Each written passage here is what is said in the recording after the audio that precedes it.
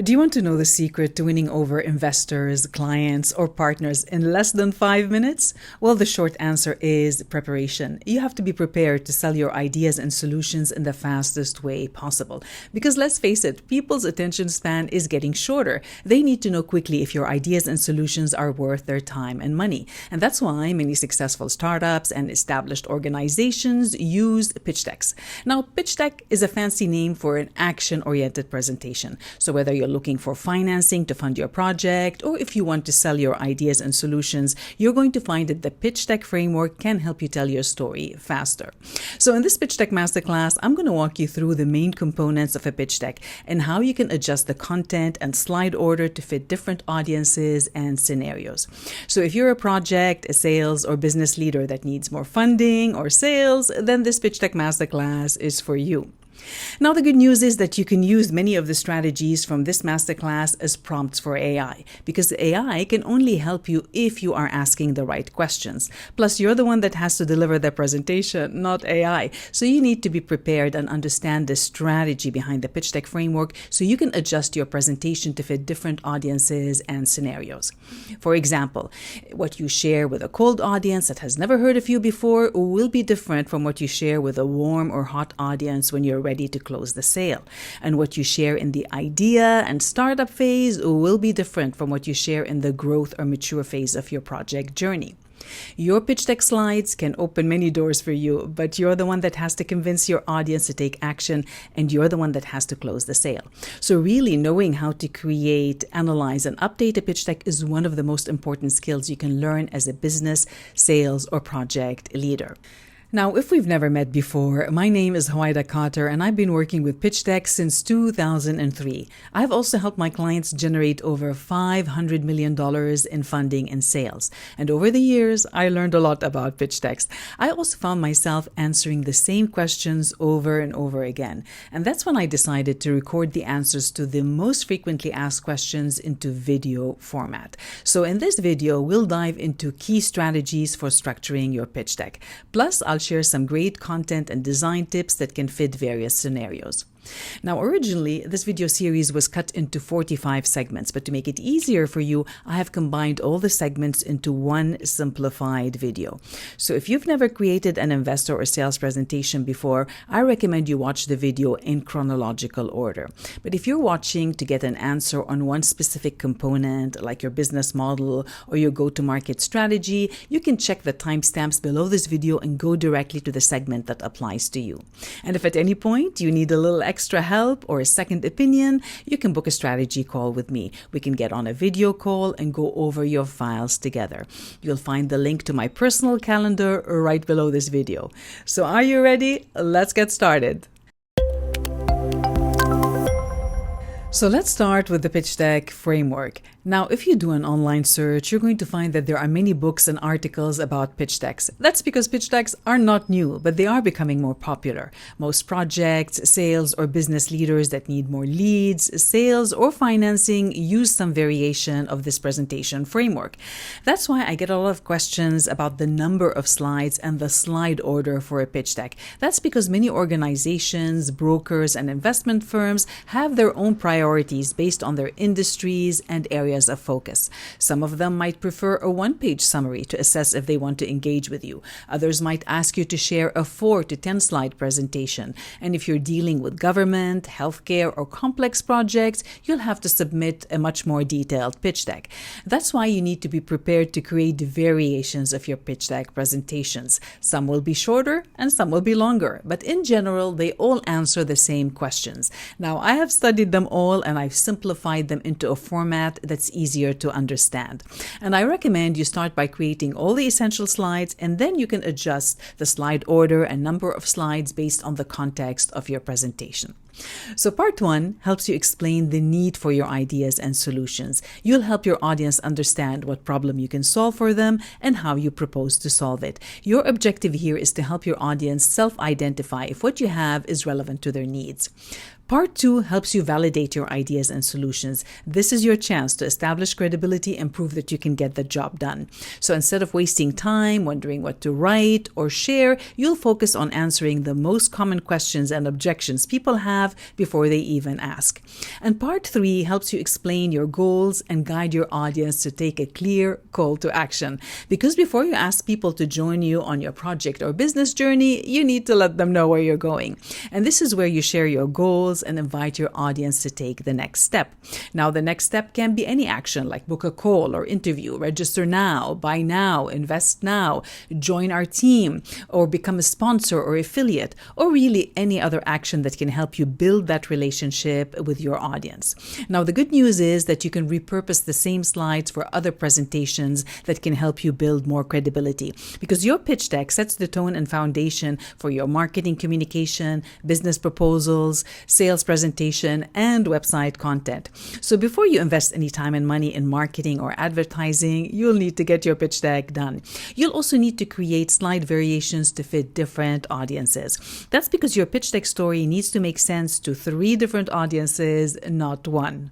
First, you have investor communication, and that includes messaging for people who can fund your project. That can include internal budget approval or outside funding from investors, lending institutions, government, or nonprofit organizations. Investors want to know that if they give you money, can you get the job done? They also want to know that if your ideas and solutions can deliver a return on investment.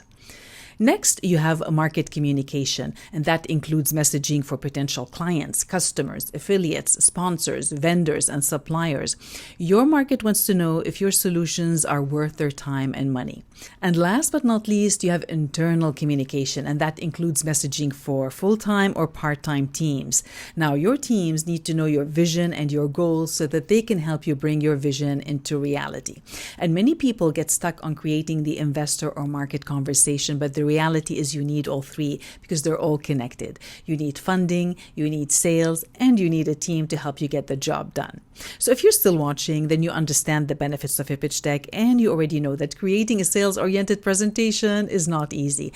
That's why I recommend you bookmark and save this video so that you can reference each segment when you need it. And if you get stuck and need more help, I'm here to support you. You'll find the link to my personal calendar right below this video.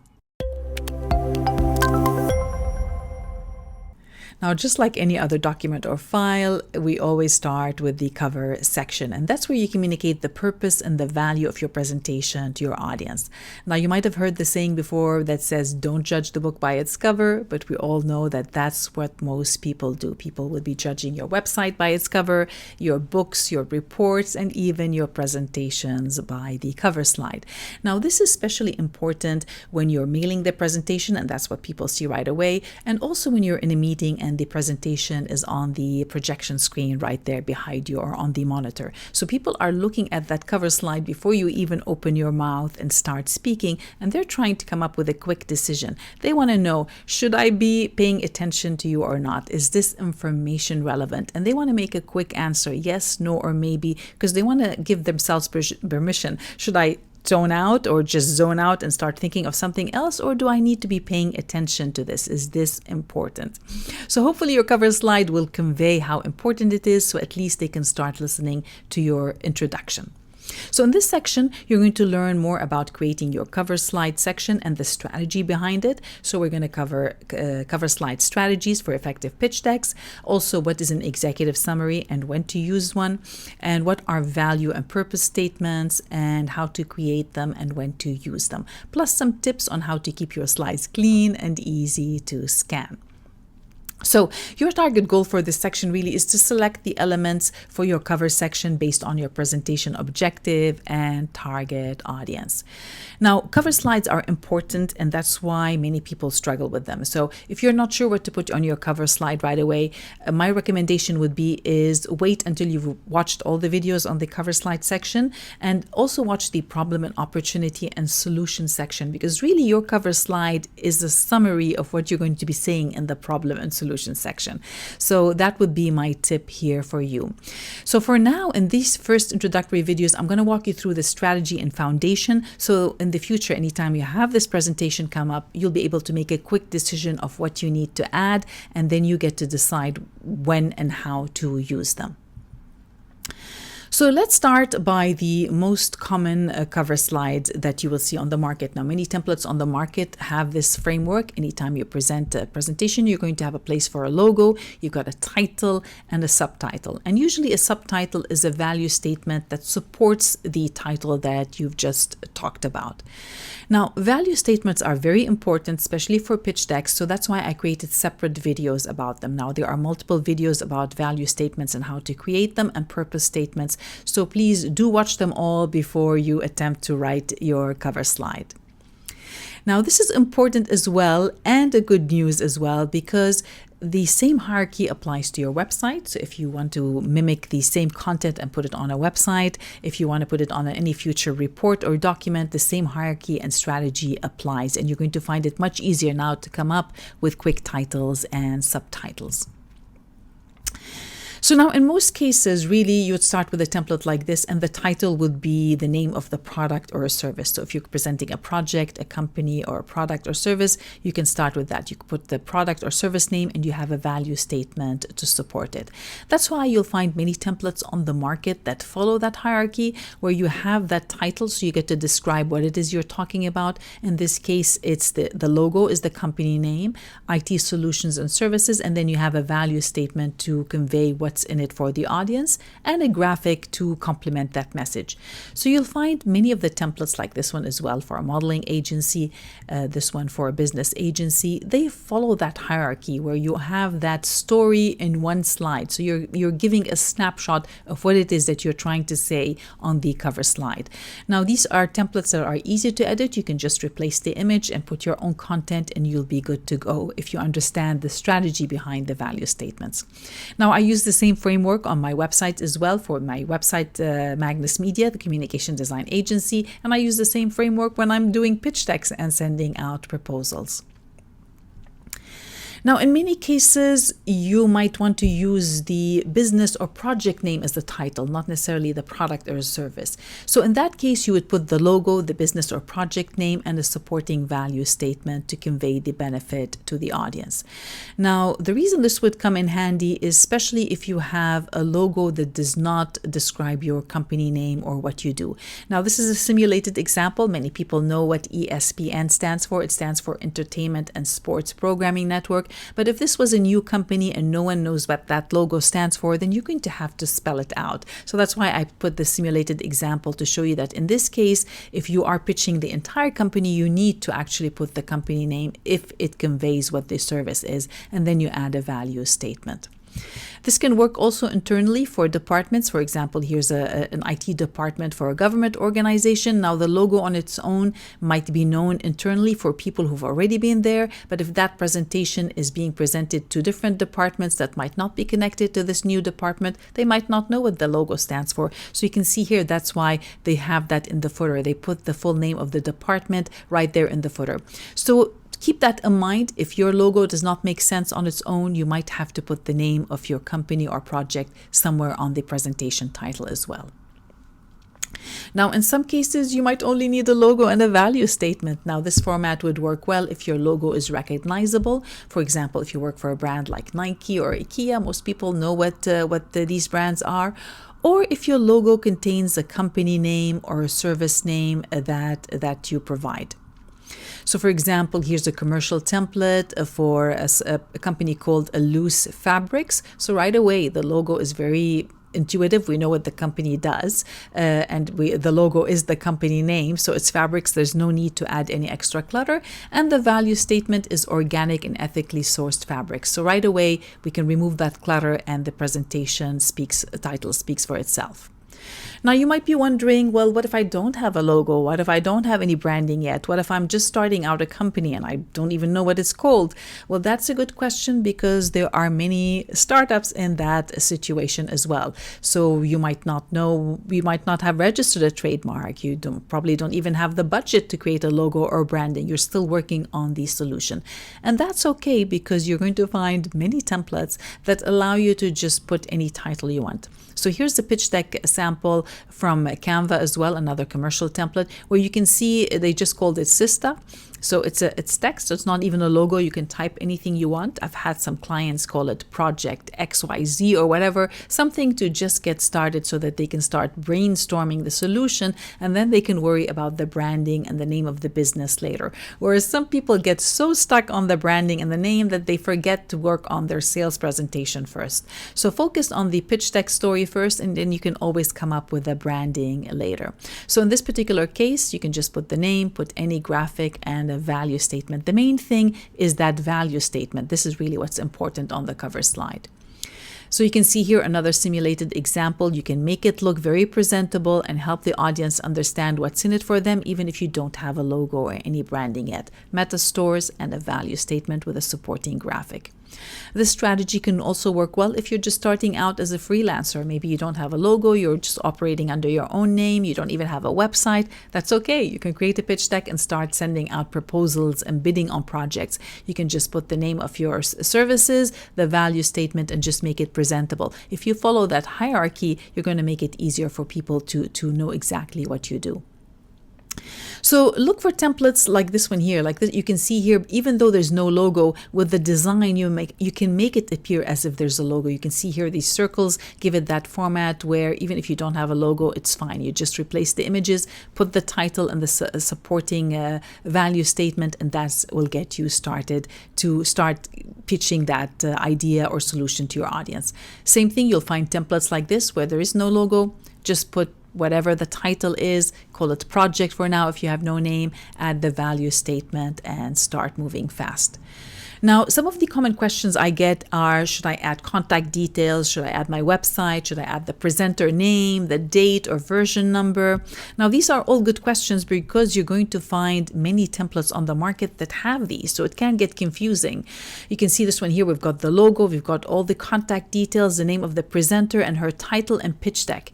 Okay, if I'm looking at this presentation, I'm thinking, okay, well, pitch deck for what? I'm not really seeing the idea behind it. So I would say if you do need to keep that contact information, which could come in handy if you are in a space where people might not know your name and you want them to see the name before you get up to speak, that's fine, you can keep it, but you also need to follow that hierarchy on the presentation deck. So instead of calling it pitch deck, follow the same strategy where you put a title and subtitle. Now you can see here, we took out the name to the side with the contact information, and we kept the big area showing the audience what's in it for them. Remember, they're trying to make a decision. Do I need to pay attention to this or not?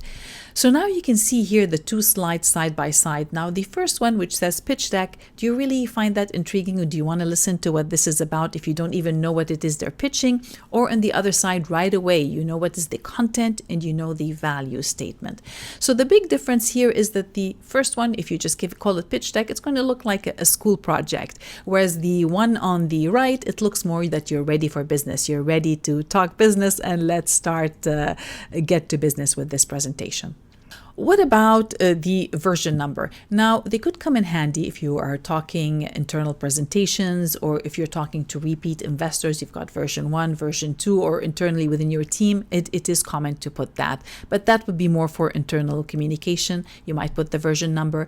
Now, the date might come in handy if you have a limited time offer, or if you're speaking to investors and there's a time limit on that offer. If you put a date, or if you have weekly meetings and you want to make sure that that each presentation is tagged differently under the date, then it would make sense to put a date.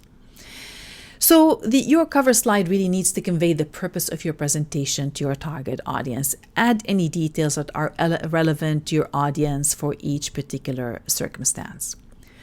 Now, in some cases, you might need to add more than one cover slide. One cover slide might not be enough. And that's why you'll find pitch deck templates that use multiple slides. Now, slide 1 could be the logo, the presentation title, the image, and the contact details. And slide 2 could have the purpose statement. Now, purpose statements can include your vision, which is the big picture of the long-term aspiration. Your mission statement is your plan to achieve your vision, some of the core values, and the business philosophy or your project philosophy. Now, purpose statements are very important. That's why I created separate videos about them. But for now, I wanted to bring them up because they could be part of your introduction or your cover section on your presentation. Now, in general, if you find that they're too confusing, what is the difference between a value statement and a purpose statement? Now, a value statement is a short statement that's more suitable for marketing and sales communication, whereas the purpose statement is a longer statement that's more suitable for planning, for internal communication and implementation strategies as well.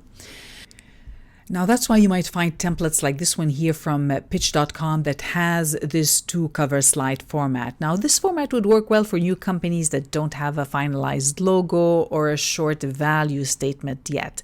So they need more room to write a longer description like a mission statement. So you can see here how the cover slide could have the company name and just a title pitch deck, which I don't recommend, but that's what they have here on this template. And then the second internal slide could be the mission statement, which kind of describes the purpose of the project or the business that they are creating. So here is how it might look like. This is a simulated example of how you might use a value statement and a purpose statement in the same presentation.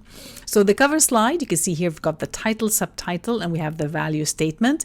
Make voice over IP calls easily and cheaply. And then you have the second slide, which could have your vision statement and your mission statement. Now we're going to be learning more about that in the subsequent videos, but I wanted to show you how you could use both at the same time in your presentation.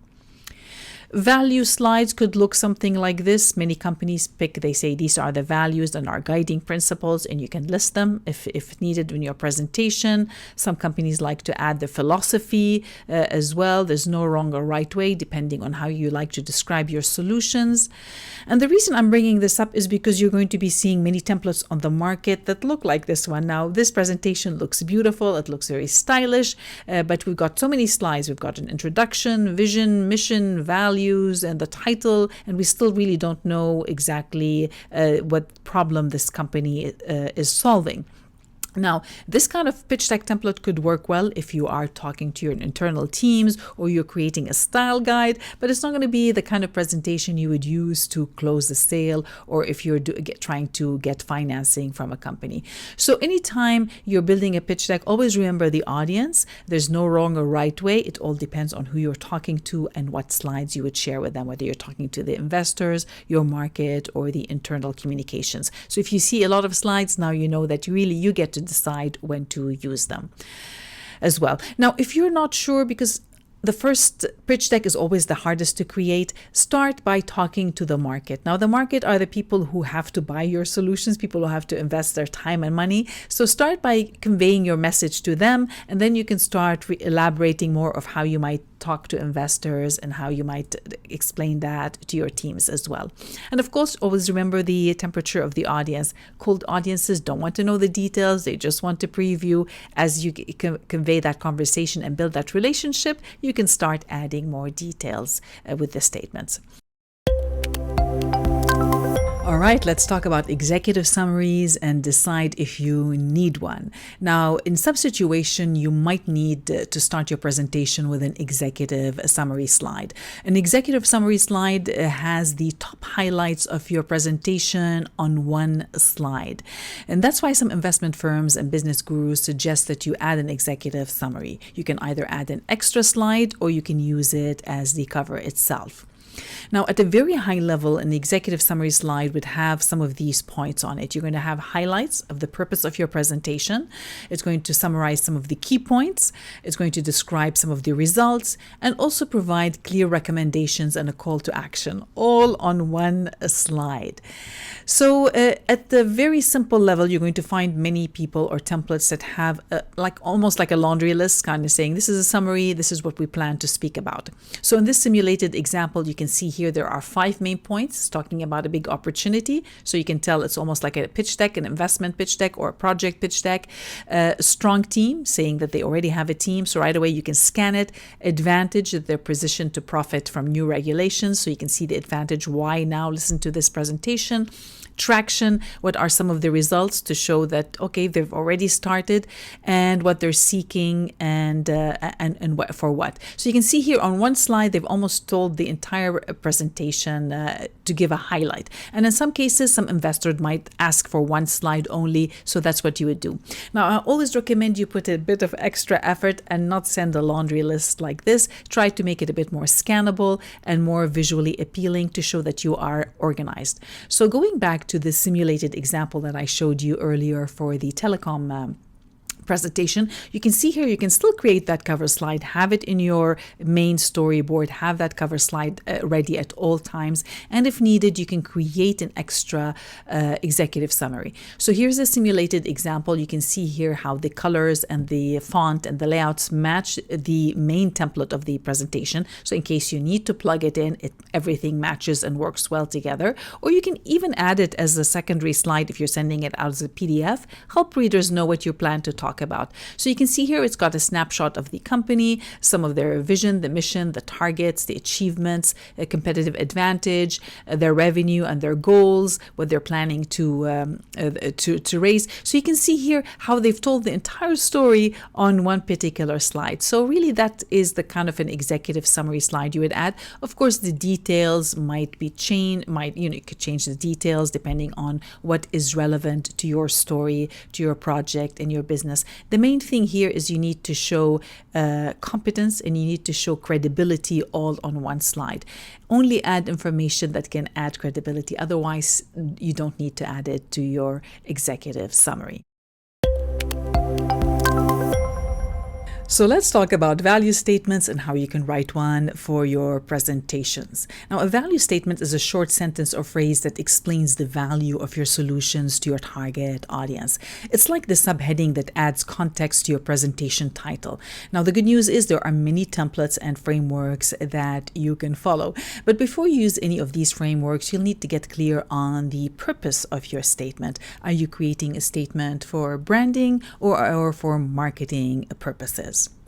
Now, branding refers to your personal product or your business personality and reputation. Now, just like any living entity, branding takes time to evolve. First, people will judge you by your appearance. In business, that will be your visual appearance of your products and your communication tools. Next, people will judge you based on what you promise and how you deliver your promises. In business, that could be, your product promise or what you say, these are the services we're going to deliver. Do you keep your word? Do you deliver on what you promise? And then over time, the third thing, the opinion, people will start forming an opinion on your personality and based on the experience and interactions that they've had with you.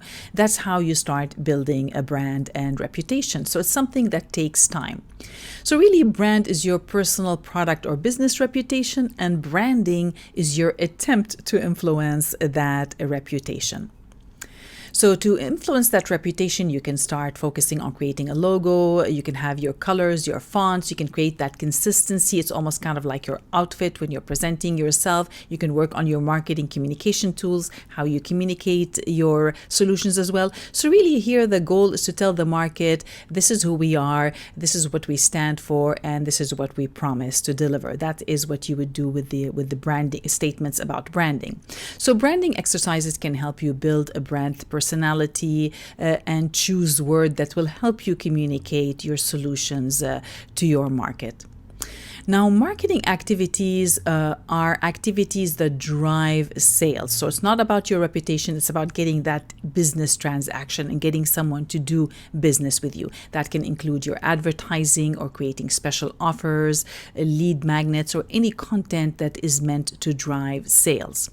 Your goal here really is to attract buyers and close the sale. So while branding and marketing activities are different, they're also related because they feed over each other.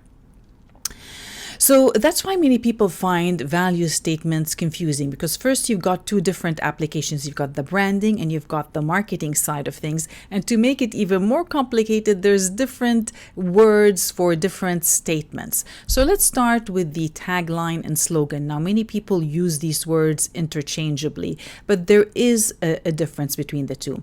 A tagline is usually a long-term catchphrase that people associate with your brand. So it could be a tagline about your entire business. That's businesses would usually have one tagline. Whereas slogans, they are more of a short-term catchphrase used for advertising and marketing campaigns. So a company could have one tagline to represent the entire brand, and they can have many slogans depending on different advertising campaigns, different languages, different scenarios. So this is where some of the confusion happens, especially because some people use the words interchangeably. Now, let me show you the difference so that you can see the difference between the two, so that when you're creating a statement for yourself and for your solutions, you'll know which ones to pick, or if you need one or if you need two. So here's an example from Nike so that you can see the difference between the two. So if you look at the bottom of the screen, you'll see that they just do it, and that is the brand tagline. This is something that Nike has been using for over 35 years to represent their brand of just do it with that checkmark logo. Whereas for advertising campaigns, they've experimented with many campaigns over the years and also in many languages. In this particular case on the screen, you can see that the campaign slogan says, "Do things history could only dream of." This was part of the Dream Crazy campaign. And another campaign they had was the Believe campaign, believe in something. So they created different campaigns around this idea of believing in yourself, believe in something, and then the brand tagline would be just do it. Now, in both cases, if you notice, the tagline or the slogan were not about the product. So unless you know what Nike does, you're not going to understand what that company does.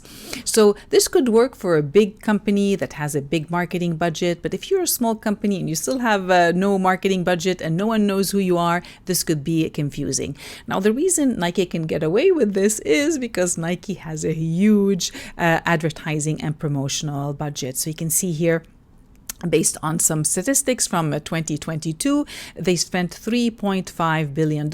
And you can see here over the last few years also, they've been around that $3 billion mark for promotions. And the same thing with McDonald's. Now, a lot of people know the "I'm loving it" tagline as well. And the reason they know it is because McDonald's also spends billions of dollars on advertising. And you can see here, this is only from for the United States. So imagine what the global budget is. But now when you are starting a new company or a new service, you don't have that large following, you don't have brand credibility, and you don't have that large marketing budget. So a catchy tagline or a slogan is not going to be enough to convey the value of your solutions to your audience.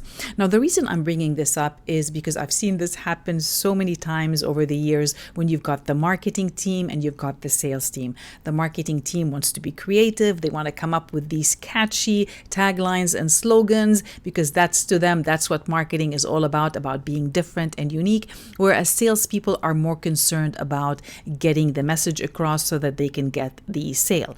Now, if you're in the position where you had to choose between these two options, my tip here for you is to always go for clarity over creativity, because you want to make it as easy as possible for your audience to understand what's in it for them. This is not a game for them to try to guess what your advertising is about.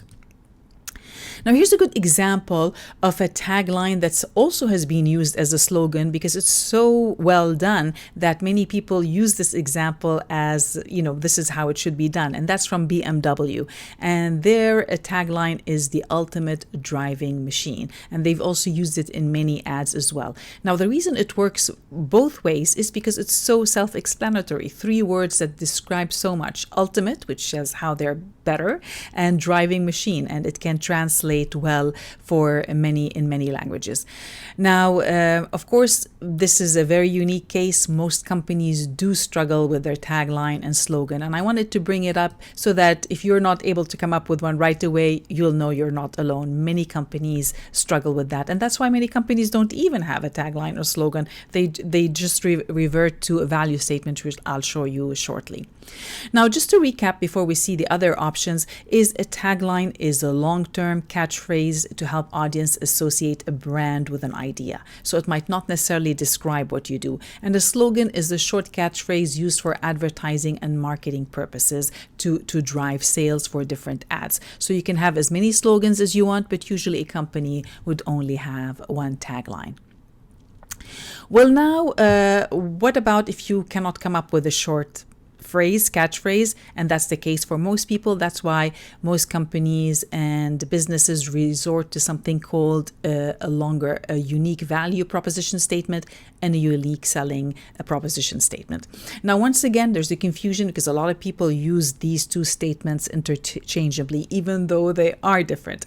A unique value proposition is a statement about the results people can expect from using your products and services, and it's used for branding purposes. So you could have a unique value proposition for your entire company or one for your product, for each product, and it's very specific about the value it delivers to the audience. Whereas a unique selling proposition is a statement that conveys how your solutions are different or better than other options on the market, and it's usually used for marketing and sales. That's why it's called unique selling proposition. How do you sell that statement? Now, once again, they could be used interchangeably, and many people do use them. That's because in many cases, what you are offering the market could be exactly what makes you different or better. So there's no wrong or right way here. I'm just showing you the different statements so that if somebody brings them up, you'll understand the context and how they might be used. So here they are all on one table. I grouped them so that you can see the difference. So once again, so that you can pick something for your presentation that will work right away. We're not here trying to create all of these statements. We're here trying to pick what would be the best fit right now for your presentation, for your pitch deck, based on the target audience you're presenting. And based on most businesses, I would recommend that you focus on the unique value proposition or the unique selling proposition, which are used interchangeably. So focus on telling your audience what's in it for them. And once you have a budget and you can start experimenting, you can start working on more taglines and slogans.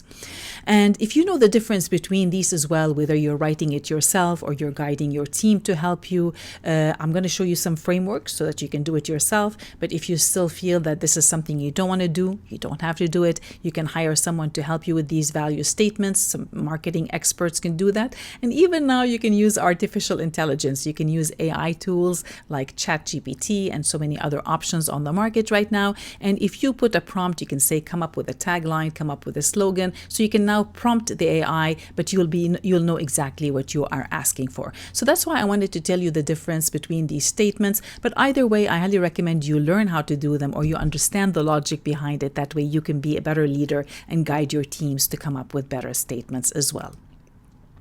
So my tips here for you would be to watch the upcoming videos. I'm going to talk about brand personality and brand archetypes, which kind of impact the type of statement you might come up with. So this is something you might use as well to guide your teams or to guide AI to come up with the new statements, differentiators, what they are. And I'll show you some value statement frameworks so they become easy. And then you're going to find it so much easier. Once you know the framework, you're going to be able to create as many value statements as you want.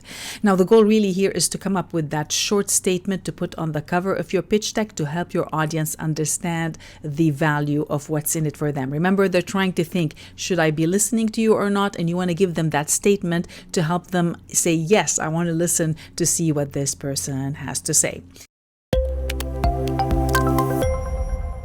So let's talk about brand personality frameworks and how you can use it to create better messaging for your presentations. Now, if you've never taken any training in branding or marketing before, you might be doubting yourself right now. How can you come up with a value statement if you're not a branding expert? And I'm here to tell you that you are a branding expert already. Every time you step out of your home and you talk to people, how you dress, how you speak, how you make people feel, that affects your brand, which is your reputation. And it's the same thing with your business as well. If you want to build a strong, meaningful relationship with your market, you need to help them see your brand personality. And your brand personality will also be about the appearance of your business, your marketing communication tools, how you talk to people, and how you make them feel when they are interacting with you and your business. So now the big question is, how do you want others to describe your professional and business brand? And that's really what is the purpose of branding, where you try to control that reputation. Now, the good news is you can follow proven frameworks that help you choose a brand personality. And one of the most common frameworks is the Dimensions of Brand Personality, developed by Jennifer Aker, an American behavioral scientist and professor at Stanford University, Stanford School of Business. Now, Jennifer found that people tend to attach human personalities to brands, and her research found that there are 5 distinct brand personalities that consumers associate with business brands. The first one is sincerity. This is the extent to which a brand is perceived as honest, friendly, and down to earth as well. Cheerful and friendly, original and wholesome. These are some words that fall under the sincerity category. And some of the common brands that fall under this category are usually family oriented. They're friendly, wholesome, like Walt Disney, a Hallmark, or Dove soap. They try to use that sincerity brand personality. Now, the next one is excitement, and that's the extent to which a brand is seen as daring, spirited, and stimulating. It's young, imaginative, unique, and up to date. So when you think of these exciting brands, it could be like Tesla, Red Bull drinks, all their ads is about excitement. MTV music, it's all about being young as well, and cool and daring. These brands fall under the excitement category. And then you have competence. Now, competence is about the extent to which the brand is seen as reliable, intelligent, and successful. And that's why you'll find that many of the corporate brands, for example, legal, finance, business, and government, a lot of them fall under that competence. So in this example, you can see brands like Volvo Cars can also be competent. They're going in for safety. Google, UPS, anything that's corporate and structure and wants to put that safety and leadership persona would fall under competence. And then you have sophistication. Now, sophistication is the extent to which a brand is seen as glamorous, upper class, and fashionable. It's also charming and could also be feminine as well. So sophisticated brands would be something like BMW. It's known for being sophisticated. You've got Rolex watches. Anything associated with Rolex brand is sophistication. Even Apple. Apple likes to position itself as being good-looking products. All the products are young and good-looking from Apple as well. So it falls under that sophistication. And last but not least, you have that ruggedness brand, which is more masculine, outdoorsy, rough, and something that is durable. So when you think of brands like that, you're going to be thinking of clothing like Timberland, which is very durable, Jeep that are meant to go off-road, or the clothing line Patagonia, which is meant to be outdoorsy and also protecting the environment. So now one of the first thing you can do is pick a category that could represent your professional business solutions. So this is how you would start. And if you're not sure which one to pick, try to pick the one that will appeal to your buyers. Who are the people you want to be doing business with, and what is their personality? Because usually people are attracted to people who are like them. So if you're catering to a market in the rugged and outdoors, you definitely don't want to be using competence or maybe sophistication. That's not going to be appealing to them. So try to pick something that will appeal to your market. Now, in my case, I try to pick the competence brand because I'm here to help my clients with consulting. I'm here to show them confidence, reliable leadership persona. So anytime I'm trying to portray something, I'm not here to really entertain, show sophistication or durability. I'm here to more for education and consulting services. So that's why for my brand, I try to stick with the competence.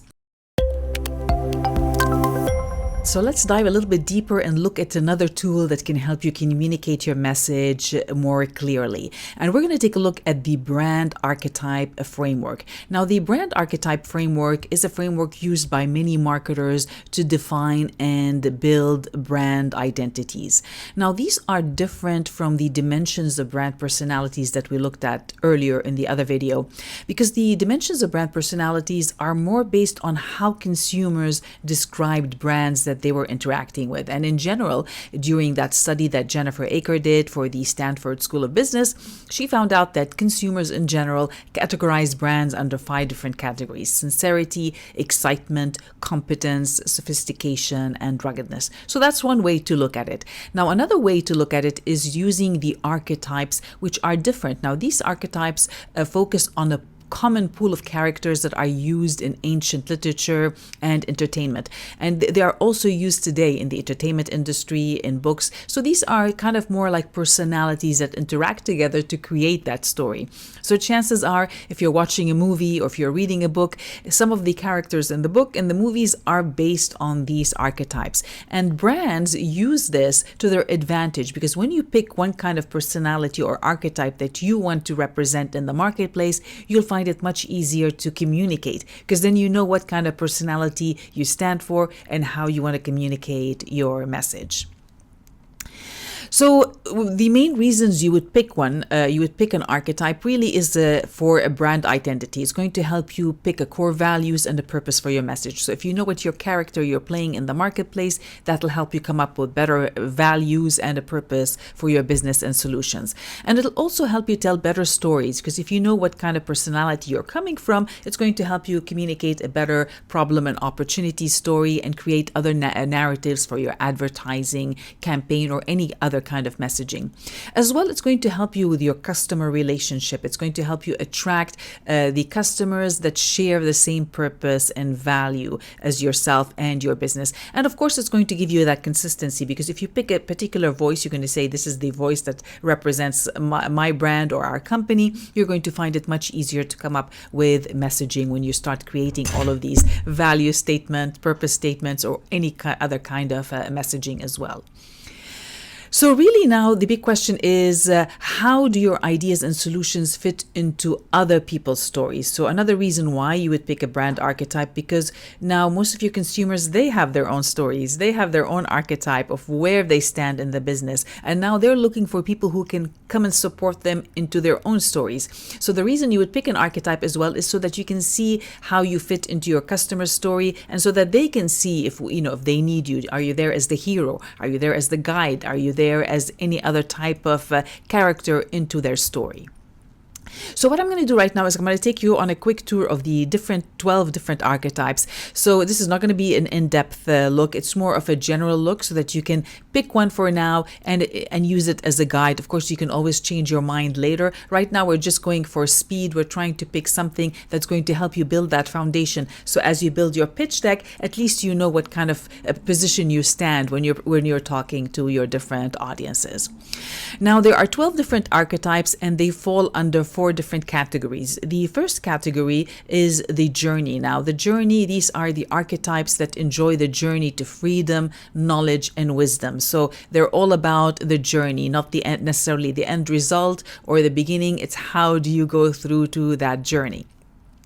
So the first one is called Innocent, and Innocent is all about happiness, upbeat personality, and an optimistic outlook on life. So any messages that are optimistic, they're humble, they're honest. Some of the traits, it could be a young brand, it's simple, moral, romantic, loyal, nostalgic. So when you think of brands that follow this Innocent archetype, more like Dove soap, Coca-Cola, open happiness, the ad campaigns, Volkswagen, it's all about nostalgia. So that would be the kind of Innocent brand.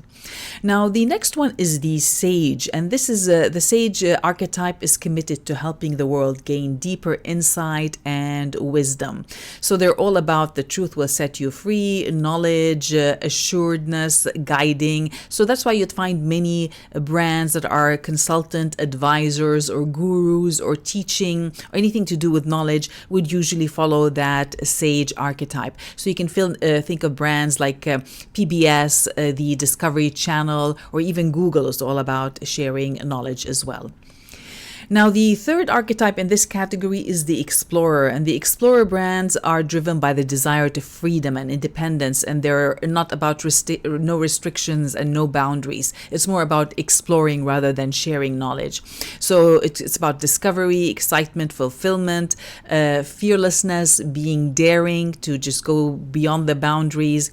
So the traits would be adventure, independence, exploration, pioneering, doing something new. So you can think of brands in that category like NASA, they're exploring space, Jeep, going off-road, or even National Geographic, where you get to explore different regions of the world that you might not have known about. Now, the next group is called the legacy, or they're focused on legacy because they're more focused on leaving a legacy behind and making a difference in the market. They want to leave a mark in the marketplace. So the first one in the legacy group is the rebel or outlaw. Now, the rebel is also known as the outlaw. It seeks to disrupt their industry and challenge the status quo. So these are brands that are questioning the current situation and they want to find better solutions. So this would be the kind of archetype they would follow. So more about rebelliousness, competitive, disruptive. They're a liberator. They're there to liberate. They're wild, confrontational, independent. They want change. So you can think of brands like Harley Davidson, Virgin, the brand from Richard Branson. The whole brand is about being different and exploring, or even Red Bull drinks would fall under that category. Now, the second one in this category is called the magician, and this brand archetype is a visionary that wants to dazzle their audience with new and exciting experiences and make their dreams come true. So you'd find it's about mystical, informed, reassuring, transformation, charisma, imaginative. So you'd find brands like Disney would fall under this category, Dyson because they're creating something, new solutions, Polaroid, there's that photos being a magical moment, creating them with the Polaroid picture. So brands like this would fall under the magician. And then you have the hero, which many people want to be the hero, or they are looking for a hero in their life. And so the hero archetype has a strong sense of right or wrong. They look to make a difference and they seek to overcome injustice and problems. So the hero is there to seek that, solve this problem. So they're usually honest, they're candid, they're brave, they want to improve the world with courage.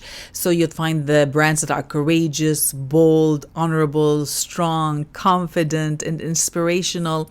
So you might think something like Nike. You can see the whole Nike brand is about just being the hero and just go do it. BMW, the ultimate driving machine, Adidas, the Royal Marines would fall there. They are there as the hero as well. Now, the third category is all about connections, creating stronger connections and a sense of belonging. So you'll find three archetypes in that category. The first one is the lover, and it's all about being passionate, intimate, and motivated by desire.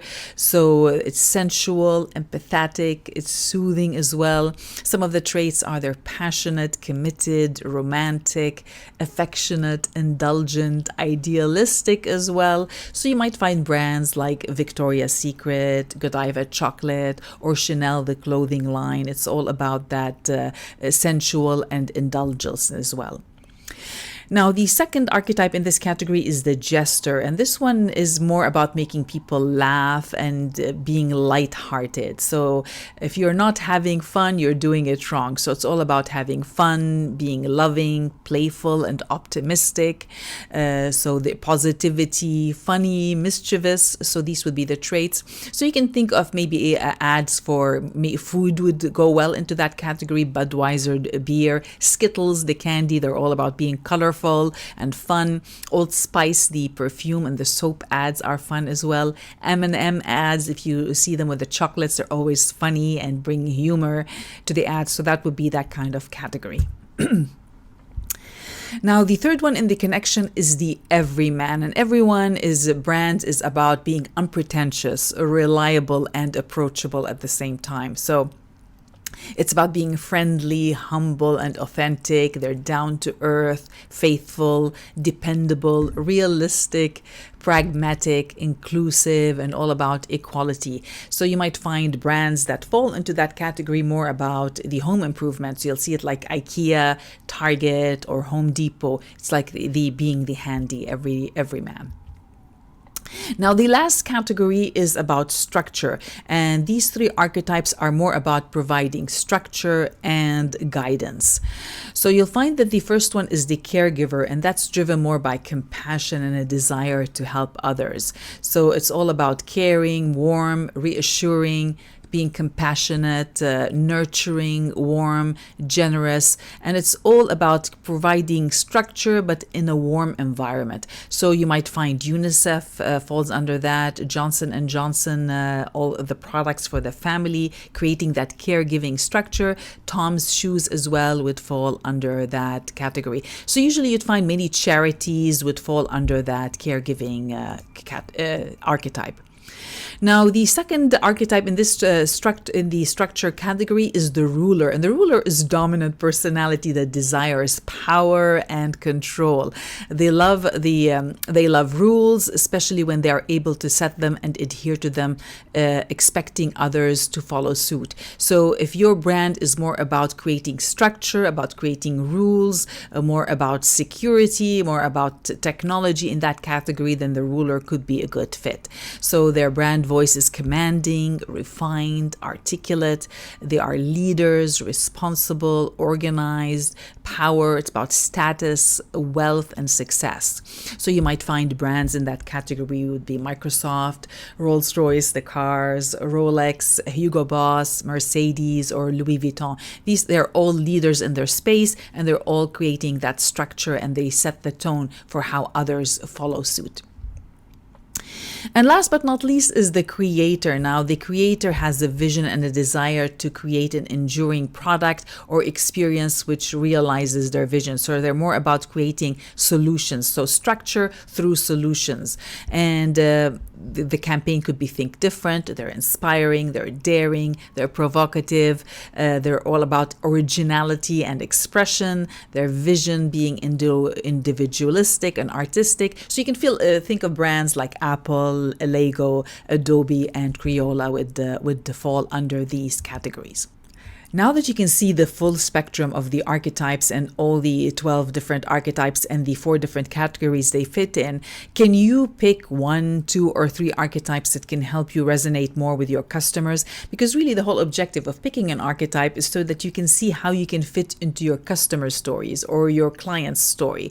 Because if your client or your customers, they want to be the hero, then they're not looking for another hero in their life. They're looking maybe for someone to be the guide or someone to be the jester, someone to bring in humor. So what does your customer need, and which one of these archetypes can help you connect more with them so that you can use this archetype to create your messaging? Now, even if you plan to use artificial intelligence, there are now many tools where you can put a prompt and they can come up and help you pick a messaging. So if you put that in the prompt and you can say, come up with a messaging based on that archetype, you're going to find that even AI is going to come up with better terminology for you as well. So whether you plan to do them yourself, your teams, hire someone, or if you plan to use AI, if you start putting that prompt saying, focus on this brand dimension and pick this brand archetype, or I'm speaking, my clients want to be the hero, how can I connect with them? Now you'll be able to come up with better messaging to talk to your customers. All right, now let's talk about differentiators and how you can use them to describe your solutions. Now, to communicate your value, you'll need to use words that are meaningful to your audience. And these are words that can help your audience understand the value of your ideas, skills, or solutions, and what makes them better or different compared to others on the market. That's why many people call these words differentiators. Now, differentiators are words that communicate why your audience should care about your solutions. It helps them self-identify if your solutions are the right fit and guide them through the decision-making process. Now, many companies and service providers might offer similar solutions, but your target audience might be looking for one specific feature or benefit. So if you can communicate your differences quickly and confidently, they will likely pick your services or your solutions instead of somebody else's. Now, different can mean that you use different ingredients that others don't have, or maybe you only focus on specific demographic, like a select age group, gender, industry, language, or location. Better can mean that you have faster service. It could be a better experience, more functionality, or superior manufacturing and craftsmanship. So really, it's not about definitely everything being better or everything being different. It just could be one simple thing. So now the selecting words is easy. The big question is, can you deliver on the promises? So here are 3 criteria to use to make sure that your words are accurate. The first one, true. Is it true, and does it represent your solutions? So this would be the first one. Second, relevant. Is it relevant to your audience needs and problems? If it's not relevant, then who cares? We don't need to just add extra words to clutter our message. And number 3, is it provable? Do you have evidence to support that the word you picked is something that you can actually deliver? Now, here's a common list of some differentiators that are used by many industries. Now, this is only a starting point just to get your creative juices going. So you can see some of the words that could be used, maybe like compatibility, convenience, customization. Is it about innovation? Is it about functionality, productivity, reliability? So these are words that can help you describe your solutions. So pick the ones that are, of course, more relevant, true, and provable for your business. So in my particular case, I focus more on words like experience, because I already have over 25 years experience, so it applies. Productivity, because most of my tools and solutions are about making my clients more productive. About results as well, about getting the fastest result with the minimum with focus, and also about specialization, because most of my work really is specialized about communication design and sales oriented communication design as well. So that's why I focus on these words. So now go through the list and try to pick which one are more relevant to your solutions, and then this will help you. This will come in handy when you start working on your other communication, especially when we start talking about your competitive advantage and describing your solutions. That's why we are picking these words. Now, in terms of tips, I would say if you don't have any differentiators right now, pick the ones that you can achieve first. Maybe you're just starting your business, you don't know really what sets you apart. Try to pick the ones that you can achieve first. So go back to the list and look at it and see which one of these words or any other words you can come up with that you can deliver the fastest and that are true and are relevant and are provable as well. And next, you can start asking your existing contacts, especially if you have customers already and clients. You can ask them, why did they choose to do business with you? And see what are the words that they're using to describe your services and skills. And these could be your differentiators. And then the last tip I could say is, you're not stuck to these words. You can always change them later. Right now, we're just going for speed so that you can come up with the first storyboard and your first pitch deck. All right, welcome to the value statement framework video. Now, if you've watched the previous videos, you probably have a foundation on the archetypes, on the brand dimensions, on the differentiators, and the need to use a value statement in your presentations as well. And you also learned the difference between value statements and purpose statements. So just as a quick reminder here, value statements are short statements suitable for marketing and sales communication, and the purpose statements are like your mission, vision, and purpose and core values. And these are longer statements suitable for planning and implementation strategy. So really on your pitch deck, the value statements would usually go on the cover, and the purpose statements would be additional slides that you would add to your presentation that have longer statements. Now, whether you decide to write them yourself, and I'm going to be showing you now the framework of how you can do that and how you can tell if you have a good value and purpose statements over the next few videos. We're going to be covering them all, or even if you plan to use artificial intelligence AI tools to help you create these value statements, if you know the foundation and you already have your differentiators, you've got your brand archetype and the foundation, you'll be able to put better prompts into the AI to come up with better statements. And of course, remember that if you're using AI or you're using outsourcing, you want to make sure that your value statements are not identical to somebody else's. So even if you're relying on other tools, as the business owner, as the leader, you need to make sure that your statements are unique and they don't infringe on any copyrights. So you still have to do a little bit of digging around, even if you are using AI and other tools. So let's dive a little bit deeper, and I'm going to show you some different frameworks that you can use to come up with your value statements. So our goal here is to come up with that value statement for the cover. Because if you remember, we're still working on the cover section, and the cover is one of the most important slides because it does tell your audience why they should listen to you. They are trying to decide, do I want to listen? Yes or no or maybe. So we need to make sure that every word on our presentation counts. And so a typical value statement really needs to answer one or more of the following questions. So the question is what? What do you have to offer? The idea, what is the idea? What's the product or service? Who can benefit from this offer? And how will you deliver this offer? And why choose your offer? So you can see here, there's a lot of questions that can be answered on the cover slide if you come up with a really good value statement. So in the previous videos, you learned about the brand dimensions, the archetypes, and the differentiators. So just as a quick reminder, the brand dimensions is how do you want others to describe you. The brand archetype is what type of story are you presenting here? What kind of character are you playing in the story? More specifically in the story of your customers and clients, how do you fit into their story as well?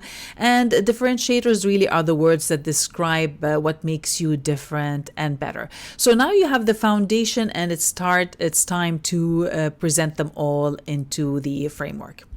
So let's take a look at different frameworks, and different frameworks can fit into different stories. So I'm going to show you some of the most common ones, and then you can experiment with them and see which one can work best for you. So let's start with the what, how, why formula, which is developed by Dave McClear. Now, Dave is an entrepreneurial and angel investor from San Francisco, so he gets to see a lot of pitch decks as well. So this framework works well for a specific product or company. Now, you can look at it. You can see here, what is the product name? So the product name. How is the value, how it's done, and why is the desired result. So when we're reading this statement of this particular value statement, it says Mint.com is the free, easy way to manage your money online.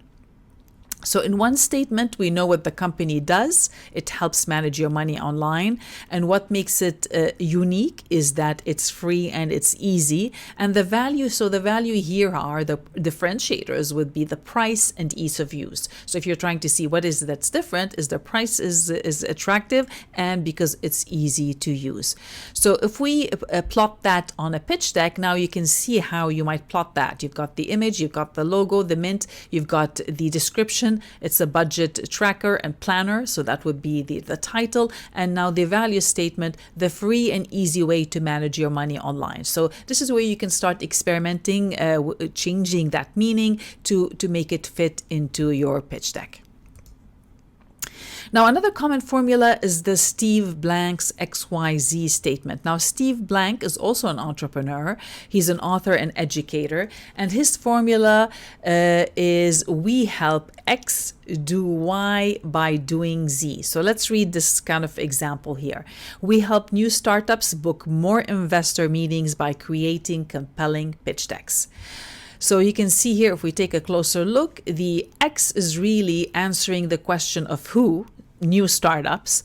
The why is answering the what. So we're still answering the same questions, what. And then the last part is creating compelling pitch deck is the how it's done. So you can see here, we're still answering the same questions, but they could be in a different order depending on the formula. So this is how this might look on a pitch deck. You can put the logo, you can put the pitch deck experts, and then you put the value statement. It is a bit longer, but it still can fit in here on the cover slide. And now if you wanted to, if you find it's too long and you want to move it and make it your mission statement, you can easily do that. You can see now we can keep the cover clean. We can just say the pitch deck experts, and you can put a slide on the inside, and you can say our mission is to help you startups book more investor meetings by creating compelling pitch decks. Now we're going to be talking more about mission statements in the upcoming videos, but I just wanted to show you that it is flexible here. There's no wrong or right way. It just depends on the context of your presentation. But ideally, whenever you can, try to make the cover speak for itself before you add additional slides. Now, here's another formula called the VAD approach. Now, I believe this framework is from someone called Guy Kiyosaki. Guy Kiyosaki is also an investor as well, and he is also based out of Silicon Valley. So most of the pitch deck CCs are also more on technology. So this is the framework that he came up with. And you can see here we've got the verb, the application, and differentiators. And I remember why we used the differentiator words before. So the verb is make voiceover over IP calls easily and cheaply. So you can see here, once again, we're answering the same questions. We're asking what? Well, they're going to make voice over IP calls. How? They're going to be making a call. How? Voice over IP. So it's not just a regular call, it's voice over the internet call. And why? Well, because it's easily and cheaply. So this would be the differentiator. So now if you're plotting that up on a cover slide, it would look something like this. You can put the name of the company, telecom, this is just simulated, next generation telephony solutions, and then the value statement would go right below that as a subtitle. Now, another popular formula is the jobs to be done from Clay Christensen. What job does your audience need to do, and how does your product or service help them? So in this particular example, file your taxes with confidence. So you've got the action, you've got the object of the action, and you've got the contextual identifier. Now, if you take another closer look at it, you notice that we are still answering the same questions. We're still answering what, for whom, and why. So it's exactly the same answers. What do you have to offer? Who can benefit from this offer? And how do you deliver this value? And why choose your solution? So in this case, the action is your file. For whom? For people who want to file their taxes. So your taxes, it's people who need to file their taxes. And the identifier, the one that is the differentiator, is with confidence. So this is the differentiator here. So once again, if you wanted to plot this on a cover of a pitch deck, or whether it's on your website as well, you would have the logo, professional accounting and tax filing services, file your taxes with confidence. Now, of course, this is just an example, because you have to make sure that if you are using these differentiators and you plan to trademark them, you have to check that no other company is using the same differentiator or the same value statement as well. So that's where AI can help you, but at the same time, you still need to do a bit of digging, especially if you want to expand and you want to trademark your content. If you're still small and you're starting out, you still have more flexibility. So that's the advantage of being a small company, whereas as you grow, you're more accountable and more liable. So you have to do a little bit more digging as well. So now what about you? When you come up with your value statements, you need to answer the same questions. What do you have to offer? What's your idea, product, or service? Who can benefit from your offers? How do you deliver this offer? And why choose your offers? So if you're not sure, use the list that we started with earlier. Remember that differentiator list we looked at in the previous videos. Go through the list again and try to pick these words, because these are the words that are going to come up handy, whether you're working on your competitive advantage, your value statements, your purpose statements. These are the words that would be the foundation. And of course, the brand personality and the brand archetype that you pick to convey that message will also come in handy. So now the value statement tips I have here for you is move fast, because I know a lot of clients, they get stuck on this process. Some clients for months trying to come up with the value statement. Just don't get stuck. Write whatever thing that comes to mind. You can always change your mind later. It's not like you're registering a trademark right now. Just use something that's usable so that you can start using your pitch deck. And as you get feedback, you can always update that process. It's not final. You can experiment and ask for feedback. And anytime you're in doubt, always go for clarity over creativity. It doesn't need to be catchy, even if it's a longer statement. As long as it's clear and your audience understands what's in it for them, then you know that you have something that is usable for now. So here's a before and after example. Actually, I wanted to show you this example so that you can see the importance of having clarity over creativity. So this is a pitch deck cover slide for a company here in Vancouver called BioCoal Energy. Now, this is the slide that the company has been using for years. So they've been using it and they're getting good, good audiences with it, even though the value statement is very vague. Now, unless you already know what biocoal means, this cover does not convey the benefit to the end user. So first we've got the logo. It's busy and taking up most of the slide. Then the value statement is vague, a global product for a global solution. Now, I mean, that statement can really apply to so many different things. What is a global product? It doesn't really add much value. It does not convey the uniqueness or the value of the company. Even with the confusing title, they were able to get some validation and interesting results. So the reason I'm showing you this example, that even if you have something that's not final, you can still use use it to get that action in the marketplace. Now, of course, after we worked together to revamp the message, we did come up with something better. So I was able to help them clean up the message, first of all, to show the main value. So you can see here, even the imaging, because it's more about protecting the environment as well. This is an environmental solution, so we wanted to use more of the greens. Now, the logo we were not able to change, even though I wanted to change it, but for now we just had to keep it. But the main thing is we've got a title, by a global Biocall Energy, so that's the name of the company. And now you can see the value statement. We use this real estate wisely to tell exactly what does this company do. So they turn forest residue into sustainable biofuel. So now we know what they do, because in the previous example, let me show you that again. Well, we don't know what they do. It just says Biocoal. So is it that they just have the coal product, or what is so unique about it? Whereas when we look at the after, now you can see that we've got what exactly does this company do. It's actually taking the forest residue, which is the excess lumber, the excess wood that is left behind from deforestation. It's also left behind when trees die or they dry out. There's a lot of residue which can cause problems, and they're able to take this excess material and turn it into sustainable biofuel. So now you can see this cover tells a much better story, and now anybody who is interested in these solutions, they are more likely to go through this presentation and see what does this company have to offer. So this is a perfect example of the jobs to be done framework here. So you can see here, what do they do for whom? For industries that are, so when we look at it, turning forest residues into sustainable biofuel. So what do? They turn that for whom? For forest residue, any company or industry that deals with that excess wood. And what is the why? They turn it into sustainable biofuel. So you can see now how we can use these frameworks to come up with better value statements. So now you can see here the before and after. As you can see side by side, that the one on the right tells a much clearer story than the one before, which was very vague. It was probably more creative. It sounds a global product for a global solution, but it doesn't really mean anything. Whereas on the right, we know exactly what that company does.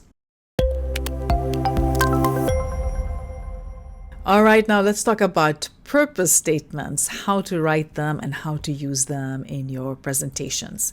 Now, in the previous video, you learned how to write value statements. Now, value statements are short statements suitable for marketing and sales communication. And purpose statements are longer statements suitable for planning and implementation strategy. Now, the value statements would go on the cover slide of your presentation. That's where you treat it like a book cover. And the purpose statements are usually put on additional slides. It could be right after the cover or towards the end of your presentation. Now, at a very high level, purpose statements involve these. They involve your vision statement, your mission, your core values, and your business philosophy. Now, your vision statement is the big picture and long-term aspiration of your business and your project. Your mission is how you plan to achieve your vision. Your core values are the principles that guide your actions, and your business philosophy are the overall principles and moral obligations of your business or your project.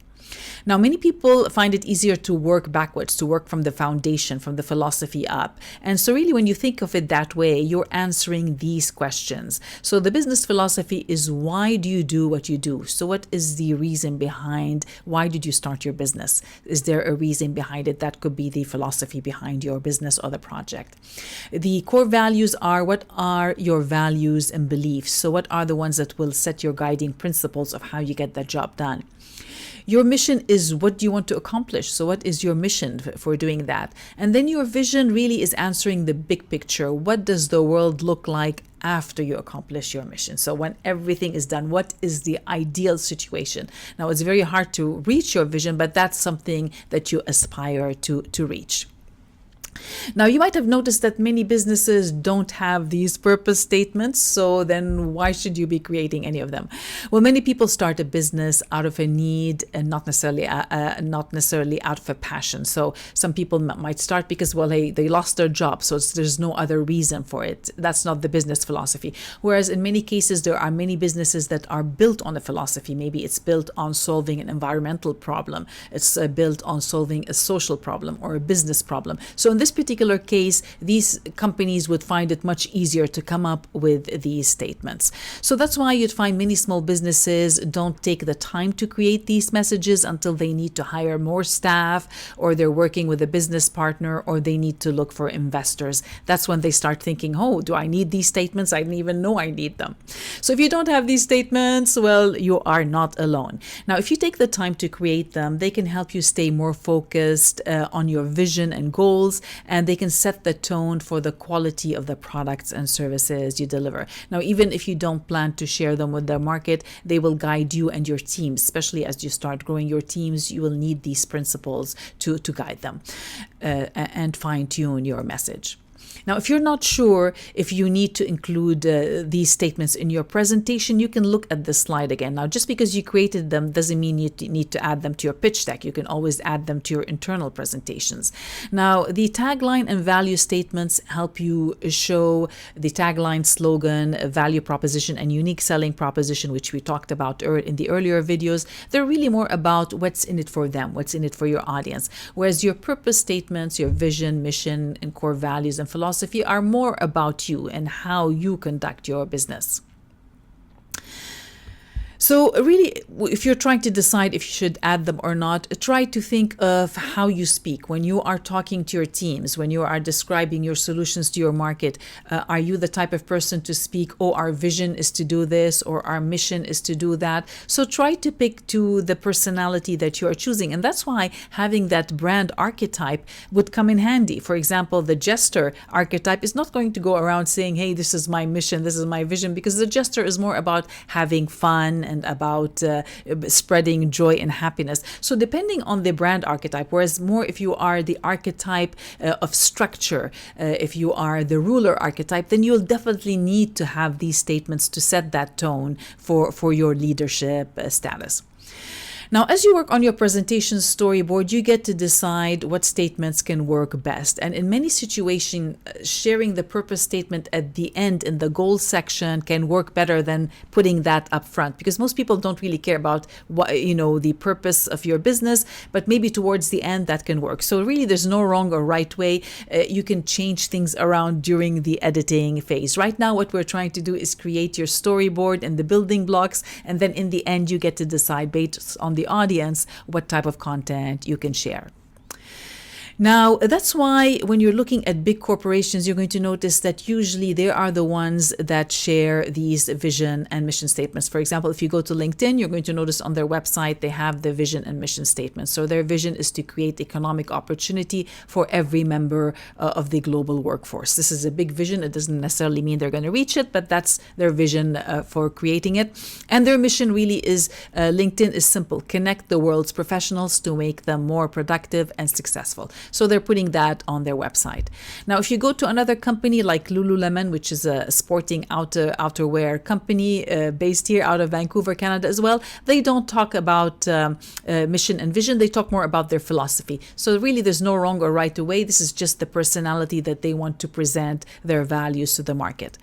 Whereas if you go to more organizations that are structured, for example, like universities and colleges, you're going to find that they share everything. They share their vision, their mission, the philosophy, their core values, because these brands are more about structure. Remember the archetypes we talked about before? So they are there to create that structure, and usually to create that structure, you need to be sharing your values with the market. So once again, there's no wrong or right way. Depending on the setup of your business, you can decide if you want to create them or share them. But if you plan to scale and you want your team to represent your brand, then they would come in handy to create these messages. Now, here's an example from a previous video. So on slide 1, you can see you can share your value statement. So this will be the value statement that could be used on a website cover page. It could be used on a sales presentation, on an investor presentation. And if you need to, you can add additional slides where you can add your vision and your mission. And these would be things for internal communication, or maybe you can share them as your goals before you have that specific call to action. Now, even if you don't plan to share them publicly, these messages can help you and your team stay focused. So you can start by sharing them internally. If it'll help you with your teams. As you get more feedback, you can fine tune them. Really, they're not set in stone. Many companies do change these visions and missions over the years. I remember working at a software company, we changed the vision almost every 5 years. The mission could be changed every couple of years. So really, there's no wrong or right way. These are more kind of the guiding principles of how you can get the job done. All right, so let's talk about vision statements and how to write one. Now, a vision statement is about the big picture and it's your long-term aspiration. So your vision statements needs to answer one or all of the following questions. Where are we going? Why are we going there? And what does success look like? Now, in most cases, you're talking about your vision of 5 years and beyond. That's why the text needs to be in the future tense. So you can use word like we will or we envision. It's also directional. So you're not there yet. You are pointing to the direction where you are going. It also needs to be bold, something you aspire to, not something that you can do today or next week. It also needs to be descriptive. So pick words that help describe what it might look like. Now, vision statements tend to fall under certain categories. Now, here are the most common types of vision statements that you might see. The first one is quantitative, and that is more focused on numbers like revenue, sales, clients, or users. So it's about the numbers that you want to reach. Next, you have competitive, and that is more focused on how you plan to be better or different than the competition. So your vision of how you plan to be better. Superlative is how you can focus on being the best in your category or in your industry. So let's take a look at some examples so you can see the difference between the type of vision statements. We're going to start with the one with LinkedIn, which is quantitative. So they're going after the quantity. So you can see here in their vision statement, it says create economic opportunity for every member of the global workforce. So every member is really giving that quantity. And you can see this is something going to be very hard to achieve. To create that economic opportunity for every member is really almost impossible, but that is their vision. So now you can see with the vision statement, it's not necessarily something that you can achieve now. That's your vision of what you would like the world to be after people use your services. So that is a quantitative. Now, on the competitive side, we can look at Spanx. Now, Spanx is a company that creates shapewear, and now they're expanding into clothing for women. So their vision statement is to invent and enhance products that promote comfort and confidence in women. So now they're going on the competitive side is because it's very hard to create products that are going to make women comfortable and confident, because that's something, a personality. Many women are not comfortable in the way they look like, but that's the vision of Spanx. They're trying to position themselves as the brand that is able to do that. So as compared to other brands where women still don't feel confident in the clothing, where they're comfortable and confident at the same time. Now, the superlative example could be the one from Disney, where you can see here they want to be the world's leading producers and providers of entertainment and information, because they're using the leading. So really, they're trying to say that's how we plan to be better. That's our vision, is to be the leaders. Now, you don't necessarily need to have a vision statement, but really having one can set the tone for your company, for your project, for your business. So that's why people usually have them, especially when you're trying to bring people on board into your business or you want to partner with other people. If you tell them that this is our vision, then it's going to help you attract people who share that same vision with you, who want to see the same results in the market. And now you're not stuck with it. You can change it. Many companies do change these statements. At least vision statements are not changed as often. Usually you might want to change them every 5 years because it's a big vision. Some people hold on to them for longer, but now you know it's not something that you are stuck with, and they do come in handy to give you that structure if needed. Let's take a look now at mission statements and how to write one for your presentation. So if you've worked on the vision statement in the previous video, then you already described the big picture and aspirations for your business. So the mission statement will become much easier, because the mission statement is how you plan to achieve your vision statement. Now, in general, mission statements have three main characteristics. First of all, they need to be aspirational. So choose a mission statement that is ambitious, that gives your solutions more meaning to you, to your market, and to your team. So it needs to be something that's aspirational. It also needs to be something that's achievable. So unlike a vision statement is something that you aspire. You might not necessarily achieve it, but a mission statement is something that you are able to do now. So what is it that you're doing now that can help you achieve your vision long term? And it also needs to be general. So keep it general to include all your products and services. It doesn't necessarily to be specific to one product. It's supposed to be an umbrella for all of your solutions, for all of your company, for your big project. What is the mission that you want to achieve with this specific project or this specific business? So really, your mission statement needs to answer one or all of these questions. The first one is what? What do you do? How do you deliver your value? Number two, number three, who benefits? And number four, why? What are the values that guide and motivate you? So why is it that you do what you do? So really, when you take a closer look, you are answering exactly the same questions that we talked about in the value statement. So you can almost use the same formula. So if you remember this one here, the XYZ formula that we talked about from the value statement framework, we help new startups book more investor meetings by creating compelling pitch decks. So this could be a value statement. You can easily now turn it into a mission statement if you feel this is too long. So you can just say, our mission is to help new startups book more investor meetings by creating compelling pitch decks. You see, now if you know the formula, you can create all of these statements much easier.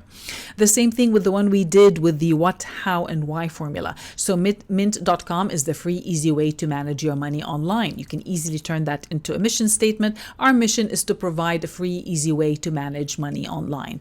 So this is how you can turn it.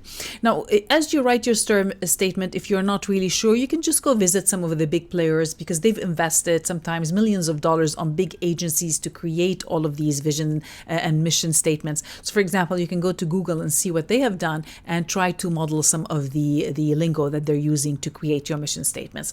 So in the case of Google, you can see here, their mission is to organize the world's information and make it universally accessible and useful. So it's a good mission to have and something that they can achieve. They're organizing stuff. The same thing with Tesla. The mission is to accelerate the world's transition to sustainable energy. So accelerate, it's not something that is, not achievable. Accelerate, well, you can do that now. You can accelerate, and every time you can keep improving. So you can see how a mission statement is different from a vision, which is something that is sometimes hard to achieve.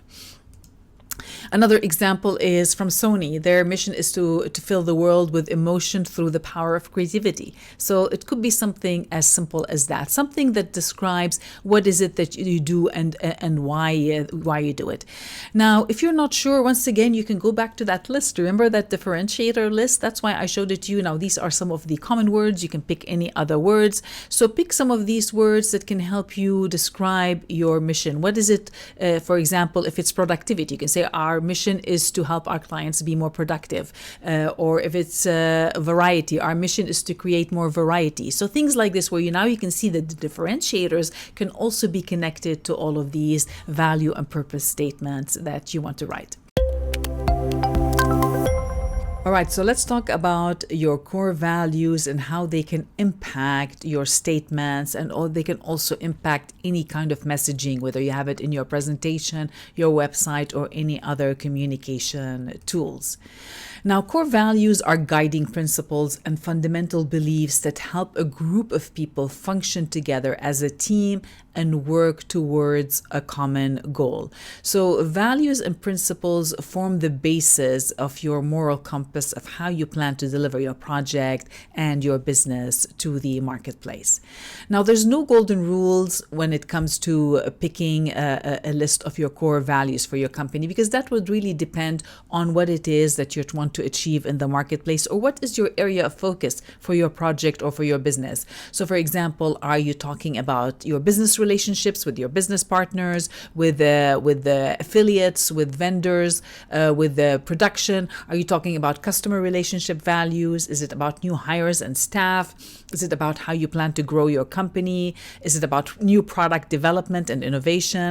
Is it about environmental issues or social issues? So you can see here, you can pick any area of focus. There's no wrong or right way. So the main thing is to pick something that would make sense for your project and your business.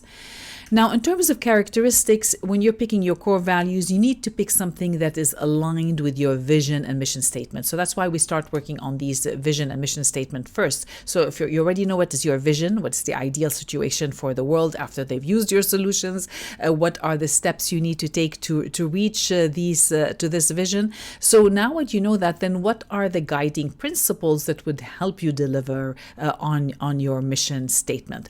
So it needs to be aligned with that. It also needs to be unique, something of how you deliver your solutions. It needs to be clear and simple, something that people can remember and understand, and you're not stuck with it. You can change your values over time. Now, here's a list of some of the common core values used by many companies. Now, I know the font is very small to see on the screen, so what I'm going to do is I'm going to add it to the workbook and the presentation template so you can look them as inspiration. Of course, you can come up with your own values. These are some of the most commonly used by businesses. So you can find it could be anything. It could be about creativity. We strive to be creative. It could be about honesty. We strive to be honest in everything we do. It could be about quality, that no matter what, we put quality first, even if it takes time. It could be about reliability. It could be about respect, really. You can pick whatever core values would help you achieve your mission and your vision. Now, the tips here is that I can give you is let your overall business philosophy and vision define the values. So that will make it easier for you. And choose values that describe how you want to deliver your solutions.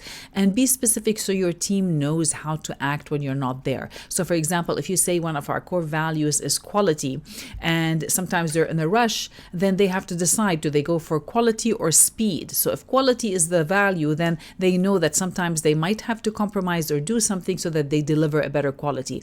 Whereas if speed is your core value, then they might make a decision, well, you know what, sometimes we might just have to compromise on the quality so we can go for speed because we have to deliver this project. So this is where the core values can come in handy when you're working with teams and business partners and delivering any form of solution. So let me show you some examples so you can see how other companies are using them. And then that way, when you are picking these core values, because they will come in handy when you're creating your messaging for future applications, whether it's in the pitch deck or any other of communication. So let's start by looking at Canva.com, which is an online design tool. Now, if you go to their website, more specifically the About Us page, you're going to notice that they have their core values listed there. So it says under the section, Our Values, and they have 6 of them. 1, 2, 3, 4. And if you click here on the arrow, you're going to have 5, 6 of them. So let's take a closer look to see what they are. Now, the first value is make complex things simple. So that is one of their values. Anytime they're working on a project, they're always looking for ways to make things more simple.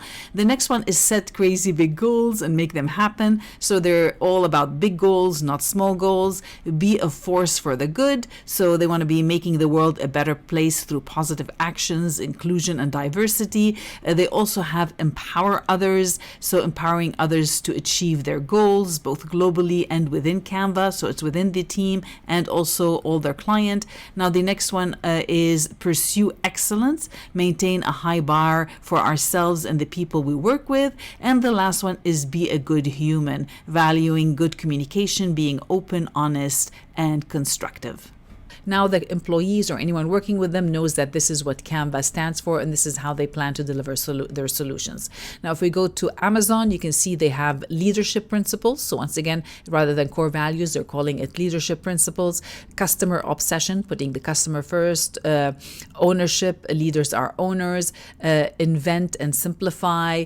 Are right a lot. Learn and be curious. Hire and develop the best. Insist on the highest standard. standards, think big. You can see here they have a whole long list of values that they stand for. That's because Amazon is a big company and they need to set these goals for the thousands of people that work for them.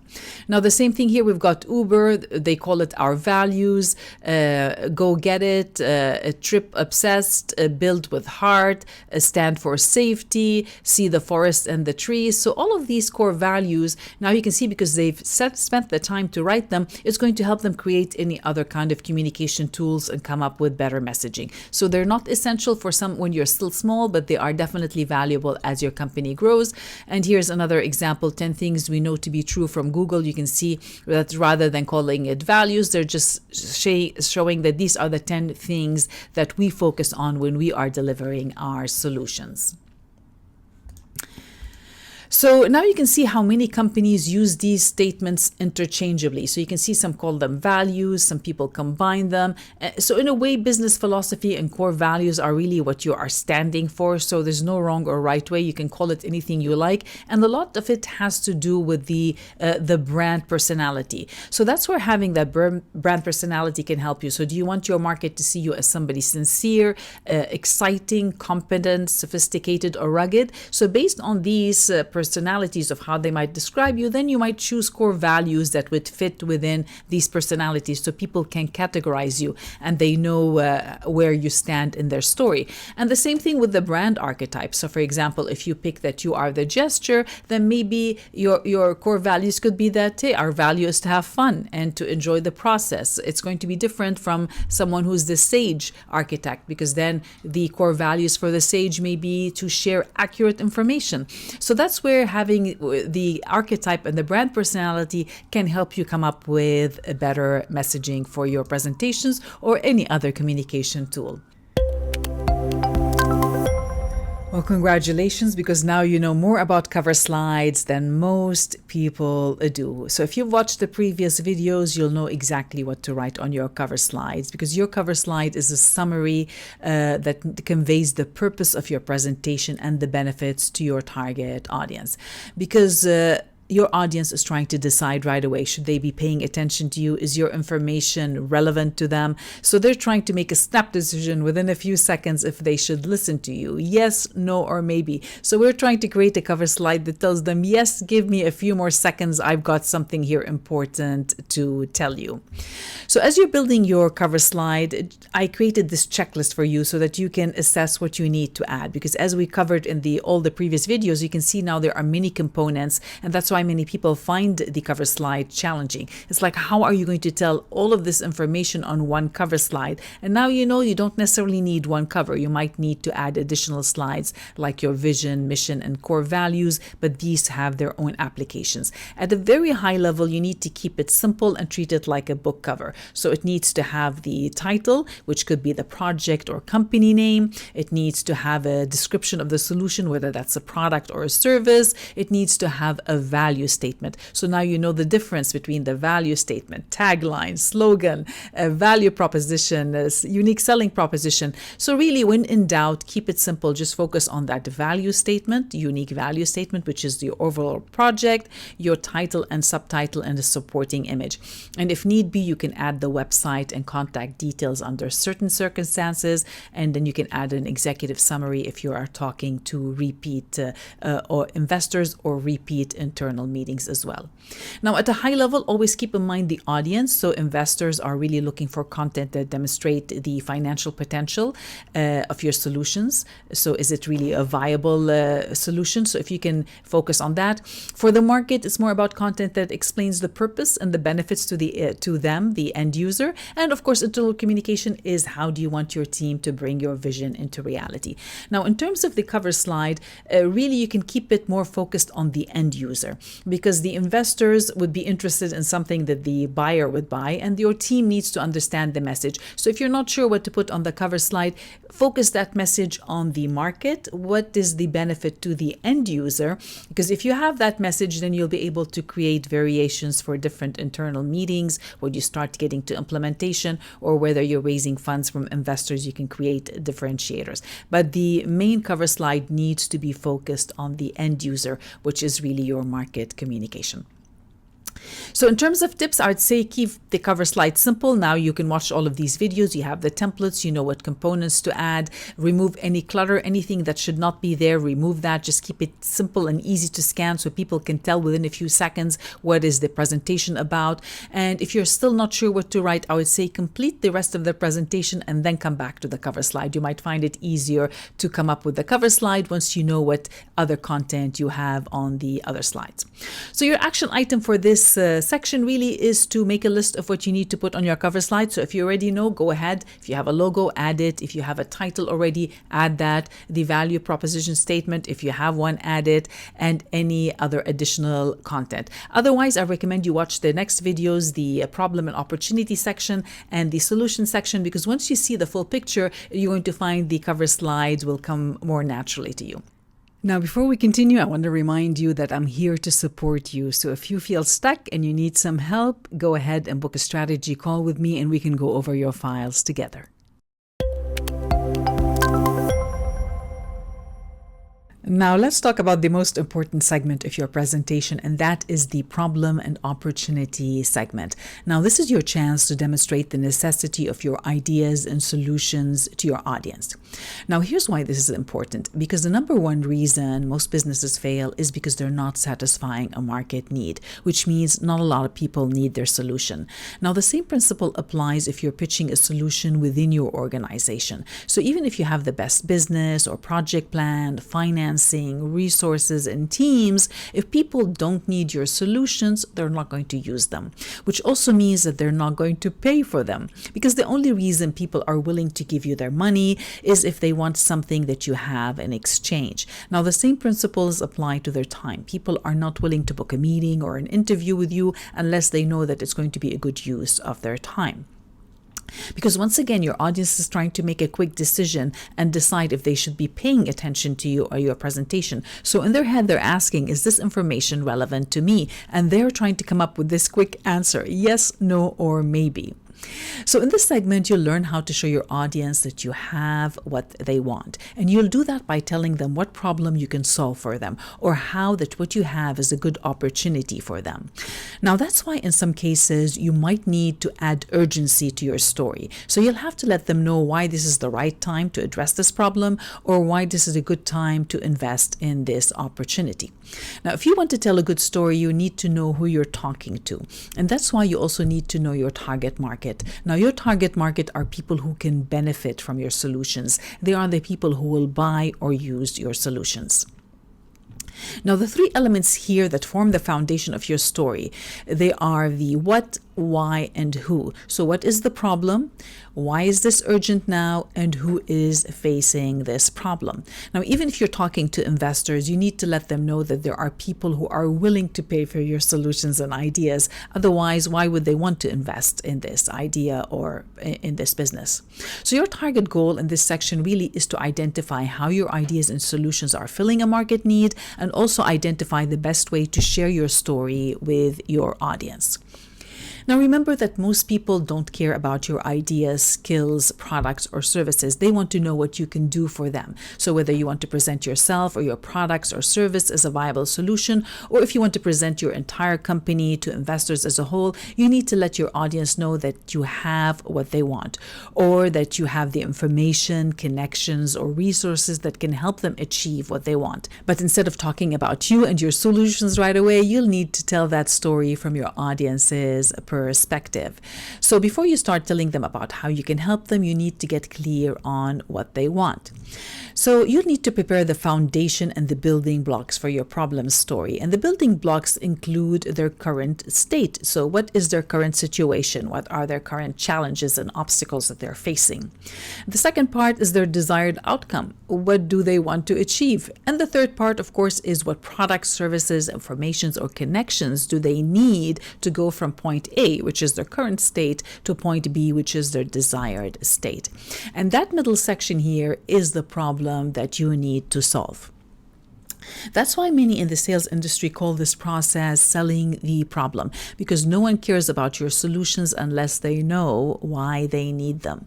Now, Dan Kennedy, one of the top marketers and best-selling authors, explained this concept well when he said, if you can describe your prospects' problems better than they can, they'll immediately assume that you have a solution. Because in many cases, your audience might not be aware that there is a problem, or they might have challenges, but they don't know the cause. And if you get to describe their challenges and the cause of their pain, they'll naturally ask you for a solution. Now, here's an example that I heard that explained this concept well. Let's say you woke up one day and you had some kind of a back pain, severe back pain, and you have no idea how that pain started. The pain is in your lower back, it's shooting down your leg, so you go to see your doctor. Now, naturally, your doctor is going to do a physical exam, and they might send you to get some x-rays or some other scans to see what's going on.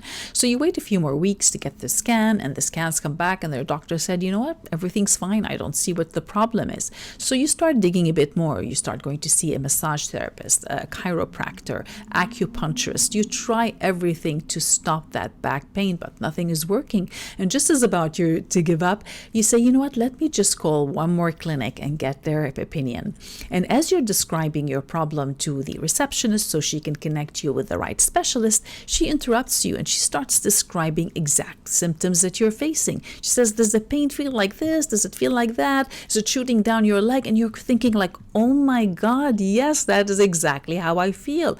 Now, even though she is not the one who will be treating you, she is not the one who's going to be giving you the cure or doing any of the treatment herself, but just because she was able to describe your problem and the pain accurately, now you're willing to listen to any solutions she gives you.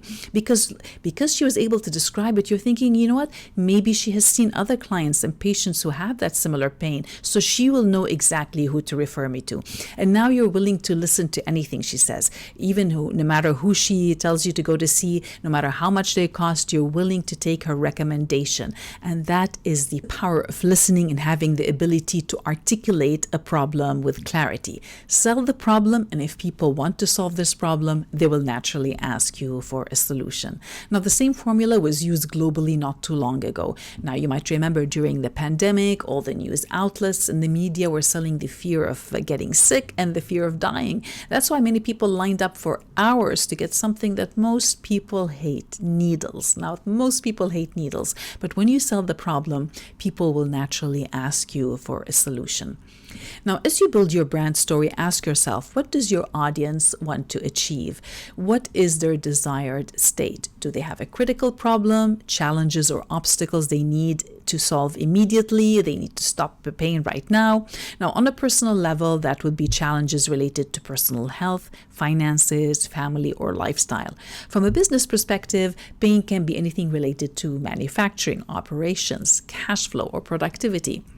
And stopping the pain is the critical category that requires immediate attention. People are willing to do whatever it takes to stop the pain. They will also pay anything to stop that pain, especially to someone who understands what they are going through. So the better you get at describing the problem, the more likely people who have that problem will want to buy from you. Now, maybe your audience needs prevention. They need to set measures to prevent future pain. Now, examples of personal prevention can be related to lifestyle changes, healthcare or insurance, services related to their family or their home. What products or services or solutions do they need now to stop future pain? Now, from a business perspective, prevention can be liability insurance or introducing new systems, processes, or technology that can prevent future loss or revenue leakage. Now, prevention is usually harder to sell because many people procrastinate and they only seek help when it's too late. They usually ask for help when they or someone they know has already experienced some loss, which in some cases might be too late. So if you are offering any preventative solutions, you'll have to work harder to explain to your audience the problems they can encounter if they don't take action now. So if you truly want to help them, you'll need to find ways to explain the future pain and help them take measures now to prevent that from happening. Now, that's what many in the industry call fear of loss, and your solutions can help give them peace of mind. Now, a desired state does not always have to be about solving problems or preventing obstacles. A desired state could be about experiencing pleasure, comfort, or convenience. It could also be about pride of ownership. So think of your most recent purchases. Chances are you'll find that there are many items that fall under the wants and not needs. Now, these are items, experiences, or activities that are nice to have, but they're not critical to your survival. Now, that's why we call this segment the problem opportunity segment, because not all businesses are trying to solve a problem. Some are catering to user preferences. Now, this is especially true for the entertainment, travel, or gaming industry. Now, another reason many refer to this segment as an opportunity is because this is your chance to demonstrate the need in the market. Now, if you're using your pitch deck as a sales presentation to potential clients or customers, you'll need to demonstrate why buying your solutions or experiences can help them achieve a desired state. And if you're talking to potential investors, lending institutions, or business partners who don't personally need your solutions, you'll have to demonstrate why investing time and money in your company is a good opportunity.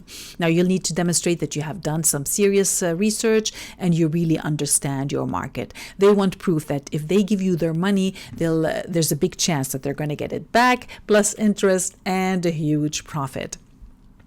Now, the best proof, of course, is market demand. Do you have proof that people need your solutions?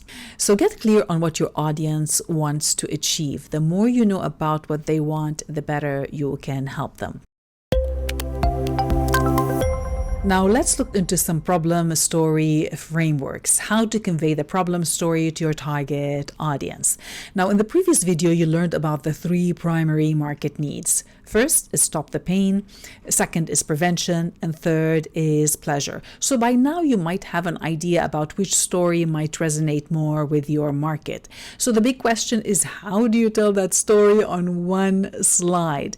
Now, the good news is there are several story frameworks that you can use to describe the problem. The story might be different based on each of your audiences. Now, in general, buyers are interested in the story. You want to show them that you understand their problem. Now, remember that story we talked about in the previous video about the back pain and the receptionist? Now, that's a good story to tell buyers who are experiencing a pain. Now, what about investors? Now, remember, investors are people who can fund your project. So without their money, you won't be able to create and deliver your solutions. And investors are more interested in numbers. They want to know that if they give you the money, they will get a good return on investment. Or is this a good investment opportunity?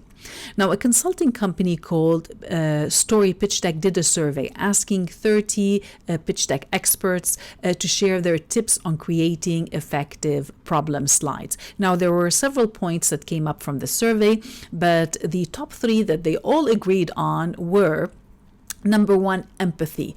And that is, a good problem slide needs to show that you empathize with the target market, which means that you need to be able to describe their pain. How well do you understand the problem that they are facing, and why do you care to solve their problem?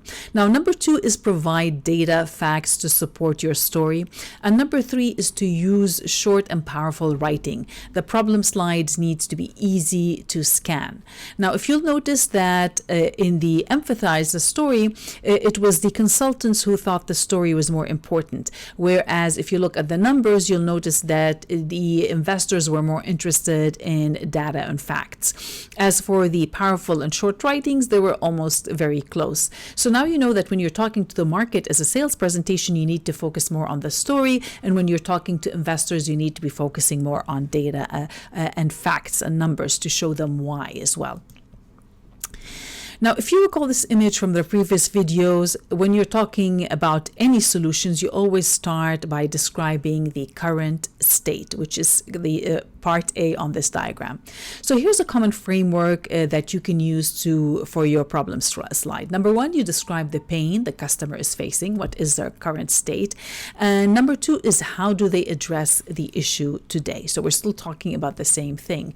Now, in other words, what is the status quo, which in Latin means existing state of affairs. So the same principles apply whether you're talking about personal problems, whether you're talking about business problems, or you're talking about social problems. What is the current state?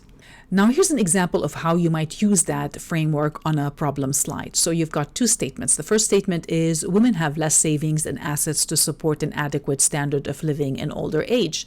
And then the second statement is many elderly women rely on family, friends, or the government for financial support. So maybe you're selling preventative solutions. The slide could work well because you got the image of the elderly women. You've got two statements. It could work well if you're selling services to younger women, where you're trying to encourage them to invest early on, because if they don't, that could be their state in the future. Or maybe you have solutions right now for a pain that elderly women are having. Maybe you have a solution where elderly women can get together and pool their resources so that they can support each other. Now, either way, you're describing a pain to a specific target audience. So that's what a problem slide is all about. You can see here two sentences, and we painted a grim picture of what many elderly women are facing today. So if you take a closer look, you can see that the top statement is describing the pain, and the bottom statement is how do they address this today. So we were able to tell the entire story in two sentences. Now, here's another common framework that you can use, and it will guide you to ask the right questions. So number one is overview. Convey an overview of the problem. What is the problem? Number two is impact. Convey the negative impact that the problem is having on people or their experiences. And number three is framing. Explain and describe the context of the problem. So we need to kind of say who is facing this problem. That's how we can give it context. So you can mention a specific type of person and what problem they are facing, and this will give more context to your presentation as well. So here's an example of how you might use this framework. So this example is from a company called PhilConnect that I was personally involved with as well.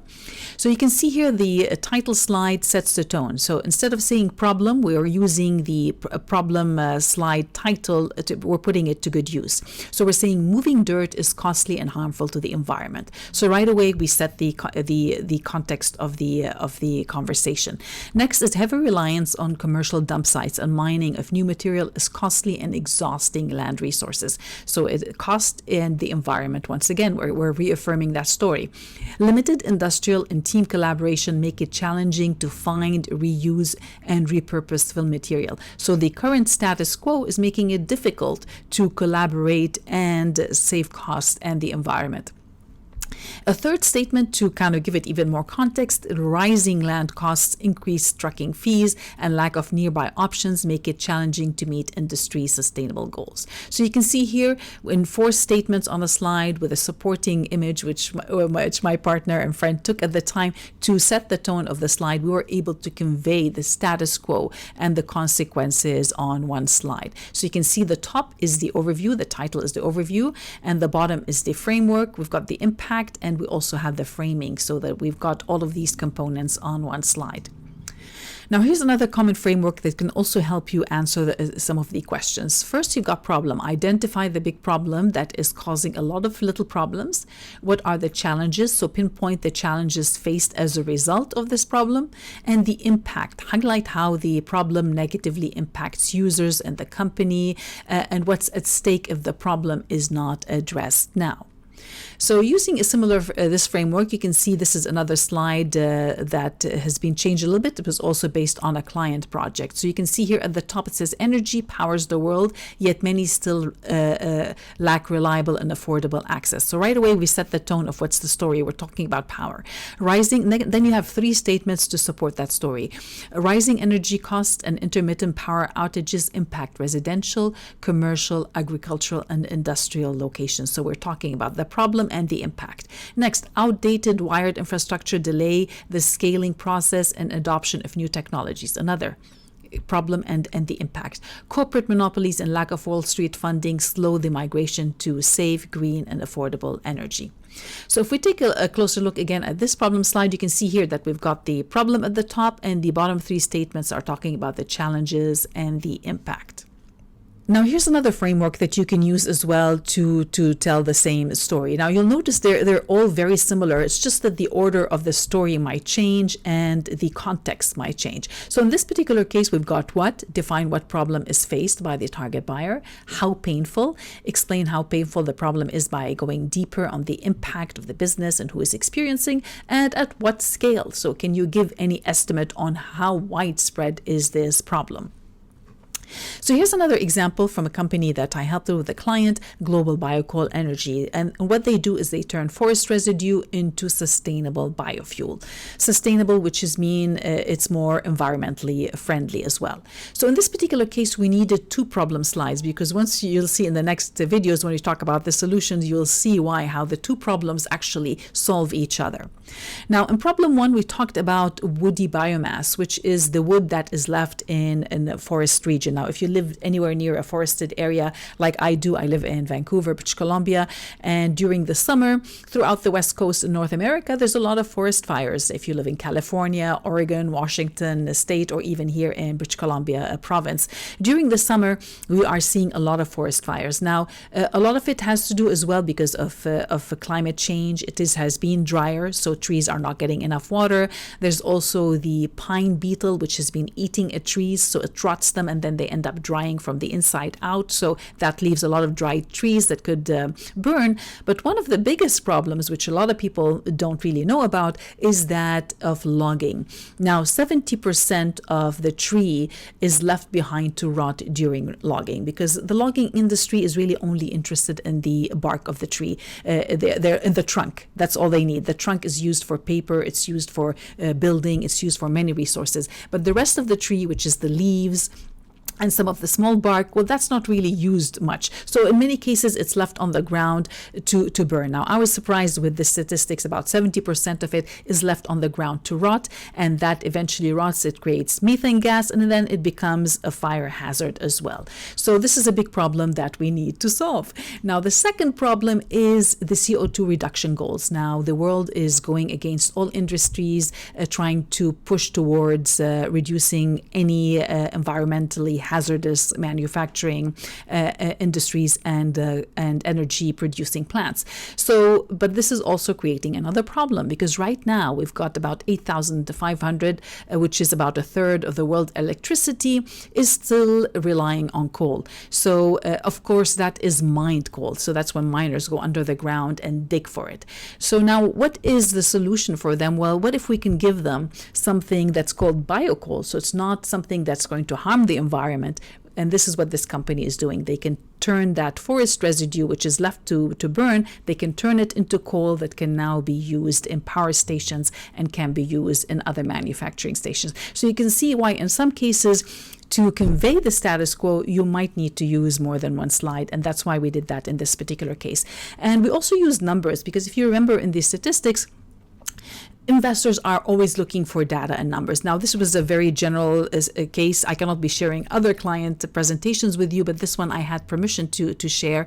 So if you're trying to get investors, then look for numbers. Try to find any statistics, any data to show why the problem that you have chosen to solve is actually a big problem. That would make a good, effective problem slide. And if you're talking to the buyer, so if you're using your pitch deck to sell the end user on using your product, on you're buying your solutions, then you need to resort to more stories. You need to put it into context. You need to help them feel the pain and show them that you understand that pain, and give them a reason of why do you care about solving this problem as well.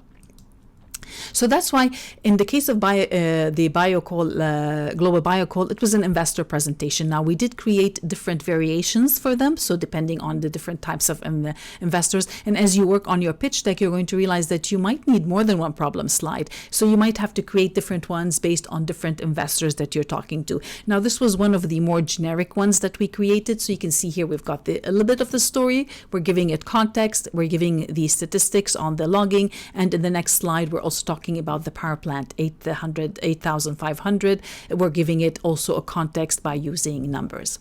So if you have supporting data, then you can combine them into your problem story. So look for slides that look like this. So you can see here it gives you a chance at the top to add a problem statement, so you can give it context, and then you can use numbers. It could be percentages, it could be dollar amounts, it could be any other data or statistics that can help you tell that story, and that would resonate more with investors. So in this case, you can see 67% of customers complained about this problem. So you can fill in the gaps, put your problem. Revenue, 36 million revenue was lost as a result. So if you're talking business to business, you can say, what is the consequences if they don't solve this problem now? That it could be dollar amount. It could be productivity that you're talking about. So look for slides like this that can help you put in numbers when you're talking to investors. Now, other tips I can give you about the problem slide is aim to answer as many of the following as you can, and then pick a slide layout, because I showed you now different frameworks where you can tell the problem story. You can use them all, experiment with all of them. Now, but the main thing is you need to be answering what is the problem, how painful it is, and show that you understand it. What are the subsequent challenges, because usually one problem might create a little ripple effect of other problems. What is the impact if you don't solve this problem? At what scale, especially if you're talking to investors, you need to talk about at what scale is this problem taking effect. Now, another tip is to remember the next slide will be the solution. So remember, now we're talking about the problem. So try to describe a problem that will match the solution that you plan to present. So they need to feed off each other. So if you're not sure what to put, then try to think, okay, if I present this to a solution, what kind of problem story is going to feed a bit better into that story? Now let's talk about urgency. In some cases, you need to add more details to convey the urgency of your solutions. You want to help your audience focus by showing them why it's urgent to address their current state now. Now, many people call this the why now slide. Now, if you're talking to buyers, you need to convey why they need to buy now. What is the urgent need for your solution right now?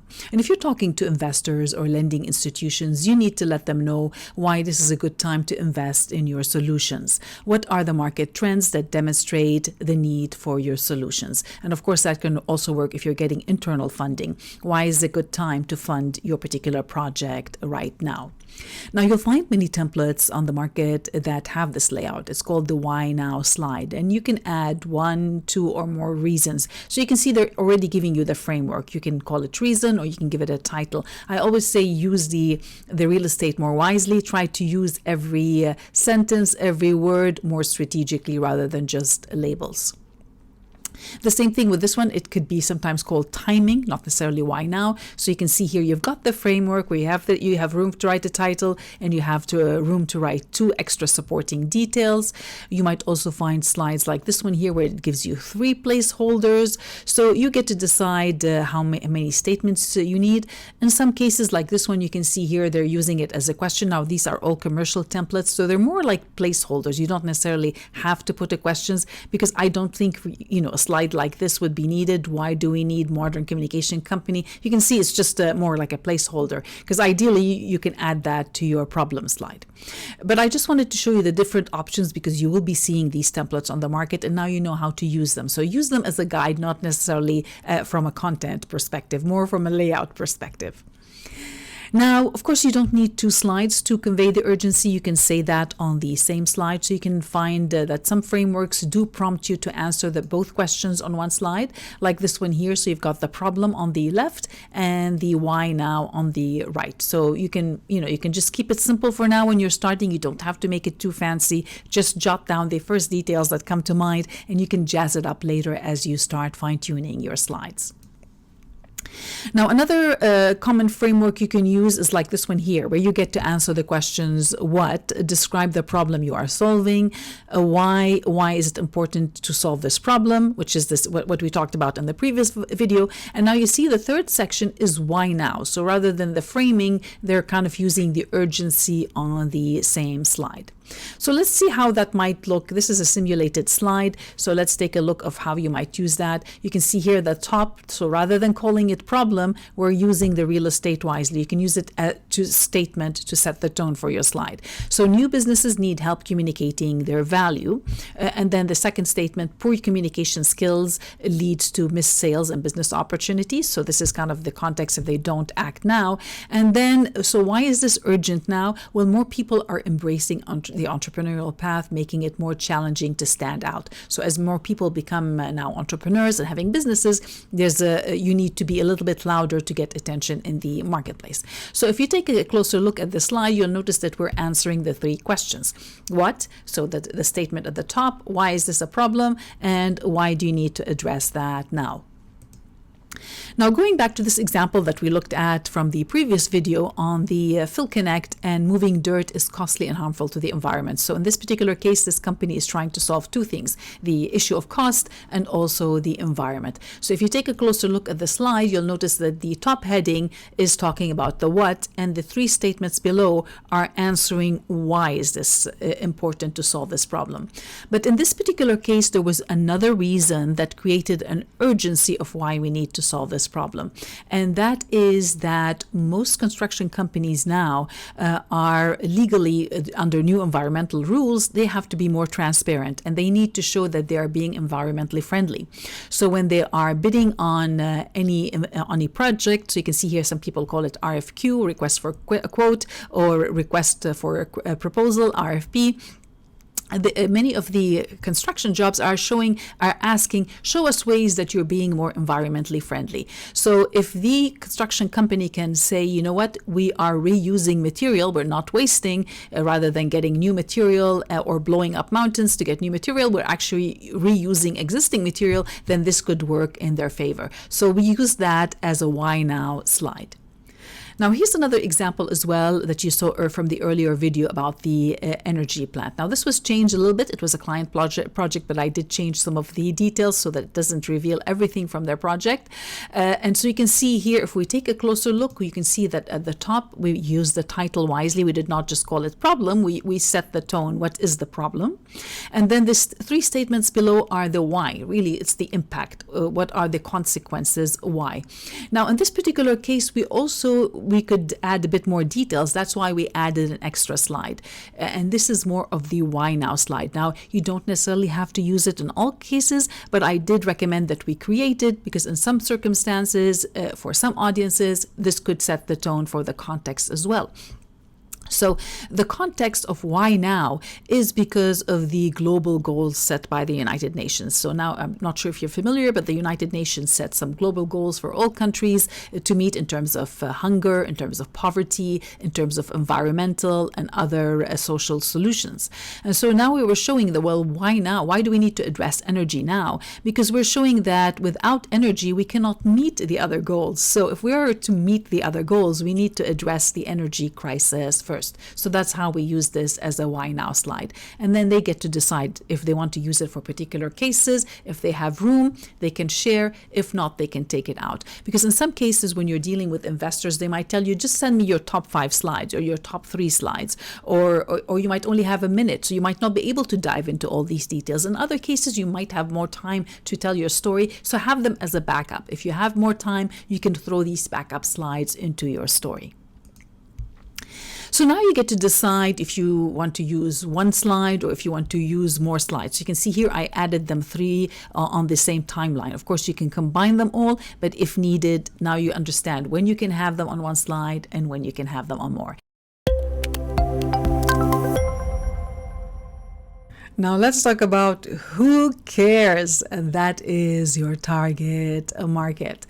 Now, when you're working on the problem story, try to be specific about who is facing the problem. If you cannot fit that information on the problem slide, you'll need to add more slides that show your target market. Now, here's why this is important. Because when you're talking to investors, you need to show credibility by demonstrating that you know your market well. And when you're talking to your market, you need that information so you can build stronger relationships by demonstrating that you understand their wants and their needs. And of course, for your teams, you need to show leadership, and you need to be a better leader by guiding your teams to focus on the right market. Now, if you're not 100% sure on who's your target market, well, you're not alone. You'll be surprised how many people are not clear on their target market. And that's why it's always easier to use the elimination process. So start by having two lists. The first one would be people who need your solutions, and have another list about people who don't need your solutions. These are the people who are not likely to buy.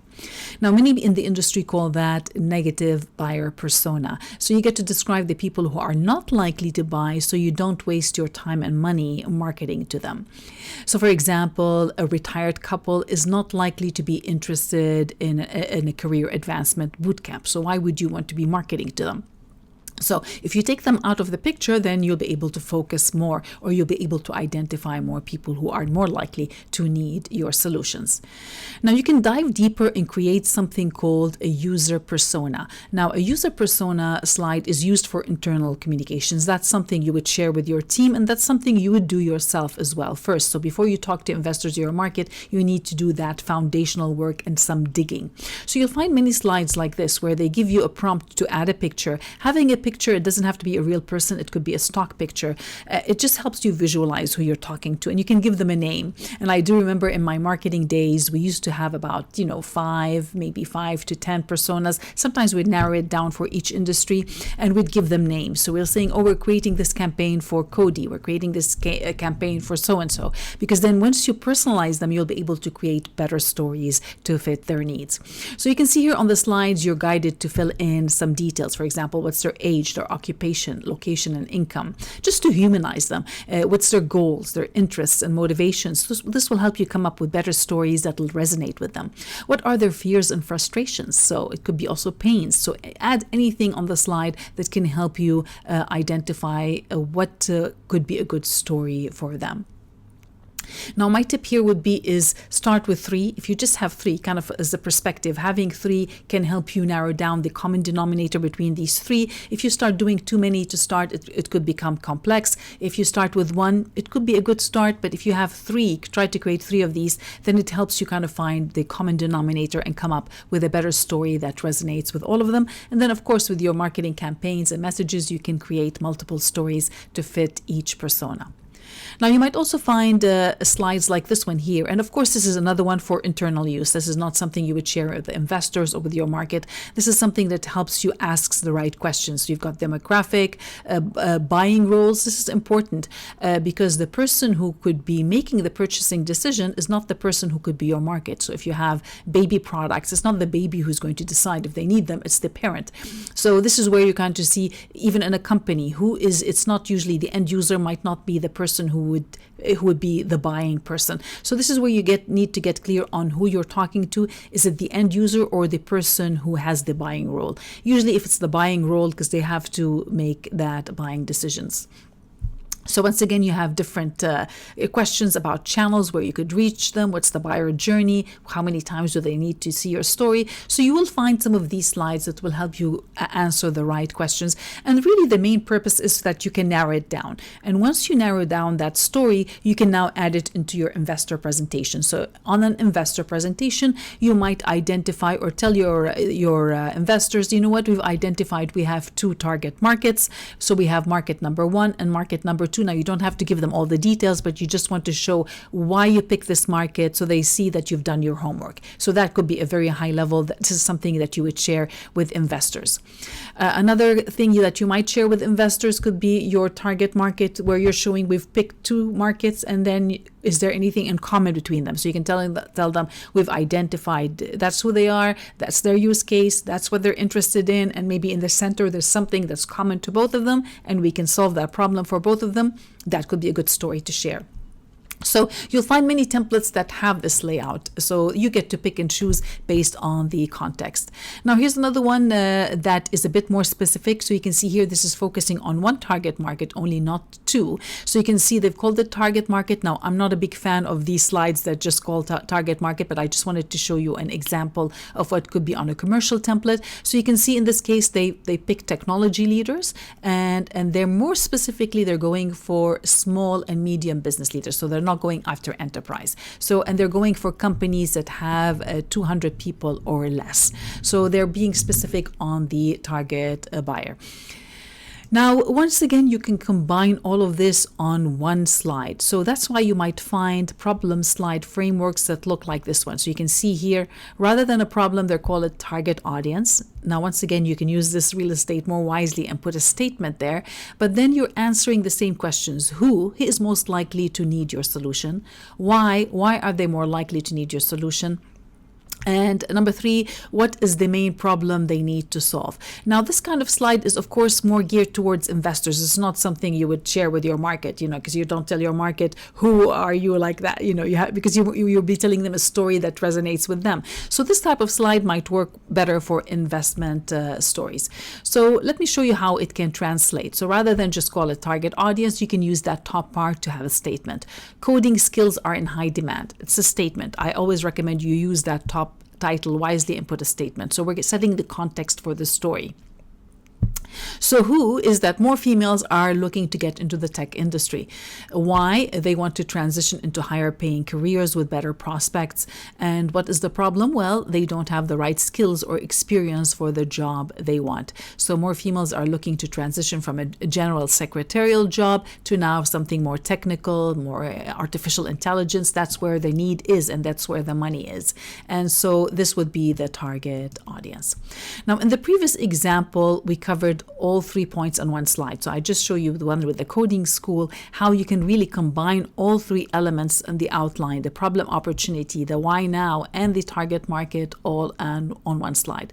Of course, there's no wrong or right way. That's why I always say experiment with different slides. And once again, if you're talking to investors, they might tell you, just give me the highlights. They might need everything on one slide. But if you have more room or you have more time to present, you might want to break them up into different slides. This is your storyboard, and you get to make these changes during the editing process. So that's why I recommend you create variations, have them as a backup, and when needed, you can work on them.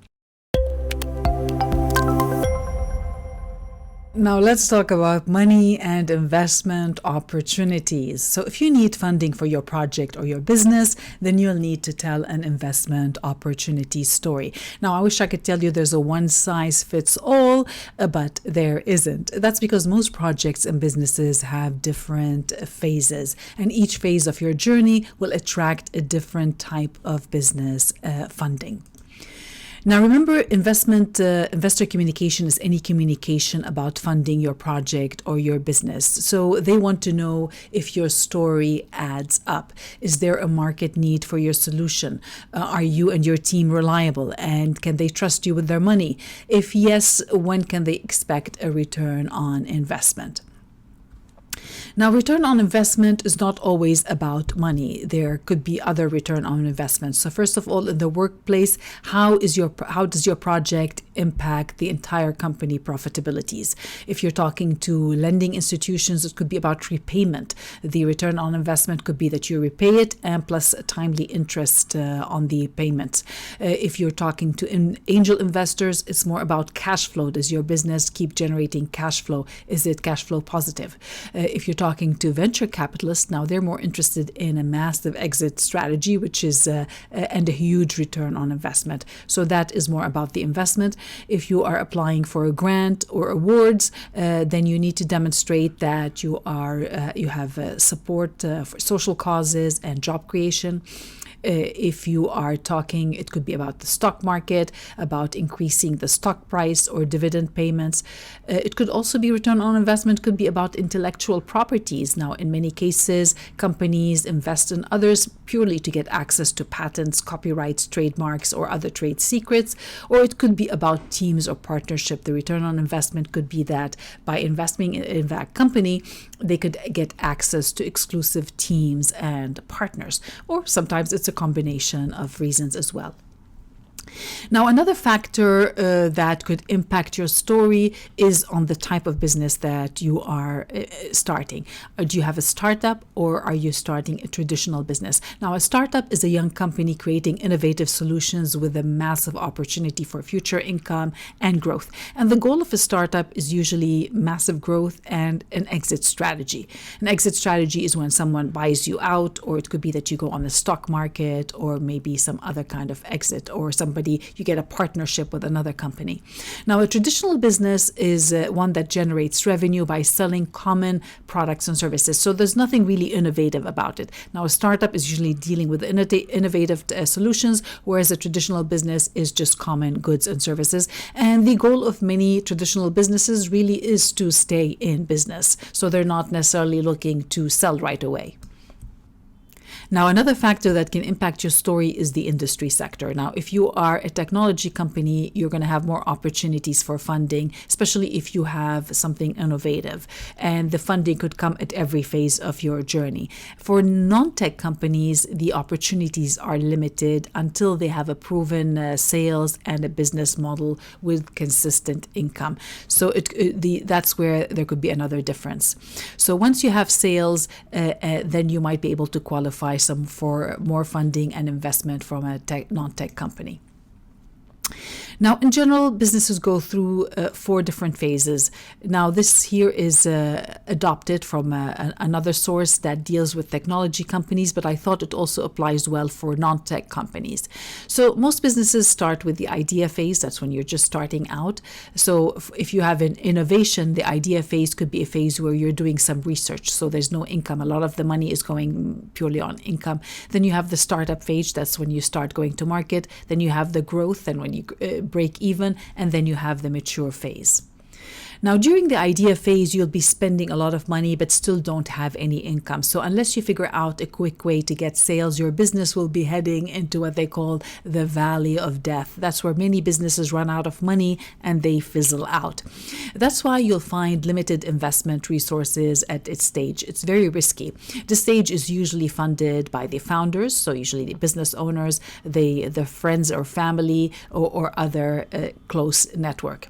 Now, if you have a technology company with a proprietary solution, you might have access to government, university, and nonprofit grants. In some cities, there are also places called business incubators and accelerators.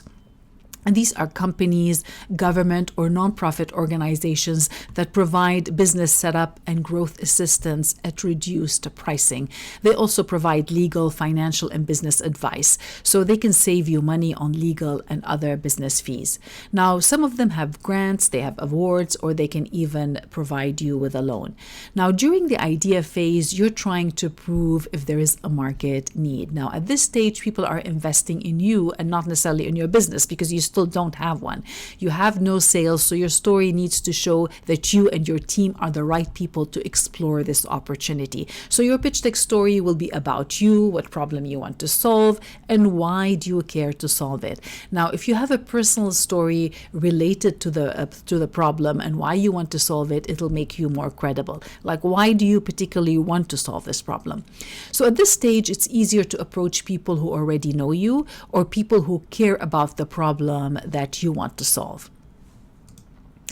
Now, once you start getting sales, you'll find it easier to get small business loans and attract angel investors. Now, sales is the best proof that people actually do need your solutions. So sales revenue will help you get out of the valley of death, and you'll start getting some income to support your business, but you might still need more funding to get that business going. That's when you can start applying for loans and approaching angel investors. Now, angel investors are high net worth people looking to put their money to work. They usually have experience in a particular industry and they're not ready to retire yet. So they like to invest in deals where they feel needed, not just financially, but they also in terms of mentorship, contacts, and resources. So your story needs to show them proof that this business has potential for growth. You need to provide sales goals and financial statements to show investors how you plan to get out of the valley of death. Now, when do you expect to break even, and at what point can they expect your business to be profitable? Now, once your business breaks even, you'll have more opportunities for funding. Unfortunately, that's how it goes. Once you start money, now everyone wants to give you their money. And in the beginning phases, when you have no money, nobody wants to give you their money. Now, break evens really mean that you are covering your expenses. So maybe you're not have huge profits, but at least you prove the context, the concept, and now your business is ready to grow. It's ready to grow that revenue. So at this stage, you'll find it much easier to get business loans. So that's when all the loans will become available. You can also find it easier to approach venture capital firms, especially if you're in the technology sector. Now, venture capital firms are companies that invest in businesses. They like companies with massive opportunities for growth. They're usually more interested in technology startups or companies that have proprietary solutions. Now, proprietary means that you're the only one with that technology, or maybe you have a patent preventing others from creating a similar solution. Now, if you have a non-technology company, you can continue to work with your local contacts, with the banks and angel investors. In some countries, you can also get access to angel investor funds. Now, there are many websites that do have that feature, but it depends on the country you're living in. So with the investor funds, instead of dealing with one investor, you'll be dealing with a fund with a pool of investors. So you can look into options like this. So really your pitch deck story here needs to focus on the growth potential. That's how you can attract all of these investors. You can say, look, we've already broken even, we have income, now we're ready to grow and we need your funds to grow. Now, once your business is mature, you'll attract the big players. Now, at this stage, you might be talking to investors who can buy your entire business or who can help you get on the stock market, or maybe you reached a position where you can now buy other companies or partners with other companies as well. So you can see that your story can really change based on your business journey, your industry, and your growth potential. And that's why you need to be very clear about your target audience before you share your slides with them. And that's why I say there is no one slide fits all. However, there is one thing that all investors are usually looking for, and these are these 3 points. So point number 1, investors are looking into a growing market. So you need to demonstrate that your chosen market or industry is growing and there's an increased demand for your solutions. So here's a commercial template that shows a market need. So you can see where they've got, first of all, a lack of access to bank or card services. So this is a big market need. Not everyone has a credit card. Second, increasing interest. Consumers prefer mobile payment options to traditional ones. Now, of course, this is a fictional slide. It's a commercial template, but I'm just kind of showing you that this could work well as an investment story. And the third point is costly financial solutions. Not all businesses can afford to implement specialized payment or finance platforms. So this is a good example of what an investor problem story could look like.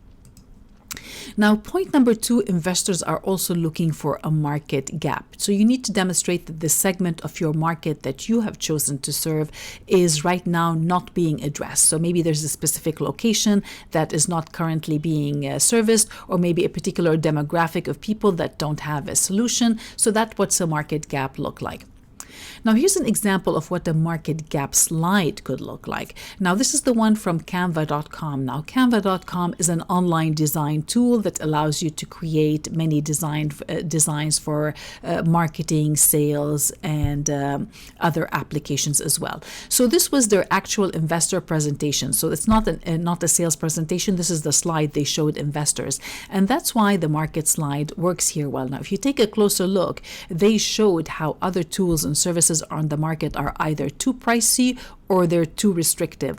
And there was a gap in the market for a low budget design tool that also provides complete creative freedom.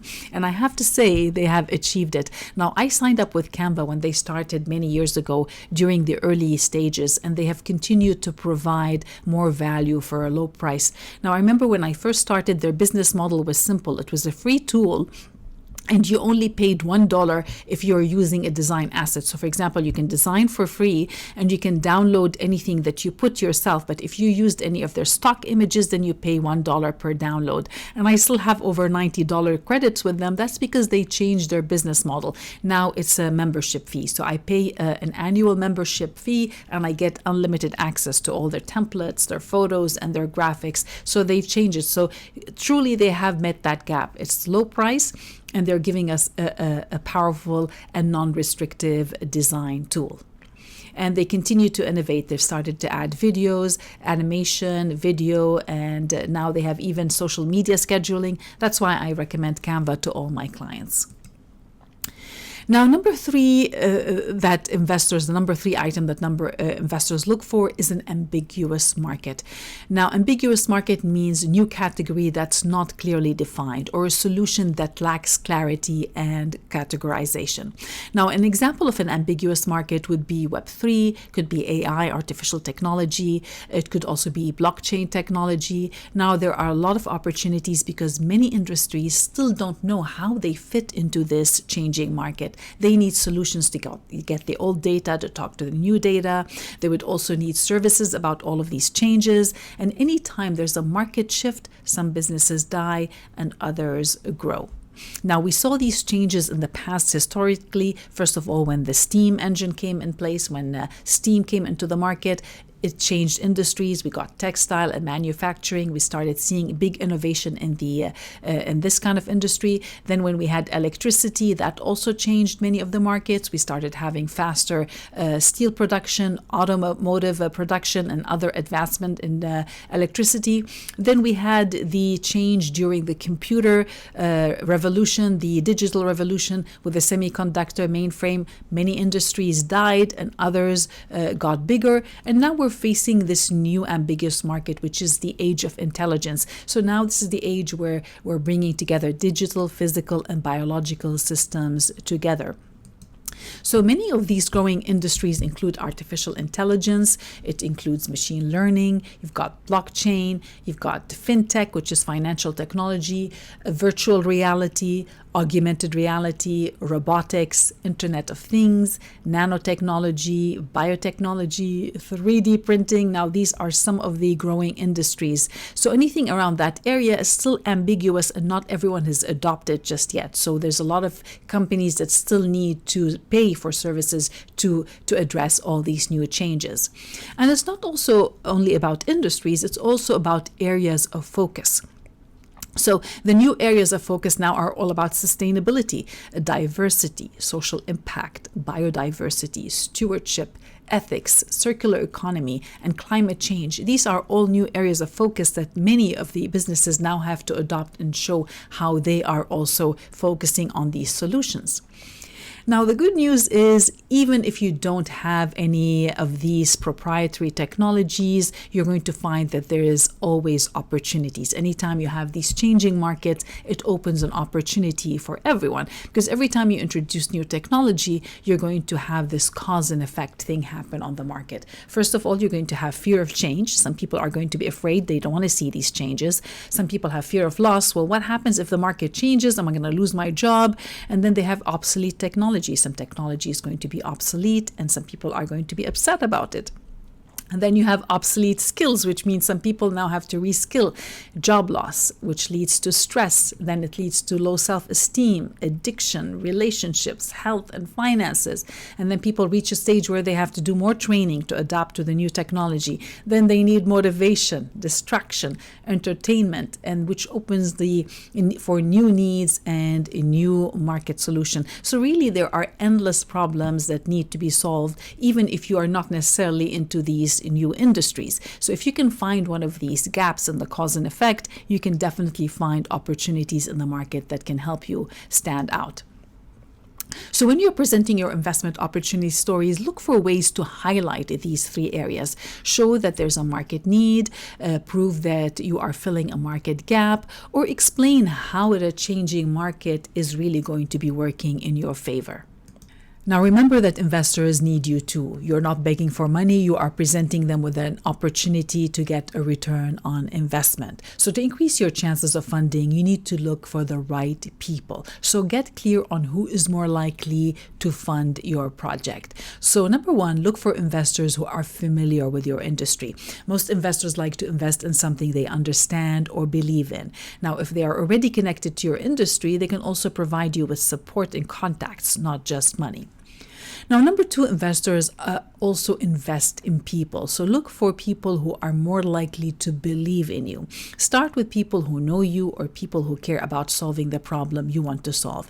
They have to believe in you before they give you the money. Now, number 3, investors like solutions that fill a market need. So gather any numbers and research to show that your ideas and solutions are needed.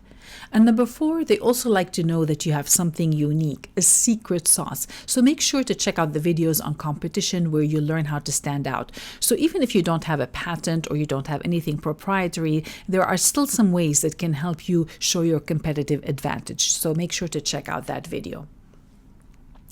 Now, investors also want proof that you and your team are the right people to get that job done. So check out the video on traction, where you can find about different ways to show how you can convey your results to investors. So even if you don't have massive results, you can still show there are still some numbers that you can share that can validate your ideas as well. And of course, they also want results. So they want a return on investment. So look for people who want what you can deliver. What can you deliver? Are you creating jobs? Because remember, return on investment is not just about money. So in some cases, return on investment could be jobs. It could be about social change. It could be about maybe proprietary technology or access to specific people. So if you know what you have to deliver and what are the investors looking for, then you can negotiate with them. And it's not necessarily about money. It could be about if they invest in you, they're going to get access to these other resources as well. So if you're clear on what you have to offer and who's more likely to support you, you'll save yourself a lot of time knocking at the wrong doors. Now, when you're talking to people who can fund your project or your business, you need to show why you have chosen to solve this specific problem. Is this really the best use of your time? And is this really the best use of their corporate budget or investment money? So your problem story needs to demonstrate 3 things. Number 1, big problem. So you need to provide proof that this is a big problem in the market. The more people who need to solve this problem, the more likely your business will keep growing. Number 2, deep understanding. You need to display how well you understand the problem and complex market dynamics. Having a personal story tied to the problem will make it more meaningful to your audience, which brings us to point number 3, a specific person. Explain who specifically is facing this problem and why do you personally care about solving this problem. So going back to this example that you've seen earlier, this is the commercial template from Canva Sista. So you've seen the cover slide before on the cover section, and you've seen this problem slide earlier here. Now let's take a deep dive to see how they have used these 3 points. You can see here how they are sharing that this is a big problem. So lack of access to bank cards and services, that's a big problem. A lot of people need this service.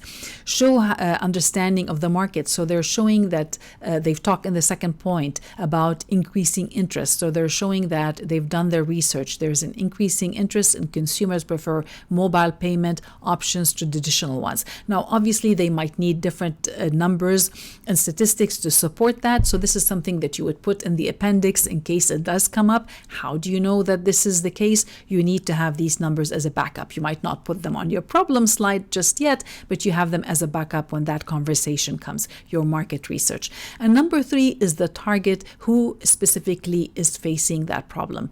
And you can see here, once again, they're talking about it's people who access the banks. And it could also be the last point, not all businesses can afford to implement specialized payment or finance platforms. So it could be people, it could be businesses. Now, of course, this is a fictional slide, but I just wanted to use it as an example to show you what an investment opportunity story might look like. So I thought it was a good example to model. Now, I can't show you the examples of my clients because most pitch decks are confidential slides, but in general, if you're looking for an investment problem story, try to answer these 3 questions. Show that it's a big problem, that you understand the problem, and who specifically is facing this problem. Now, as you ask for funding, keep this diagram in mind as well. In the beginning, you have to work harder to convince people to join you on this journey. You're still in the idea phase, and very few people want to join you on this phase where you're spending more money than you're making money. Once you start getting sales, either through your first customers or people buying into your ideas, you'll have more opportunities for funding, and your story will change based on different criteria of your business journey. So in terms of tips, I would say start with your funds. Use grants, use loans to get started, because really in the beginning you're going to find it harder to get that funding. And definitely avoid taking money from friends and family unless you're 100% sure you can pay them back. Now, this is one of the easiest way you can lose your friends and family is if you take their money and you cannot pay them back. You're going to spend your whole life regretting that decision. So avoid taking it unless you're 100% sure you can pay them back.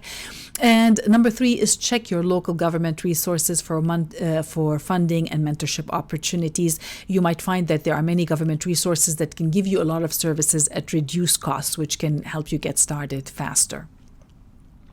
Now, most of all, get clear on why you care to solve this problem. Are you 100% sure you want to spend the next few years of your life working to solve this problem? Because if you're committed and willing to do whatever it takes, you're more likely to attract people who care about solving the same problem as you. They will support you with their time, with their contacts and their money, even if there's no guaranteed return on investment. But if you don't care about the problem enough, or the people don't care about the problem enough, then it's going to be about money. And if you cannot deliver the money, that's where the problems can occur.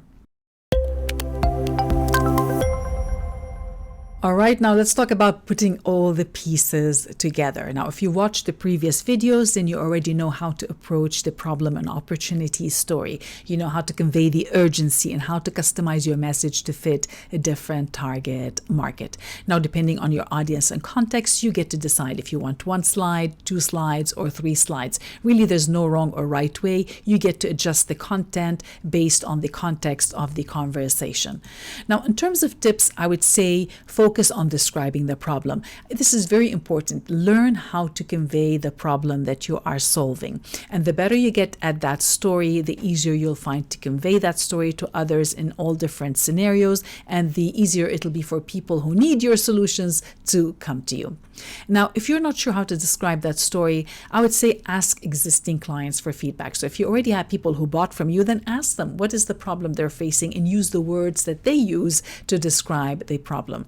And if you don't have any clients or customers yet, then look for people who are facing the problem that you can solve and see what stories and words they're using and use their story to create your problem opportunity story.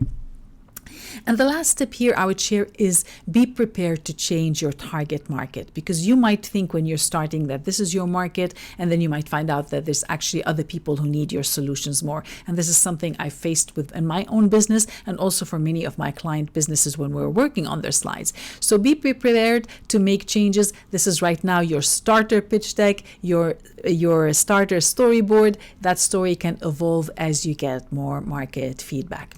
And once again, remember, what you share will depend on who you're talking to. Investors need more overview on the investment opportunity and why you personally care. They want to know why you care because they want to know that if they give you the money, you're going to stick around to solve that problem. And if you care, then you're going to do whatever it takes to solve that problem. But if you don't care, you're just there for the money, then you might lose interest if there is no money in the opportunity. Or you might not put as much effort. And of course, the market just wants to know that you care. The better you get at describing their problem, the more likely they will ask you for a solution. And your team needs to know everything. Now, if you want them to help you create better solutions, create better communication tools, or create better customer support, then they need to know what problem it is that they're solving. They need to live that story and understand it so that they can also help the clients as well. Now, in many cases, and I get that from clients telling me, will say, Huwaida, well, we're not solving a problem. I'm not solving a problem. I'm just creating, fun, experience, entertainment. And my answer to that is, if you take a closer look at this slide, you will notice that you are actually solving a problem, because you're helping people go from their current state, their status quo, into a desired outcome. Now, desired outcome could be something just fun. And so you could be helping them with the convenience. You're making it easier for them to go to point B, or you could be giving them that experience, or you could be giving them their connections or the information they need to go to that state. So in a way, you are actually solving a problem, even if you think you are not. Now, your action items for this section really is to come up with the problem slide. So start with one slide right now. Keep it very high level. Keep it simple. It doesn't need to be fancy or focus on the design. Just jot down these answers, even if you have bullet points, just like this. What is the problem that you are solving? Who is facing this problem? Just fill in that these questions. Why is it important to solve this problem? Why is this matter urgent? And then the last question is, why do you personally care about solving these problems? Now, just jot them down, and if you're not sure how to reorganize them, that's okay. You can come back to the slide later and work on it. But for now, just keep it a high level and answer these 5 questions. And as you finish all the videos, you'll find it much easier to fill all of the slides and create better stories. Now, once again, I created this checklist for you so that you are mindful who you share these slides with. Now, of course, your teams will need everything. They will need all the details to help you deliver that service and create the solution. The investors might need more information on the investment opportunities and the market and the story. And of course, the general market, the buyer, they just want to know that you understand what they're going through. So it's just more about high-level stories when you're talking to your market. Now, in the next section, we're going to be talking about solutions and how to present your solutions in the pitch deck. Now, before we continue, I want to remind you that I'm here to support you. So if you feel stuck and you need some help, go ahead and book a strategy call with me and we can go over your files together. Welcome to the big reveal, the solution section. Now, if your audience cares about the problem you just described, they'll naturally want to know your proposed solution. And once again, they're trying to make a quick decision, yes, no, or maybe. If they are buyers and this is a sales conversation, they're trying to decide, do I need this solution? Can I buy it now? Do I need to buy it now? And if you're talking to investors, it could be other questions. They're first of all trying to say, is this solution, does it make sense? Do I want to invest in this solution? Does it fit my portfolio? Do I want my name connected to this solution, this company, or this person?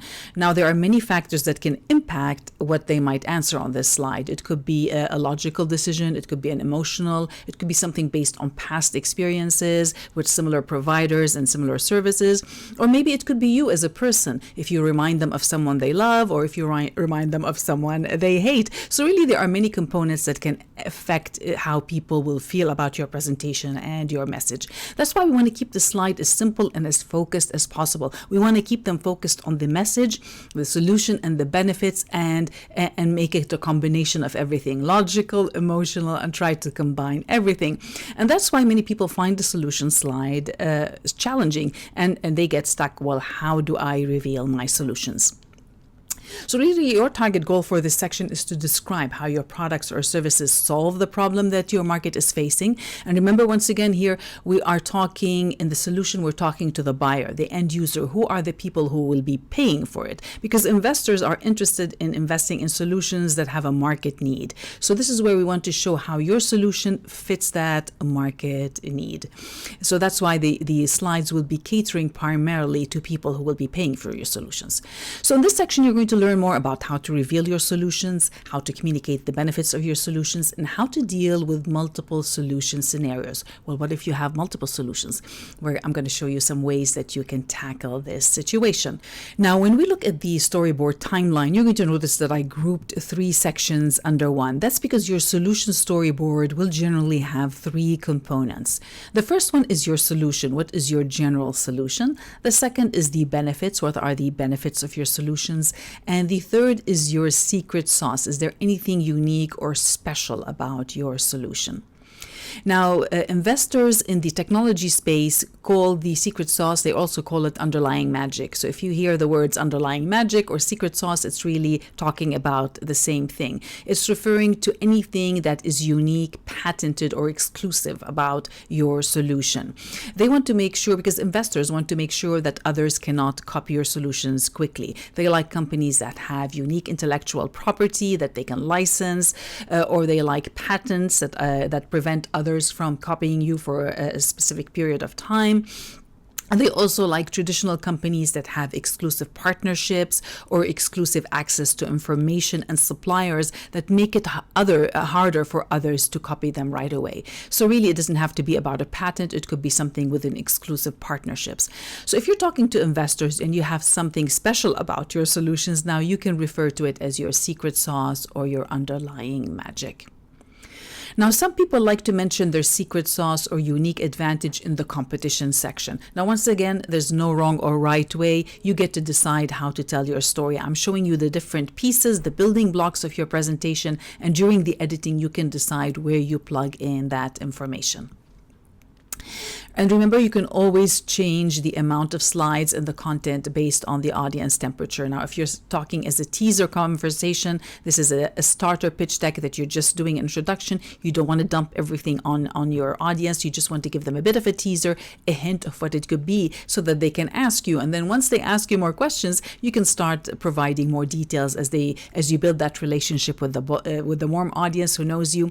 And when you're ready to close the sale, that's when you have to reveal everything. Now, so on the solution slide, we want to keep it high level, especially on the starter deck. So you want to demonstrate that your solutions can solve specifically the problem that you just described. So if you have a simple solution, this is going to be very easy. You're going to say, here's the problem, here's the solution, here's how they plug in, and here are the benefits. It's an easy story. But for other situations, you might have multiple solutions. So you might find this challenging. Now, many of my clients have a variety of products and services, and they're not sure on which one to add to their pitch deck. They tell me, hey, Huwaida, I do this, I do that, and we do this, and it gets so complicated where they're getting confused, I'm getting confused, and then, of course, if we put that on a pitch deck, then the audience is going to be confused as well. So in the next video, I'm going to show you a framework that can help you stay more focused. But for now, I wanted to show you some templates on the market, specifically commercial templates. So these are just commercial templates. I wanted to show you what you might find and how you might use these as placeholders and a starting point to put in your solutions. So at a high level, you might find slides like this. It's very easy. It's just called solutions. And you'll notice that they have these 3 buckets. Now, there's something called in marketing, the rule of 3. So you're going to find many slides that follow this framework where you have 3 buckets to add content. Even with designs, they use 3. In content, there's something about the rule of 3. So if possible, if you do have 3 points, use 3 points. Otherwise, use less. Going over can get a bit confusing.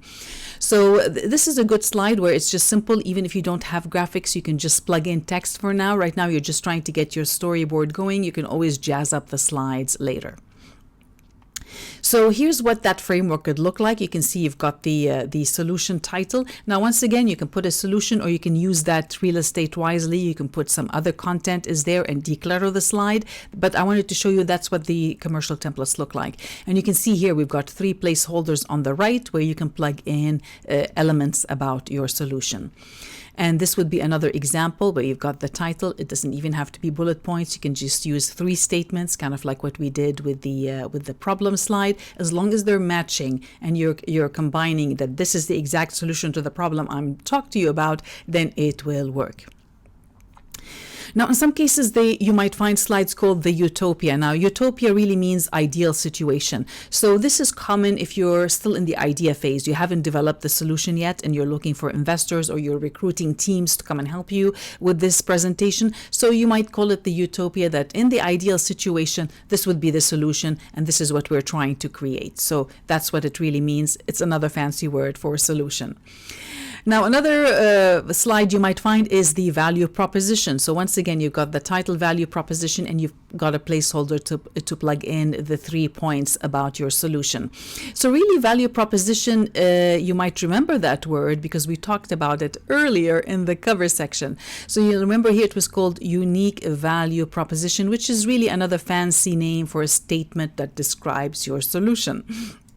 So instead of calling your slide solution, you can actually give the title. You can use the same value proposition statement and put that as the title slide for your solutions. Now, some people or companies that are established, if you have a tagline, you can put the tagline on the cover slide and then the unique value proposition on the solution slide. but keep it simple for now. If you're just starting and you don't have all these statements, keep it simple.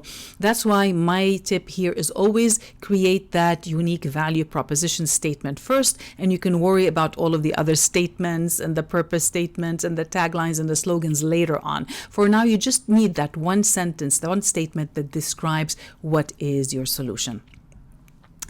So going back to this example, you can see that you have a value proposition statement and benefits. So I would probably take out that title and just make that statement bigger, whatever the value proposition statement is. And I'll put 3 supporting points to show how that specifically plugs into the problem we talked about.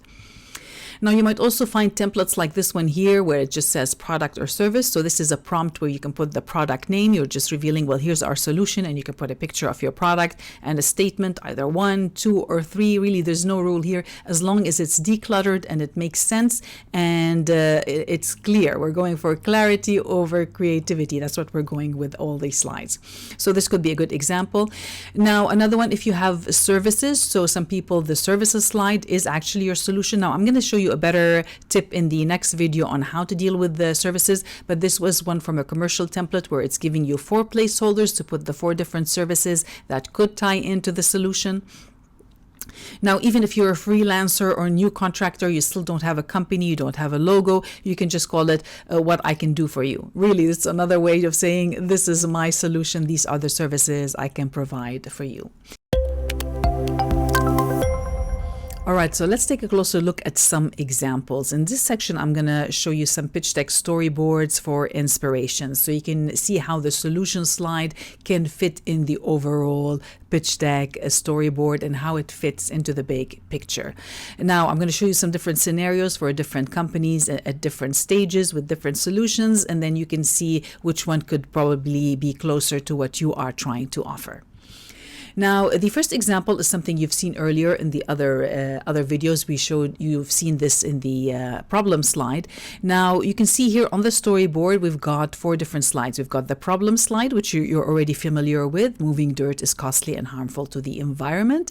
And then we have the second slide, which is the why now. Why is it important? Well, because now there are new regulations. So when companies are bidding on projects, they need that for their request for proposal or request for a quote. They need to show that they are have some kind of environmental solutions where they're reusing the material, so it creates that urgency.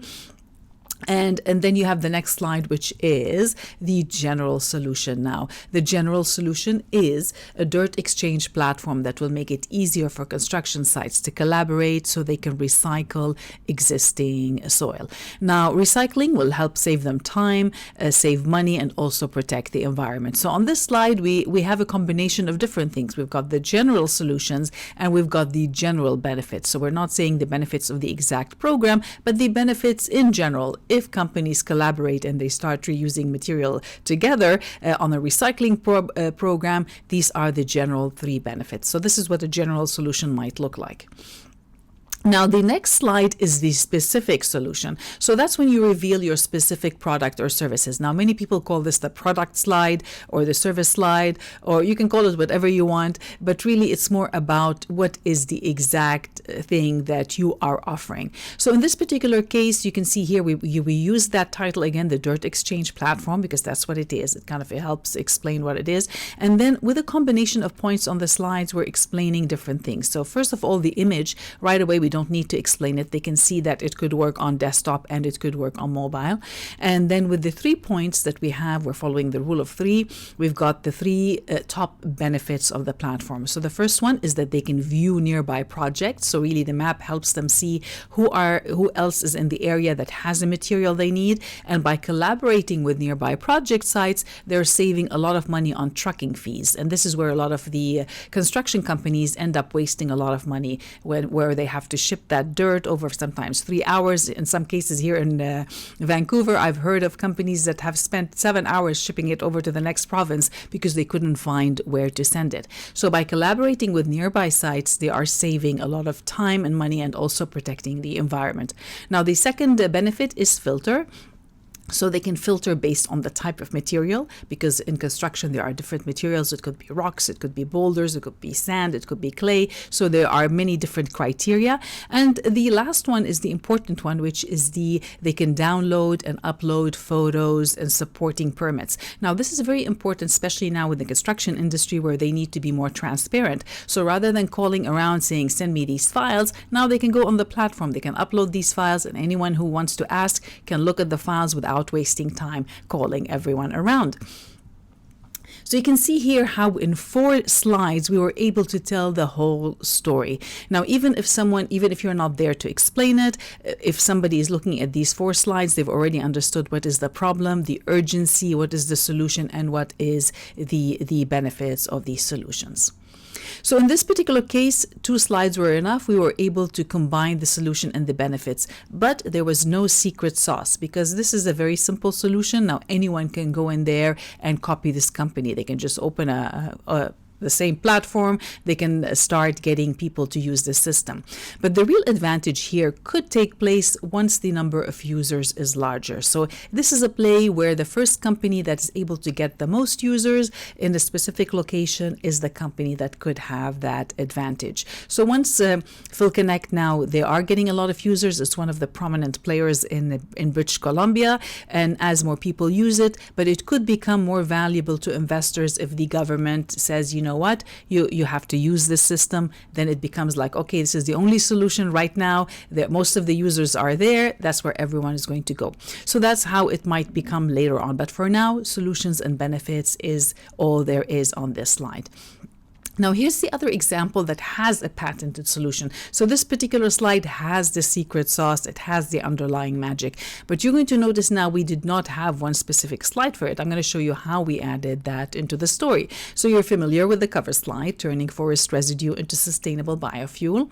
And in this particular case, we needed 2 problem slides, as you will see why when we get to the solution slide. So we've got the first problem, which is that all of this logging material is now going to waste, and it's creating a fire hazard and creates excess CO2. The second problem is that the world now needs to reduce their CO2 production, and this is disrupting industry, specifically power plants, because they still rely on coal.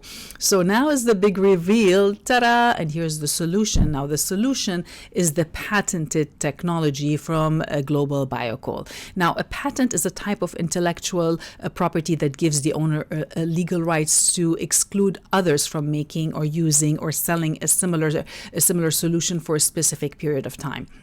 And Global Biocoal has that patent, which means that for the next few years, until a specific time, they are the only ones that are allowed to provide this particular solution, which makes the company more valuable, especially because this is an investment presentation. So you can see here we've added the secret sauce, we've added the underlying magic without really creating an extra slide for it. So we've got on the left, we've got the forest residue, which was really problem number 1, that all of this bark and leaves and excess that's left from the forest residue that rots and usually causes a fire hazard. Now Global Biocoal can take it, it goes through the patented technology, and then it comes out as a product called biocoal or biochar. Now on the next slide, we needed to answer a question that many investors are thinking. Well, is this product going to be ready for the market? Can it really be used, or is it just kind of fictional? So the next slide really answers that question. You can see here, these are the details and the benefits of the specific product. So you can almost call this is the product slide. The first one was the general solution. So we're showing on this slide, ready to meet market demand. So you can see here, we don't call it solution. Always try to use the title strategically. Use that real estate wisely and put a statement rather than just call it solution or benefits. And so we have the benefits right below it, that it's ready to serve the power plants, it's ready to serve cement and steel production. So there's a big demand. And right away, we're highlighting the product and showing that it has a BTU, which means it can be used right away in the industry, because it's very similar to the actual coal that is mined from the mines from the ground.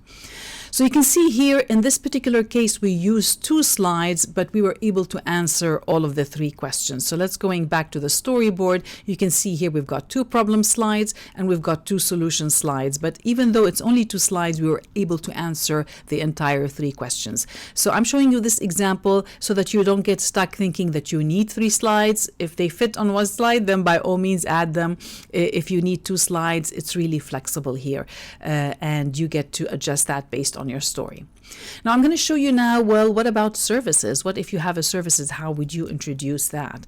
So here's a commercial template that I found on Canva. Now the reason I'm showing it to you, it's not because of the design, but because they've actually done a good job with the storytelling. So you can see on the cover slide, you don't even need a logo. You can just call it digital agency, anything, whatever kind of service. You've got a placeholder for a value statement. So this is where you can provide that statement of what you can do to your clients. And rather on the next slide, rather than talking about, hey, here's what we do, which is what most agencies do, which is what most designers do, they start talking about themselves.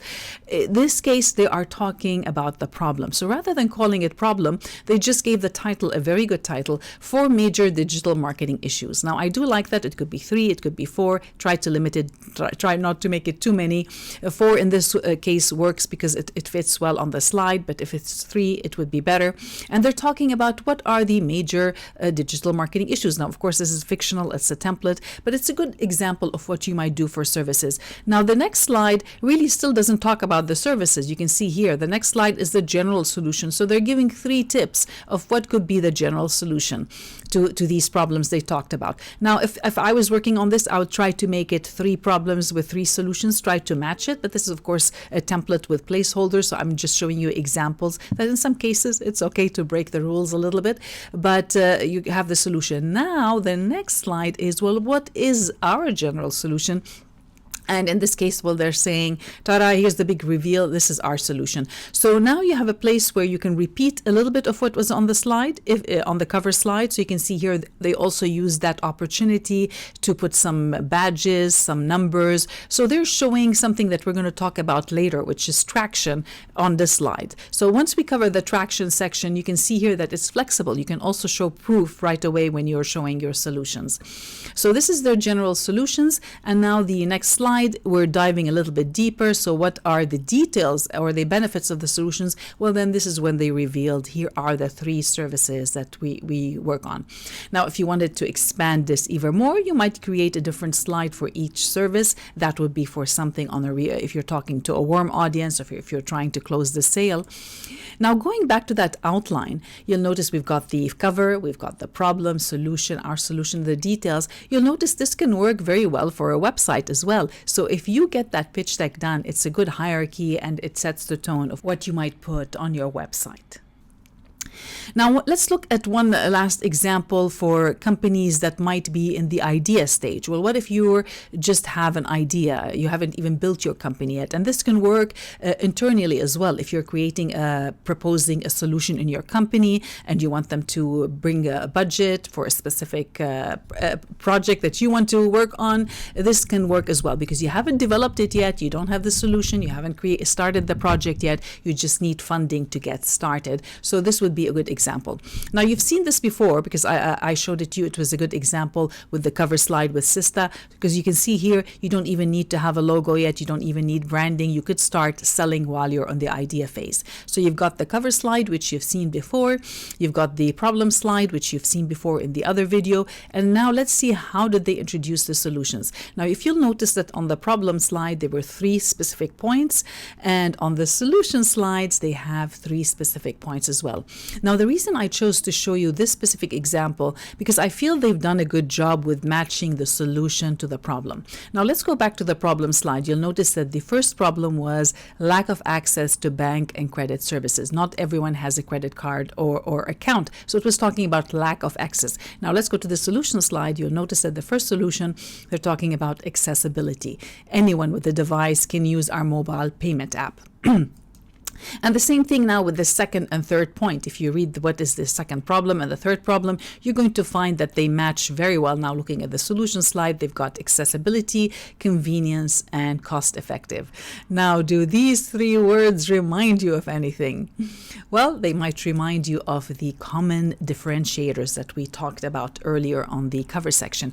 Remember where you had to do this exercise and go through the list of the common differentiators and pick specific words that describe your solution or something that can help you stand out. So in this particular case, Sista has picked out these three words: accessibility, convenience, and price, which is really the cost-effective factor about it. Well, now going back to the presentation storyboard, you can see that the fourth slide is called vision. So it's not a value proposition, it's not a solution or a specific product. That's because they have not developed it yet. So it's still in the idea phase. So you can see here how they put their vision as what they're proposing to create. So they say we aim to be the go-to provider of secure and cost-effective mobile money solutions. So this is where you can see now you can mix and match these statements, and when you are creating your storyboard. So now you can see why we spent a lot of time on the cover slide section going through the different statements, because they can help you talk about the problem. They can also help you talk about the solution. So the fourth slide is the vision. Now the fifth slide is timing. So now you're trying to tell investors or your team who want to fund this budget, well, why is this a good time to be focusing on this particular vision? Why should we be spending our time and money on it? So they called it, it's time to level up. Now, once again, I like that because they did not call it timing. They did not call it why now. They used the title strategically to convey that story. And then they put 3 bullet points below that to explain why this is a good time. So I think they've done a great job at it, and the graphics all matches. And now the question will be, well, if it's the right time, well, it's the right time for who? Who really needs this? And that's when they introduce their target market. So you can see here. Now, of course, this is very general. Individuals and small to medium businesses is very generic. Ideally, you want to be a bit more specific. But I wanted to show you how the storyboard all works together to help you tell that story. So that's why when people say, what should I put on my solution slide? What should I put on my cover slide? Well, the big question is, it depends. It depends. What are you? Who you're talking to? Are you promoting an idea, or are you promoting a particular product or service? Do you have results or you don't have results? There are many factors that can impact your story. All right, let's talk about the value proposition Canva and how you can use it to communicate the best value to your customers.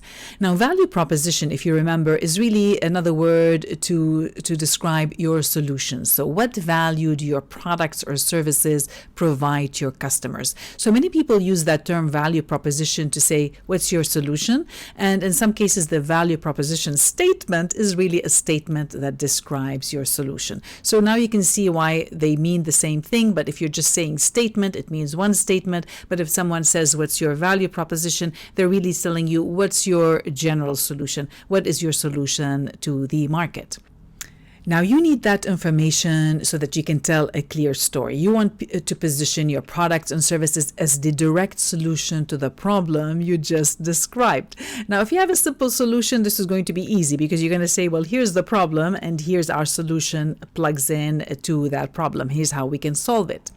Now, the challenge could become harder if you have multiple solutions. Now, many of my clients have a variety of products and services, and they're not sure on which one to focus. Now, I had the same situation when I started as well. During my corporate career, I was the lead designer and eventually creative director for software companies. So I got to work on many projects and manage many teams for print, web, and digital media. But a lot has changed since I started. Now, marketing and all of these platforms have become very specialized. So it's very challenging. Now, I cannot keep up with all the platforms that come up. I cannot keep up with all the software. So naturally, I'm not going to be able to provide all of these solutions on my own. So I found out, I studied the market and I tried to see what is the area that I can contribute to the most. And that's why now I narrowed down my services. I focus primarily on pitch decks and sales presentations, because after I examined all the problems my clients are facing, I noticed that really this is where they needed the most help. And this is the area that not a lot of people were offering. Now, there are many people that can do logos, brochures, and websites, but very few people can do an effective pitch deck and a sales presentation. So now, of course, I still offer my existing clients, I still help them with whatever projects I started for them, but I don't go around and promote all my other services. I make it my priority right now to focus on saying I'm the pitch deck and presentation expert. So I'm focusing on this particular area. And that's how I dealt with this particular situation. So if you're facing a similar situation, my tip really is to focus on promoting the solution that can provide the most benefit and impact to your audience.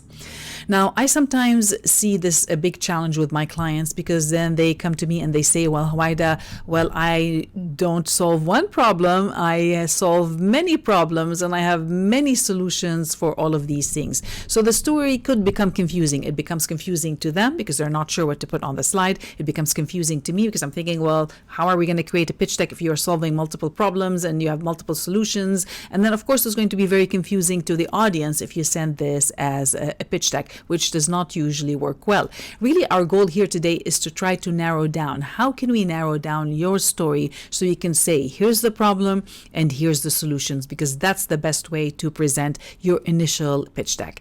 And to do that, I'm going to show you a common tool. That's because this is a common problem. Now, this common tool is called the Value Proposition Canva. Now, this is not something I did not create. It's a commercial template that you can find on a website called Strategizer. Now, Strategizer, they've created many of these frameworks. One that I'm going to show you later in the business model, we're going to look into one of their frameworks as well. So if you wanted some more training videos on it, you can go to their website. Right now, I'm going to show you an overview, which I think is enough to get you started. So let me walk you over the overview so you can see how this is going to help you narrow down. So when you're coming up with your solution slide, you know what to add on your slide. Now, really, the purpose of this Canva is to help you in three specific areas. First, it's going to help you define the customer profile, which we already started. Now, if you already worked on the target audience slide in the beginning section, you might have done already the user persona. So if you've done a bit of the digging around, you might have some of this information. So you need a bit more clarity on who specifically you want to help. Now, in this case, once you do this exercise, you might change your mind on your target market. But ideally, you just want to start with one market for now. And then the next thing, it's going to help you identify the most important components of your solution. So we want to see what is the most valuable part of your solutions that other people cannot easily replicate, or that's not oversaturated in the market.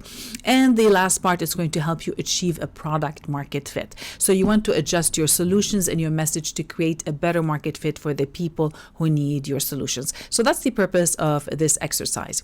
So this exercise is another way. It's going to help you answer the question, what do you need to get your ideal customer to go from their current state, which is part A, to their desired state outcome? We're trying to find that middle section, and how, more specifically, how do you communicate that middle section? Now, even if you know the answer, I think it's a good idea if you do this exercise because it's going to help you refine your solutions over time. Now, also remember that your customers could want different things. So they want to stop the pain. They might want to prevent future pain, or maybe they just want it's for the convenience, for the pleasure or pride of ownership. There are many reasons why people might want your solutions, which is why I like this Canva, because it has divided it into two particular sections. So you've got on the left, you have the value map. So this is the value you want to provide, and on the right is the customer profile. So I'm going to walk you through how you would fill this out, and once you filled it out, it's going to help you now narrow down what do you put on your pitch deck. So let's start with the customer profile, because that's where it all starts. It starts with solving a problem for a specific person. We're trying to find that market fit. Now, in the customer profile, that's divided into three sections. Now, the first section is you need to answer the question about the purpose of the product. So what does your customer want? So there are three different things that they could want. Maybe they just want to go from A to B, which is the current state, to a desired state. Maybe it's a social aspect. It's about impressing others. So it could be about pleasure. It's more about pride of ownership. Or maybe it could be something emotional, which is about gaining peace of mind. This could work well for prevention. So these are the main categories. Of course, this could be more elaborated on, but in general, that's what most people want to achieve. Now, what are your customers' frustrations and pain points? So we did talk about that in the target market, especially the user persona. So if you have a list of what are their common pains and frustrations, now it's time to plug them into the Canva. So what we're trying to answer here is, what negative outcome does your customer want to avoid? What do they want to avoid? So it could be dissatisfaction with the existing situation. Maybe they just don't like what the solution they have right now. Maybe they have specific obstacles and frustrations, they want to solve them, or it could be risk, they're trying to prevent future risk. And the last category is customer gain. So really, what does your customer hope to accomplish or gain? What is it? What is the desired state? What is it that they want? And it could be concrete results. So maybe they just want results to go from A to B and the specific result. Maybe they're looking for specific benefits. So it could be specific benefits of the product. Maybe there are other solutions on the market, but they don't have that particular benefit. Or it could be aspirations, something that they want to feel, or kind of a pride of ownership, or an experience or convenience. So really, the more you know about the customer, the better solutions you can provide. So this would be a starting point, and you can see here it's very easy. If you just look at it from a 3 different angle, ask yourself these questions, it's going to help you now fill in the next part. And of course, the next part is really to create the value map of products and services. So what products and services does your ideal customer need to solve all these problems and questions that we just covered? So let's start with, what do they want to gain? So what features, products, or services would make your customer happy? The next thing is pain. How do your products and services relieve their pain, or how could they relieve their pain? And then the last question is, well, what products and services do they need to accomplish all of this, to help them get what they want and to help them avoid the pain? Now, while this section won't list every single product or services you offer, we're really just trying to get an overview of the areas you need to focus on, because that's what we're looking for. What do you focus on, and what do you include in your presentation? Well, now that you can see the big picture, you'll be able to focus on products and services that will create the best results, because really this is what's going to help you stand out. So what is it that you want to focus on? What do you want to put on that slide? So by doing this exercise, it's going to help you answer, do you want to focus more on helping them get the job done? Do you want your message to be about avoiding pain? Or do you want your message to be about the benefits and getting concrete results? So you can see here, you don't want to be covering everything, but if you can pick one of them and make that your focal point, it's going to make your slide much more meaningful. Okay, now let's take a look at an example. So I'm going to show you what I did in my case, and it might inspire you to come up with a solution for yours. So when I did a study of what do my customers want, I plugged them down. So what is the job they want to do? So if you're looking at the right, the blue section, well, they want to present their ideas and solutions to a new audience. And now, what do they want to gain, which is the green section on the right? Well, they want to gain credibility. They want to probably gain new partners. They want more funding if they're in a new idea. They want sales if they're already in business. And the bottom part, the navy blue, is what do they want to avoid? Well, they want to avoid looking amateur. They want to avoid being laughed at if they're in a meeting. They want saying, "Oh, what a ridiculous idea." They want to look more credible, and they want to avoid not having enough time. They're already too busy. They want to avoid getting more stressed. So these are some kind of the general points of what they want. Now, on the left side, I plotted down, well, what can I do to help them with their current situation?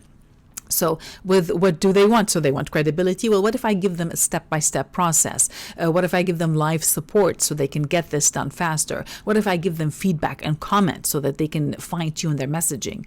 Now, in terms of avoiding looking amateur or being laughed at or not enough time, well, what if I give them templates? If I give them a template and all they have to do is fill it out, that could be a good solution. And what if I give them done-for-you services? Why do you stress about it? Let me do that work for you. So that means I need to have that done-for-you services.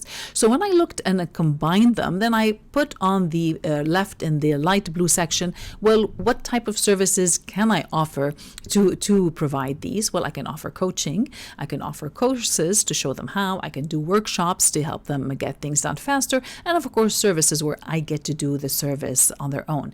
So when I looked at it and I realized, you know what, this is a lot of information. Now, if I'm going to put all of this on one pitch deck, it's going to be very confusing. And if I put that on one website, it's going to be very confusing. And so that's why after doing this exercise, I divided my offerings, my value proposition into two. So my first value proposition is the services. So this is where I get to provide all the services, all the done for you services. And then my second value proposition is where I provide the coaching and the training. So coaching, courses, and workshops all fall under one umbrella. And that's why I made the decision to have two different websites. So first I've got the Magnus Media, which is all about the services. So if you need services done, you'll go to Magnus Media. This is for clients who specifically need services. They don't want me to show them how. They say, you know what, here's my work. You just get it done and tell us what's the best way to do this. And then I have my other category of clients who prefer to do it themselves. They say, you know what, I want to systemize this in my company. Why don't you just show me how, let me learn, and then I'll take this and I'll teach my teams what to do. So there are two different categories. And I find that the people who need the services are not the people who need my training. And the people who need my training are not specifically the people who need my services. So that's why I divided them all. And when I'm sending a pitch deck, I don't talk about all my other services. Like I can do other services. I do have other things listed on my services website. I keep it very focused. So if I am talking about presentations and pitch decks, I would send a problem slide talking about presentations only. I don't talk anything about creative directions. I don't talk anything about graphic design. It's more specific about talking about the problem that presenting your ideas and products and services is challenging. And I say why. And then on the solution slide, do you need help? Now, this is one of the samples. I always adjust my slides to fit the audience, and I recommend you do the same. So now, as you work on your value proposition framework, try to be specific so you can create a solution slide that will make sense to your audience. Now, markets are changing, which means your customer needs, wants, and tasks are also going to be changing over time. So make it a goal to revisit this process at least once a year and make sure that your solutions fit the market needs. Because if you remember when we talked about earlier that many businesses fail, it's because their solutions do not fit the market need. So this is an exercise that is valuable to do on a regular basis. This process will help you create better solutions, and most of all, it'll help you create better presentations, pitch decks, sales presentations, and also decide what type of content you would want to put on your website.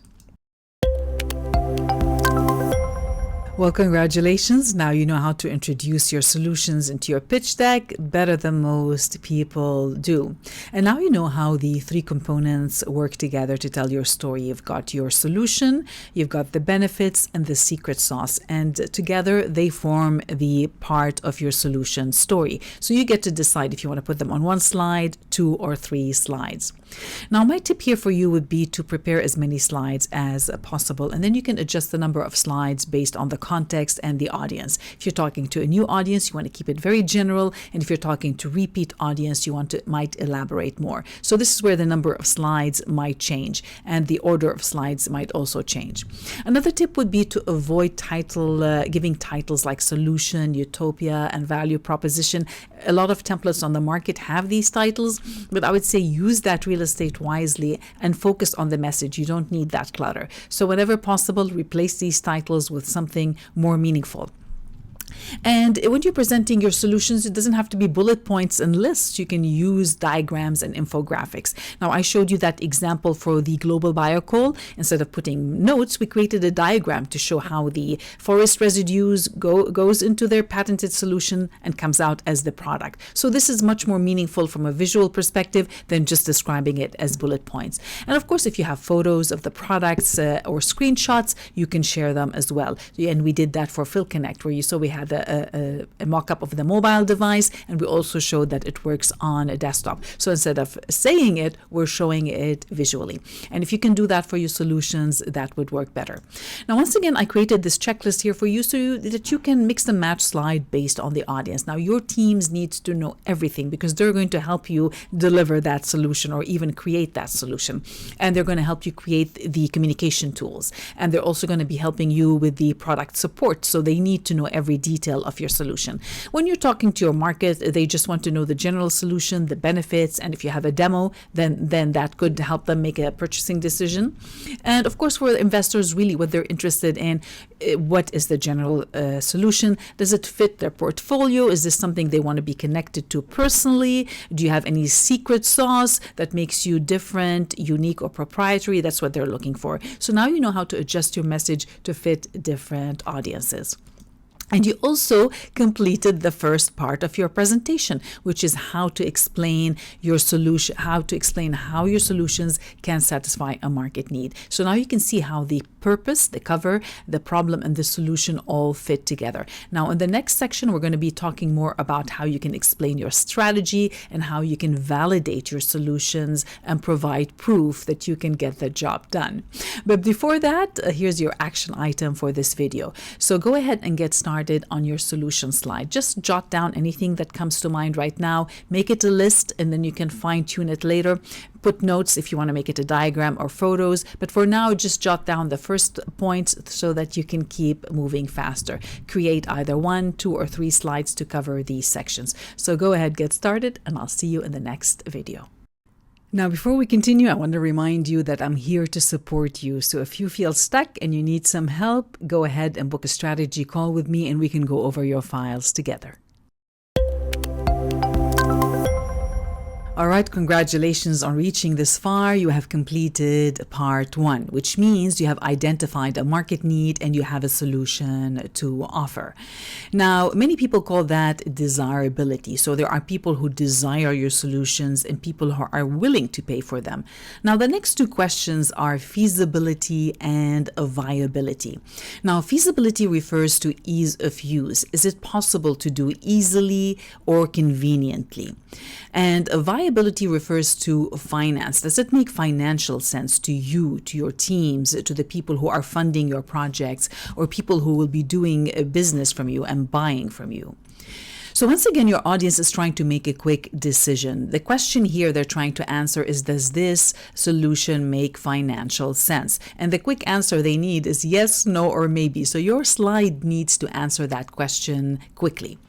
Now, financial sense can mean different things to different people. Now, if you're talking to investors, they need information and data to prove that your solutions can be profitable and scalable. They need information to justify their investment.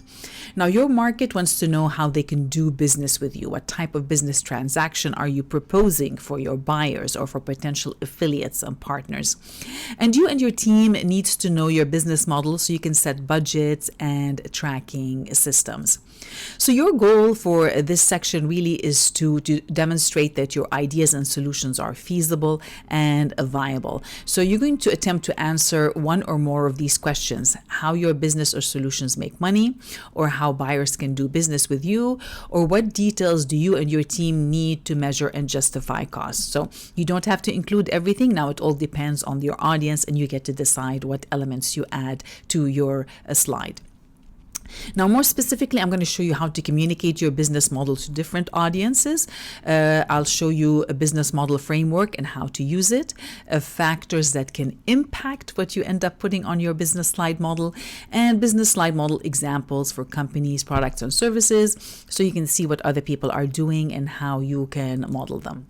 Now, even if you don't plan to use your pitch deck just yet, you'll need that information for yourself, because as a business or project leader, you are heavily invested. So you need to know if this project or business model is a good investment opportunity. And anytime it stops being a good investment, either in terms of time or in terms of money, you might have to make some changes, or you might just have to let this project and business go.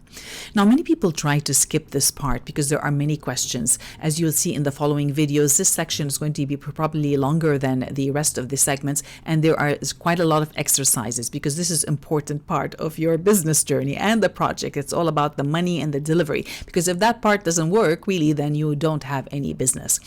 So a lot of people try to skip it, but I highly recommend you take the time, even if you don't have all the answers just yet. Answer what you know for now, and you can mark about any other items that need further research.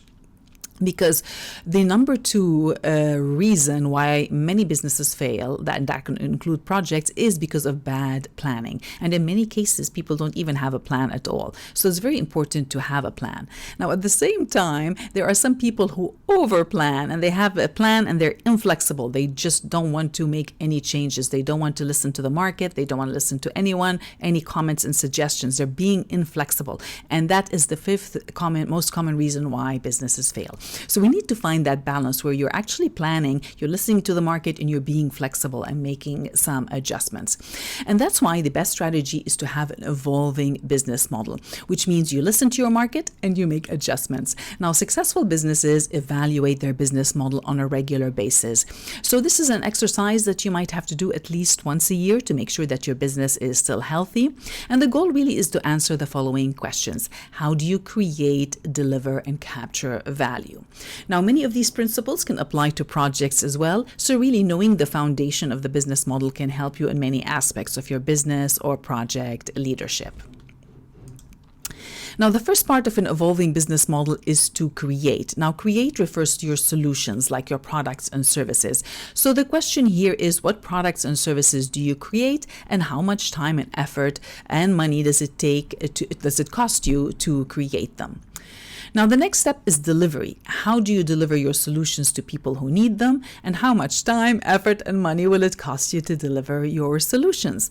Which leads us to the last part about getting paid. So how do you get paid for your effort, and is it really worth it? So the question here is, how much do you charge, and can you still make a profit after you've spent all that time, money, and effort creating and delivering your solutions?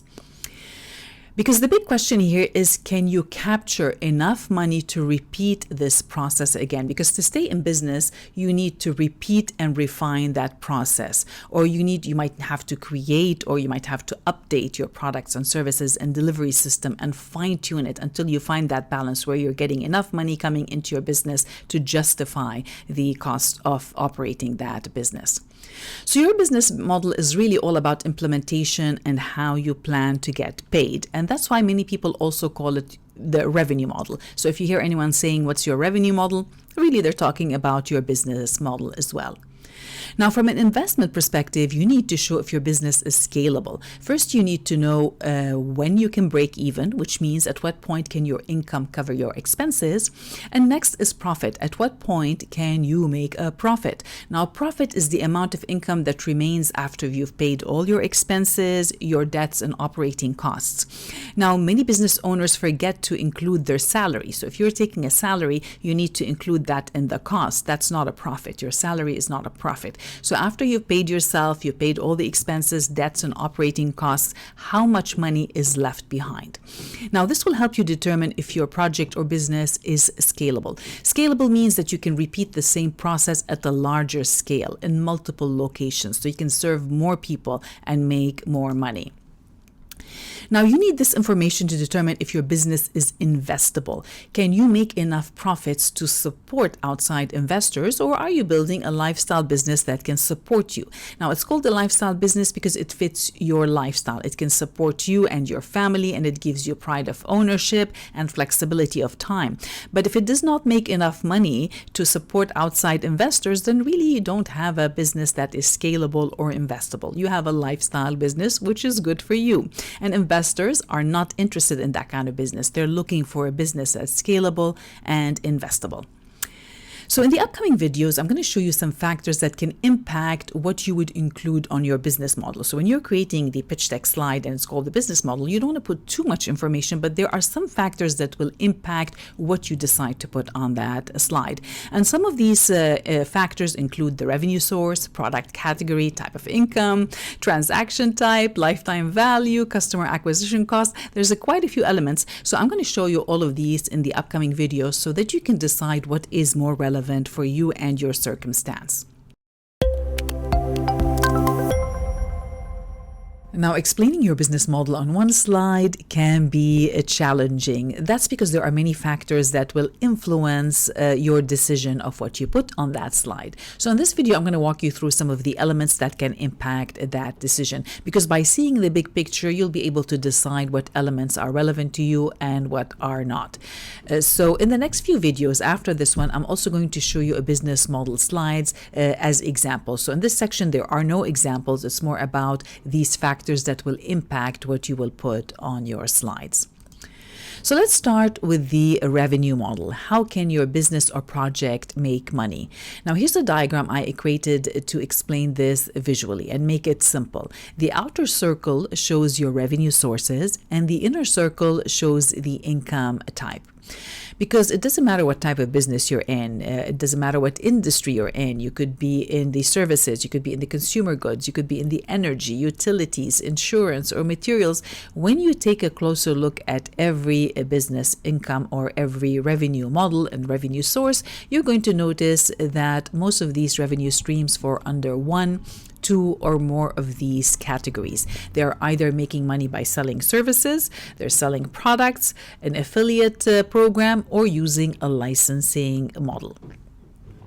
So let's take a closer look to see what type of income your business or your project can make.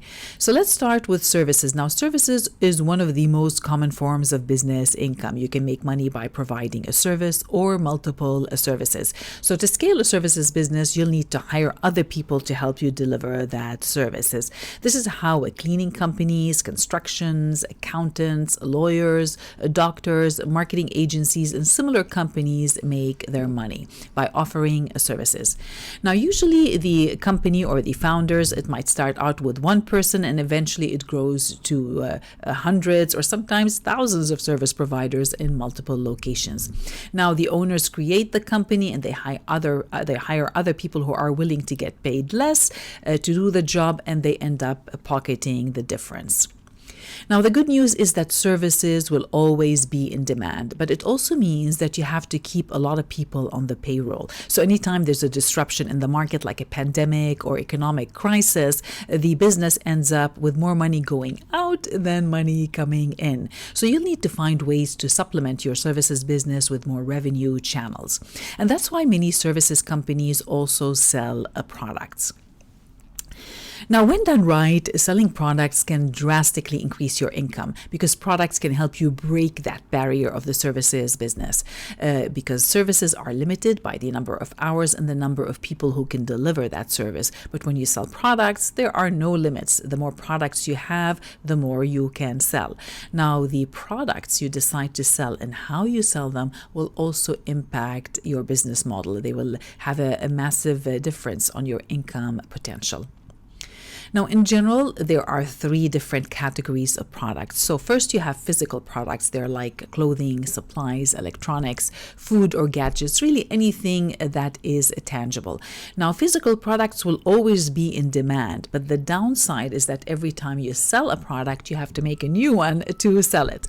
Now, digital products like music, videos, stock photos, software, applications, and any other product that can be delivered digitally. Now, digital products are easier to scale because you can create them once and then you can sell them over and over again. And then you have information products, which could be a combination. So you could have books, courses, and workshops. So really, books could be physical products. They could also be digital. Courses could be online courses. They're digital. Workshops are really more of a service. So it's kind of a hybrid model where you have a service as a product as well. Now, all product categories have their pros and their cons, and how you acquire these products will also impact your income. Are you making them yourself? Now, if you're making them yourself, then you are selling a service and not a product.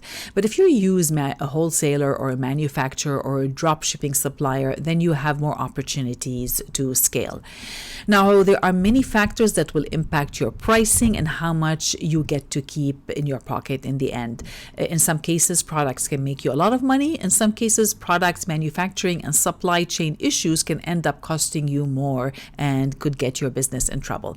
That's why you need to know how much everything costs and how much income you are making in return. Now, if you remember in the previous video, we talked about that capture, about the create, deliver, and capture. How much does it cost you to create? How much does it cost you to deliver? And then what do you get back in return?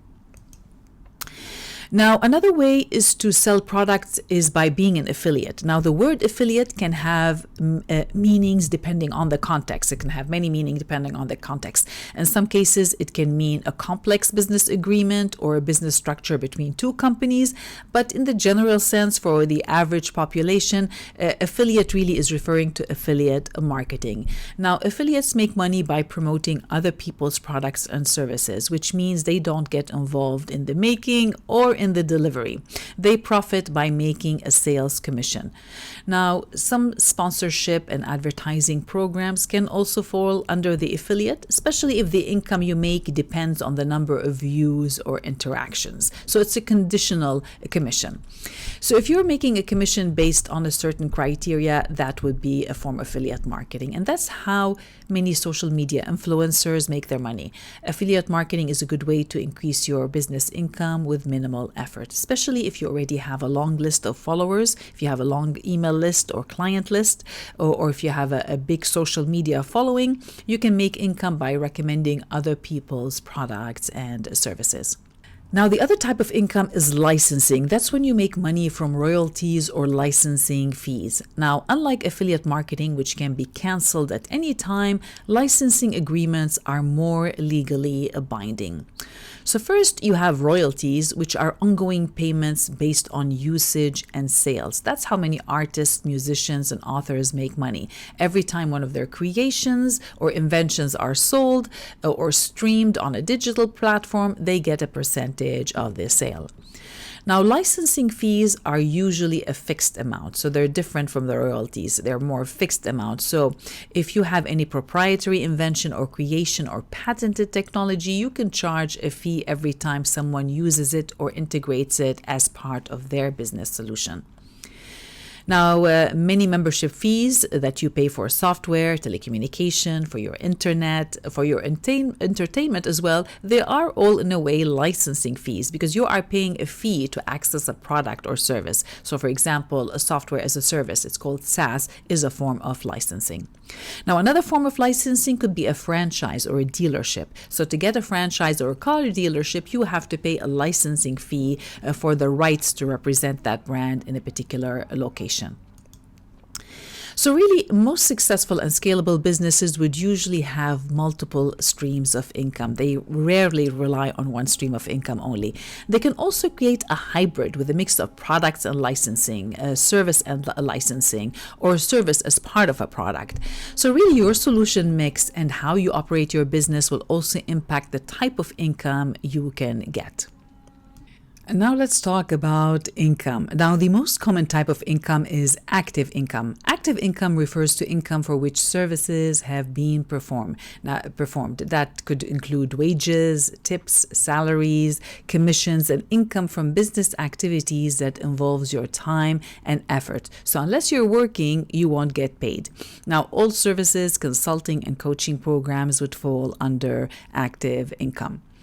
Passive income is typically derived from business activities or investments in which you are not actively involved. Now, even though you're not actively working, you still need to invest some time and money to set that income in motion. So rental property income and stocks that pay out dividends would qualify as passive income. Or the sale of digital and information products. You create them once, but you can keep generating income with minimal effort. Residual income is a form of passive income because it means that you can earn income without additional effort. It can also mean different things depending on the context, so whether you're in the world of personal finance, corporate finance, or equity valuation. Now, in some circumstances, it could mean royalties from intellectual properties like books, apps, movies, games, and songs, or other inventions, or licensing agreements that keep generating an income for you even if you're no longer involved in the process. Now, some affiliate programs can also pay out residual income, especially if you're promoting software or technology that pays a lifetime commission. So you get the company the first sale, but you keep collecting commissions as long as the buyer is paying the monthly fees and membership program. Now, some affiliate programs have 2 levels of commissions, where you also get a percentage of any sales generated by people you recruit into the system. So if you're just starting out, or if you have a small lifestyle business, the difference between passive and residual income might not really matter. But if you have a scalable business and you want to attract partners and investors, then you need to be more thorough. So always check with a local accountant, a local lawyer who is familiar with your business jurisdiction, because business and investment laws can vary by location. So passive, residual, and active income might be taxed differently in different countries, or even some different states and provinces. In some countries, some forms of residual income might be illegal. So make sure you consult with a local consultant that is familiar with your business jurisdiction, because all of these little details could impact the future of your business, especially if you plan to bring on investors, or if you plan to sell your company in the future, or if you plan to take your company public. Even the details down to 1 cent are going to be looked into. So if you have that from the foundation, it's going to be much easier for you in the future to scale. So now you can see how your revenue sources, product category, and type of income can impact your business model and what you add onto the slide. And all of this information is specifically important from an investment point of view. And remember, you are the biggest investor in this project and business. Now, another aspect is the transaction type. The business transaction can help you determine if your business is scalable or not. Now, the first most common business transaction type is the B2B, which means a business transaction between one business and another business. So whether you have a manufacturer, a wholesaler, selling to retailer, these would be kind of a business to business. Now, in many cases, because there's less businesses than there are people, so it's a lower volume of sales, but at the same time, business to business, they can charge more money, which means that there's more income potential. And at the same time, B2B businesses are usually based on repeat sales, because once a business gets a relationship with a vendor and a supplier, it's usually a long-term relationship, which means it's easier for that business to keep getting repeat sales and scaling their business. And that is something that is appealing, especially to investors. Now, the second type is the B2C, which is a business transaction between a business and the individual, the end consumer. So anytime you go to a store like Target, Macy's, or Walmart, or your local retail stores, it is a B2C transaction. Now, B2C transactions are usually higher volume because there are way more people than there are businesses on the planet, but at the same time, it's a lower price point, which means that the business has to sell way more in order to make the same amount of profit that a B2B business could make. And at the same time, because of the competition, B2C companies end up spending more money on advertising. So it also lowers their profit margins. So they need to find a balance to make sure that it makes financial sense. Now, the third type of income could be direct to consumers. Now, this is something when a product creator sells directly to a consumer. And thanks to the internet, we have a lot more opportunities right now, because you find you can start your own e-commerce store. So anything you create, you can sell directly online. You can sell through your social media page. You don't even need an online store. Or if you have a dedicated retail store in your own area and you're selling directly, that would be direct to consumer. And just like the B2C, it's also high volume and low price, and it will also require a higher marketing budget.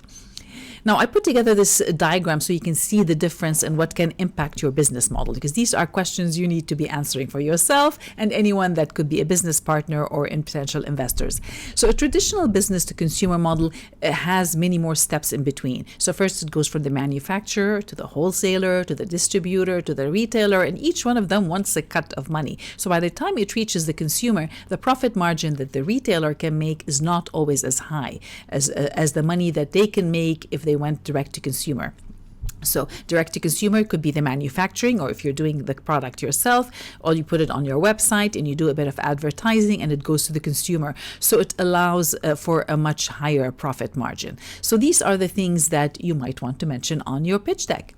Now, I added the last category because I do know many people are entering into that space where it's the C2C, and that is where it's consumer to consumer transaction. And many people are doing that right now. And that is when you have a personal transaction with two private individuals. So there's no business involved. So many people sell their own personal products, or maybe they're doing arbitrage where they go get things from the thrift store and then they end up selling them online. So there are many people who are doing that type of business. Now, this type of business is a little bit more tricky, hard to scale, because many of these transactions are one-time sales. It's hard to build that relationship with the consumer, and many of these platforms don't give you the consumer information. So once you have that sale, you're legally not allowed to email people who have bought from you, which means you cannot generate that repeat sale. Which also means that it's harder to scale, and it's not something that would be appealing to investors. So if you know what type of transaction type you have, and you put that on your presentation slide, it's going to make it much easier for anyone who wants to do business with you. And I'll show you in the next few videos how you can make that distinguish, especially if you have two different sources of income, or you can have three different kind of transactions through your business. So now you can see how the business transaction model can also affect your business. Repeat business is more scalable and more desirable, especially for investors. Which brings us to another factor that will affect your business model, and that is the customer lifetime value. Now, CLV, customer lifetime value, means how much money can you expect to make from each customer that comes into your business. Because if you only make one sale from each customer, you'll find yourself in an endless loop of looking for new customers. Now, to have a healthy and sustainable business, you need to generate repeat sales from existing customers. Because repeat sales are much easier than new sales, because the customer already knows you. You already have that relationship with you. So all you have to do is suggest a new offer and solution, or offer solutions that generate repeat sales, like membership programs or anything that has that monthly or annual payment plan. Now, most new and small businesses don't know the lifetime value of their own customer, and they don't know how to track and calculate it. But if you want a healthy and scalable business, you need to know that number, especially if you plan to talk to investors, partners. They're going to ask you, what is the customer lifetime value? So to get that number, you can estimate the average revenue a single customer can spend with your business. So you'll start by calculating the average order size. So when someone comes to your business and they buy from you, on average, how much do they spend?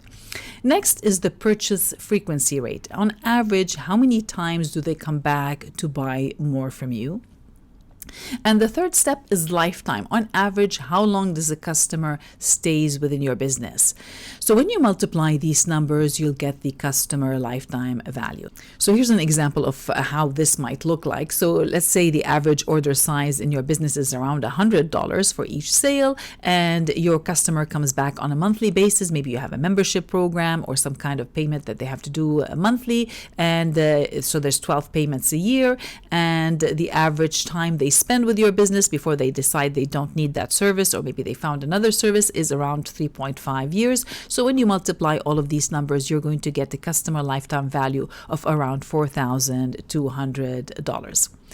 Now, if the customer only buys once from you and they only spend $100 with you, then this is going to be very tricky, because in many cases your advertising costs are going to be higher than $100 per customer, especially for a new business. So now you can see how the customer lifetime value can also impact your business model. Now, next is the customer acquisition cost. Now, customer acquisition cost means your marketing cost. On average, how much do you spend in time, effort, and money to get one paying customer into your business? So to calculate that number, you would start with the total cost of attracting new customers, usually on a monthly basis, quarterly, or an annual basis. So you divide that number by the number of customers gained, and the result would be your customer acquisition cost. So here's an example. Let's say you spent $50,000 a year on marketing, and you got 500 new customers a year into your business. So your average customer acquisition cost would be around $100 per customer. So if you're only making $100 from that customer, then really your business is barely surviving. So you need to find ways to increase that number. So you can see here on this slide, I've shown you the two different examples. If you want a profitable business, you need the customer lifetime value to be much higher than the customer acquisition cost. But in many businesses, unfortunately, that only have that one-time sale, the customer acquisition cost is so much higher than what they're making in profit, which makes the business non-profitable. So that's why you need to be tracking these numbers, because investors are going to ask you. And remember, as the business or project leader, you are the biggest investor. You are investing a lot of time and money into this project or business. So you need to know if all of this is worth the time and effort. Now, in your business model, you need to find ways to increase your customer lifetime value, which means you need to find ways to get the customer to come back and buy more from you. Now, you can do what many of the fast food places or many of the stores do. You can do something called a cross-sell. That's when you give them additional product options to increase the value of the sale. So anytime you go to a fast food place, when you get a burger or a sandwich, they usually ask you, do you want fries and a drink with that? And that's how you do cross-sell to increase the order size. You can also do something called upsell. So for example, if somebody orders a small drink, you can say, well, you know what, for 50 cents more, you can get the medium or the large. Now, it's probably going to only cost them 1 cent or 2 cents for the business, but they just made about 49 or 48 cents in profits. So that's another way where you can increase that number. Another way, of course, is the repeat sale. So even if you don't have a membership model, you can give people an incentive. Now, if you have ever been to a coffee shop, they usually have these cards where if you probably buy 9 drinks, the 10th one is free. So many of these businesses have an incentive, a loyalty program where they get people to come back and buy more.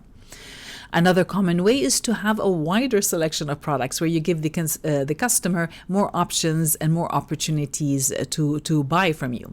So usually many businesses start with something called the front end. So they get people into the business with a lower price item, and then they have back end items. As you build that relationship with the customer, you can start showing them some more expensive items. Now, the kings of product selections are IKEA. Now, chances are, if you've lived in any big city, you might have been to IKEA, you've heard of IKEA, or maybe you got the IKEA catalog in the mail. Now, the IKEA catalog is filled with so many options. If you go to that store, you've got different levels, and it's a huge place with such a big product selection. Now, I know myself, over the years, I've spent thousands of dollars there at IKEA. And it could just start simply by getting a front-end product. For example, you might just go in during your college days or when you're just starting out your city life, and you get some low-end glasses at around $6 right now. That's what they cost for a six-pack, so it's about $1 a glass. And as you progress that relationship with them, eventually you might want to remodel your kitchen, and you could be spending close to $20,000. So you can see that's how IKEA gets that lifetime value of the customer to go up, because if they just relied on the glasses, then there's really no business. That advertising is not worth it. They need to justify the business costs. So really the key here is to build stronger relationships and look for ways to get repeat sales, because you will get some customers who lose you money. They'll end up they'll waste your time and their money, and they'll come take up your time and money only to buy once. So your goal really is to find a business model that generates more sales over time, and that's what investors are also looking for. So now you can see how the two numbers work together. You need to look for ways to increase the lifetime value of the customer, and you need to look for ways to lower the customer acquisition cost. Now, another factor that many businesses miss is the customer support cost. Now, anytime a customer calls you for support, they are costing you money. Every time they return an item, they make an exchange, or they call with questions and complaints, they are costing you money. And that's why you need to be tracking your customer support cost. And that's where many businesses that sell products lose money, because they did not factor the customer service cost in the equation. So having automated customer support options and a good support team can lower your costs. So looking at that business model where we said the create, deliver, and capture, so the customer service would be also under the delivery as well, the delivery of the support to the service. So you need to show that you're tracking these numbers, especially if you're planning to scale, which brings us to the market size. Now, knowing your market size is important, especially if you plan to talk to investors. So if you have the numbers of your market, you can include them in your pitch deck. Now, generally on a pitch deck, people have referred to the market size in 3 numbers. The first one is the total addressable market, which is also called TAM. And that is the full number of people people or the full dollar amount of the entire market that is in your particular category. Now, unless you know how to play global monopoly, chances are you won't be able to get that number. Next, you can show serviceable available market, also known as SAM, which refers to the number that is more applicable to your particular solution or maybe your particular geographic location if you have a local business. And the third number, which is really what most people really care about, is the serviceable obtainable market, and also known as SOM. And that's the percentage of the market that you can realistically get as paying customers. Now, of course, this is all speculation. You cannot guarantee that anyone will buy from you. That's why many investors don't take the slide seriously unless you have some sales to prove it. But at the same time, they want to know that you have done your homework and that you know your market well. Because if you know your market well, you'll know how to reach them and you'll know how to market to them. Now, you can also show the market size from another perspective. So if you're dealing with a small niche market, you can show the number without speculating the share that you can get. So, for example, there are 55 million adults aged 65 and older currently living in the United States. And by 2050, that number is expected to grow to almost 90 million. So any product or service for this growing group of people has a potential to make money. The number is specific and focuses on one location. And you're not speculating what percentage you can get, but you are still showing potential. Now, if you're not sure of your market size, you can do a bit more research. You can go to websites like IBIS World, where they have a lot of research on many markets. You can also visit websites like Statista, where you can find statistics on many industries. Now, some of them are paid, some of them are free. So here's an example of some free statistics that I just Googled to give you an example. So looking at the vegan market, so you can see here that the value of the worldwide vegan market from 2020 to 21, what it was, and what is their forecast for 2025. So if you are in that particular category, getting that forecast can work in your advantage because you can show investors, look, we know the potential and this is what is the total addressable market. And then you can create a calculation to see how much you can realistically capture from it. Now, if you're talking to big investors, you might want to purchase more comprehensive reports. You don't just want to bring general statistics that's available right there. So you'll find many research firms that actually do sell reports, like this one here, Precedence Research. You can see that they have a report for around $4,900. You can buy a single-use license and you can download their research. So they've done all the legwork. They've studied that industries. They've interviewed so many people. So by paying for that report, they are saving you time or hiring someone to do all of this work for you so you can get more details on the market. So if you're planning to recruit business partners or investors, you'll show that you really understand your market and what you're talking about. Now, many people get stuck on the business model slide. So if you're finding it challenging to create your business model slide, well, you're not alone. But the good news is that there are many frameworks that you can follow. Now, in this video, I'm going to show you a very common framework called the Business Model Canva. And it's from the same company called Strategizer.com that we used earlier for the Market Fit Canva. So they have software and training, blogs and books that you can dive deeper. But in this video, I'm going to take you on a quick tour so you can see the elements in the Canva and how they can help you create your business model slide. Because if you take the time to answer the questions on this Canva, then really you have all these gaps in place. So let's take a closer look. Now, at a very high level, the Canva is divided into three main areas. So first, we've got the desirability, and that helps you understand if there's a need. Do customers want what you have? And the next part is feasibility. Can you bring your business vision into reality? Is it feasible? And the third part is viability. Viability helps you understand if putting all this time and effort is really worth it. Does it make financial sense? So let's start with desirability. Now, in many of these cases, you're already familiar with them because we covered them in the problem and solution segment. But let's take a closer look so you can see if there's any gaps that still need further attention.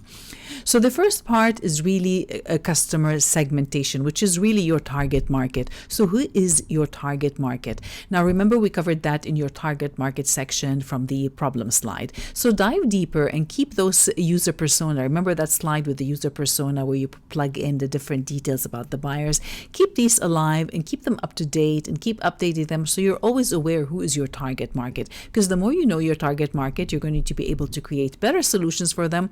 Plus, you'll know how to reach them and how to market to them. Now, the next part on this section is the unique value proposition. Do you remember what that means? It's just another fancy name for your solutions. And we covered that in the solutions section. So really the questions you need to answer in this section is, what solutions do you plan to deliver to your market? Do your solutions fit your market need? Now, you need to be filling a market need, otherwise people will not buy from you. Because remember, that is the number one reason why businesses fail, is because they are not filling a market need. And the only way to know if you're filling a market need is to know what does your market need. And that's why we worked on the market fit Canva earlier in the solutions section. So I hope you took the time to complete that, because all of these exercises are going to help you get a clearer vision so that you know exactly what to put on your business model slide. Now, the next section is channels, and really it's talking about how you reach and interact with your customers. So it's talking about the communication channels. How do you plan to communicate to them, and how do you plan to deliver your value to them? So to answer these questions, you might need to ask a little bit more, like, how do your potential customers want to be reached? How are you reaching them now if you already have some customers? How are the channels integrated into your business? Do you have things, automated marketing channels where they can communicate with you back and forth? Which ones are working best? Which ones are most cost efficient? And how are you integrating them with the customer routine? So based on your customer routine, do you have a good channels where they can communicate with you back and forth? It could be social media, it could be customer support, it could be some chat on your website. So all of these are channels. Now, the next one is customer relationship. What type of relationship do customers expect from you? So do they need to hear from you every day? Do they need to hear from you every week, every month, once in a blue moon? So this is what you really need to know, is what are they expecting from you in terms of customer relationship? And also to ask yourself, which one have you established already? Do you have any relationship with your customers? How are they integrated with the rest of your business model? And how much time and effort does it take you to keep that relationship? Because remember, we talked about that also in the customer support, that many people forget that part. So how much time and effort does it really cost you to have that relationship with your customers? Now, the next segment is feasibility. Can you deliver? Can we deliver on this service? And that's what you and your team need to know as you build that business. So really the questions here you're answering is, what key resources do you need to deliver your value? Do you need to purchase any physical products? Do you need any intellectual properties, brand patents, copyrights, data, human labor, or financial resources? What are the resources you need to deliver your solutions to the right people? You need to identify the key resources, once again, so that you know how much they cost you, and just so that you have an accurate budget.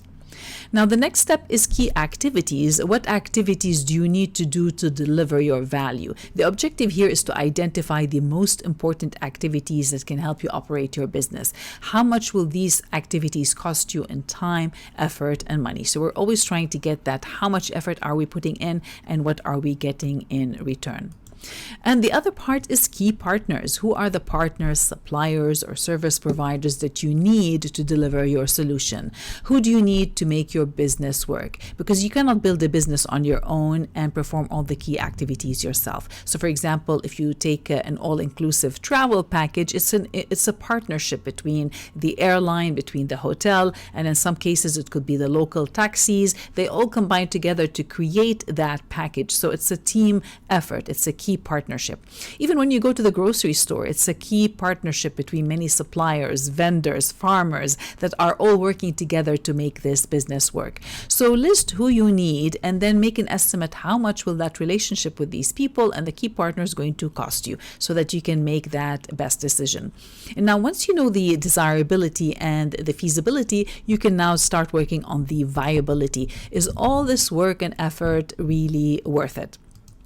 So in this section, there's two parts. There's the cost structure. The cost is when you try to see how much does everything cost. How much will delivering your product and service cost you? Which key resources are more expensive? What key activities or key partnership are costing you more? So these are questions that you will have to answer on a regular basis so that you make fine-tune your business model. Now, in terms of cost structures, there are different ways that you can work. So first, you can have a cost driving pricing plan. That's when you calculate how much your products and services will cost you, and then you set a price that gives you room to make a profit. So for example, if it costs you $100, you can say, well, we're going to sell it for $200 or we're going to sell it for $150, so you know exactly how much you're making. Now, value driven is another form of cost structure, and that is based on the value it provides to the customer, like improved efficiency, productivity, and security. Now, many of the luxury brands charge more for the value simply because of their brand name. So you can also do the same strategy. You can say we're going to package price based on value, not based on cost, and then you can do some creative packaging. You can brand things differently. All of these can impact how much you end up getting money in return. So instead of charging by the hour, you can create package deals that give you more value into your business. So that's what the cost structure is all about. So now once you have all of these details, it's now time to answer, well, what's in it for me? How do you get paid? And that's the revenue streams. The revenue streams block represents the cash you generate from your customers. Now, revenue does not mean a profit because you have to subtract any costs generated by your business from your revenue to get an idea of your earnings. So if you want to know how much earnings and profits you're making when you're talking to investors, you will not be reporting the revenue number. They'll be more interested in the earnings and the profits. So you'll take the revenue, the total sales, and you subtract any expenses, interest, and tax, and make sure you subtract the cost of you as well, paying yourself. And then what's left behind, that is really the profit, and that is the number that matters.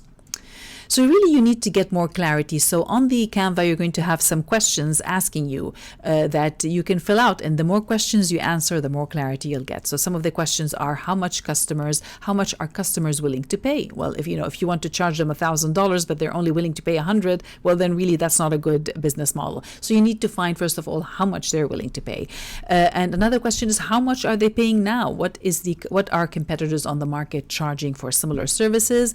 How are they paying for them? Do they pay by installments? Do they pay upfront? What is the payment plan? How would they prefer to pay? So if you find out how they prefer to pay, maybe you can enter the market with a similar solution, but give them better options for payment. And then the last question is how much does each revenue stream contribute to your overall revenue and percentage-wise? So usually in many cases, you might tell them, well, 50% is services, 25% is licensing, then 25% is products. So sometimes you need to know that breakdown of where is your revenue, all the revenue streams are coming from.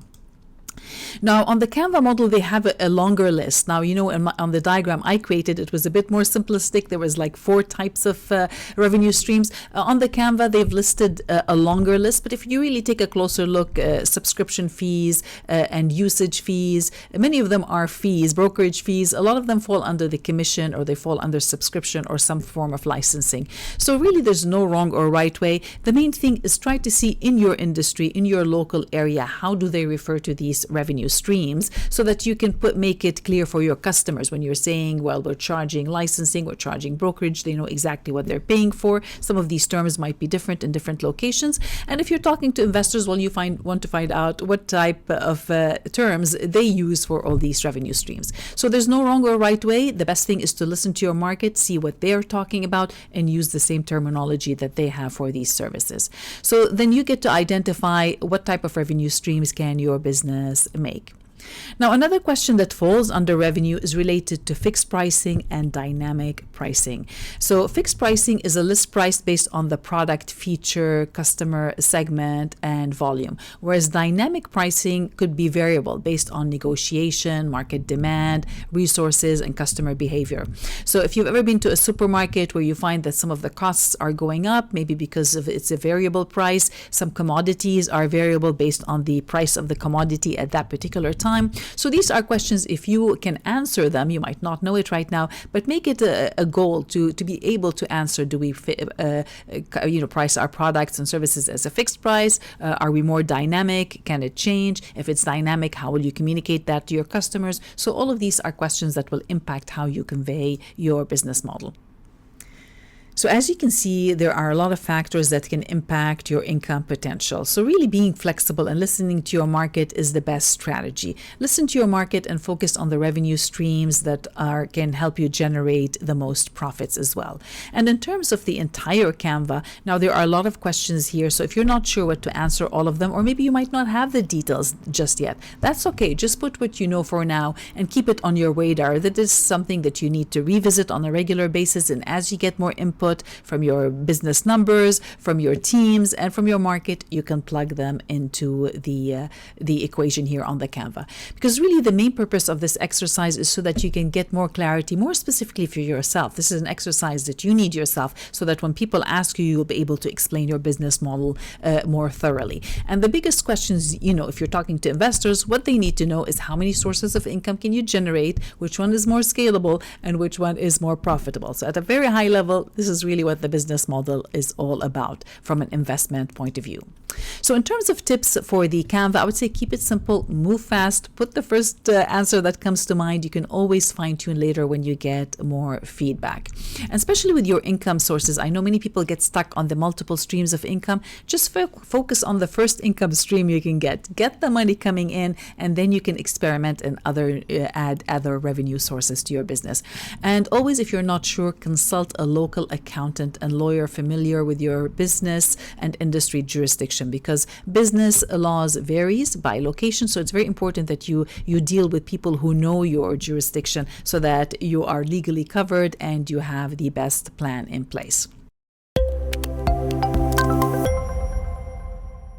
All right, it's time to look at some examples. So let's take a look at some business model slide examples. In this video, more specifically, we're going to be looking at pitch deck slide examples that are more geared towards a business plan pitch deck or a kind of an investor pitch deck. And in the next video, I'll show you something that you can use more as a sales presentation business model.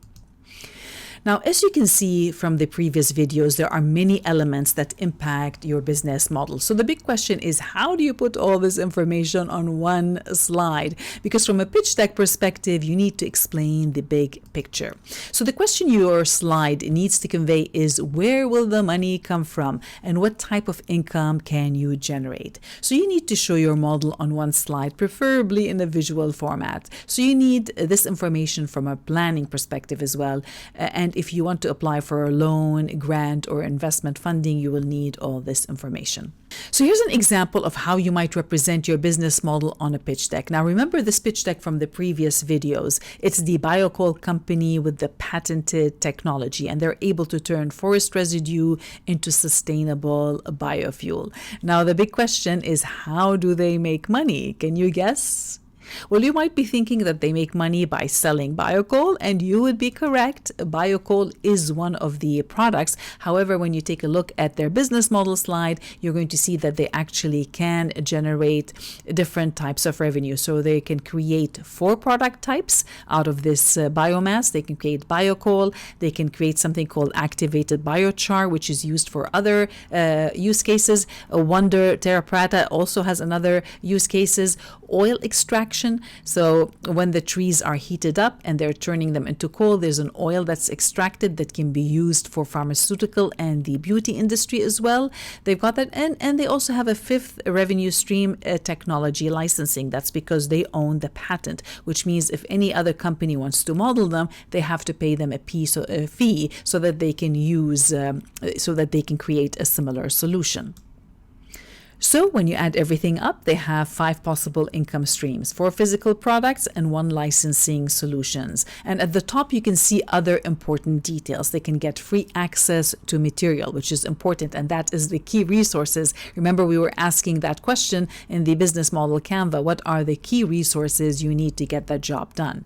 So in this particular case, they have the free resources. All they have to do is use their patented technology and convert it into something very valuable. So this diagram also answers an important question. Well, will they ever run out of forest residue, which is the material they need to create the product? Well, the answer is probably not in the near future, as long as there's logging activities going on, and as long as we have climate change and many of the trees are drying, then there's going to be an excess supply of material that they can use. So if you look at the business model from this view, you'll notice that they make money through services, products, and licensing. So they have 3 different revenue streams and 3 possible types of income. Now, they have to actively bring the forest residue and work on it to create that product. So creating their product involves their time, which means they are making an active income. So it takes up their time and some of their resources as well to create that product. So in a way, it's also a mix of a product and a service, because there could be some landowners, or it could be some areas where they were not really planning on getting the fiber from, but it could be that the landowners might pay them and say, you know what, come and take this excess fiber from my land or create that product for me as well, which means that they could also be offering that service for people who need that. And now both of these options create an active income which has limitations, which means the more they want to sell, the more they have to make, which involves their time and effort. But the biggest winner here really is the licensing. Licensing can generate either passive or residual income depending on the type of agreement that they have. Now, this is easy money that does not involve any time. The technology and patent are ready, so no further work is needed other than to find and negotiate new contracts. So if they want to ever decrease their load and simplify their business model, they can stop creating products themselves and focus on the licensing. They can license their technology to other companies that are willing to do the manual work themselves. So going back to this business model slide, you can see that most of these products are directed to B2B, which is business to business activities, and can generate repeat sales. So once they get the customer, it means that they're going to be able to hold on to them for a long time. They are industrial products needed to generate power and other cosmetic and pharmaceutical products. So the lifetime value of the customer is huge. And the same with the licensing technology. There's a very low return rate, because once someone gets a license, they will be holding on to it for a long time, at least until the patent expires, or maybe they run out of wood or material in their particular location. Now, here's another example from a new investment fund. That's why in this business model slide, we used a visual to represent where will the money come from. Now, this was a new startup and they still did not have exact numbers, and they did not want to reveal all the details. So we needed to show a visual of where most of the income will come from. So in this case, it is B2B. B2B is the biggest segment of the market, but we did not put any percentages. So right away, you can tell from the visual that there's a big income potential, because B2B usually has a big transaction. It also shows 3 streams of revenue. So you are more likely to create a balance and stability. When one source of income is not generating enough, there's 3 possible sources of income. Plus the B2B technology licensing. Now, technology licensing will generate passive and residual income with minimal work. So a simple diagram that shows a business model with huge potential. And all we had to say was put integrated portfolio that delivers repeatable and scalable solutions with high profit margins, so we can help people focus on exactly what we're trying to communicate here, enough to get some people interested. Now, if they're interested, they can book a meeting with the company and get more details. We don't want to reveal any more information on the business model slide. Now, here's another business model for another startup. They still don't have any numbers, so they did not want to show investors any specific numbers, but they wanted to show them where the money could come from. So in this particular case, you can see there's 2 possible income or revenue streams. So they've got the on-prem, which means on-premises solutions, and that would be a software license for on-premises solutions, ideal for big clients. So big clients who have the budget, they can get a license so that they can use their technology on-premises. Now they have a second solution, which is a cloud solution, which means that they can access it through the computer, through the cloud, and that is geared more as a subscription plan for small and medium-sized businesses. So now now when you take a look at both income streams, they're both very attractive because you've got the licensing and you've got the subscription model. So both can generate passive and residual income. Now, this type of business model is very attractive to investors. So if you have any specific numbers and historical data, you can use a chart. You can put numbers. For example, you'll find many templates on the market that look like this. So you can say 62% of our income comes from B2B energy solutions, 23% from B2C energy, 15% comes from licensing. So you can break it up if you already have these numbers without revealing the actual numbers. Because for many companies, when they're still starting out, the actual numbers could be confidential. So you need to find creative ways where you can get that attention without revealing too much details. You can reveal the details during your subsequent meetings. Now, if you have a membership-based model, like we did for PhilConnect, we use the pricing plan. So this is the pricing plan that we had on the website, which could come in handy if you're using it as a sales presentation. But when you're talking to investors, they might not need to know all the little details, so you can simplify it. You can use the same thing, and you can say our business model. So really you're showing is you have a freemium plan, which means this is how you get people a customer acquisition. You get them by giving them a free offer. And once people are in the system, now they have an option to upgrade. And once they upgrade, they get more features. So they can upgrade to professional if they're an individual, or if they're a team, they can upgrade to an enterprise plan. So this is how you might communicate that on a pitch deck. Now, here's another diagram that tells a big story, even though it looks like a simple diagram. So you can see story number one is on the left. Now, on the left, it shows that they can acquire a customer at a low cost, which means that they will have less advertising cost. And on the right, we have the customer lifetime value story. Now, this was an actual slide from a confidential client project, so I had to take out some of the details and just plug in some generic content, but it is the same layout. And you can still see that they have multiple offers.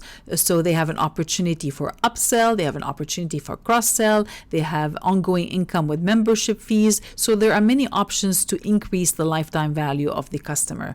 They also make income from referral, partnership, and affiliate programs. So they can make multiple streams of active, passive, and residual income. A lot of things are mentioned here. Simple diagram that conveys so much details of the factors that we talked about earlier. Now, another common template you might find on the market looks something like this, where you have placeholders to say where, what type of income does your business make. So you can say, in this case, 3 streams with 75% reoccurring revenue, which means it's a reoccurring membership you are getting into your business, and you can just plug in where your money is coming from. I've seen some clients keep it very simple and they just use a list. So if you don't want to reveal too much information, you can just say we have 4 income revenue streams. You can put some details about them, even if you don't want to put any numbers or percentages.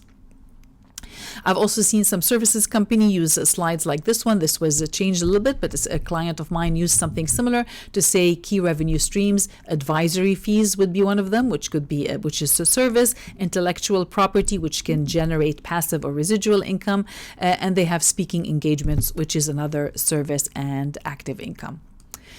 Now, here's another example of a business model slide from Airbnb. Now, I'm pretty sure you know who Airbnb is, and this presentation is available publicly now, so I'm able to use it in this particular training. So for their business model, they created the slide, which is slide number 7 on the right. So you can see here they said it's a simple slide. It said we take 10% commission on each transaction. So they used the market size. They said their market share, which they estimate to be $10.6 million, is on the left, and then they expect that from each one of the users they could get about $20, and based on that number they were estimating that they could make $200 million a year. So this is where having that market slide could come in handy when you're showing your investors the potential of the income. Now, this is all speculation when you're starting out, but now you can see how you can tie the market size into your business model to tell a better story. So in this particular case, they started out with 1.9 billion. They were saying total trips booked in a particular year. And the serviceable available market, they looked for a market of people who booked specifically budget trips, or they booked online. They said this is our ideal customer. And then they made an estimate based on these numbers. How much do they expect they could capture from that market? And they said, well, we expect about 10.6 million would book with us. So that was their estimate. And on their slide deck, they had slide number 5, which is the market share. Slide number 6, they talked about the product, and then they revealed their business model. So you can see here how many people mix and match on the storyboard. But the main component here is that you create these slides, and then as you're working on the editing and when you're customizing to fit different audiences, you can shuffle the order around. Now, looking back at this slide, you can see here that they were estimating they would make 200 million. Now, we all know that Airbnb is a big success story. They went on to make over 400 million by 2014, and now they're making billions of dollars every year. Now, if you go to their website, you'll notice that they still charge a fee, but now they're charging more. They're charging 3% to the host and about 14% to the guest. So they had to increase that commission number, even though they're making billions of dollars a year. Now, the reason they needed to raise that is because they provide 24-hour customer support. They also they do all the marketing. So people who own the property, once they list it on Airbnb, Airbnb takes care of marketing that property for them. They also provide them insurance. They provide educational resources. So there's a reason why they're charging these fees. So this is where they're factoring in. They had to factor in how much does it cost us to bring in the customer, how much does it cost us to service the customer with the customer support, and then they came up with the pricing plan, which was a commission. So now you can see the big picture and how all of these elements really impact everything that you decide to put on your slide. So now go through the list and pick the ones that will add the most value to your audience. Now you can always add supporting content to your appendix. You don't need to put everything in the business model slide. Keep it visual and high level. And then once you, if people start asking you more questions, you can start revealing more details to them based on their needs. So your action item for this section really is to start creating your business model slide. So use one or more of the following elements to explain your business model: revenue stream, product category, type of income, business transaction, lifetime value, customer acquisition. So if you're not sure, watch this video again and look at the examples and pick a slide layout that can work for you. I'll also leave all of these slide layouts for you in the template. So open the PowerPoint template and you can pick one of these layouts as a starter just to get started. As you get market feedback, you can change the slide around. Now, what about sales presentations? Now, many people, when they hear pitch deck, they think of an investment presentation. Some people think of fundraising presentations, and many people think of a sales presentation. Now, the good news is they're all correct because pitch decks are action-oriented presentations. So in this particular example here in the video, I'm going to show you some examples of what a business model slide could look like if you're using it as a sales presentation to sell directly to the end user, which could be a business or it could be a consumer. So if you're using your pitch deck as a sales presentation to get more clients and customers, then you would use the slide to help them understand two main things. The first thing is they need to know is how do they do business with you? What is your billing, invoicing, and payment process? Do you bill by the hour? Is it monthly retainer? Is it a salary? What is, or by the project? How do they do business with you? And the second question, of course, is, well, what do they get in return? What kind of service, products, or results can they expect if they invest their time and money with you? So that's why you'll find many pitch deck templates that have these pricing plans. Even if you don't have a membership or a monthly fee, you might find all of these slides. So if you do offer a monthly plan, then you can follow one of these slides. Now, I would always recommend use the rule of 3. Even if you have 6 pricing plans, try to narrow it down to 3, especially on your pitch deck. Let them ask you later on and you can tell them about other options. So keep it simple for now and just give the high level. So you'll find all of these slides. Here's another one with a pricing layout concept. So always make sure to change the title as well. These are just placeholders that allow you to add some of the content.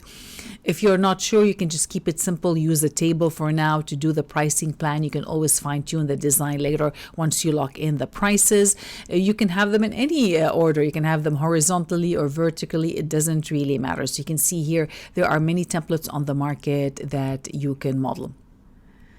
So here's another example where you can see that many of these templates are also using the rule of 3. So whenever possible, try to narrow it down for 3. Now you can use the concept even if it's not a membership or a monthly payment, even if you have a moving service. So this is an example of a Canva template for a moving business. You can see here they have different prices based on the number of bedrooms. So it doesn't necessarily have to be a monthly payment. It could be a package based on that. Here we have a pet training and grooming service. So different price points based on different services. It doesn't necessarily have to be a monthly plan. Travel packages as well. You can say we've got 3 different type of travel packages and you can give each one a different plan. You can do that for your services as well. So instead of charging by the hour, you can just package. You can say that we've got our basic plan, standard plan, and premium plan, and you can just have different options based on the pricing. So you can see here from the examples, this one has about 4 pricing options. I wanted to show you that there are templates on the market like this, but whenever possible, try to narrow it down to 3. And you can use your pitch deck really as a catalog as well. So you can start with that problem and solution, a story, and then you can show a slide like this one where it could be maybe if it's a food catering service that you're sending to businesses. Maybe you have that food catering service, so you wanted to show them what kind of food you have. You can put in the details and give each product a price, so that could work. It could also be for restocking. So maybe you are a supplier and you sell your goods to retail stores. So you might be sending them a pitch deck to tell them, well, these are the new stock that we have. What would you like to order for your retail store right now? So that's when a pitch deck could come in handy. It could also work for real estate, whether it's a real estate investment or whether you're a real estate agent and you wanted to show clients, some potential clients, you can package everything that might work for them as a pitch deck and send it their way so that they can pick what they like. But more specifically for investment properties, it's used.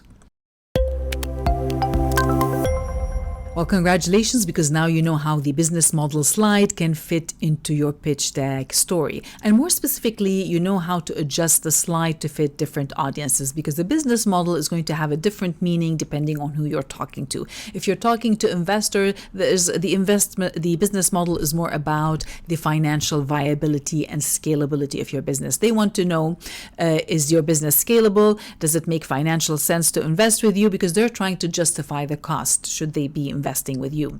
Now, if you're talking to the market, which could be the end user, it could be affiliates, or it could be any other potential business partners, well, they're more interested in how do they do business with you. And if they give you their money or their time, what do they get in return? So this is the kind of slide you would share with them. And of course, for your teams, you need to be able to know all the details to justify the cost. So whether you might not necessarily share everything with your team, it could be something you share with your leadership team. You need to be able to understand all the components of your business model so that you can come up with the best pricing plans and identify the best revenue sources for your business. Now, more specifically, you learned about a two-step process with the business model. So step one was, how do you create, deliver, and capture value? So we talked about this process, about what do you create for the market, how do you deliver it, and that could include the support, and then what do you get in return. So there's always that cycle. And if you're able to repeat that cycle and you're able to keep it profitable and you're able to scale it, now that would be a very good business model. Because if you're not able to repeat that cycle on a continuous basis, then the business model is flawed and it's probably not going to last. That's where businesses fail. Now, to do that, you learned how to dig deeper. You got to learn about the Canva business model slide. Now, that's a lot of questions to put on one slide, so you might not be able to fill it on one slide. That's why I recommend maybe you might want to answer them somewhere else. But if you can, go ahead and add them on one slide. It gives you a big picture in one shot. You'll be able to see any gaps and identify what it is that could create problems for you and where the opportunities could be. And at a high level, really, the Canva business model is answering 3 questions. It is answering, do customers want it? So that's a desirability, which you already worked on in the problem and solution section. Feasibility, can we deliver? So is it easy and feasible for you to deliver that service? And then the last part, viability. Is it really worth all the time and effort? Does it make financial sense? And you also learned about the different factors that can impact what you put on your business model slide. So it could could be the revenue source, product category, type of income, business transaction, customer lifetime value, customer acquisition cost, customer support, market size. Now, these are all details that unfortunately many businesses don't know about their own business. So I highly recommend that you take your time to familiarize with them and try to get the answers as much as you can. Even if you don't include them on your slide, chances are the investors or people who are going to be doing business with you are going to ask you these questions at one point. So if you know them, then you're going to look more credible. Now, step 2 of the business model slide was really for you to identify after you've done all that digging. It's not only just for investors, for the market, for you personally. So you can decide what is the most feasible and profitable source of income for your business. Because if you want your business to thrive and continue on, then you need to put down or shut down revenue sources that are not bringing in a profit and focus more on the ones that are bringing income into your business. So really, this exercise is more for you than anyone else to start. And then when people ask you, you'll be able to answer them. Now, in terms of tips, I would say prepare as many slides as needed, and you and your teams, you will need them. Always consult with a bookkeeper and accountant that's familiar with your business jurisdiction, because investment and business laws vary based on different locations. And learn to adjust and refine your business model and create a balance for all parties involved. So it's a combination of planning, and it's also a combination of taking action, because if you're just planning and not taking action, nothing is going to get done. So put out the initial plan, even if it's not complete, get market feedback and keep improving on it. So once again, I created a checklist so that you can see where the priority could be. Now, in terms of investors, this is the section that investors need to know every details. Now, you might not put them all on the initial slide. You might reveal them later on in the due diligence and subsequent meetings, but you need to be prepared to answer all of these questions, especially if you want funding, budget approval. This is where this slide could come in handy. The market, they just want to know, how do they do business with you?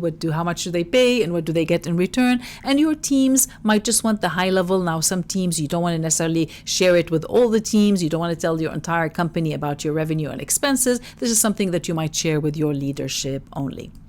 So in the next section, we're going to be talking about traction. How do you show proof that you can get the job done? But before that, please go ahead and get started on your business model slide. So if you're creating one for investment, answer the question, how does your business or solution make money? Or if you're talking to a sales presentation, is how do buyers do business with you?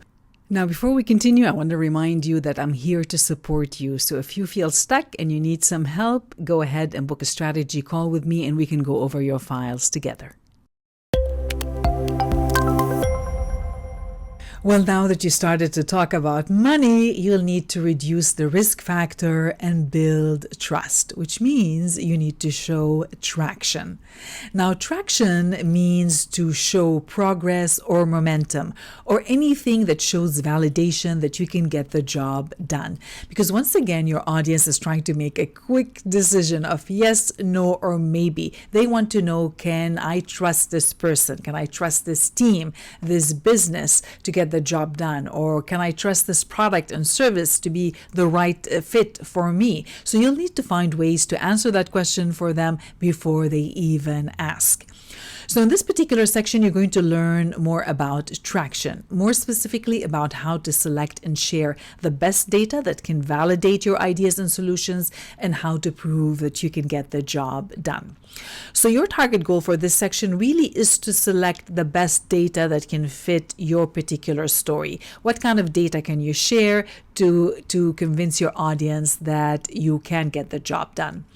And that story is going to vary. What you pick will vary if you're talking to investors, because investors are more interested in getting proof and something to demonstrate that you're going to be a good money, business, project, or team manager. Your market is going to be looking more for proof that your solutions and services and ideas are effective and they work as advertised. And your team will, of course, want more details on what numbers, activities, and results you want them to track, and what it is that they can measure and share as well. And once again, you don't want to be dumping everything on your audience. So stagger that information based on how well they know you. A cold audience, you just give teasers. And as you build that relationship with your audience, you can start sharing more data. Now, another factor that will impact what you share on the attraction slide is really your business journey, which could also apply to your project journey as well. Now, you might recall this slide from an earlier video, and it shows how during the idea phase of your business, it's hard to get people to give you money. That's because it's a very risky phase. People still don't know you, and they don't know if your ideas and solutions will work. That's why most new businesses are usually funded by the founders, people who came up with the ideas, and usually or their friends and family. So it's most likely people who already know you, and people are betting on you as a person, not specifically on your ideas and solutions yet, because you have not developed them. They are still in the idea phase. Now, in some cases, if your idea is logical and makes sense, you might get the support from some local government or nonprofit organizations. So really, the idea phase is going to be a little bit more challenging, and it's a bit more about you and not your solutions just yet. So when it comes to your traction slide, well, what can you share on your traction slide? If you don't have a working product or solution yet, you'll be sharing something about you and your team. So this would be more about personal competence. Do you have any information from the past that can show that you are a good manager, that you have a good technical or business skills? What have you done in the past to show that you can get this job done? It could be anything about team dynamics, who else is on your team, and what have they done in the past. So that's when the team slide could be important, especially if your team has accomplished something in the past. It could be market research. Have you done any research to validate that your ideas or solutions are needed? Do you have any data from focus groups? Have you done any surveys and brought some focus groups, showed them your ideas and have some feedback of what they think of it? Is it needed?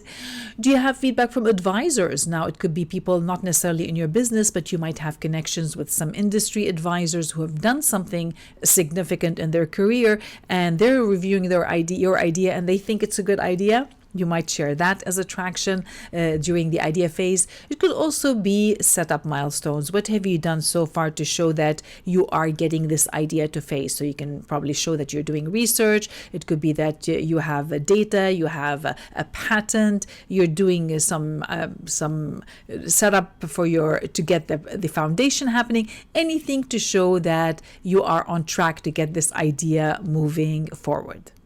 Now, the next phase is the startup phase. And during the startup phase, you probably already have some kind of working product or a service.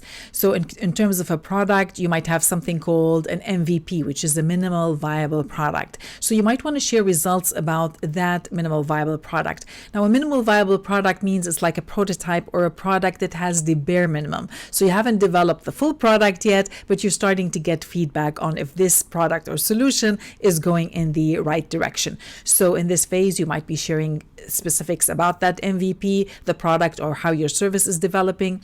It could be something about intellectual property that you're setting up to get that project or startup going in the right direction.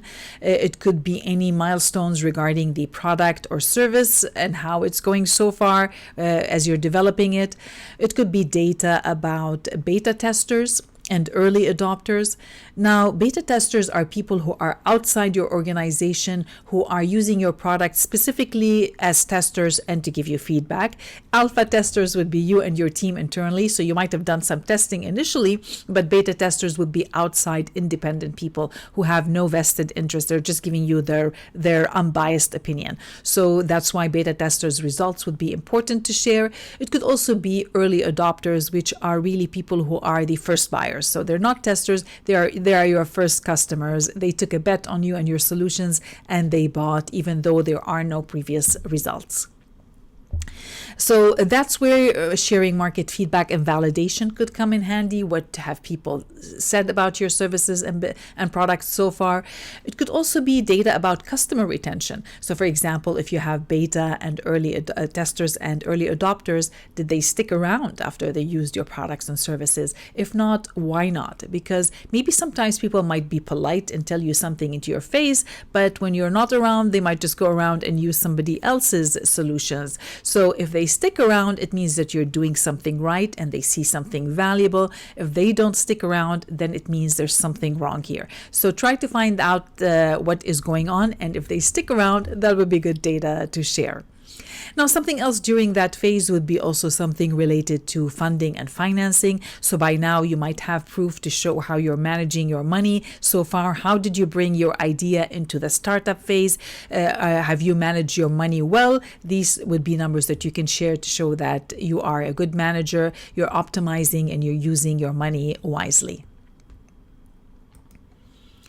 Now, during the growth stage, it's also a different conversation. So in this particular phase, you might have more data. You probably have crossed the break even where you're making enough income to cover your expenses, or maybe you're already in the profit stage. So you'll have more data and numbers to share with different audiences. So if you're talking to buyers or even investors, you could show store ranking, product and service ranking, and reviews. What have been the reviews from the market? It could be social proof. Do you have any social media followers, testimonials, engagement, and referrals? It could be site visitors, number of people coming to your website, users, buyers, refunds. Now, refunds is a good number because if there's a high refund, then there's something wrong. But if there's a low refund, that would be a good number to share. So try to compare and see what other people in your industry, what is their refund rate? And if yours is lower, that means you're doing something right. That would be an amazing traction to share. Other numbers could be related to your marketing and sales. So it could be leads. How many leads are you getting into your business? It could be conversion. How many of these leads have you converted into buyers and users? And the sales cycle. How long does it take you to convert these people? Is the sales cycle getting shorter? It means that you're doing something right. It could also be related to your revenue, how much money you're making. It could be related to your average order size. How much money do people spend when they come into your business?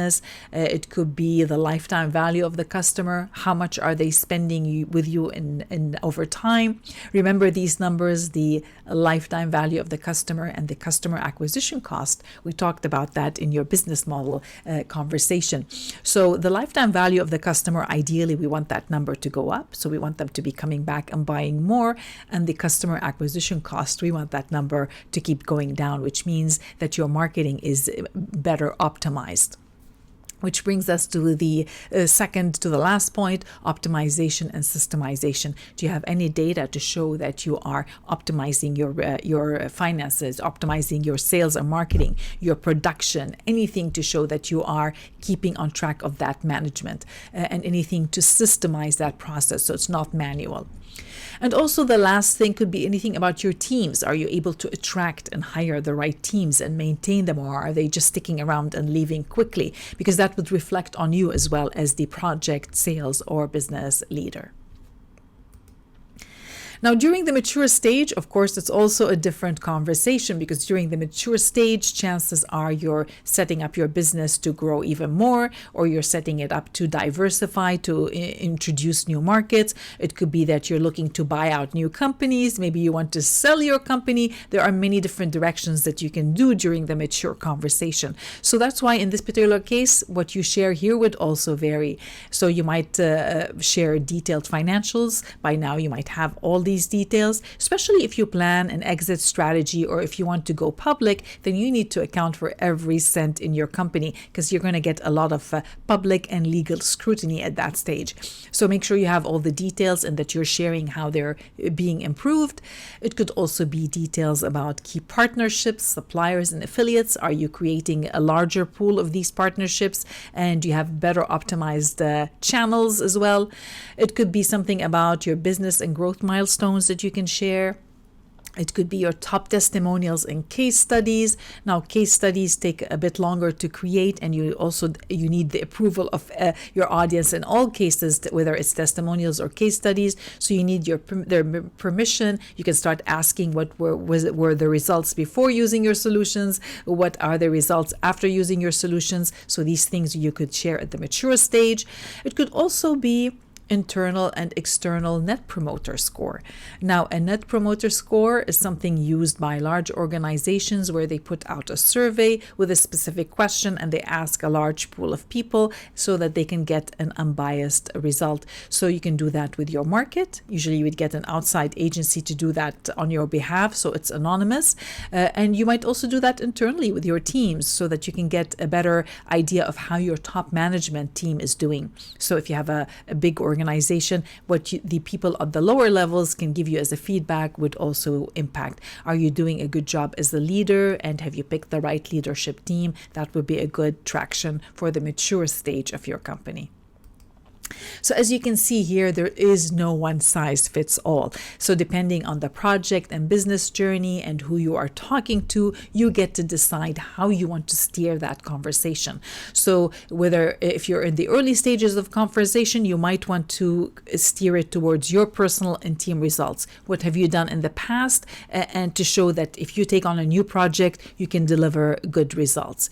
If you're talking to the buyers and the market and affiliates and the manufacturers and partnerships, you want to show competence in your products and services. So you might steer the traction towards a product and service conversation where you're sharing testimonials and case studies or anything about the product itself and service. And if you are talking to investors or your teams, you might to steer that conversation by showing traction about your project and business results. So the good news is you're going to find there are many templates that you can model on the market. So I'm going to be showing you once again commercial templates here so that when you see them, you'll know how to use them. And as well, because I cannot be sharing my client files with you without their permission. So look for slides like this one where you can just plug in some of the testimonials if you already have them. It doesn't have to be 3. So look for slides that have 3 if you have short testimonials, or you can show star rating if you have 5 stars, 4 star. Look for ways to show that star rating system.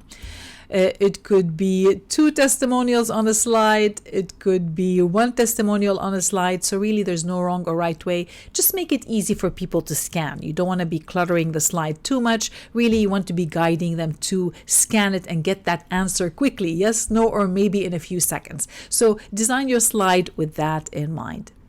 Now, another way to talk about traction is about your achievements. So if you're in the early stages and you want to talk about yourself, you can use My Notable Achievements. Now, of course, I wouldn't call it that title. I'm just showing you commercial templates. Usually you would be changing that title to something a bit more meaningful. So you could show your personal achievements if it's just early stages. In the more startup and mature and growth stages, you might have a bit more achievements you can share. Have you won any awards? Have you have any recognitions? Do you have something you can create a slide to keep track to show that you are getting momentum in the market? It could also be media coverage. Have you had any of the media outlets reach out to cover your product, or were you featured in any of the services in your industry as well on their media channels? Now, if you haven't, you can be a bit more proactive and make yourself more discoverable. So you can put out something called a press release. Now, a press release is when you personally write an article and you send it out to the media outlets.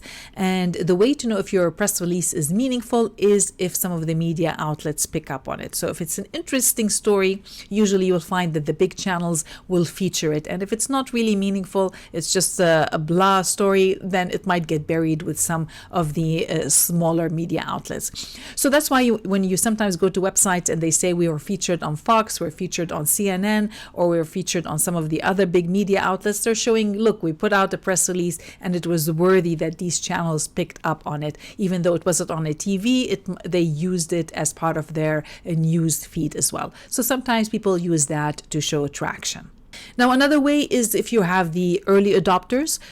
We use this format for PhilConnect, the company where we got the logos of the companies that signed up and we showed them. So we wanted to show, like, look, some of the big players in the industry are signing up and using this service.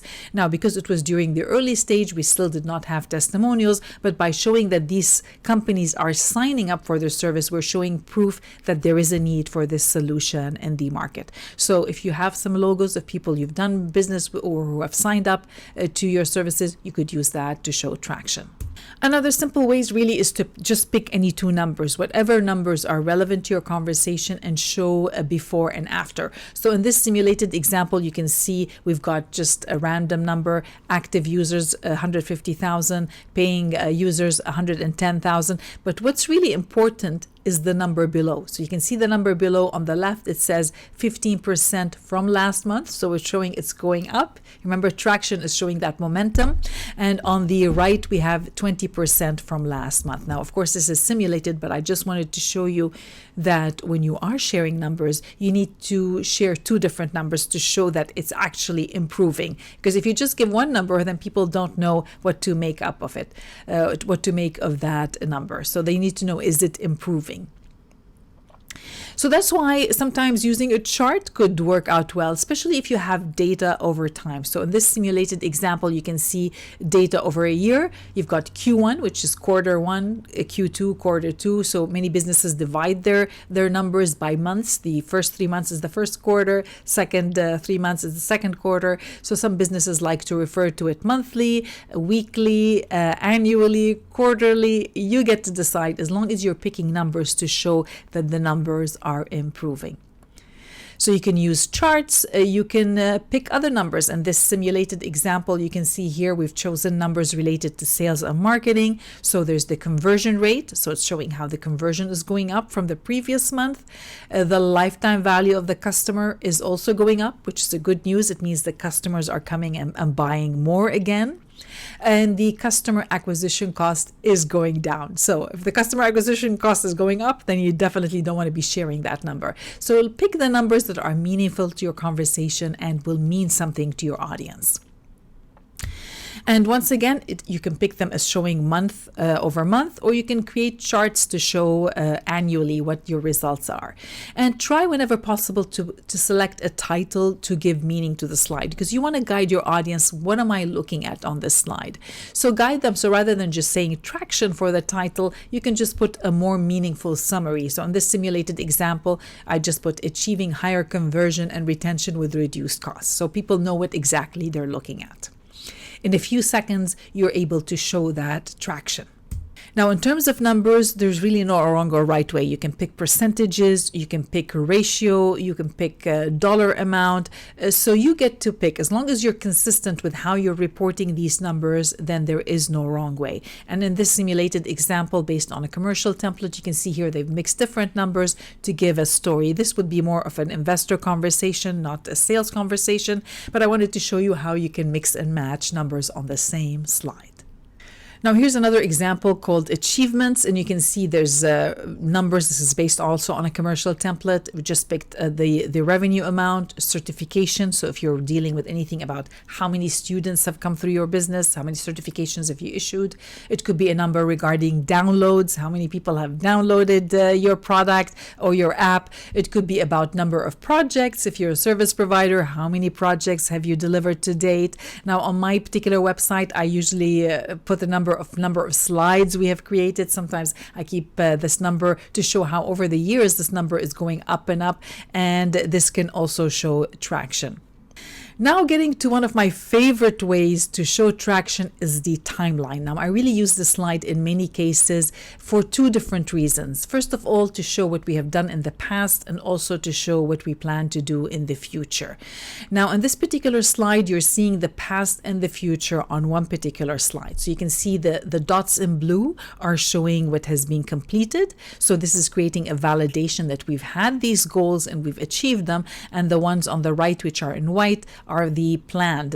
So this is what we have planned, but we haven't achieved that yet. So the reason I like the slide is because on one slide, I'm able to tell two different stories. I'm able to validate that we are able to keep these goals, look at these milestones we've had, that we've reached them, and that we have clear goals and we have a plan of how we plan to reach them. So two different conversations on one slide. And here's why this is important, because when we go to the timeline, so you can see traction, I have that as number 5 and goals as number 9. And I wanted to show you that there is no wrong or right way. So you don't specifically have to follow this order. You can mix and match things and move them around to fit your conversation. And in the previous slide, I showed you how traction and goals can sometimes be combined on one slide. And why not? You're able to tell that story, especially during an early phase, when you're doing the idea phase or the development phase, where you don't have testimonials. You just want to show from a project and business management perspective, what have you done and what do you have planned? So in this particular case, you can combine them. Otherwise, now you know what traction means and how you can share it on your presentation. Now, in terms of tips, I would say keep a list of all your achievements, numbers, and testimonials, because you never know what kind of conversation it might come up and when you might need them. Focus on results over time. People want to see improvement, not just one number and one snapshot. And also measure and fine-tune based on feedback, because in many cases, the traction is really for you as the project business and the sales leader. You need to know if your project is going in the right direction. So these numbers are more meaningful to you, and then you get to decide what you can share. And if you feel that there are areas that need improvement, then you might need to make some adjustments. And in terms of testimonials, I'd say ask for testimonials, because people are more likely to complain than actually say when you've done a good job. So anytime you have a successful project, ask right away while people still remember your service. If you wait too long, then they might forget what you have done for them. And also, if you can, create before and after case studies. See what were people's life before, what was their previous or current state, and what happened. Remember that when we said that your job is to help them go from a previous to a future state. So can you have any case studies to show how you created these transformations? Start building all of these case studies. You never know when they'll come in handy. And then you get to decide how you share that conversation to fit your audience. Investors are more interested in your management, specifically money, project, business, and people management skills. That's what they want to know. And the market wants to know if your products and services work as intended. Are they effective? Do they work as advertised? And your teams are looking for what numbers and activities and results should they be tracking, and what do they have permission to share with the market. So you'll need to be specific on how you guide them.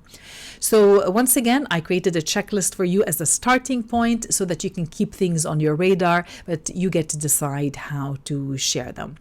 Now, before we continue, I want to remind you that I'm here to support you. So if you feel stuck and you need some help, go ahead and book a strategy call with me and we can go over your files together. Well, you told the bulk of your story. It's now time to address more of your audience's questions before they even ask. And one of the first questions people ask when they're trying to make a serious investment, a budget, or purchasing decision is, what other options do I have? Is this the best solution or offer? They need to make a quick yes, no, or maybe decision. So they need to know their options to ensure that they are making the best selection. So in this section, you'll get to talk about competition and help your audience make a faster decision. So more specifically, you're going to learn about how to conduct a competitive analysis, how to convey your competitive advantage to your market, and how to communicate your competitive approach to investors.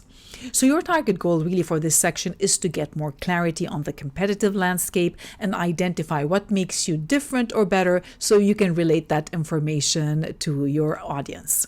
Now, once again, keep your audience in mind. What you share might vary depending on who you are talking to. If you're talking to investors, they're trying to make sure that they are making the right investment, because investors get a lot of requests for their time and money. So they want to ask that question, why should I give you my money and not give it to someone else? So any data you can share here to show them why you are the best solution for them at this particular time would make sense. If you're talking to your market, they want to know, why should I buy your product products or solutions, or if you're talking to vendors and partners and suppliers and affiliates, they want to know, should I put my name behind this particular product, person, or service, or is there something else that I should be representing instead? Because after all, their name and reputation is also on the line if they decide to do business with you.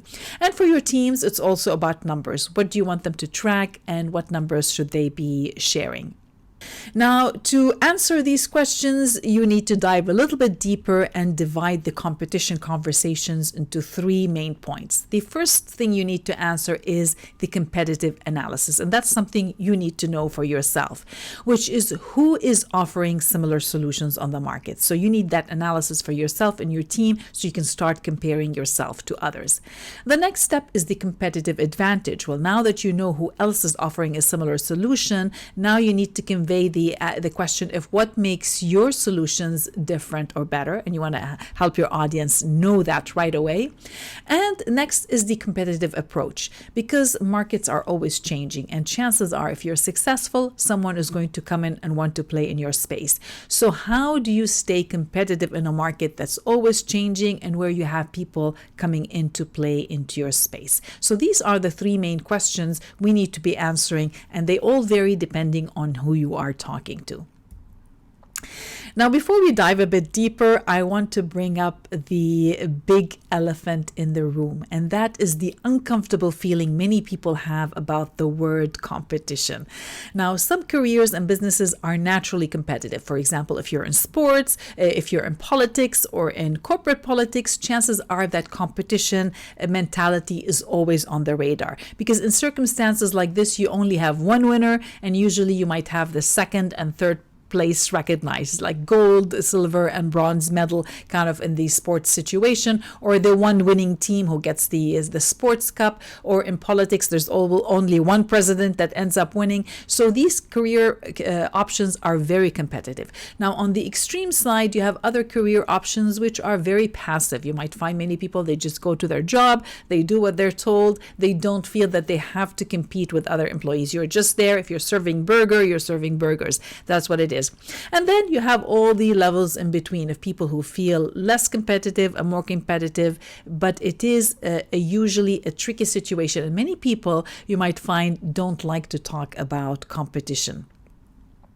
Now, the reason I'm bringing this up is because when I'm asking my clients and we're working on their pitch decks, I try to ask them, well, who else is offering a similar solution? And I got surprised, because some people would get offended, some people will get all energized, and some people get all confused, like, what do you mean by competition? And when I ask them, so some people will just say, you know what, why don't we want to smash the competition? What are you even thinking? Our solution is so good, we're going into the market and we're going to smash that competition, thinking that the only way they can really win in business is if they shut everybody else down. And that might work in sports and in politics, but not necessarily in every case in business.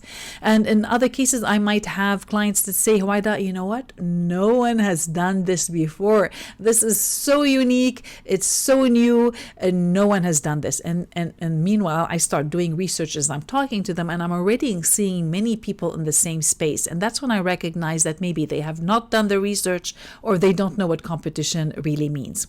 And then I get people who just say, Huwaida, you know what? I don't believe in competition. There's room for everyone on the planet to survive and thrive. And my answer to this here is, remember, this is not about you. This is about your audience. Now, maybe you might not believe in competition, but remember that your audience is trying to come up with this answer of yes, no, or maybe. Should they be buying from you? Should they be investing with you? So you need to help them reach that conclusion quickly. Now, the good news is that you don't necessarily have to be better. You can be different and still stand out. Now, better means it's superior in merit, rank, quality, quantity compared to someone else. Different can mean that you have something distinctive, it's unique, it's unusual, it's not unlike others, maybe in nature and form. It could be something simple as quantity or quality. Just making that slight difference can make an impact. So if the word competition competition makes you feel uncomfortable, that's okay. You can use the word different. Now, competition, as I mentioned a bit earlier, also affects your audience. Now, remember this brand archetype that I showed you earlier in the videos in the first segment of this masterclass. Now, the archetypes are characters that interact with each other to create that story. So how do you fit into your audience story? So for example, if you're the sage and you're their guide, how do you help your audience become more competitive? Or if you're the hero for them, if you're the caregiver, so where do you fit into their story and what are they trying to be? And if you want to help them make a faster decision, then you need to be answering these questions for them.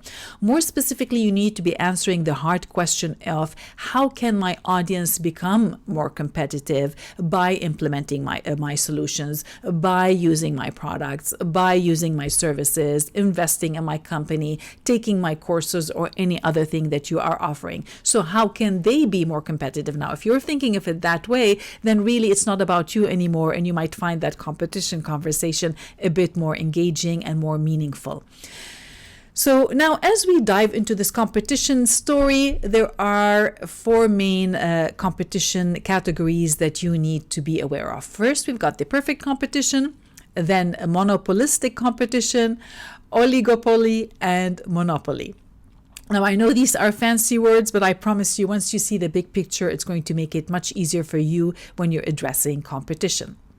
So let's start with the perfect competition. Now, a perfect competition is when you have vendors who are selling identical products at similar prices.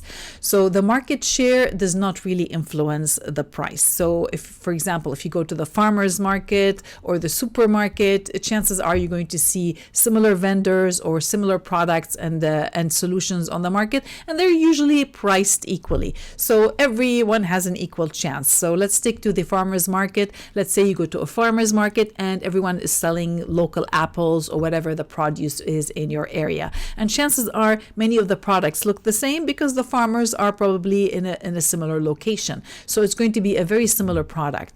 So the buying decision is not going to be on price, because you cannot be selling $1,000 apple and then a 50-cent apple. Usually the prices are comparable. So the buying decision might be based mainly on location. Maybe it's parking. Maybe you just parked your car and there was a space next to this particular booth, so you ended up buying from this particular booth. It could be that maybe one of them had a big lineup, so you decided to go to the one that doesn't have a lineup. Or it could be that one booth is more clean and tidy and the other one looks more messy, so you just made that quick snap decision. It could be that the vendor is friendly and smiling, or they have some music in the background, and the other vendor is grumpy and frowning. So you decide to go to the one who looks a bit more happy. So there are these instinctive decisions that we make at a snapshot, mainly based on things that we might not be aware of. But if you dive deeper, you might start being aware of them. So if you are aware of that in the background, then you can start planning for it to see how can you make yourself stand out in a market that has a perfect competition. Now, the next one is monopolistic, and that is when you have multiple sellers offering similar solutions with the perceived or proven difference. So differences can include the quality, the style, the location, or even the brand name. So for example, fast food chains, they're all offering fast food. They might have a bit of variety. It could also be soft drinks like Coca-Cola versus Pepsi. Even the products are similar, some people might have preferences. And now we have many local supermarkets that they have their own local brand of soda as well. So in this particular case, it's called monopolistic because they're very similar products, and buyers have an option to choose which one to get. So in this particular case, the buying decision could be based on taste preference. Now, some people can tell right away if they're drinking a Coke or a Pepsi. It could also be brand perception. Some people prefer to buy the well-known brand rather than their local store brand, where other people thinking, then why should I buy a brand when I can get a cheaper one from my local store? So it could be a personal decision about packaging, temporary price reduction, or any other special offer in this particular case. And so now, if you know that these are how people will evaluate your products, if that fits your category, you can start planning for it as well. Now, the third type of competition is oligopoly, and that refers to industries where the entry point is very high. So very few companies can compete in that space, as it takes a lot of time and effort to get things going. So for example, think of an automotive company. It's very hard to start your own manufacturing of cars. It takes a lot of background information, technology, and financing. The same thing with any form of transportations like trains or airlines as well. There's a high barrier to entry point. So each company has to create an incentive like discounts or loyalty programs to stay competitive. So they might, for example, let's take airlines. Why would you choose one airline over another? Maybe because one of them is your local country airline, or maybe because they have better policy on luggage, how many luggage you can bring on the airline. It could be some of them have bigger seats or better seat selection. It could also be maybe you have a credit card with the points for that particular airline. So there are many reasons why you might choose one over the other. And last but not least is monopoly. Now, a monopoly is when you have one main seller that dominates the market or one particular location. Now, in a free market, for example, in the Western world, monopolies are usually limited by government policies. So you can only have natural or legal monopolies are generally tolerated. Now, a natural monopoly would include public utilities such as electricity and gas suppliers. In many cases, it could even be the government itself that is operating these services. Or only government authorized organizations. So the entry point is very limited, and there's a lot of legal barriers to really compete in that space.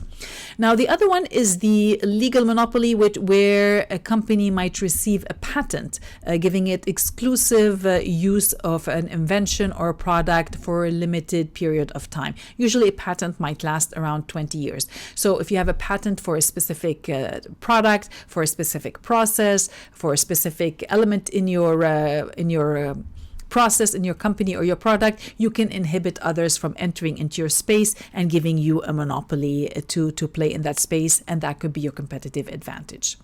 So now, looking at the list, which one do you think can apply more to your situation? Now, if you're like most businesses, chances are you're on the left-hand side of the slide on the perfect and monopolistic competition.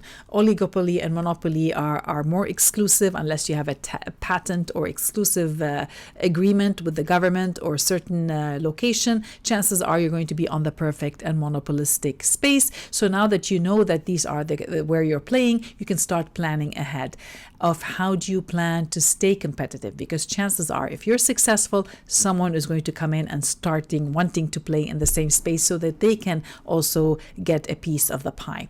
So if you're keeping that on your radar and you're looking for ways to be different or better, you're going to be able to help your audience know why they should be doing business with you. And more specifically, if you're helping them as the guide, how will your products, services, and solutions help them be more competitive? This is how you can change the story to fit your audience. Now let's talk about competitive analysis. So in order to communicate your competitive advantage, you'll need to know your competition, and that's why you'll need to do a competitive analysis. Now really the objective of the analysis is to help you identify your strength and your weaknesses compared to others on the market who are offering a similar solution, and that's what many people call your competitors. And one of the fastest ways to start is to do a quick search and find out who is offering a similar product and service in your area. So if you're a local business, that would be people in your direct geographic location in your area. If you're an online business, you want to know who else is offering a similar solution online, because now people can reach international service providers. And even now in the metaverse. So in the metaverse, if you're building that business there, who else is offering a similar service or product and solution? So some of the questions you would need to be asking to do your analysis, really it starts by making that list of, first of all, identifying who they are. So start a list so you can pick the top competitors, and then write what do you know about them already. Make a list, create a chart so that you can start monitoring them and what they are doing that is different and better. And also you might want to look at their target customer. Who are they going after? Who is buying from them? Is there a way for you to stand out by serving another kind of customer? customer. You might want to find out about their pricing method. How do they price things? Do they price it by the package? Do they price it? Is it dynamic pricing? Is it fixed pricing? What kind of pricing are they using? And is it something you want to model, or can you do something that will be different so that you can appeal to different buyers? It could also be about the marketing strategy. Try to find out what's their brand personality. Are they being the jester? Are they being the caregiver? Are they being the ruler? So try to find out what's the personality and how they're reaching their market. And you can do that right now because many of the advertising platforms are transparent, which means you can go to these competitors and find out what they're doing for marketing as well. Especially if they're already successful and they already have sales. Of course, you want to be tracking the successful companies. These will be your competitors. And you want to see what they're doing so that you can figure out what is different about your solutions. And that would be step number 6. Once you know more about them, you'll be able to figure out your competitive advantage. What is it that you're doing that they're not doing? And how are you different, or how are you better? Now, before you start making that list, I just wanted to get more clarity on how to identify your competitors, because there are going to be 2 different categories. First, you have the direct competitors, and second, you have the indirect competitors. So you get to decide how deep you want to dive in this conversation. Now, if you're talking to investors, you might want to do a bit more digging because they're probably going to ask you. But if you're a small business in your local area, this might not apply. But I just wanted to bring it up so you are aware when you're making your analysis. So when we're talking about direct competitors, these would be companies or providers that sell similar products or services. The products and services are comparable in quality, value, and the price point, and it has the same ideal customer. Whereas the indirect competitors, it could be that you're selling different products and services. The products and services might be at a different price point, but they serve as a substitute. And they also meet the same needs. They meet the same needs for the customer. So let me show you an example here. So for example, if you're going to a burger place or if you're going to a local sandwich shop, these would be direct competitors because they're both competing for your lunch money. So you can go buy a burger, you can buy a hot dog, you can buy a local sandwich, you can buy a pizza slice. These are all direct competitors because they're serving the same need, the same customer at the same time. Whereas indirect competitors, it could be different products for the same customer. So for example, let's say you're buying a gift for your mother, your wife, significant other, your girlfriend, your sister, or any of the ladies in your life. Well, you have different choices that you can get. You might want to go to an accessory store and buy them something. You could go to a fashion boutique. You can go to a jewelry store. You can buy them a gift certificate. So really, these would be indirect competitors because you need to make that purchase for one gift for one person, maybe on an annual or on some other consistent basis. And now all of these vendors are competing to get your money so that you can come and buy from them. They're trying to convince you that their product and service is the best gift idea for that person. So now you know the difference between the direct and indirect competitors. So if you're creating that on a slide and you're talking to investors or you're just starting, you're in the idea phase, you might just create a simple slide, just list them, show that they are on your radar. You can just say, here are our direct competitors and indirect competitors. These are the ones that we're monitoring right now to see how we can be different or better than them. It's just as simple as that. Or you can keep it high level and just talk about your direct competitors. So you'll find slides that look like this, where you just pick your top 3 and you give them the name. If they have logos already, just put them to make it more visual. Or a product, if it's a product image, put the product image there, not the logo, and write a short description so you can show that these are the companies that we're monitoring. Now, of course, on the pitch deck, you don't want to put all the data about them. It's more about showing that these are the companies that we are keeping a track and how we are comparing ourselves. Now, if you wanted to do a comparison, then you'll find many templates on the market that look like this one, where it's a competitive analysis and you just create a table, simple table, a chart, put all the companies that are offering similar services, and then you might choose different criteria, features, or benefits, and then you can put dots to show who has that feature, who has that benefit, who doesn't, and so you can compare where you fit into that space. Or maybe you want to combine 2 different features from 2 different vendors and create something totally unique. So really, this is where doing that analysis can help you see that gap in the market so that you can fill it. So another option is you'll find many tables like this one here as well, especially for software companies or especially products that have these features and benefits and the user is trying to make a decision. So you might as well make it easier for them where you list them and help them make that buying decision. Now, in many cases, the buyers might not necessarily be going for the most features or maybe the cheapest or the best price product. They're probably looking for one specific feature or benefit. So even if your product has less features than other products, but maybe that's what your customer wants, then you could be focusing on it and that could get you the sale. Because sometimes people don't want all the bells and whistles. They just want something that does one particular job. So the more you know about the market and your competition, the better you can communicate that to your audience. So creating that competitive analysis table can also help you internally and how you communicate it to your market.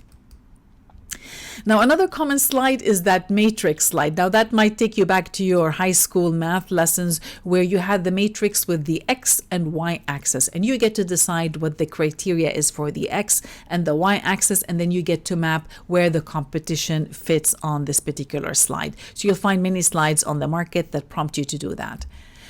Now, here's an example. You might remember this one. We looked at it earlier. This is the one that Canva used to identify their market gap. Remember how they had this two axes. They had the creative freedom and restrictive on one axis, and the other axis had the budget. So it's a low budget solution and a high budget solution.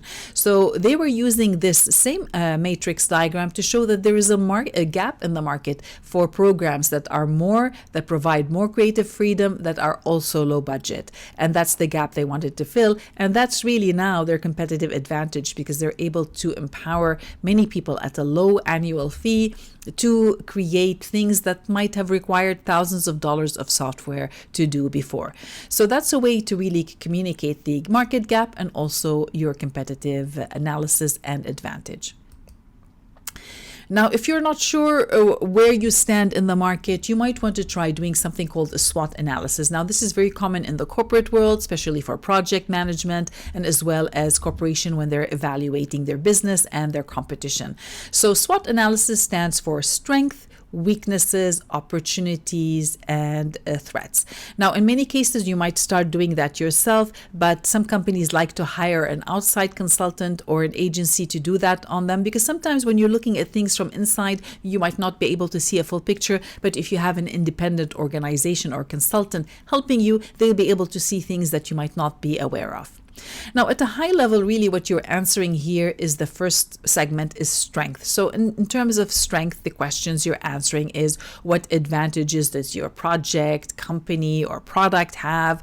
What do you do better from somebody else? What are your unique selling points? So if you can make a list, if they fit usually on a chart, that's a good idea. For you, you might need a longer list, but if you're presenting it as a slide, then try to keep it as to a few bullet points. The next point would be the weaknesses. It's not just about strength. It could be what areas can you improve on? What does your company, project, or product or service lack? Or what things do your competitors do better than you? Now, if you're able to talk about that and be objective and open-minded, it means you'll be able to keep an eye on the market. And unfortunately, many people don't like to focus on their weaknesses. They're only thinking of their strength, and that's why they end up missing out on some other opportunities in the market. Which brings us to the next one, which is opportunities. So the question you're looking for here is what changes in technology, in policies, in the market, in the social pattern is happening that could be a good growth potential for your particular project and company. So you need to keep them on the radar. So maybe you might have to pivot sometimes to follow these opportunities. And last but not least is threats. What are the obstacles to your company, project, or whatever it is you're working on from a growth potential? So what could be an obstacle to helping you grow and thrive? And what changing factor can threaten your company's position? So is there anything on the market, dynamics that could threaten your product, your delivery, your entire company, your project? So these are the things that you would add into the threats section. Now, even if you don't plan to use all of these details with the public, you need to be aware of them yourself. So when the question comes up, especially from investors, or it could be your management team, if you're in a project in a big organization, you are probably reporting to the big VPs and the CEO of the company. So you need to know these answers so that you can answer them. And really, you need to be showing that you are also being aware of the weaknesses and threats, not just the strength and opportunities. And the main reason you need to do that is so you can show them that you're aware of the balance, because sometimes you're always weighing, is it really worth putting all that effort, time, and money into this particular project? And this is where one of the tools that can help you weigh that and provide an answer. And it can also help you direct the conversation anytime it comes up. You might say, you know what, we are aware of our weaknesses, we are aware of our threats, but we think our strengths and the opportunities in the market right now outweigh that, and that's why we've decided to continue going. So if you bring it up, it's better than, because you know they're going to be thinking about it, so you might as well be the one that brings it up. Now, the good news is you'll never run out of opportunities to shine, because remember this cause and effect diagram that we discussed earlier. There are opportunities for you in every phase of the market cycle. So you can take your existing skills, your solutions, and repackage them to fit a new market need. So if you're aware of the competition and the competitive landscape, you'll be able to do that. But if you're not aware, then you're going to be missing out on these opportunities. And that's why it's important to have that competitive analysis, so you can't keep everything else on your radar. All right, now that you have more clarity on your competitive landscape and who else is competing in your space, it's time to communicate your competitive advantage. And that's when you tell your audience what makes you different or better than others on the market. Now, at a high and simple level, you might have seen this triangle before. That would apply to many of the service providers, or a simple business model where you could compete on the quality, you can compete on the speed, or you can compete on the cost. Now, it's very rare to be able to compete on all three at the same time. That's why you'll find many people, they'll say, pick one. Do you want the best quality? Do you want the best price? Or are you going for speed? You can rarely get all three at the same time. Now, I left this little red triangle in the center because there are very few companies that are able to do that, but that is a very rare situation. Now, if you have a more complex business model, a structure where you have multiple products and services, then you might have to dive a bit deeper. And that's why I'm sharing this strategy here from Michael Porter. Now, Michael Porter is a university professor, and he's known for his theories on economics, business strategy, and social causes. So he came up with this particular strategy where he said you can communicate your difference by focusing on cost. Do you have the lowest cost? It could be about differentiation. Do you have something different in your product or service, or about the focus, so really more focusing on a niche market. So it's not necessarily about the quality anymore, it's more about what makes you different and what are you focusing on in your market. And to make this easier to plot or to apply to different applications, he mapped it out on this quadrant. So you can see here on the quadrant, there's another layer that you can use, and that is the market size. So we're using the same three criteria, but now we're adding the market size as a new category to help map things out. So on the right, you've got the narrow market, which means a very focused and niche market. And on the left, you have the broad market, which means a much bigger market. And at the top row, you've got the cost, and at the lower row, you've got differentiation. So I'm going to take you on a tour of this quadrant so you can see where you can fit in here and what would be the best place for you to communicate that story, and that will make it easier for you to tell your audience what makes you different or better. So let's start with the cost leadership strategy. Now, cost leadership is when you can provide the best price for a mass production. Think of companies like IKEA, Zara, and Walmart. They're able to provide multiple products and solutions to worldwide audiences and also keep that a low price. So, which means in order for them to stay in that cost leadership category, they're always looking for ways to decrease their production and operation costs. So it takes a lot of things to juggle to keep that position as well. And they're always looking for ways to find exclusive partnership with key suppliers and manufacturers and vendors to keep the cost down. And that's how they keep that cost leadership position and prevent others from coming in to play in their particular space. Now, the next one is the best cost strategy. So that's when you're providing providing the best cost, but for a narrow market. So think of companies like Netflix. Now, Netflix is not like IKEA. They don't have multiple products. They just have one specific solution. They're a streaming business. So if you're going to Netflix, you're there to watch a series or a movie. And it's the best cost because you're paying a low monthly fee. So instead of buying each series and each movie separately and renting them separately, you're able to watch multiple programs at one fixed price. Now, many of the other streaming categories would also fall under this case, but in some companies like Disney, now Disney has other categories. So that's why I picked Netflix for this specific solution.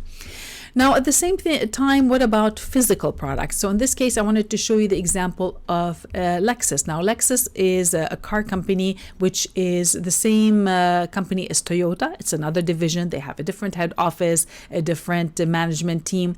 And Lexus focuses more specifically on being a luxury car at a low cost. So whereas Toyota, they have many trucks, they have motorcycles, they have cars, they have other equipment that's used for manufacturing and other use cases. Whereas Lexus is more focused. It's a narrow market. They're focusing on the people who want luxury cars but at a low cost. So the competition would be companies like Mercedes or BMW, except the users are getting a quality product at a lower cost.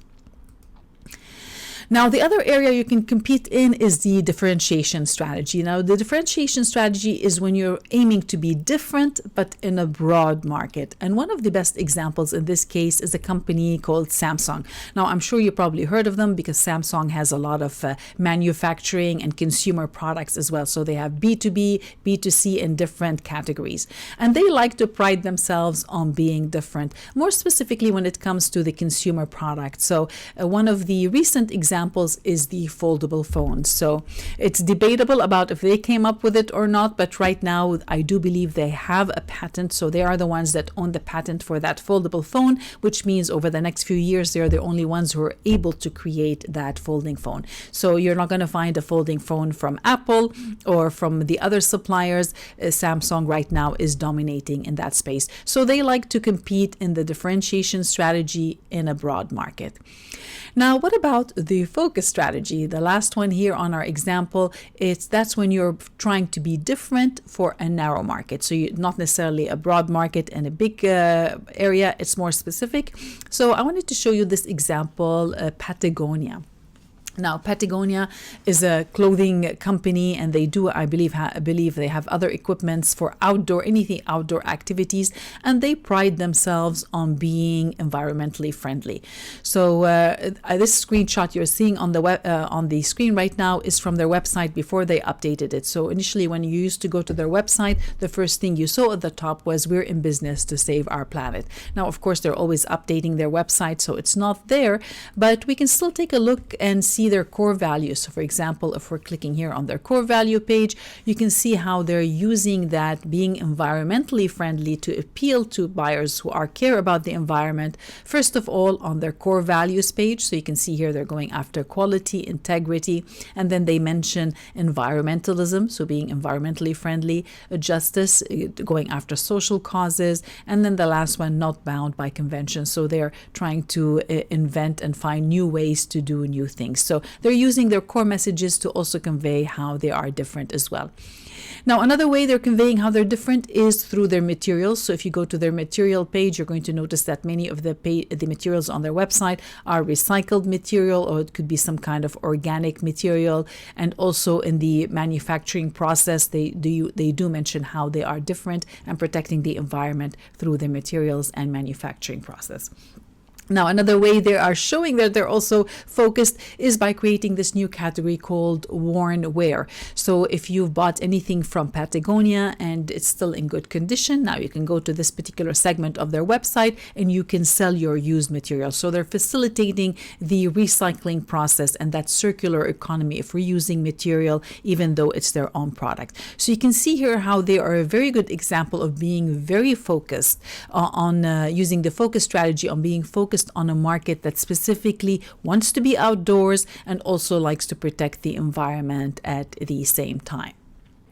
Now, unless you know how to play global monopoly, chances are your business is going to be on the right side of the quadrant. You're going to be in the narrow market. So the first one is the best cost strategy, which means you can focus on having the best price in a narrow market. Now that can get tricky, especially if you're dealing on a global scale. Now in a local market, you can compete on price, especially if you control the supply chain, you control the manufacturing, you might be able to compete on price. But when you're delivering a service that's also available worldwide, and many of the other countries are able to provide a similar service, then competing on cost is going to be very difficult, because you're going to find that there are many suppliers and vendors in lower cost of living countries, which means the labor cost there is much lower. So they can hire an army of people to deliver the same service at a much lower price. So competing on price might be a losing battle.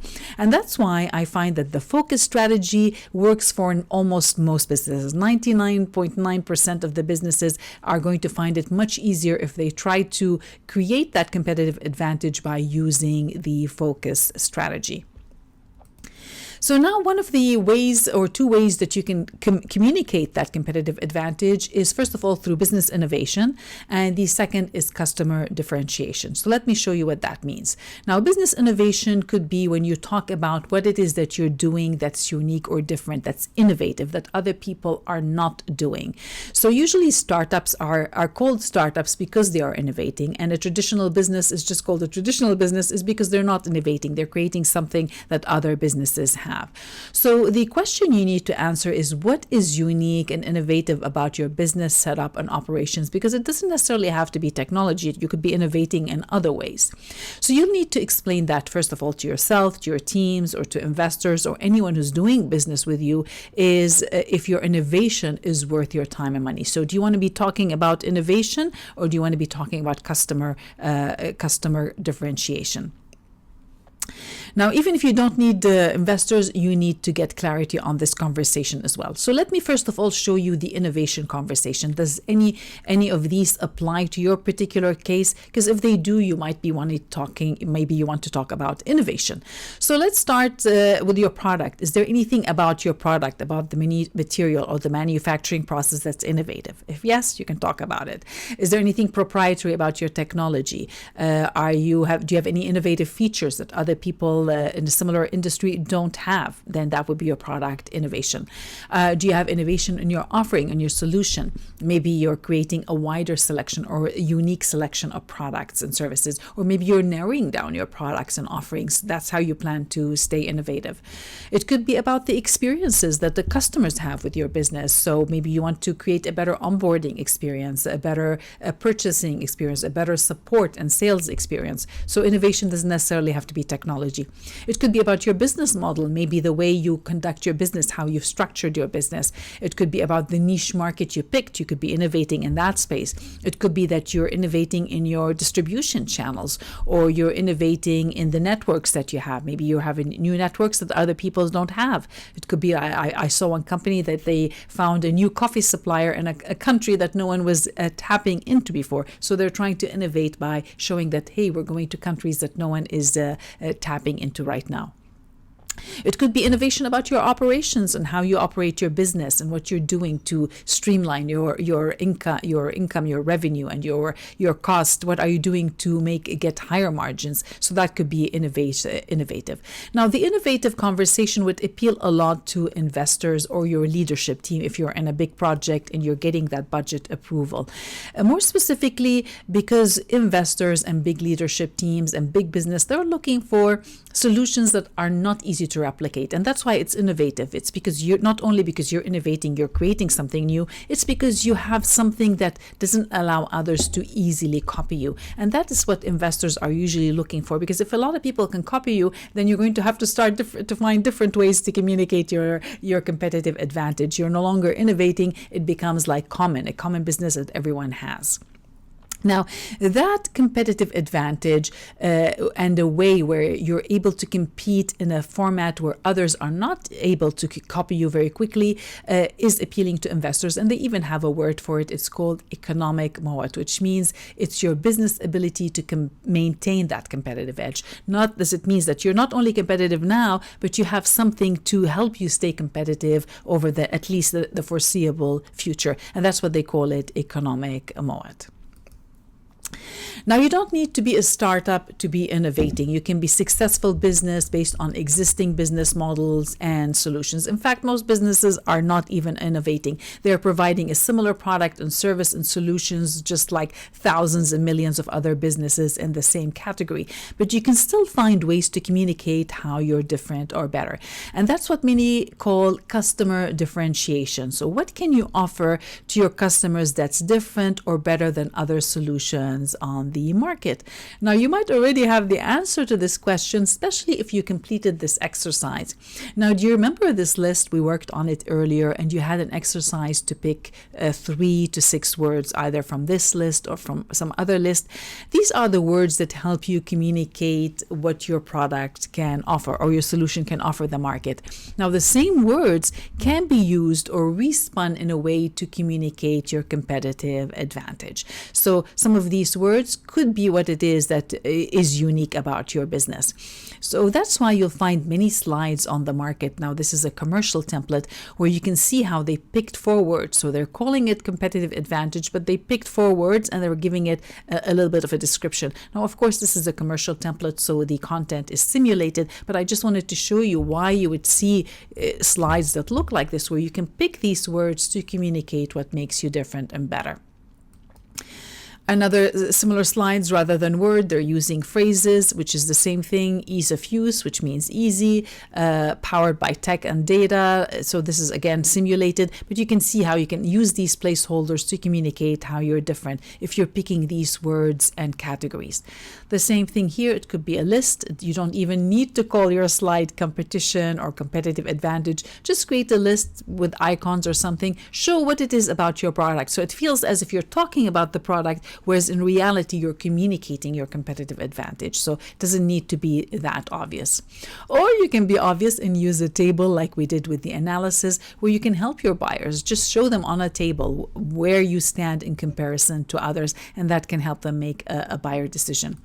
You might also want to use the same matrix or quadrant diagram where you map out where do you fit in the scheme of things based on 2 criteria. Now, this might be more limiting because you can only pick 2 criteria, whereas if you use the table, you can list a bit more benefits and how you compare. So the idea here is to show how the area you decided to compete in, how you are different or better. So in this particular simulated example, you can see here it's speed and cost, and you can show where you fit or your solutions fit on the scheme of things compared to others. Now, you might find other templates on the market that looks like this, are advantages with a longer paragraph. Now, if you're sending it as a document, you want to write a paragraph, you can, but in most cases, pitch decks are meant to be scanned. So try to go for points and make it scannable, but I just wanted to show you this could be an option you'll see on the market. Now, another option is, of course, is why work with us. So you'll find many slides on the market that says why choose our services. And once again, these words that you pick could be the differentiator words, and you can now turn it into a slide of why work with us. So you get to pick your 3 criterias. So you'll find many templates like this one on the market and this one. And you can see here how many of them are using the rule of 3, where you pick 3 items. You don't want to give them too many words to focus on. People remember things in 3s more. Now, I use the same strategy on my website as well, and when I'm creating a pitch deck, I say why work with us, and I've picked my 3 criteria: the experience, specialization, and results, and I focus my story on saying why am I competing in a space, and I give them these points. Now, another great way to convey how you're different is by relating your brand story. Now, remember the slide from the problem section, and where you get to say what is the big problem, you show a deep understanding and a specific person who specifically is facing this problem. Now, having a personal story that's tied to the problem will make it more meaningful to your audience. So investors want to know what makes you interested in solving this particular problem or finding a solution for this particular problem. Do you have a personal story about why you or someone you know struggle with this particular problem, and that's why you're focusing on solving it? So this could be a good way where it could give you that differentiation because it's your story, it's your personal point, and other people cannot really replicate your story. So it's coming out more natural and more authentic as well. And the same thing with prospective clients, customers, they'll also trust you more and your solutions if they know why you came up with the solution. So here's an example. You might have seen them before. Burt's Bee. Now, Burt's Bee is a product that's available in many Whole Food stores. So if you go to any of the Whole Food stores, it's a natural product and a beauty product. So if you go to their website, it's updated now. But when they first started, it was like what you're seeing on the screen right now. The story of the founders was right there up front on the website. And of course, websites are always changing. Now, here, as you can see, it starts at the top, kind before it was cool. So they were showing how they're going with that message, how they were kind before it was cool to be kind. And if you scroll down the page, you can see here in the middle section, they have a picture, where is it, of the owner. He's on the motorcycle, rebels with a cause. And it tells a bit of the story of how this product came to be. And if you click on the See Our Story, then you're going to get to the full story to show how Bert and his wife came up with the product, how they were focusing on being natural, on being kind to nature. So really, they're using their story to convey how they're competitive. Now, many companies can come in and start a new product, a similar product with the same ingredients, but they don't have that original story that makes them different and shows why they cared about creating this particular product. So now you can see here on the matrix once again how all of these stories can fit in, and you get to decide where and how you want to share your story. And that story can change depending on who you're talking to and what stage of your business you're at. All right, now let's talk about your competitive approach, because if you have any successful business, product, or service, chances are someone will want to copy you. They'll want to come in and play in the same space, because it's very hard to stay different, better, and profitable for an extended period of time. You'll always need to be finding ways to stay competitive, and that's what many people in the industry call competitive approach. Now, if you're just starting out, now many people might not be relevant to you, but I wanted to create this mini segment because for many businesses that question could come up. So even if you don't answer it right now, it's good to have that on your radar. And so really the question you're trying to answer here is, how do you plan to approach competition during this changing market dynamics? Now, that's why you'll find many slides in some pitch decks called competitor approach. So I wanted to add it here so that in case you encounter that slide, now you'll know how it's used. So it's not about the advantage, it's about the approach. How do you plan to stay competitive? Now, this could be something about even if you have not created the product yet. So it could be during the idea phase. If the investors are asking you or your team, they're saying, okay, well, you're creating this is innovative, but how do you plan to stay competitive? Then it could come up in that conversation. So in this simulated example, you can see here, once again, I'm showing you a simulated example because I cannot show you my clients' files. So you can see here they pick develop technology, which is very, very generic because these are placeholders. Now you'd want to pick things to show how you specifically in your market, for your product, for your service, what are the words and phrases that can apply to show how you plan to be competitive. Now, I do like the last one here, expand brand partners, because really creating this brand partnerships or even exclusive partnerships could be a way of how you can approach your competitor approach. So another template here, you can see here that once again, they're using these 3 placeholders. So you decide you want to put a word, you want to put a phrase, and put more of a description. So you're really trying to show your audience that you have competition on your mind, it is on your radar, and you're always looking for ways to stay competitive and relevant in the market. So it could be horizontal, it could be vertical. You get to decide how to place that material. So here's another example. These are all commercial templates. You can see they're following the same format. Now, in many cases, your competitor approach has to do with your business model as well. It could be your customer segmentation, it could be your choice of media, your customer relationship. So now you can see how everything really ties together into that conversation. And if you can see the full picture, you'll be able to answer these questions in a more meaningful way.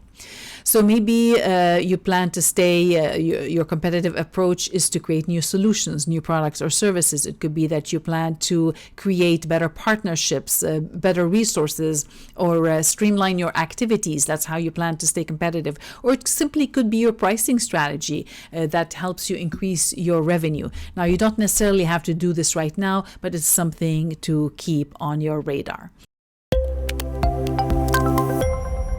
Well, congratulations. Now you know how to address competition in your pitch deck story. You have an idea how to answer these questions, more specifically about your competitive analysis. So the question you're answering here is who is offering a similar solution, and competitive advantage, what makes your solutions different or better, and your competitive approach is how do you plan to stay competitive in this changing market.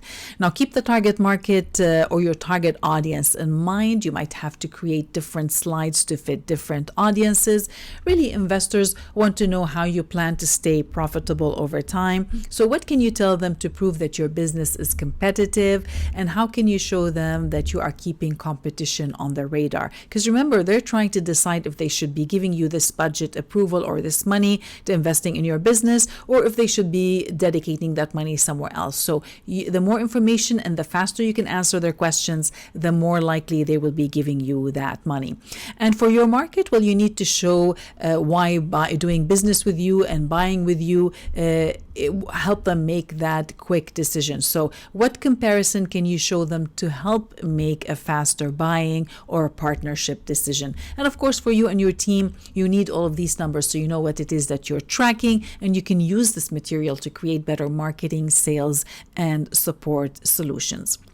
And also remember that the competition conversation is not necessarily always about you, your project, and your business. It could also be about how your end user is going to be more competitive. So what can you show your audience or your buyers? How can they be competitive if they're implementing your suggestions, if they're using your products and services, if they're investing in your company or taking your courses or whatever it is that you have to offer? What do they get? How can they be more competitive by using and investing in your solutions?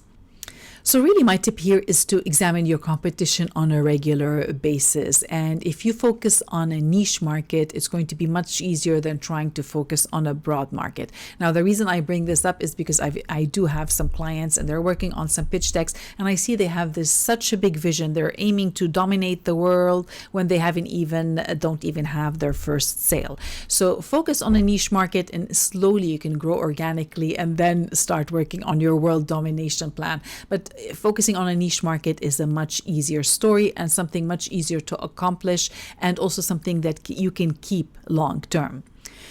And also, really, the last tip is to focus on your market needs. What do they need? If you're focusing on their needs and following what they need, then you'll always be competitive. But if you're focusing on what you want to offer, not what they need, it's going to be very hard to create that competitive advantage. And in many cases, your competitive advantage could be your story, your personality. Many people might just want to buy from you, or they're just following you on social media. They love everything about that you're sharing. And because you're sharing and because they love you, now they are willing to take any of your suggestions.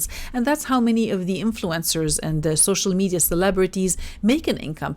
People like them, they follow them, and now they get affiliated with different products and they make recommendations, and people end up buying these solutions.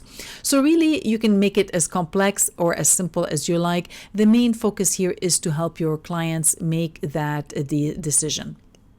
So once again, I created this checklist for you so that you can keep these slides on your radar. Now, you don't have to create them all at once, but I want you to keep them on your radar so you'll always know, you'll always be ahead of the game. You'll be able to answer that question no matter who is talking to you. So really, your action item for this section is to create one or more of the following. You get to choose which conversation applies to you. Do you want to talk about your competitive analysis, your advantage, or your approach? Now you know the difference in how to approach them. Or do you need all three? You get to decide. Now, before we continue, I want to remind you that I'm here to support you. So if you feel stuck and you need some help, go ahead and book a strategy call with me and we can go over your files together. Now let's talk about strategy, because anytime you're presenting a new project, a new idea, or a business to a new audience, you need to have a strategy. And strategy is a plan of action designed to achieve a desired result or a goal. Because the big question your audience wants to know here is, does this idea, solution, project, or business you just described make sense? Can it be done? Will this work? So this is your chance to show that you know what you're talking talking about, and you have a strategy that makes sense. Now, just like a pitch deck, strategy refers to the big picture. Now, a pitch deck is an introductory presentation. It's not about a step-by-step training program, and it's definitely not an implementation plan. It's the big picture. And it's the same thing when you're talking about strategy. We're referring to the big picture only. So when it comes to strategy, really it involves 3 steps. The first thing involves knowing the current state. So what is the current state? Then you need to have a set goal. What is the final destination? And then it usually involves a step-by-step process of how you plan to achieve this goal. Now, these specific steps, the step-by-step process, these are called tactics. Tactics are specific steps, resources, or techniques you take to achieve your strategy, which means you need to know what these steps are. Now, you might not be sharing them directly on your pitch deck, but if the question comes up, you might need to have this information in your appendix section so that you can explain it to your audience. And then the next question they'll be asking, well, how do you know that these tactics will work? How do we know that they will get us to this specific goal? And that's when you need to have something that you can measure. You need something that you can measure, and you need results. So you'll need to have an execution plan. Now, execution is your implementation plan for each specific tactic. So you might say tactic number 1, step number 1, or phase number 1. This is what we plan to achieve. This is the goal. This is the budget, and that's what it is. And then step number 1, step number 2, or phase. So you can give each segment its specific measurable results, and that could be measurable results regarding outcomes. It could be something about timelines. It could be about deliverables. It could be something about a budget. There needs to be something that you can measure to show that this execution plan is working. Now, the reason I bring this up is because sometimes these terms are used interchangeably. And I know I used to make that mistake as well. Many people confuse strategy with tactics and executions, but now you know that there is a difference. So if someone asks you, what is your process, or what is your implementation plan, or what is your strategy, now you know the division, and you will be able to determine what exactly you'll be sharing with them. And this is very important when we're considering the temperature of your audience. So if you're talking to a new cold audience, you don't want to be dumping the entire story on them. The implementation plan is too much information. And I see that sometimes with my clients. They might have it on their pitch deck, and I'll say, well, take it out or keep it in the appendix section. You don't need to be sharing all these details right now. This is something that your team needs to know, or people who have been working with you for a while know. At the very high level, when you're talking to the cold audience, they just need to know the big picture. What is the final goal? And you have something reasonable you can share to show them how you can achieve that specific goal. So your target goal really for this section is to explain your strategy and also define what metrics you'll be using to monitor and track your activities. So it's more specifically about you selecting what strategy you plan to share, because as you'll see in the subsequent videos, there are several strategies you could be talking about. So in this section, you're going to be diving a little bit more, and you'll learn about the different strategies you can share on your pitch deck, and more specifically about how to select the best strategy based on your situation and your audience. And of course, that can change depending on who you are talking to. If you are having an investor or financing conversation, you'll need to explain your strategy to bring your solution to market and how you plan to grow and scale your business. If you're talking to buyers, vendors, and affiliates, you can share your process for buying from you or doing business with you, or how your product is created and delivered. For internal communication, you'll need to explain your strategy and tactics and implementation plan with specific timelines and budgets. Now, your team is the people who needs to know all of these details. Now, you might not have all the answers yourself. You might have to delegate to different leadership teams or different managers on your team. But as the leader of this entire project, business, or solution, you at least need to know the big picture so you can share it. All right, let's take a closer look at strategy, and more specifically in this video is how to share your strategy with investors and funding agents. Because if you take a closer look at your pitch deck outline and storyboard, you'll notice that it's really a summarized version of your project or your business plan.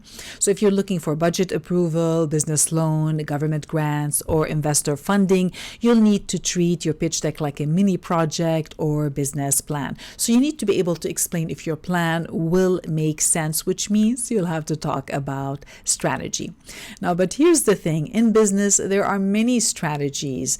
That's why many people find it hard to talk about the strategy. Are you talking about value proposition strategy, which is your solution? Is it a product development, pricing, go-to-market, distribution, growth, market development and penetration, diversification? Is it about your exit strategy? Really, there are many strategies you could be talking about. Now, this is especially hard for new business owners and founders. Maybe they've never built a business before, so they don't have all the details yet. And in many cases, they need funding and support to pay someone to help them with this strategy. So if you feel like you don't have all the answers yet, well, you are not alone. And that's why I want to remind you really that a strategy is all about the big picture, not the details. So when you're just starting out, you rarely have all the answers. You'll eventually have to delegate some of these tactics and execution plans to experts who can help you. So before you start recruiting and delegating, let's consider some of the factors that can impact what kind of strategy you might be sharing. Now, this will help you determine how and when to ask for funding and support as well. So the first thing to keep in mind is, are you looking for funding for a startup or for a traditional business? Now, a startup is a young company creating innovative solutions with massive opportunity for future growth, income, and an exit strategy. So your strategy will focus more about innovation and growth potential.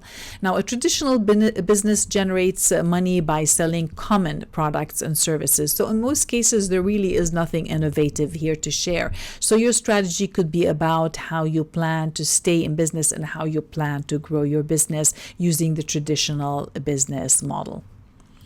Now, another factor is the industry sector. Technology companies usually focus more on innovative product development, market penetration, and growth. And non-technology companies usually focus more on market segmentation, selection, pricing, distribution, and customer service. That's why the strategy story can be different depending on what kind of business you are building. And another factor that can impact the strategy you share is how far along are you in your project and business journey. Now, you might remember this slide that I shared with you earlier during the investor opportunity conversation story. The strategies that you would share in the idea phase are going to be very different from the strategies that you share during the startup, growth, and mature phase. So during the idea phase, that's a very risky phase. So you still don't have a product, you probably have no sales, and you are not making money. Now, this phase is usually funded by the founders themselves or some people who know them, usually friends and family. So during that phase, you would be working more on the market research. You'd be gathering information and insights about the customers, the market, their preferences, and their behavior. It could be a phase about the product development where you're just developing that idea. So it could be the prototype or product design and some of the testing results. So all of these strategies would be different from something that you from an established business. So you need to try to think, well, what is your strategy about market research? What is your strategy about market development? How are you making sure that the prototype and product design is fitting the market needs? So it could be that kind of strategy that you would share. So in this case, unless you are pitching an idea to people who are passionate about your solutions, it's unlikely you'll get funding at that stage, because at that stage they're betting on you and they're betting on the idea. You still don't have any results. Now, startup phase or business launch phase for a traditional business is usually when you can get funding. You already have market research and a product and service to deliver to the market. You already are collecting payment, or you have a process where you can collect payment. So the challenge here is, how do you launch your product and service into a market? Because that's where most people, project, sales, and business leaders struggle. Bringing your product and services to market can be even more difficult than building the product in the the first place. Just because you created a product or service does not mean that people will be buying it. You need a plan to reach more people and convince them to use your solutions. And that strategy plan is called your go-to-market strategy. And it's related to how do you plan to launch your new product and service into a new market. And in many cases, it could involve your competitive research, your product development. It could be a pricing, promotion, or distribution. Really, any details to show that you have a strategy of how you plan to enter the market and get new clients on board. Now, once you're generating revenue and have a consistent sales and proven system, you can start talking about scaling, and that would be your growth stage. Now, so the strategy conversation would be, how do you plan to grow? And that could be through new product development. Maybe you're introducing new products and services to your existing ones. It could be a strategy about your market development. Maybe you want to have better sales activities that grow your market share by serving new customers or new markets. It could be a market penetration strategy. How do you plan to penetrate a new market that you are not in right now? Maybe your strategy is through pricing or bundles. It could be a strategy about partnership, that you plan to grow by having new partnerships. So you can see you can take that conversation in any different direction depending on your business setup. The main focus here is what is your strategy to grow your business. So this is the phase where you can get the most funding, especially if you are already profitable. So if you are already profitable, you'll definitely have a budget to delegate these tasks. You don't necessarily need to be doing all of this yourself. These are all specialized skills. And in many cases, that's why you need funding, so that you can hire people to create these strategies, tactics, and implementation plans for you as well. Now, during the mature phase, you're making a profit, but you might need more funding for purchase orders or to introduce new products and services to market. So that would be your diversification strategy. How do you plan to diversify? Or maybe you want to acquire new companies and grow your market reach. So you would be talking about your acquisition strategy. How do you plan to acquire new companies into your business? Or maybe you're ready to prepare your business for an exit strategy, and that could be funding to restructure your business so you can prepare it to go on the stock exchange, on the public market, or maybe you want to have a private sale where someone can just buy out your company, or maybe it could be a merger strategy. So what you decide to put on your pitch deck will depend on what stage of your business journey you're at. It'll also depend on your business model. Do you have a startup with an innovative technology, or are you building a traditional business? Do you have a technology company with proprietary solutions, or do you have a non-technology company? So now you can see how it can vary. Now, in most cases, the two main things you need to talk about are, one, your go-to-market strategy. How do you plan to introduce your solutions to a new market? Or if it's an internal organization, how do you plan to implement your project internally? Or if you're selling a product, well, how does your client implement your solution within their organization? That's the kind of strategy you would be talking about, the go-to-market strategy, the enter. How do you start with your solutions? And the next most common strategy is the growth strategy. What is your strategy to scale and grow? Now, this could also apply to sales presentations. If you're proposing a project to your client, you need to explain how your client or your business department can implement this solution and how they can get more benefits over time as well.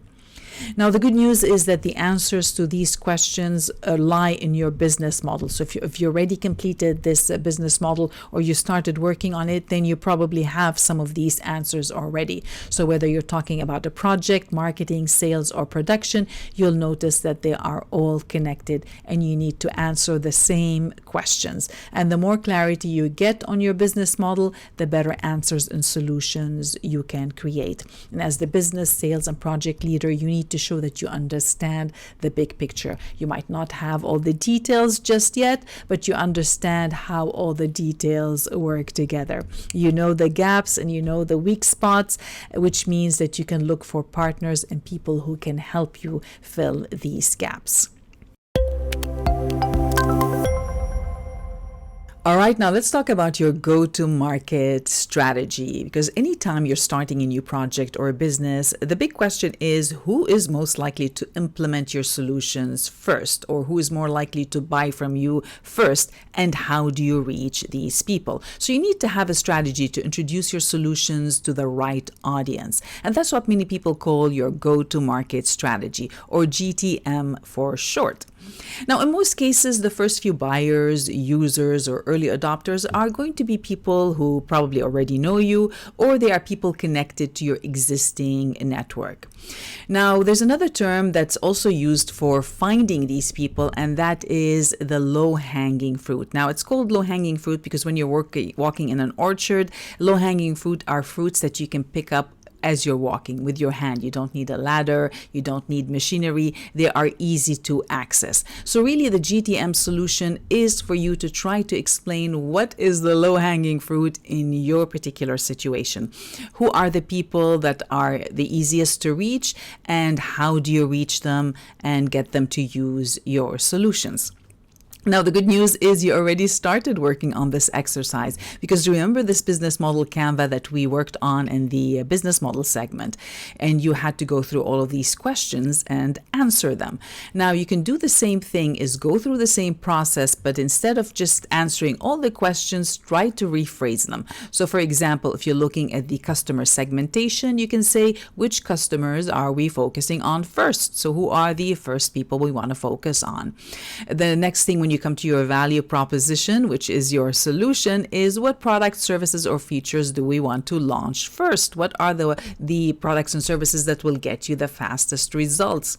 The same thing with the channels. What are the best channels to use first? Key partners. Who are the key partners that we should focus on first?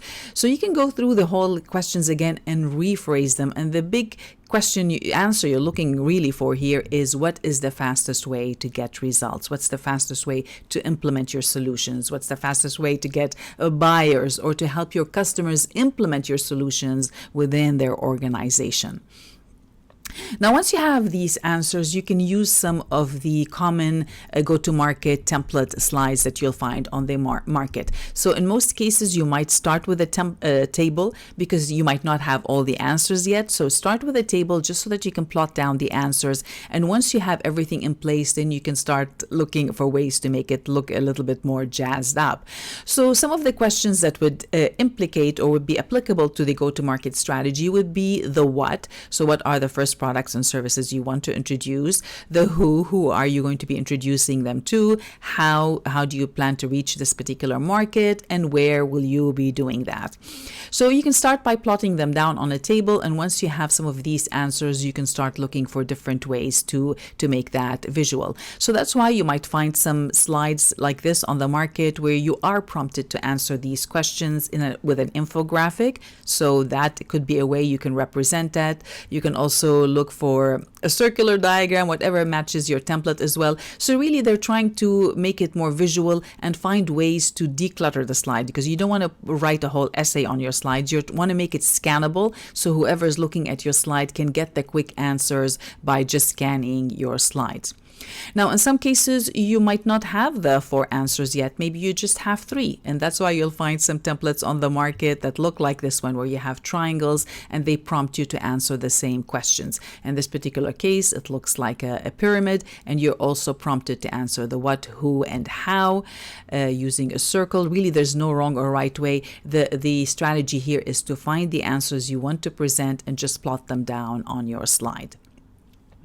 Now, in some cases, you might want to introduce another level, and that is the timing. When? Because in some situation, the timing could be critical. Maybe you're going to a conference or to an event, or maybe there's some kind of a policy change in the industry. And so the timing is very critical. So if that's the case in your situation, then adding the when factor to your go-to-market strategy would make sense. So another element you can add is the why. In some cases, people like to just give it a holistic answer of why as well. So you might find slides on the market that try to answer six questions using this infographic. And the why element could be you're giving reasoning to any of the answers. Why are you picking this demographic? Why are you picking this product? Why is this the best time? Why did you pick this particular channel, etc.? So you get to decide on how you answer these questions to fit your story. So you don't have to answer them all. And the main thing here is to make sure that it is accurate and it's something that you are actually sure of. So only add the elements that you can really answer on this particular slide. You don't have to make things up on the diagram. So looking at these 6 questions, if this was a go-to-market strategy, you might find slides that look like this. This is simulated as well from a template. So you can see here you're answering the who, the customer, the product is the what, the why. It could be a why from a competitive advantage. You get to choose what kind of why story you want to add in here. In this case, they're focusing on the competitive advantage. Why are they going specifically for this model? For the how, they chose to talk about the business model. So you get to choose. Is it the how? Are you talking about the channel? Or is it the how about the how you reach your clients through a membership? So really you get to adjust the answers to these questions to fit your story. The main thing is you want to help your audience understand what is the fastest route to entry, what is the fastest route to implement your solutions or get the first users and buyers into your business. Now, another common slide layout would look something like this, where you might be answering some of these questions, but in a different format. So you might find slides that prompt you to just talk a bit about your target markets. That's your strategy. Initial market penetration strategy, which is really another way to say your go-to-market strategy. But maybe in this particular case, it could be that you're launching another product within your organization. So it is common to say go-to-market strategy, even if you've been in business for 100 years, because maybe now you're introducing a new solution and the product team are now having to do another go-to-market strategy for a particular new division in your company. So the go-to-market strategy does not necessarily only mean a new company or a new project. It could be something new within an existing organization. And so that's why you might find some of these slides that do prompt you to answer something else, like initial market penetration, channel partners, or a launch team. So maybe you already have a team. So who within your organization do you want to pick to become the launch team for this new particular project? So you can see here that you can take the story any way you want to fit your particular storyline. Here's another example with a go-to-market strategy that's focusing on key partnerships. So this is another simulated template where the enter the market via key partnerships. So maybe you're already in business and now you're launching a new product, and so you want to enter the market through new partnerships. And so this slide is explaining the value to the partner. Why would partners want to promote your products and services? A partner select criteria. Why are you picking these particular partners? Partner process management. How do you bring them on board so they become partners? Partners network and profile. So you can see this is simulated, but I just wanted to show you that really your go-to-market strategy just needs to explain how do you plan to enter a particular market or implementation solutions that fits your story. It's not necessarily a new company or a new product or service.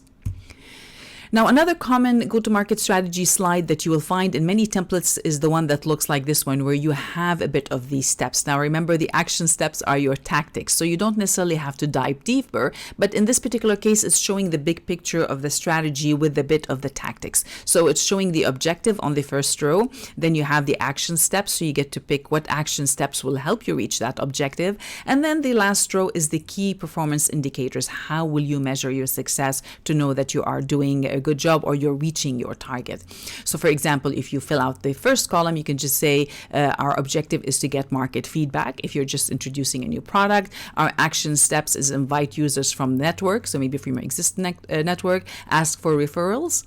Ask your existing network for referrals. That could be an action step. Key performance indicator. How do you know if this has been met? We need to sign up 10 beta testers by year end. So you can fill out the rest of the table, and this would be a good layout that could work well internally if you're talking to your teams and talking about your go-to-market strategy internally, or maybe to repeat investors who already know your business and now you're telling them, here's what we're planning to do to introduce the new product to market.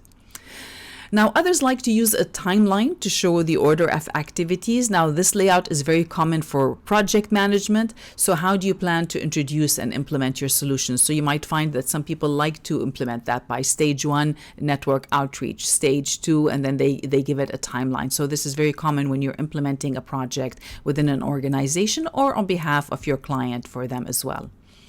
Now, you can share your strategy in steps without giving any specific dates. And that's why some people call it also the go-to-market roadmap, which is the same thing as really as a strategy. So you're showing a step-by-step plan with no specific dates in this particular case. You're just showing that we have a plan, but you really still don't have any dates in place.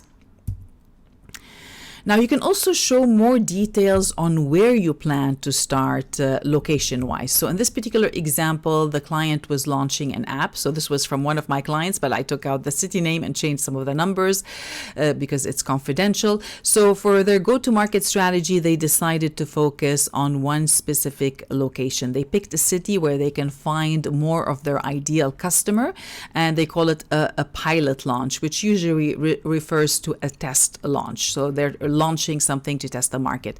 Now, you can launch a product and service and wait to get market feedback before you spend more time and money and resources on other locations. And based on the feedback, you get to decide if you'll continue with this project or not.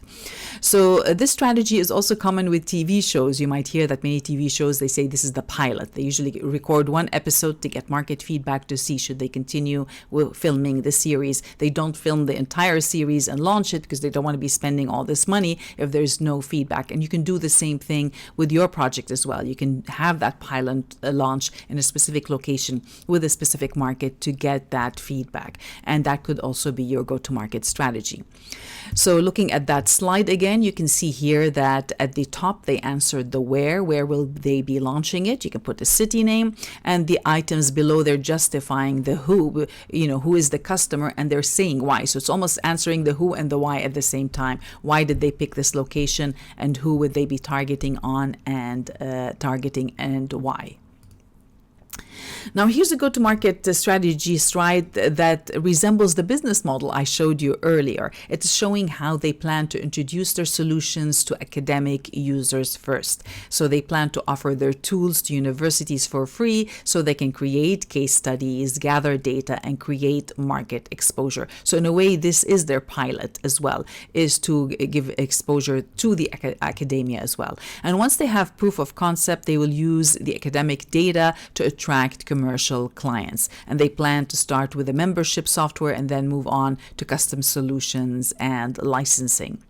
So looking at this slide again, you can see that on the left, they're answering the who and where. Who, it's the academia. Most likely it's going to be students as well because they get to gather this data. And where, in universities. And on the right-hand side is they're also answering the questions of how do they plan to get ongoing and repeat sales. So they're showing the big vision without revealing too much, that we're going to start here. Our next step is to go commercial, and we're going to be starting with the software, and then they will start introducing some other solutions on the market. So you can see here, you can adjust that go-to-market slide to fit your story as long as you're answering these key questions of how do you enter the market first. Now, here's another example that we used for Biocoal. Now, if you remember this company, Global Biocoal, they are the company that can take excess residue from the forest using their patented technology and turn it into sustainable biofuel. So their go-to-market strategy slide looked like this. So you're showing at the top the answering the questions of which customer or users are you focusing on first. They will be focusing on power plants because that's where the need is right now. Power plants are shutting down because they want to be sustainable, but they don't want to be mining for coal because that can harm the environment. Meanwhile, there's all these empty power plants that could still be producing power if only you could give them sustainable coal and biofuel. So they're starting there, and at the same time they're answering the other question is how do you plan to get ongoing and repeat sales? So they're showing we have a plan. We're going to start with power plants, steel plants, and cement, and then in the future, once coal is phased out for manufacturing and power, we still have use cases. We can still create products for the pharmaceutical and the cosmetic industry, and we can also use our product for forest restoration. So when you're ready to talk about your go-to-market strategy, pick the elements that are more relevant to your audience. Which one can you answer for now? So pick these ones, and which ones are more relevant for your particular business or project situation. And once you picked your area of focus, you can choose a slide layout that can work for your particular content.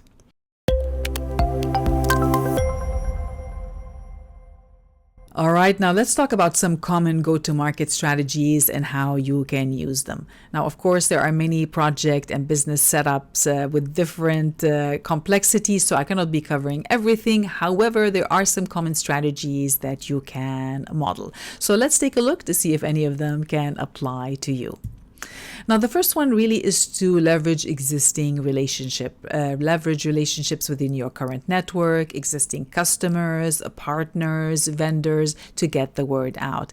And this is how I got started in 2013 when I started my own business as well. I made it announcement that now I'm transitioning from the corporate world and I wanted to start my own thing. So I had the first few clients were my colleagues, people who already knew me. They had worked with me before and they already know my work. So they were the first few customers that I helped.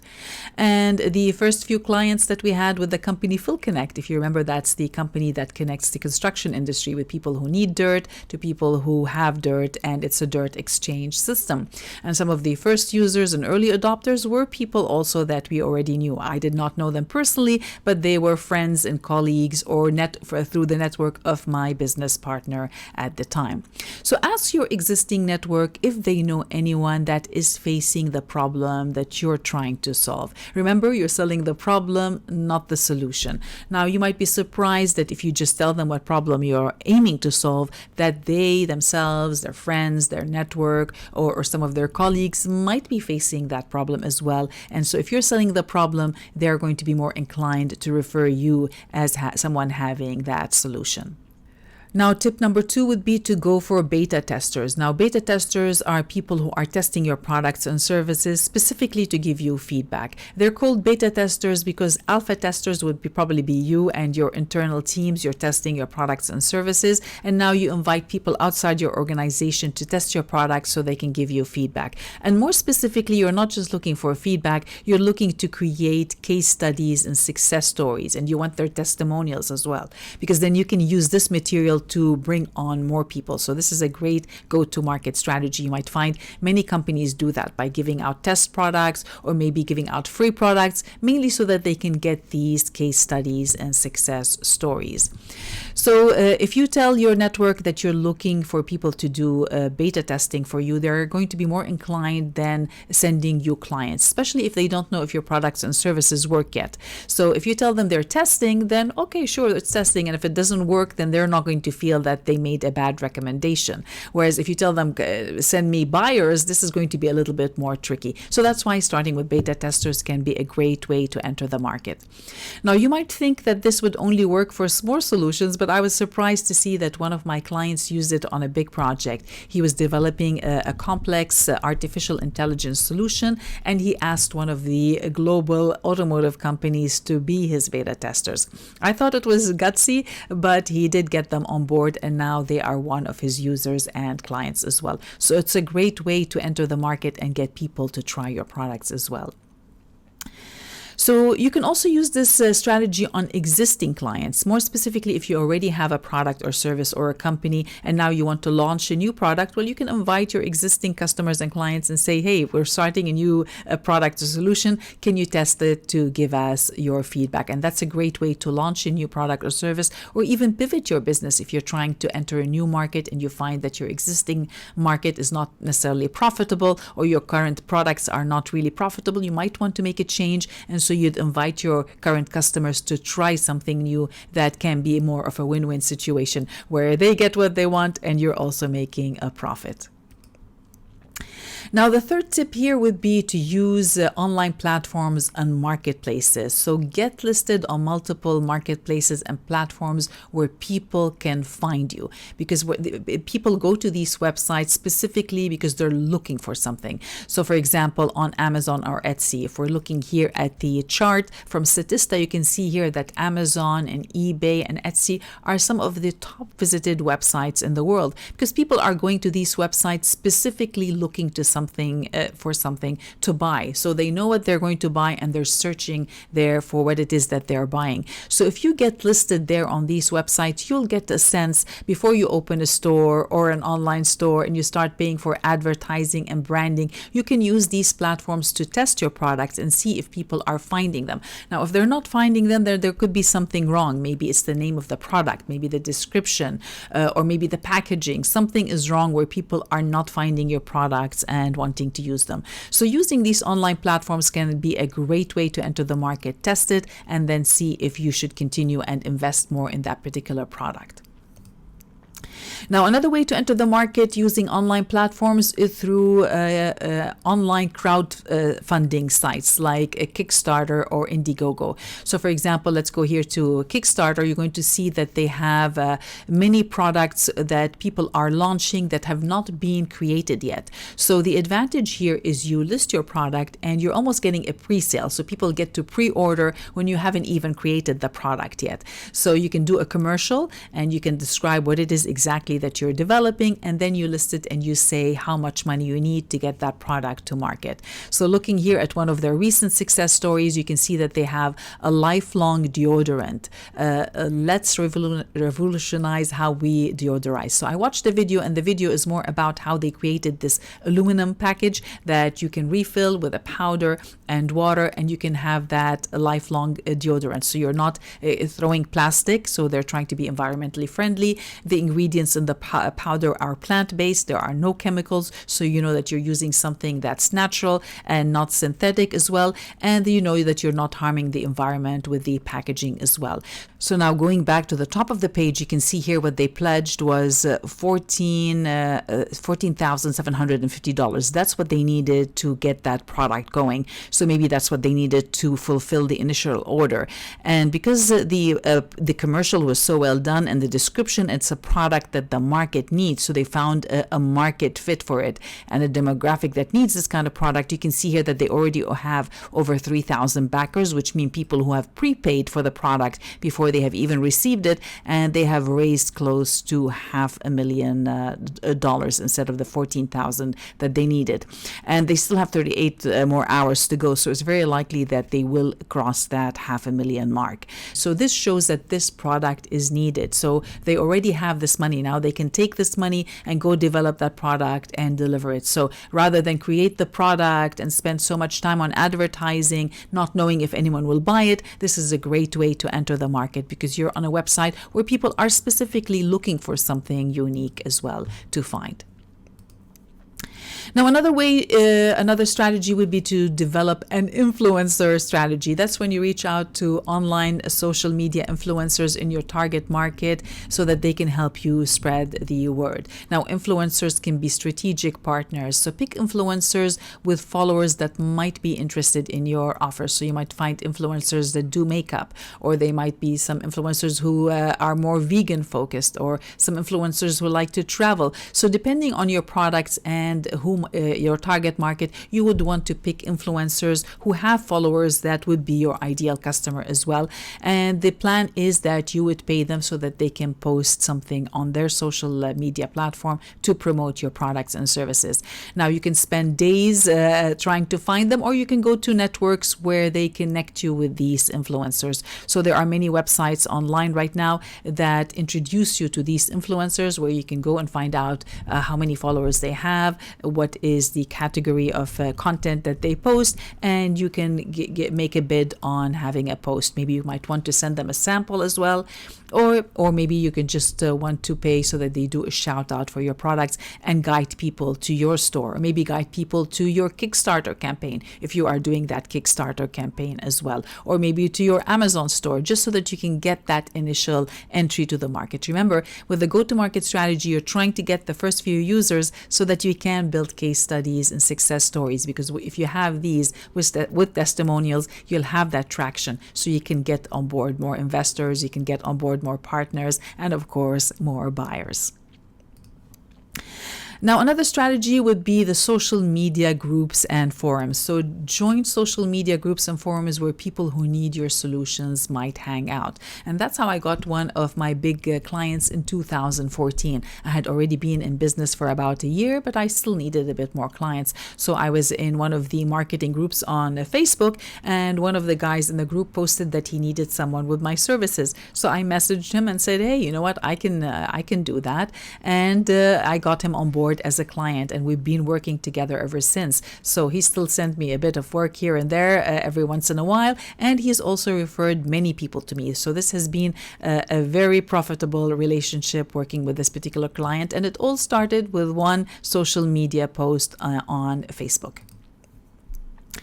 Now, another strategy would be to be location specific. So if you focus your advertising or your launch on one specific location or one online channel, you can test and analyze and fine tune before wasting too much time and money as well.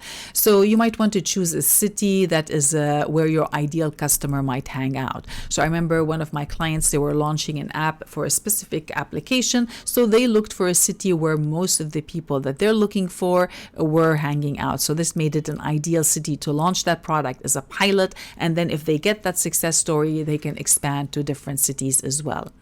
So if you're, for example, if you're catering to people who are into the healthy lifestyle, you might look for cities that are known to have to be outdoorsy, to be more plant-based, to cities that are known for yoga, people who like to have yoga or meditation. There are many cities that are known to have that. So if you focus there first, you can get that market feedback from people who are your ideal customer, and then you can start expanding and seeing how you can capture people that are a little bit harder to get. Now, another strategy could be direct to consumer. So rather than just Amazon as well, you might want to try having your own online store and bypassing some of the middlemen as well. Now, this can work well if you are launching a product and before you approach investors or before you approach retailers to carry your products, because many people create a product hoping that some of the retailers can sell them for them. You can try to see, can you sell that yourself first through your online store?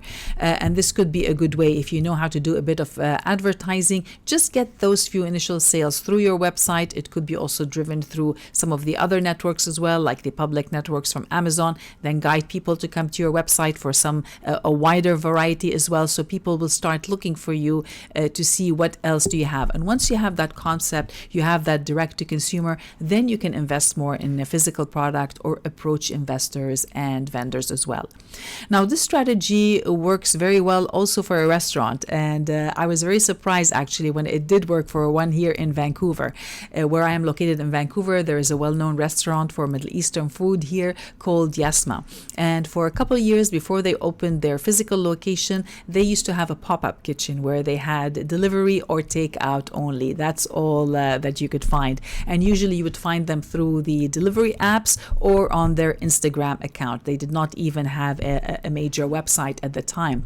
And so as they built that following, people loved their food and they got that followers on Instagram. Then they realized, you know what, we've got something going on here. Let's open a location. And they ended up opening in the location that's not easy to find now, unless you live in that area or you know that they're there. It's almost hidden. You have to be walking by to see it.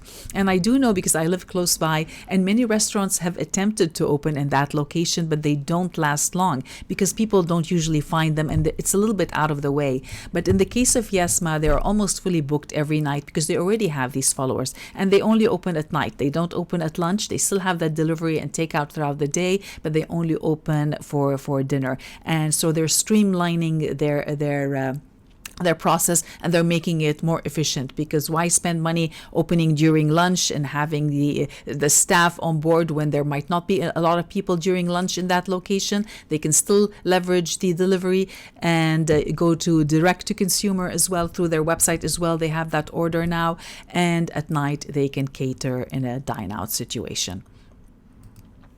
Now, another common area would be affiliate or referral program. That's when you create incentives for affiliates to promote your solutions to your network and followers. Now, if you remember during the business model, I told you about that affiliate marketing program where you can represent other people's products and services and get a commission. Well, it works the other way around, where you have an affiliate program and you allow other people as well to represent your programs. Now, why would you want to do that? Why would you give someone a commission for selling your products and services or for making it referral? Well, because it's much cheaper than paying for advertising. Advertising, you could be paying, but then you don't know if that ad will generate a sale or not. Whereas with affiliate marketing, you only pay them when they get you that sale. So now you can see that there are really many strategies that you can use as your go-to-market strategy. But the main thing is that when someone asks you, what is your go-to-market strategy? Can you recall what type of answer would you want to be giving them for your particular situation? Really, the summary of it is, what is your strategy to introduce your solutions to the market, whether that's internally or to the outside market? And as you can see with some of the examples I gave you here, really it could be any different way. So look for ways that are shortcuts, look for the low-hanging fruit in your particular situation that can help you enter that market yourself, or whether you're helping your clients on their behalf. How do they implement it within their organization, or if they're selling their products to their customers, how can they have that go-to-market strategy as well? And really the answers are going to be mostly from your business plan. So if you look at the business model Canva and rephrase the questions about what is you're going to do first, you'll find that most of the answers are there as well. So pick the answers that you know and create a slide to represent it visually and make it easy for people to understand right away what is your go-to-market strategy. How do you plan to get those early adopters to use your products and services? So my tips really here for you would be is answer what you know. You don't want to be making up stories. If you don't have any information to back this up, keep it out. Just answer what you know right now and avoid clutter. Focus on specific elements. You don't necessarily have to answer the whole thing. You can just pick one answer or two answers out of the big questions that you need to and focus on that and say that's what we're focusing on. We're focusing on location. We're focusing on timing. We're focusing on this demographic. Just keep it focused and you get to guide that conversation. The main thing here really is to show that you have a plan and you have the go-to-market strategy on your radar. And the last step really is to help your audience understand how to implement your solutions within their organization, or if it is a project in your company, within your organization as well.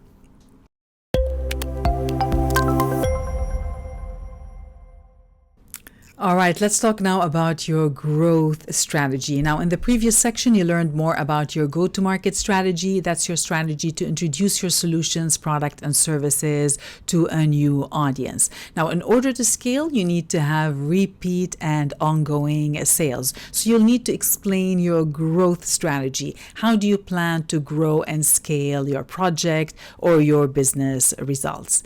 Now, there are many strategies that you can use for your business, and some of them might apply to some projects and some of them might apply to some specific businesses. So I'm just going to give you a quick overview here, and then we're going to dive a little bit deeper in one of the most common growth strategies. So some of the growth strategies that you might encounter in the growth journey of your business would be maybe product development. Maybe you want to introduce a new product and service to your existing clients. That's how you might want to increase sale and grow. It could be that you want to use the market development where you're serving new customers in a new market. It could be market penetration. These are your marketing activities that include advertising, pricing, and bundle deals. You're trying to penetrate and get more of the market share. It could also be your strategy for strategic partnerships. How do you maximize and increase growth using strategic partners?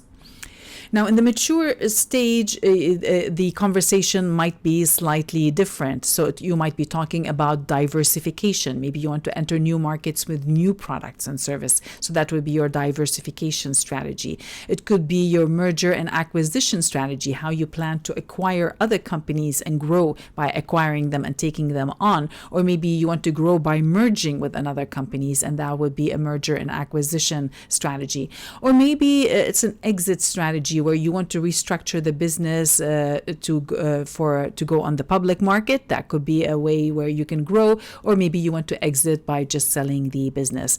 Now, these are all advanced strategies that will require someone that is well versed in your industry, your business model, and jurisdiction. And usually these decisions and strategies are done by your existing leadership team. To reach the growth and mature stage, you probably already have a leadership on board. You might even have a board of directors or an advisory board. These would be people who will be consulting on these decisions, or you might hire outside consulting agencies that usually facilitate with these strategies. But in most cases, for most companies, in 99% of the cases, when somebody is talking about a growth strategy, they're referring to your marketing activities. That's because marketing is something that you do on an ongoing basis. It's not just your go-to-market where you're just entering. This is something that you have to repeat that cycle. How do you get that marketing cycle to repeat so that you can keep getting that revolving business model where you're making more money so that you can keep spending and getting that business to grow and scale? Because the only way you can scale is if you can repeat that cycle and repeat it profitably. So that's why in this video, I'll walk you through the important details you need to share more specifically about marketing, and more specifically about how you can demonstrate your audience that you have a growth strategy using marketing. Now, marketing refers to ongoing activities your business needs to promote the buying and selling of your products and services. Now, the same principles can apply to internal projects. Many people call that internal communications as well. So it's a form of marketing, but to people internally within your department. So if you are asking that question, it could be, what type of internal marketing do you need to encourage and increase the adoption of your solutions within your organizations? Or if you are suggesting a solution to your audience, you need to let them know what type of communication they need to increase usage within their organization. So really, marketing can have different applications. It's just called marketing. It's a way, how do you get the message out and get people to take action based on your recommendation? Now, once again, the answer lies in your business model. So take each box and rephrase the questions to fit the story. So go through them one by one and pick the ones that apply to your story. So for example, if you're talking about market segmentations, it could be, what market segment can we scale faster? If you're talking about the cost structure and pricing, it could be, what pricing structure can help us increase new and repeat sales? Because that's the only way you can scale, is if you have a repeat and also increase in new sales. So go through the questions again and focus on growth this time and how that might impact your particular situation. Now, as you start working on this, you're going to notice that marketing really is a vast topic. And that's why many new and established businesses struggle with it. It's not easy. And as more businesses move online, new marketing platforms, networks, tools, and applications are introduced, creating more level of complexity.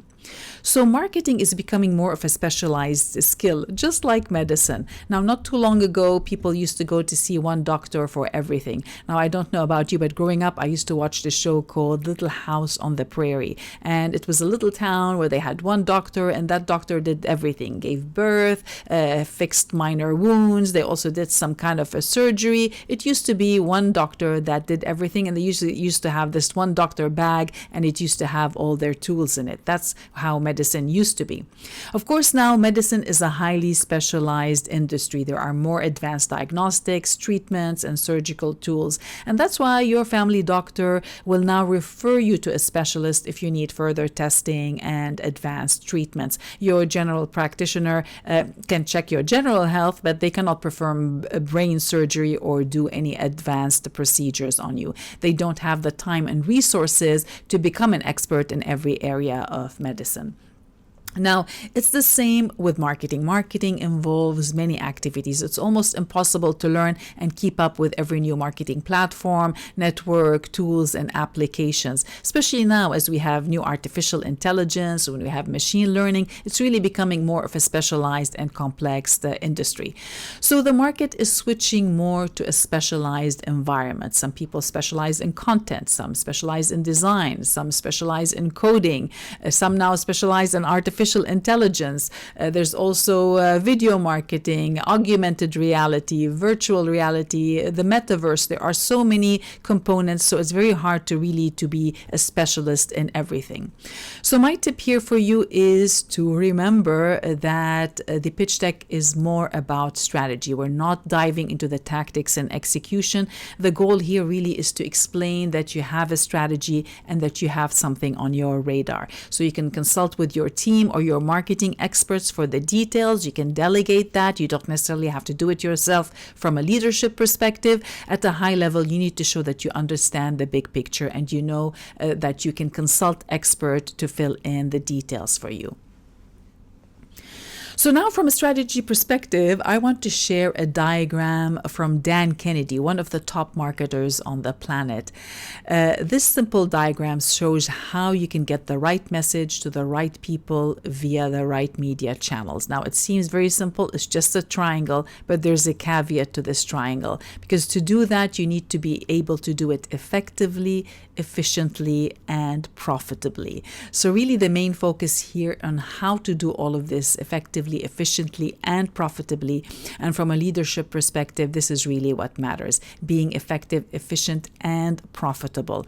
These are the questions you need to be answering, not the details, not the day-to-day activities of marketing.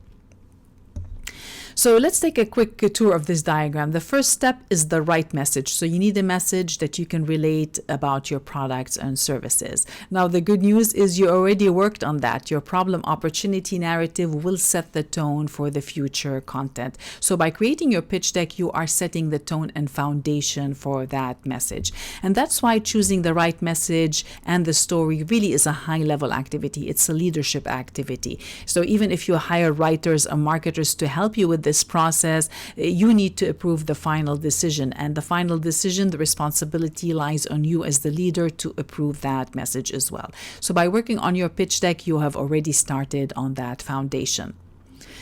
Now, the second point is the right market. So you need to customize your message to fit your target market. And your target market are people who can benefit from your solutions. And that's why you need to be very clear on who specifically needs your solutions and how to reach them. Now, remember, you got to explain that during your target market segment when we were working on your problem story. So keep digging and learning more about your market. This is something that you have to do on an ongoing basis because the market is dynamic. It keeps changing. And the more you know about your market, the better solutions you can create for them. Plus, you'll be able to use their language to articulate their problem. You want to see how do they describe that problem. And if you use the same words, then they're going to resonate more with you and they'll want to know what is your proposed solutions. Now, number 3 is the right media and method. Now, there are many media channels and platforms that you can choose to reach your market. In the past, it used to be easy. You just had TVs, newspapers, and magazines, and their radio. But now there are so many digital channels, including virtual reality, augmented reality, and the metaverse. It's really getting more and more complex, even though it's also at the same time giving more opportunities for more businesses to reach more people in different ways as well. So everything has pros and cons. Now, you might already know this because this is something we already addressed in your business model, and that is your channels. So you've already might have started diving into the channels and exploring what channels can be applicable for your particular case. So in this particular situation, you want to be asking what channels can help you scale faster. Now, you might have to consult with some of the marketing experts so that you can pick the best channels for your particular industry. Marketing experts will be aware what channels are working best right now. So if you want to take that shortcut, so look for channels where your ideal customers are already hanging out. Where do they hang out in that particular demographic? And marketing experts can guide you to choose that platform. But from a leadership perspective, your goal is to get all of this done effectively, efficiently, and profitably, because marketing can become a money pit. So unless you know what you're doing, it can get very costly. So you don't want to be leaving all of these decisions to chance. And that's why you need marketing analytics to measure and manage and analyze your performance. And since most marketing channels are now digital, it's much easier to track and measure your results. So most advertising platforms and networks now will show you statistics and the demographics of the people who are engaging with your content. I know that the privacy laws are changing, so they might not show you who specifically, but you're still able to make these selections without necessarily infringing on privacy laws. So really, from a strategy perspective, analytics can help you eliminate marketing channels that are not delivering results and focus on channels that bring you more leads and sales. Now, you might want to learn how to read these analytics yourself, or you might want to get your marketing team to keep giving you updates on these analytics so that you can keep your eye on the budget and how the analytics is affecting your overall marketing budget, because that's going to affect everything else within your organization. So really, when you go back to the Canva business model, you have to do all this digging so that to show that you're keeping the budget on your radar. How much will all these marketing activities cost you? You need to know that budget so that you can stay profitable. And that's why when you're talking to investors or your leadership team, your focus has to stay on the strategy. They're not interested in the day-to-day marketing activities. They want the big picture. So the two most common things you need to be sharing with them on a pitch deck is what is your customer acquisition process, is how do you get people into your organization, and number two is what is your customer acquisition cost, how much does it cost you to acquire that customer and so that they become a buyer within your organization. And the cost is more about time, effort, and money. So really the question here is how much time, effort, and money does it take you to get people to buy from you? The two components work together, and the same principles can apply to internal projects as well. So now let's start with your customer acquisition process, also known as CAP. So if anyone says, what's your CAP? Now you know they're talking about your customer acquisition process, which is really your process of how you plan to attract new people and buyers into your business. Now, many people also call that your marketing funnel. So you need a funnel because people will rarely buy right away. They need to see a product or a service or a solution several times before they make that purchase decision. Unless there's an emergency or they need to stop an immediate pain, people usually like to take their time to see what other options are on the market. So they need to see your offers and your message several times before they build that trust in you. And then one day when they desperately need your solutions, they will make that sale. But you don't want to be leaving this process to chance. So you need to use something called a lead magnet. A lead magnet helps you attract people into your business. Now, we call leads people who have not bought anything yet. They're usually referred to as leads, and customers or clients are people who've already bought from you. So a lead magnet is intended to attract people into your business without even buying just yet, just to get them into that door, get their foot into the door so they get to know you and start building that relationship. So a lead magnet could be any form of free content. It could be a free trial or a free product. So they're not a customer yet because they haven't made any business transaction. They haven't paid you anything, but you still want to have that transaction with them. And in order to get that lead magnet, people have to give you their contact details, or they might need to follow you on social media. So there needs to be some kind of interaction, because if you just give them a free offer and they move away, then you'll not be able to contact them again. But you want to get their contact information, and that's what many people in the business call opt-in. So they opted in. They gave you in their contact information so that you can give them something free in return. So which means that they are interested in what you have to offer. And if they're interested more, they'll stick around to learn about your solutions a bit more. And that's why you need to get very clear on what your audience or your target market wants. What can you give them? What would be the best lead magnets? And the only way to decide is if you know exactly specifically what they want. So you can start giving them promotions and free offers that will appeal to them as well. Now, some people might follow you for months or for years before making that purchasing decision. So you need to find ways to engage and nurture your leads. You want to provide value until they make that first sale. And to build that relationship, you would use follow-up techniques like email. Now that you have their contact, you can email them. You can email them about offers, about tips, about contests, prizes. It could be a webinar. It could be a free video that you created for them. So there are many ways or excuses that you can come up with to send them information through their email that is of value for them. The idea here is to really engage and nurture them and help them evaluate your products and services. And now when they're ready to buy, they'll remember you because you took that time to build that relationship. You took the time to help them make an informed decision. And that's when you have a sales conversion. So an opt-in is when they opt in without paying. A conversion ideally is when they had paid for something. And really the objective here is to turn your cold traffic into hot traffic. Now, cold traffic, if you remember, are people who don't know you yet. So you need to give them teasers, free trials, and other offers to get their attention. And the goal is to build that relationship to a point where they can trust you to make that sale. So you can see now how your customer acquisition process is really your relationship with your potential buyers. What do you need to do to convert them from strangers to people who will trust you and who will eventually do business with you? So you can start by creating awareness, engaging with them over time, and guiding them until they make that sale. So now the big question, well, how do you communicate all this information on your pitch deck? Well, the good news is there are already some slides like this one here we're looking at. It says customer acquisition process, and you can see here it's a table. So if you see a table that's talking about the top of the funnel, tofu, middle of the funnel, mofu, and bottom of the funnel, bofu, I guess that is. Really, they're talking about that funnel of how do you get people into your business, how do you engage and nurture them, and then how do you get that sales. So you can see here on this table, the top of the funnel is facilitate awareness. So you can list what are the tips or the tools or resources or activities you'll do to create that awareness. So in this simulated example, they have press release, promotional video, social media post.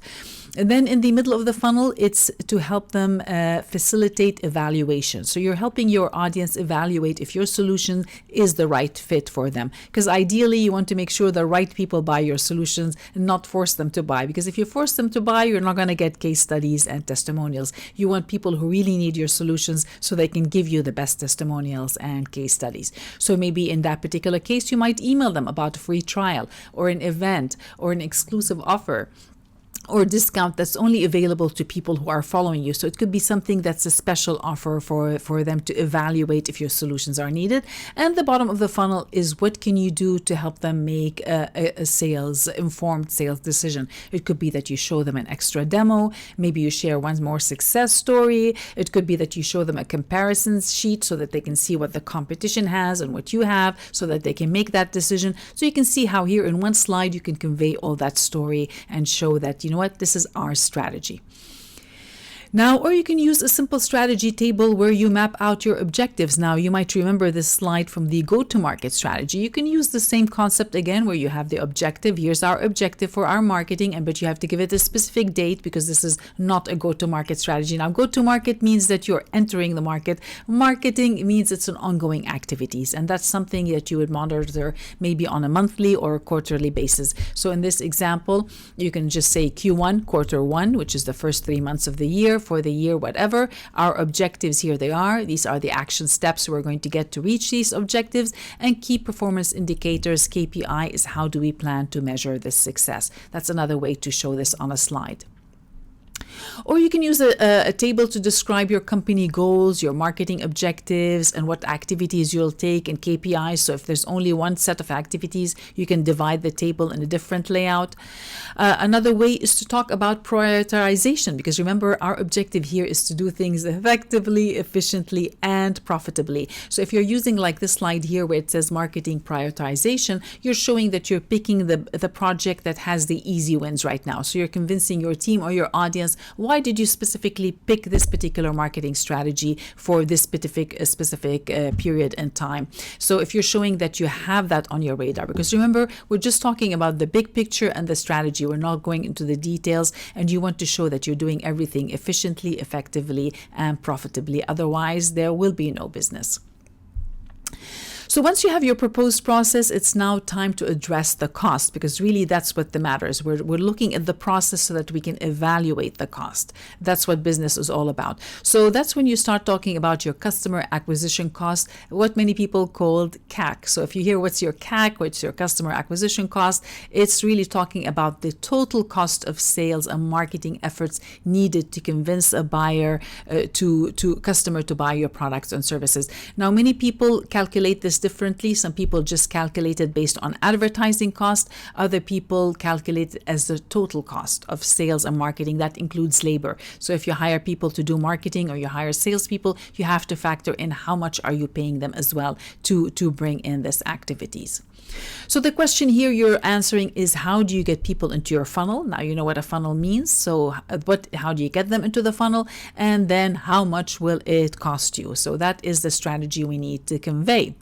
Now, in terms of cost, you have two different truths here. You can use one or the other, or you can combine both. Most companies combine both options. The first thing is free traffic. Now, free traffic is organic traffic. That's when people just find you on their own. They might stumble across your products on social media, or they might find a blog about your products, or they might find you when they're doing a random Google search. That's free traffic. Now, paid traffic is when you specifically create an ad and you pay for it. So you pay to put ads on social media and other online platforms as well, or it could be offline on radio, TV, and newspapers. Many people still do that as well. That is all paid traffic. But the thing is, if you look at paid traffic or if you look at free traffic, really they're all costing you time. Now, free traffic is going to cost you labor time, because it's going to take a lot of time to put all of these posts and create all of these blog posts and go manage the engagement on social media. So it does take time. It will cost you in time, which also requires money to fund that activity. And if you look at the paid marketing activities, well, that's going to cost you money, especially now as more people are spending on advertising. So online advertising costs are going up. But the main difference between the two is that free traffic is not measurable, because you don't know where the people came from. You might have put a post on social media, on Instagram, they saw it and they come to buy, but you don't know that the sale came from Instagram. Whereas if you're using paid traffic, everything is monitored. If someone clicks on an ad and they go and buy, you can track all of these and you can see the analytics so that you can know what is the best channel that is working for your resources. So now you have to decide, this is part of your strategy. When you're conveying it, you want to show, why are we focusing on free traffic, or why are we focusing on paid traffic? That could be part of your growth strategy conversation as well. So which brings us to the big question, well, how much should you be spending on your marketing budget? Now, on average, when you take all industries, the average is around 10%. So if your business is bringing in 100,000, about 10,000 would probably be going on marketing. If your business is making $1 million, about 100,000 would need to be going on marketing to keep your business activities going.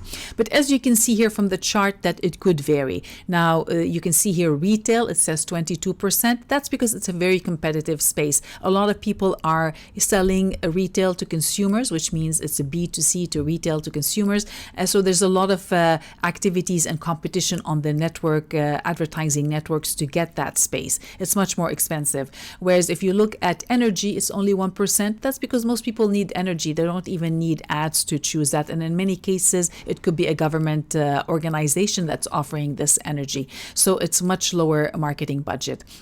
Or if you look at Big Pharma, for example, it's only 3%. Well, it looks like it's little just because Big Pharma has high profit margins. They're making billions of dollars in profits. So they're able, with 3%, they're able to dominate most of the ads. If you're watching daytime TV, at least here in North America, most of the ads during daytime are about pharmaceutical products. So it makes you wonder, how do they have all this budget when in reality they're only spending 3% of their revenue on advertising as well. So you can see see it vary here. So now when you're trying to convey your conversation and strategy, try to look what industry are you in, compare yourself to others so that you know if you have a reasonable budget, and find ways so that you can compete with others and still have an efficient, effective, and profitable process in place.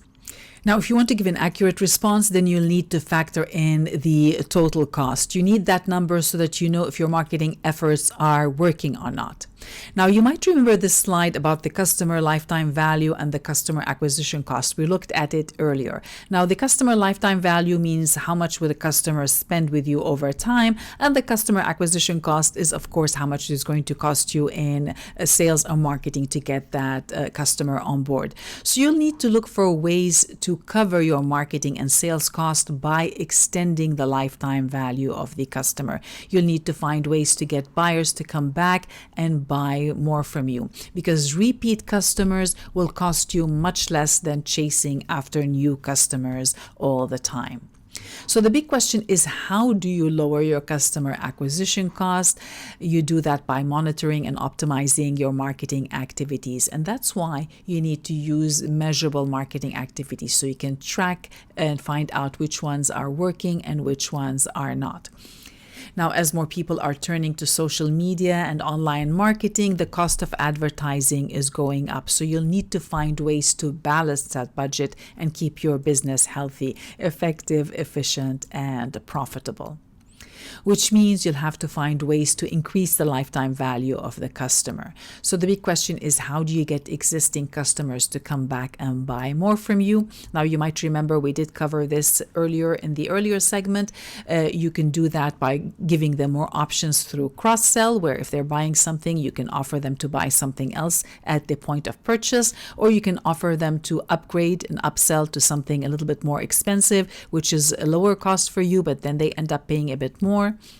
It could also, though, that you give them an incentive to come back and have repeat sales. Coffee shops are well known for that. Buy 9 coffees, you get the 10th ones for free, so they get you coming back to the same location. It could also that you offer them solutions at different price point, a different variety of products and services, and some of the big stores have that option in place, so customers keep coming back and buying different products and services from you. Now, once again, you want to be planning for this process and you don't want to be leaving it to chance, because as you can see from what we have covered so far, that your marketing strategy and growth strategy is really connected to your business model as well. It's that business Canva that keeps coming up with all of these questions, because all of these elements are connected to create a healthy business for you. So that's why when you're doing that planning and somebody has already opted and they already bought something from you, the next step would be, okay, well, how do I plan the next phase? Now, the next phase, many people call that your sales funnel. I know it sounds a bit confusing because there's a marketing funnel and sales funnel. So let me show you the difference and similarities so you can see how that might apply to your particular situation.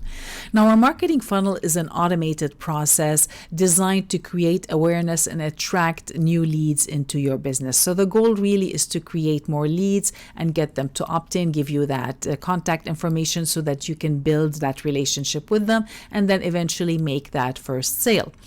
On the other hand, a sales funnel's objective is it could be online, it could be offline, and the purpose of the sales funnel really is to get you new and repeat sales. So sometimes they're used interchangeably because in some situation you might not need a marketing funnel, you might just simply go with a sales funnel if you have a simple business structure, whereas if you have many products and offers, you might need multiple marketing and sales funnel. But at a high level, that is the main difference. Marketing is getting people, attracting them into your business, and sales is really closing the sale and getting repeat and ongoing sales into your business. So when you're talking about your growth strategy, you need to get clear on the process. You want to show your audience that you understand what process you're talking about. Are you talking about marketing? Are you talking about sales? Are you talking about a combined effort?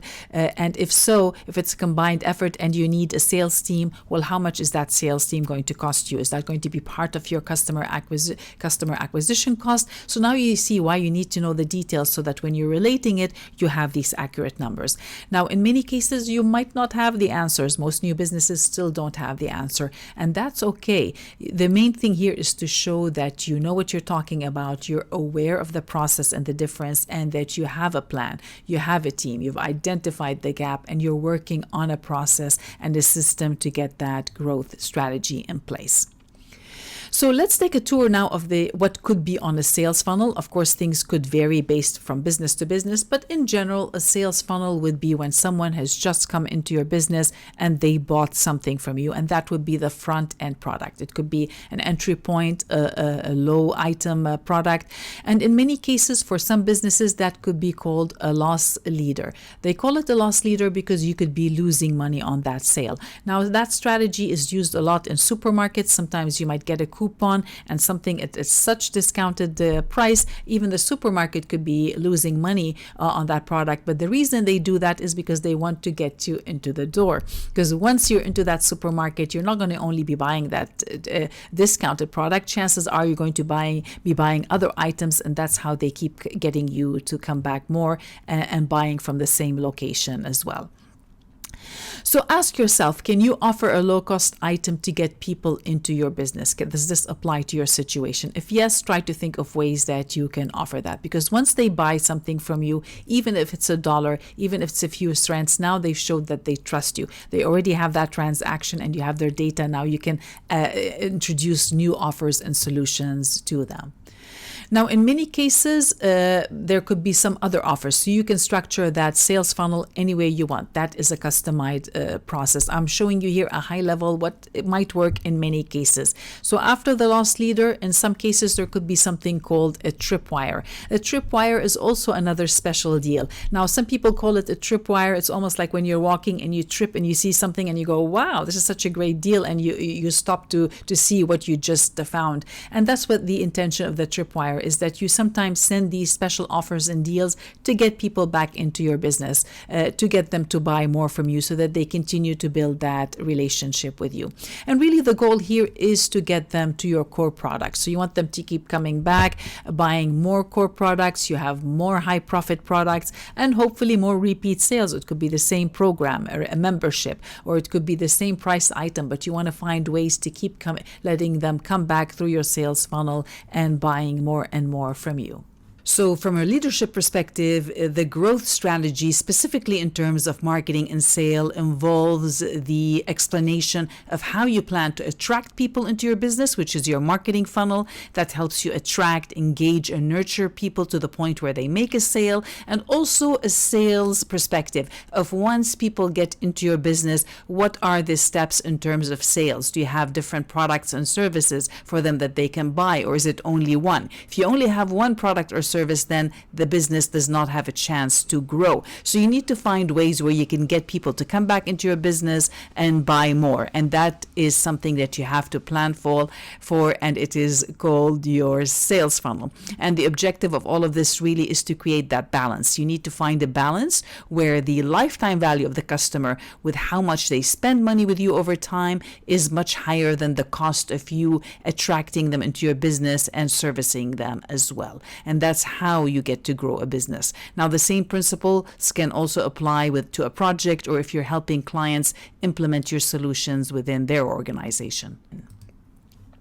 Now, you'll need all of this information because going back to the business model Canva, you can see this is going to help you with the cost structure. That's how you come up with the pricing for your products and services. You need to identify how much all of these activities will cost you so you can find a system that will help you to grow. And that's why marketing is part of the growth conversation, and it really affects your business, because if you're not able to bring in new and repeat customers into your business and get them to buy more, then the business would be very hard to scale and grow. And that's where many businesses might lose money. And so really, I want to remind you here that from a leadership perspective, it might seem like a very complex story to tell, but really your focus here is to show that you understand the big picture, you understand the strategy, and you're able to deliver it effectively, efficiently, or profitably. And if you're not able to deliver it, at least you're showing that it's on your radar. You're looking for ways to make it more effective, efficient, and profitable. The tactics and execution plan can be handled by other people. It doesn't doesn't necessarily have to be you. Your job is to explain the big picture. And from a leadership perspective, you need to demonstrate that you understand the process and how much it will cost. So how to make your customer acquisition process more efficient. How can you make that process more efficient? How do you reduce the customer acquisition cost? And what marketing and sales channels are more efficient and cost effective? And this is all tied into your sales and marketing funnels and how much everything will cost you. So if you narrow it down to one question when you're talking about your growth strategy, really is how do you plan to grow and scale? And in most cases, it's going to be related to your marketing, sales activities, and how you can make that more efficient, effective, and profitable. So when it comes to your slide design, there's no wrong or right way, because now you can see there could be so many stories you could be sharing. So you could pick a layout that fits with your story. In many cases, start with a simple table. It could be good for you to organize your thoughts, and then you can worry about jazzing things up from a design perspective.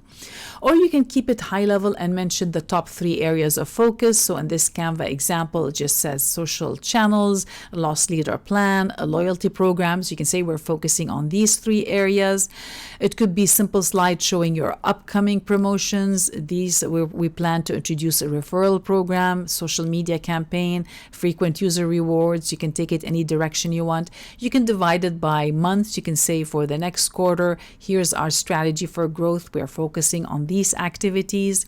It could be a timeline to show what you plan for the rest of the year, not just for the quarter. So really there is no wrong or right way. You could also take it direction towards one particular product only and talk about your product marketing strategy, not specifically as a company as a whole. Maybe one of your products, maybe that's what you are in charge and you're creating a pitch deck for one specific area. So you might want to just focus on that product, create an infographic, talk about your pricing strategy, your product, your promotions, and a specific location. So that could be also a great growth strategy, talking about your market strategy. It could also be a combination where you talk about your growth strategy while you combine marketing and sales, customer service, and product development. How do these 3 elements fit together to help you grow? So you can see here really that conversation can be very different for different businesses. The main thing here is to show that it's on your radar and that you are planning for it. Another thing you can show here is market statistics. So if you're already collecting data and analytics, you can start sharing that with your leadership team or investors or other stakeholders who would be interested in that data. Anything to show that your company can grow. Some people, especially for internal projects, like to use something called SMART goals. Now, SMART goals refer to something that is specific, measurable, attainable, relevant, and time-bound. So they try to create goals with using these criteria, and you can apply the same goals for a growth strategy, for a marketing strategy, from a sales strategy. So pick a way that is relevant to you and that could be meaningful to your audience as well, something that would resonate with them. In many cases, a growth strategy could be where you're saying, hey, we're opening 15 new locations. So for example, this could work if you're talking to investors, that our goal is to increase to serve 15 locations. We want to add 23 new pickup locations. Of course, this is a commercial template, but this is something to show that you are planning for that growth and it is on your radar. It could also be where you show, okay, this is our strategy and here are the points how we plan to implement that strategy. Another way you can show it is by talking about other elements of your growth strategy. It could be something about your product development, market development, diversification, market penetration. You might want to put a few notes about that if you already have these details. Or it could be something as simple saying, hey, you know what, we're just introducing coupons, a referral program, discounts, and loyalty incentives. So you can see here the design can vary. Mainly pick designs that highlight the summary of what you want to show. And the summary is you want to show that you know what you're talking about. You are looking for ways to make everything efficient, effective, and profitable. So as you can see here, once again, when we're looking at this chart, there are many ways to talk about that, and what you decide to share will depend specifically on your solutions and your business setup. In most cases, your growth strategy is referring to your marketing strategy, and more specifically, how to get the right message, the right people, and the right media channels. I'll keep repeating that because it's the most important thing. You need to be able to do that effectively, efficiently, and profitably. And that's usually a balance between your customer acquisition process and your customer acquisition cost. You need those two balanced to keep that healthy growth strategy in place. Now, in terms of tips, I would always say, remember to focus on the big picture. You don't want to be sharing the details. I find that with many of my clients, they sometimes want to put all the slides, but say, well, that doesn't make sense without of these slides. Try to find a way to summarize your strategy on one slide only, and set goals and follow them to ensure that they are met, more specifically for you and your teams. And whenever possible, use analytics to monitor and optimize your budget, so you can also show these reports as well. Congratulations, because now you know how to address a strategy on your pitch deck, a story. Now, a strategy is a plan of action designed to achieve a desired result or goal. And the objective really of this section is to show that your business or project makes sense. Because anytime you're presenting an idea, product, or solution to a new audience, in their head, they're trying to find ways to discredit you, because that's human nature. We're always looking for errors or gaps in a story to find if this story makes sense or not. So you need to show that you have a plan and that you know what you're talking about, and that what you're talking about actually makes sense. Now, my tip and reminder here is to focus on the strategy. You don't need to add the tiny details on your initial pitch deck. You can always add the details to the appendix, and you can share them if the question comes up. Or in many cases on big projects, you might invite other people to subsequent meetings to talk about the strategies and tactics. So you might just introduce the strategy and you bring other team members to talk about the tactics and execution plan as well. Now, you also learned about how your strategies for startup can be different from strategies from a traditional business. A startup is all about innovation, a massive growth, and an exit strategy as well. So it's more about accelerated growth and creating something innovative, whereas a traditional business is about creating something traditional, people need every day. It's a sustainable and consistent growth. Another factor is in the industry sector. Technology companies usually more focus on innovative product development, market penetration and growth, whereas non-technology companies might steer the conversation toward market segmentation, which is the buyer, product selection, why did you select these products, pricing, why did you select these pricing, distribution channels, or maybe the customer service strategies. So that's why your strategy story can be different depending on your business or project setup. Now, another factor is how long are you along in the business or project journey. During the idea phase, the strategy might be different from what you would share in the growth and the mature phase. And you also learned how all of these answers are connected to your business model. No matter what you look at, whether it's you're entering the market or your growth, it's usually your business model that would impact all of these decisions. So based on your audience and what are the details they need to see so that story makes sense for them, you get to pick what elements of your business model you can share and how you share them with your audience as well. Now, in most cases, your strategy will need to answer the two high-level questions, which is how do you plan to get started, whether that's a project or your business, your go-to-market, and how do you plan to grow your scale, which is your growth strategy. Now, you might not have all the answers, but you need to show that you understand the big picture and that you have a plan. The plan can include that you hire more people to help you with the strategy, tactics, and execution. You are not expected to know everything right away. Now, in terms of tips for this section, I would say keep your slides high level. You might be tempted to add the details. Keep the details for the appendix or keep them when you have a subsequent meeting. You don't necessarily need to put it on your initial pitch deck, and be prepared to answer questions. Anytime you make a statement or you show a plan, people are going to be asking you questions to back it up. So be prepared, and also check and fine tune your strategies on a regular basis. Some companies like to do that monthly, quarterly, or annual. You get to decide what works best for you. Now, once again, I created a checklist. This is a starting point. You can create your own checklist as well to put what kind of strategies you might want to share. At a high level, investors are interested in the big strategy. Your market wants to know what channels they can find you so that you can dish out some of the new offers that you have their way. It could be free offers, lead magnet, tripwires. So you need to help them find you on these channels. And in terms of your team, they might need to know all your strategies so that they can help you create these tactics and implementation plans as well. So really your action item for this section is to explain your strategy. So add any strategy details that show your ideas products will make sense. So you can create these slides for them, and anytime when possible show proof and details that would be relevant to your audience.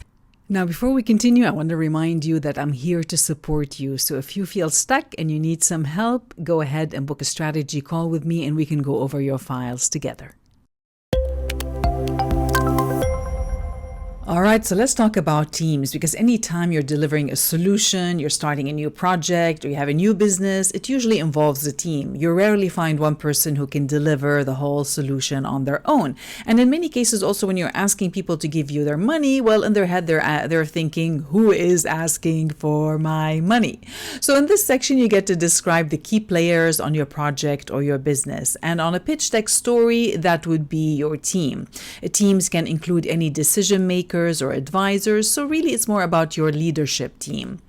And once again, you get to select who you show on this particular slide, and it'll be impacted by who you are talking to. So if you're talking to investors, well, investors want to know who are the founders of the company, who are the advisors, who are the strategic partners or other investors. So who are the people helping you make the key decisions on this project or this business? And also anyone who is legally tied to your business. Now, the market will want to know who is on your leadership team, more specifically, who will deliver the service if they're buying a service, who do they turn to if they have any questions or support. And for your internal teams, well, they want to know who is in charge. If they have questions or they need support, who do they go to ask these questions? So really your target goal for this section is to explain your team structure, and that will differ based on who you are talking. Now, the reason you need to do that is because you cannot build or deliver that service on your own. So you need this information to build a strong support system, more specifically first for yourself, and then you'll be able to communicate that information to others who might be asking. Now, anytime you introduce a new person to a team, you're adding a level of complexity, and that's why many refer to this as team dynamics. Now, team dynamics can refer to the positive or the negative effect that you get when you bring two or more people together. So the first thing you need to do is to identify the roles you need to deliver your value. Now, if you remember the word value, we used that before for value proposition, the value proposition statement. So really it means the value is the solution that you are presenting to your market. So what are the roles you need to deliver that value? Now, in most projects or companies, the typical roles would include three levels. You've got the leadership team, you've got the management team, and you've got the operations, which are people who get to create, to deliver that service on its own. So really working on a pitch deck is a leadership responsibility. Leadership teams are responsible for making the core decisions and overseeing the performance of their project and their departments. So what you're doing right now is a leadership skill and a leadership task. Now, next you have management. Now, management is responsible for managing the process and ensuring that the vision brought on by the leadership team becomes reality. And the operations are people who are actually doing these jobs. Now, the next thing you need to do is identify your area of expertise. So when you look on your list, you create a list of everything that needs to be done on your project or in your business. Look at that list. Now, that list will be different for you based on what you're doing.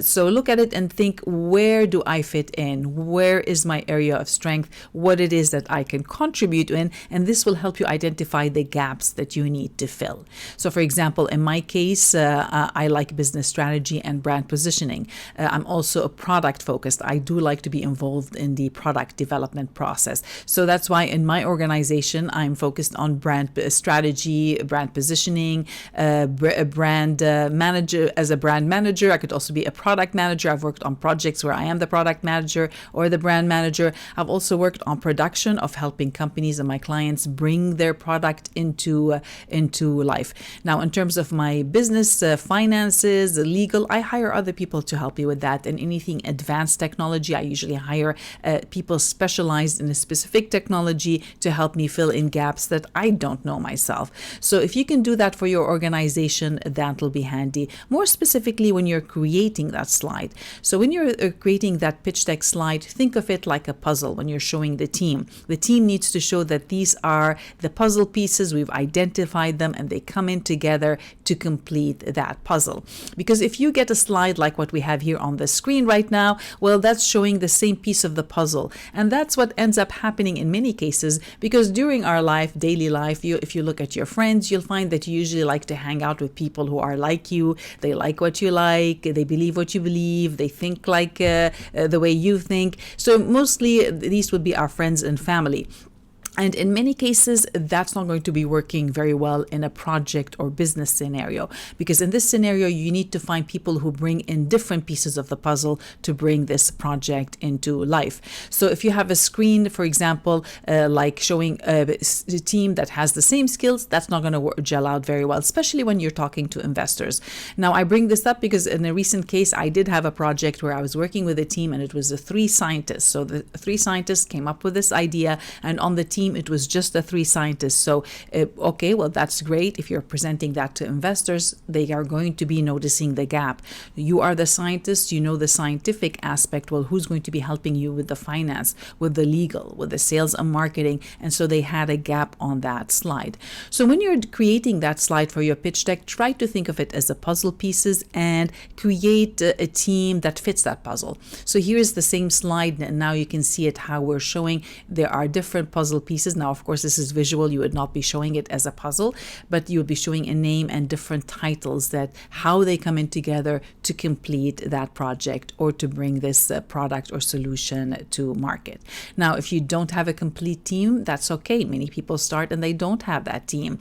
You can still put that slide in there, show the team structure, but show that maybe one of the positions is open, or maybe if it's just you right now, you're starting, you can just name the positions that are needed, and then this will help your people who are looking at the slide saying, okay, well, you know what you're doing. You're a good leader. You've identified the team that you need. You know what are the gaps, and you're looking to fill them. So really here, we're trying to build that credibility. Even if you don't have the entire team structure, that's okay. The main thing here is to convey that message that you know what you are talking about and what team can help you bring that idea into reality. So really, the best team members are people who complement your skills. Now, they would have the knowledge, they would have the skills, they would have the abilities, or maybe some other factors that they bring to the table that you don't personally have. That would make a very good team slide. Now, in general, when people are hiring, they look for different things. The first thing is knowledge. So it could be theoretical or practical understanding of a subject that's needed to perform the task. So that could be acquired through learning or experience. And that kind of knowledge increases with experience. So it's generally going to be people who are well experienced in this specific topic. So if you're developing an innovative technology, you need to prove that you have some kind of industry expert on your team, either as an advisor or one of the leadership, or someone on your team who can advise you from a knowledge perspective. Now, in terms of skills, skills can relate to proficiency developed through training or experience to perform a specific or certain task. So that would be practical or learned behavior. Now, skills can be developed and practiced. So anyone, if you give them a structure and you train them, they will be able to pick up on these skills. So try to identify what skills are needed to see who on your team has them or who can develop them, or if you need to bring someone else from the outside to fill in these skills. Next, you have ability. Now, ability refers to something that's a natural trait. It's a talent that you possess or acquire, and you can develop that skill. But usually there's a barrier to entry. It's because that is something more natural, maybe something like a physical characteristic. So, for example, if somebody is 4 foot tall, it's very hard to apply to a basketball team where everyone is 6 or 7 feet tall. So sometimes there are barriers to entry, and that natural ability, some things you just cannot control. No matter how much you practice, there are some abilities that could bring that barrier. So try to identify on your project, are there some particular tasks that would require a specific ability so that you can fill in that gap. Another thing could be, other characteristics could be personal factors like personality, willingness, interest, motivation, or something more tangible. It could be something that maybe someone has a license that you don't have that license. Maybe it could be connections or other factors that help you fill in that gap. So this is where you need to identify in all of these 4 areas and find out you have the right team to help you bring this project or this business into reality. And if not, can you fill in that gap? And really, that's why as companies grow, they might have to look into finding a human resources person or get assistance from an outside agency. So you might not have to do that yourself, but all you have to do is identify, here's what we need, and then you can start getting help for people to help you fill in these gaps. Now, team dynamics is not just team of the people who can help you bring that vision into reality. It could also be people who are partnering with you or who are investing and funding your project. Now, in general, this is a high level. You might find 2 levels of investors. First of all, you'll get an investor, and that's someone who invests in your company or your project, but they also play a role in the daily operations, management, and decisions. Where in many cases, you might find businesses or projects who have a silent partner, and that's someone who invests in the company or the project, but they prefer not to be involved. So this is when you're accepting funds from people, you need to keep that in mind. Do you want someone to just give you the money and not be involved? Or would you rather get people who are investing in you and they're also being there as mentors and as guides for you as well? So when you're creating that team structure, keep that in mind specifically before you accept any money from anyone for your project or business.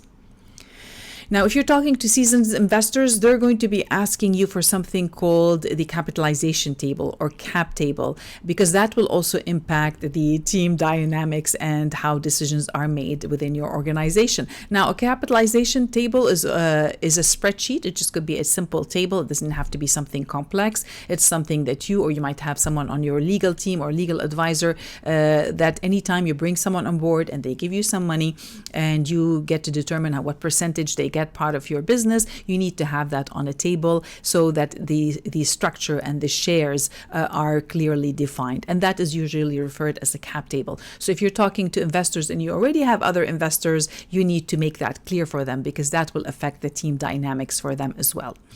So you can learn more about capitalization table by going to resources like Investopedia. So if you go there, scroll around, you can learn a bit more to see if you do need that for your particular case. But as always, I will always say, ask a lawyer who is familiar with your industry and jurisdiction, because these things could change based on your business, your industry, and where you are located. So now the big question comes up, well, where do you find these people if you've identified that there are some key leadership roles that are needed for your project or your organization? Well, how do you find them? So if you're a new startup with some innovative solution, check your local resources like the government. There could be some nonprofit organizations, or also many universities have something free or paid business incubator. Now, an incubator is a company or a nonprofit organization that helps new and startup companies to develop by providing services such as management, training, or office space as well. And as you're big, but once you have a business that's proven, or you have a concept that's already generating some kind of income or a working product, you might look into something called a business accelerator. That would be the next step. And they can help you to get more funding and sales if you already have a proven business and revenue. So business accelerators are programs that give developing companies access to mentorship. They could expose you to investors and other support that can help you become more stable and self-sufficient. Now, these services might vary by location. That's why I don't want to be putting any tips here, depending on what country you live in, what province, what state, what jurisdiction. You might have different resources. So I would say always check your local resources because they're going to be impacted by your business law in that area, and ensure that you are always following the legal regulations based on your particular geographic location. Now, another resource could be online. So if you don't find anything locally in your area, you might turn to online resources to fill in these gaps. Now, if you have something already established, you already have some kind of a business and you need very strategic advisors, you can go to a website called PitchBook, and there you will find many advisors and professionals with past and proven experience in your industry and maybe geographic location. So you can probably ask them. There you'll find some advisors that could get on board, and that can work well for an online or technology business. Now, if you're still in the idea stage, you still don't know if you need anyone serious and you don't want to bring, people who are legally tied to your business, you can look into outside consultant or casual contractors as well. So you can start by websites like TopTal, TopTal Finance. I think they did change their name right now. It's probably just called TopTal. And there you'll find many freelance consultants that specialize in startups. So it could be people who are involved in other projects and now they're there to help other people with their similar tasks. So you can have a few hour consultations with them without any major commitments. So they don't necessarily need to be tied to your organization. And once again, try to find people who are familiar with your business jurisdiction. This is very important because the laws do change in different areas. So they might be familiar with one country, but they might not be able to give you the right advice for your own particular jurisdiction. Now, for other small jobs and other tasks, like if you need technology, if you need designers, if you need any of the other jobs, you can go to websites like Upwork.com. And that's a website that I hire a lot of my contractors from. And I've built several businesses and hired large teams for many of my clients as well. So you'll find many of the big players like Microsoft, GoDaddy, Airbnb. They also get many of their contractors there. Now, the good news about Upwork and why I particularly like it is because you're working with Upwork directly. So when you're hiring someone through Upwork, you don't have a legal obligation to that particular contractor. So they could be anywhere in the world. You don't have to get them a work permit. And that gives you access to a larger pool of people without having to create all of these legal links to them. So you pay them directly through Upwork and they're not liable to your company. So any advice or thing they give you, they're also not liable, and you're also not liable for them. So you don't have to give them vacation pay or any other benefits or have that legal agreement with them other than what is on Upwork. Now, if you want, you can make them sign a non-disclosure agreement, but on a global scale, non-disclosure agreements can get tricky because then you have to go hunt them down on wherever they are in their country. So really, you do have options. You can look to experts, you can look for people locally, you can hire people online now. So you do have all of these resources to build your team. So now, what about how will all this information translate to your pitch deck slide? So from an investment point of view, you need to show that you have the leadership team that covers the top skills. So your investors are interested to know, do you have the right leadership team? So each founder or executive can fill in one of the main gaps. So like this template here, this is a template from Canva, another commercial template. So you can see how one person is in charge of business development. The other person is in charge, chief technology officer. That would be the person who would be creating the product. The business development is more about sales and someone who would be bringing in investors as well. And then you have the third person that would be the CFO and the legal advisor. So someone who's in charge of legal and finance. So you can see here they've covered the top skills. Someone in charge of business, someone in charge of the product, and someone in charge of the finance and the legal aspect. So this kind of slide will show that you have some of the pieces of the puzzle coming into place. Now, another aspect investors will want to know is who are your advisors or board of directors, if you have any. So these might be people who are not necessarily working directly in your company. They're usually outside of the company. Now, the main difference between a board of advisors or board of directors and an advisory board is that a board of directors is an executive committee that jointly supervises the activities of your organization. So what they say has a lot of weight, what they decide to say on on your board of committee. And that's why in many cases they could also be legally liable. So if the company gets any legal implications, the board of directors could also be listed on that legal case. Now, an advisory board is more of a casual relationship. It could be paid or it could be free advisors. That's when you get people who've already done what you're trying to do, or they have experience in your space, and they give you tips and advice. So you could have that advisory board. Now, I'm bringing this up because many people ask me, well, why should I be listing these people on the pitch deck? And my answer here is it depends. So if you are creating that puzzle piece and you think that one of your board of directors or your advisory board is filling a specific gap, then you can mention them on your particular slide. But in most cases, investors are looking who is legally tied to your business. Now, you can also show your teams as an organization chart. So it doesn't need to be just a fancy name, pictures and names. So this would work well if you're still in the idea phase or you don't want to reveal who specifically is on your team. So this is slightly modified, but I did help one of my clients create one of these slides where the client is the main client and they do have a full-time assistant. And now the rest of the team, they've mapped it out. They're showing this was an investor presentation and also a partner presentation. So they wanted to show that we've identified the gap, we have the puzzles, here's the team, and now I took out the names, but there were some names on this one here on this particular slide to show that we've identified the gap and we have contractors who are helping us bring this vision into reality. So this would work well from a project management perspective, or if you're talking to investors.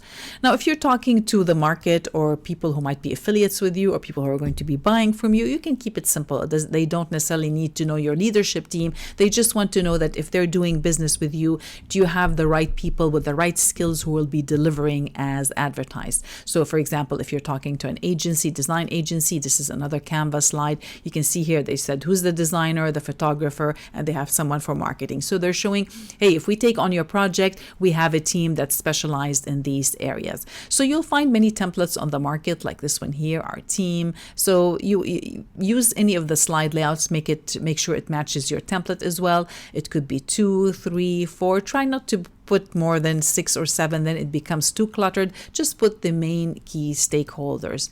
So you can see here there really is no wrong or right way. You get to decide how many you add. Now, in this particular case, I wanted to show it to you as well is because in some cases you might want to divide your team slide into 2. So you might want to show that distinction. So if there's one founder or there are people who are specifically partners, like in this case, it says here, our founder. So this is another Canva example. And then on the next slide, you can put the leadership team. So it could be your advisors or people who are advising you, but they're not necessarily legally bound to your organization, or maybe that their final vote does not really count. There are the founders and the leadership team, and then you have the management team. So that could go well. You get to decide if 1 slide or 2 slides fit your needs. My main tip for you here is to add titles to clarify the role. So it's not just about the name and a long bio. I've had some clients, they had 1 slide for each of the leadership team. That's too much. It's an overkill. Keep that information maybe for your website or for something else, or for your resumes, or when you're putting on for a proposal, but not necessarily for your pitch deck. On the pitch deck, you want a high level, just the name, the title, and a short description, a few sentences or a couple bullet points of what does this person bring into the table, how does this person fit the puzzle that we are creating. So once again, I started a checklist here for you, but of course you get to change that. Create your own checklist that fits your own specific case so that you can keep that on track. And anytime someone asks you your team, you'll know what do they mean by team, and you'll be able to share with them exactly what they need to see without cluttering them with the entire team of your project and organization. So your action item for this particular section is really to create that team slide. So if you already know who is your team, you can start plotting down that team. Use some of the templates to show their picture, the name, the title, and a short description. If you don't have a team yet, create a list of who is needed. So you have that gap, and you can either show it on an organization chart to show who's full-time, who's part-time, or put a gap, say open position. We know this is the team we need. This is the puzzle. We have these open positions and we're actively looking to fill them. So this will all vary based on your circumstance. Now, let's talk about goals, because in many cases, before people give you their money or their time and attention, they need to know your goals. Where are you going? Because they want to assess if they want to join you on this proposed journey. So once again, what you share in this section will depend on your audience. Now, investors want to know what are your project and business goals and what is the expected return on investment. They also want to get a sense of your expenses so they can estimate how long will it take to get their return on investment. And this is where they get to assess how well you know your numbers and if you're the right person to manage this project or business, because they might like your idea, they might like your solutions and what you're doing, but they might not trust you as a person with their money. Now, the market wants to know if your solutions are reliable. If they buy something from you, will you be there for the foreseeable future to help them with that purchase? Because in many cases, business sell things and then they end up shutting down. Now, I had that happen a couple of times, once with a gym where I just paid for the membership and the gym shut down, and another time with a tanning salon where I just bought a package and then they shut down. So it does happen. Businesses shut down, and there are many clients who have paid for these services and now they end up losing on what they paid for. So you need to share some goals to show the buyers or affiliates or vendors or suppliers that you plan to stick around. Can you share with them some specific goals to show that you are going to be there for the foreseeable future? And when you're talking with your teams, of course, you need to share your goals, because they cannot help you reach your goals unless you share it with your teams.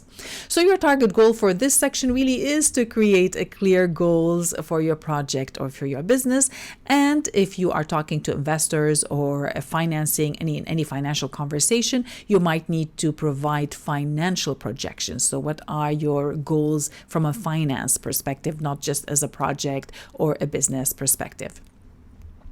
Now, in terms of finances, there are many terms, so I'm not going to get into that. And these terms might vary based on your business, your industry, or jurisdiction. So I would always say, always consult with a lawyer to make sure you have the right documentation based on your business journey or your project. That's not something I can advise you with, but if you get familiar with these terms, it'll be easier for you as well when you're talking to accountants. Because if you're just going there and you are not familiar with these terms, it could be too overwhelming. So do familiarize yourself, and that's why I would recommend going to websites like Investopedia, where you can find definitions of these terms. So at least you have an idea, and when you're talking to your accountant or your lawyer, you know what they are talking about.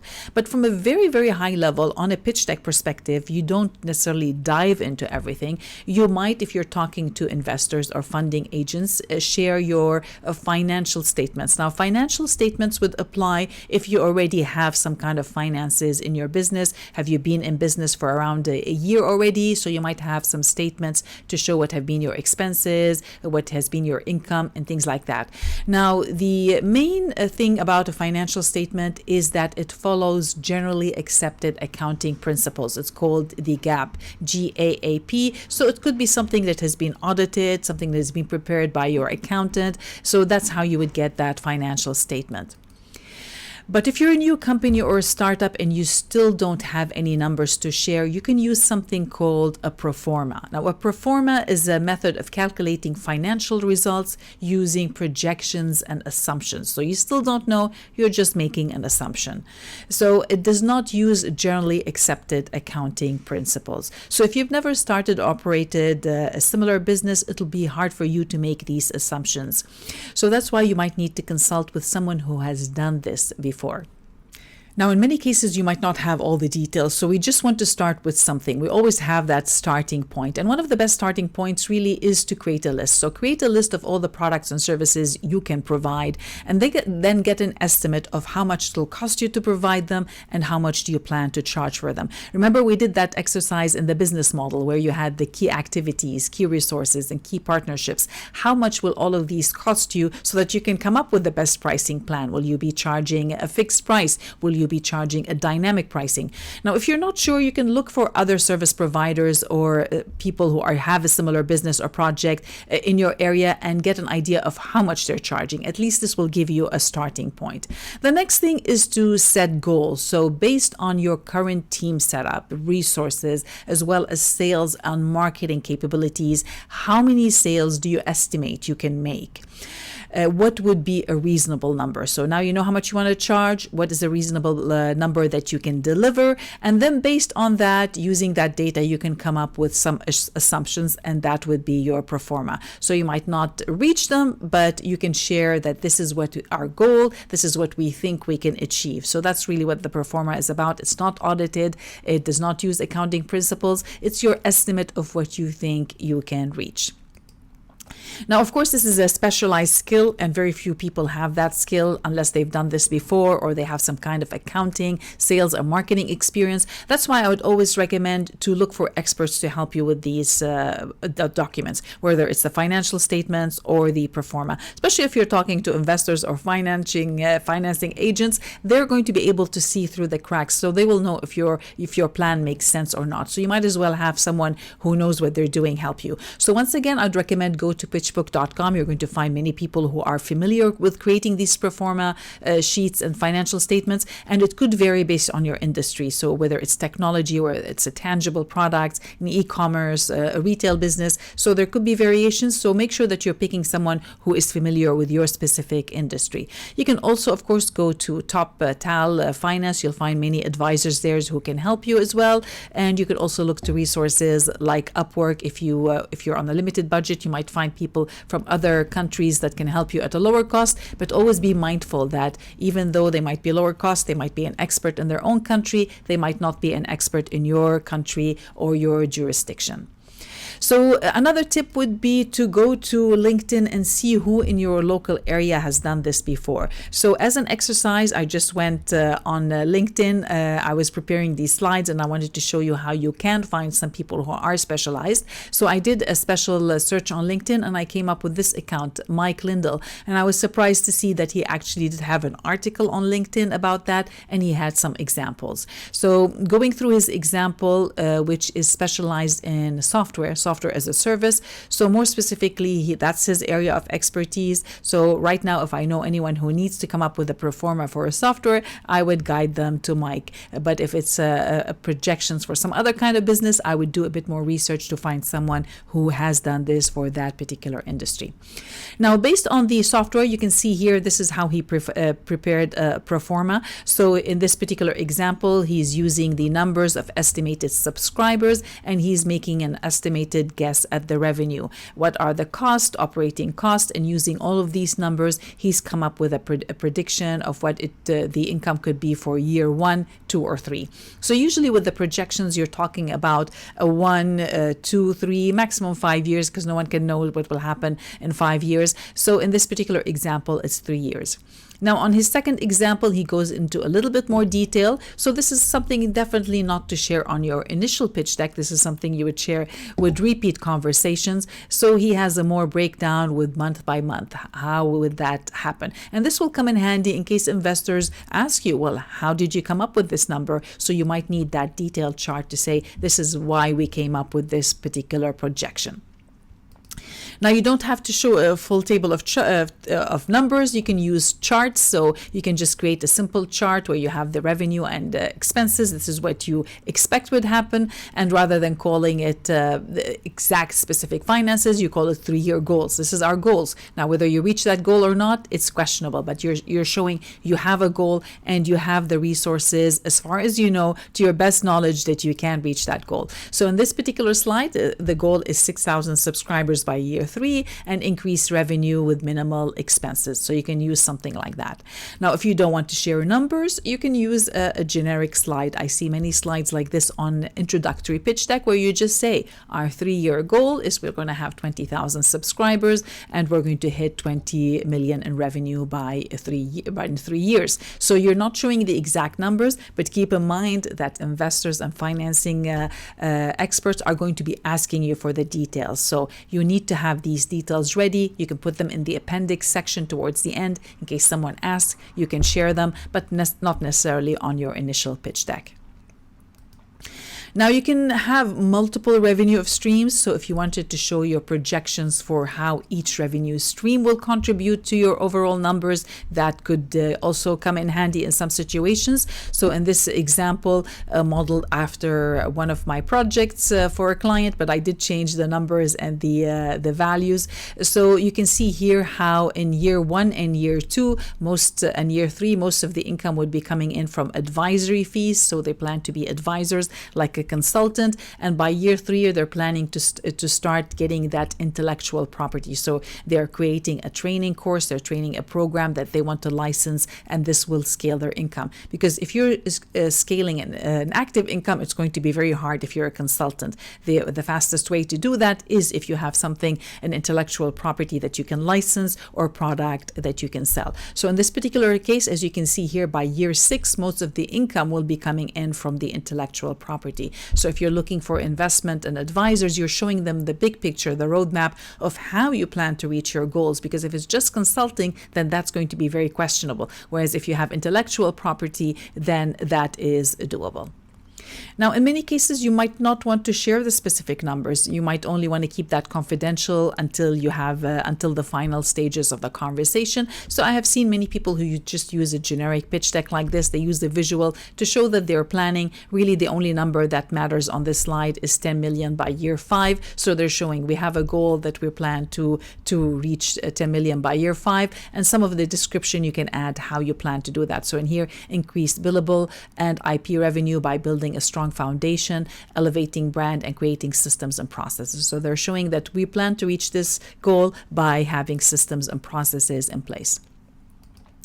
Now, another way to share your goals is really to have that timeline. I do like that timeline, especially for project management and new startups that don't want to be talking about money. Maybe they're still in the product development or the project development phase, so the timeline can come in handy. So if you already have a completed timeline, or you just want to have one milestone, you can show this is our final goal. Or I'm going to take you back to that example that I showed you earlier when we were talking about traction, how you can combine your milestones and your goal on one slide. So you can show we've already had some goals and we've hit them, and here are our future goals. So you're building that trust that we do keep our promise, we know what we are talking about. You can show what has been completed and what is planned.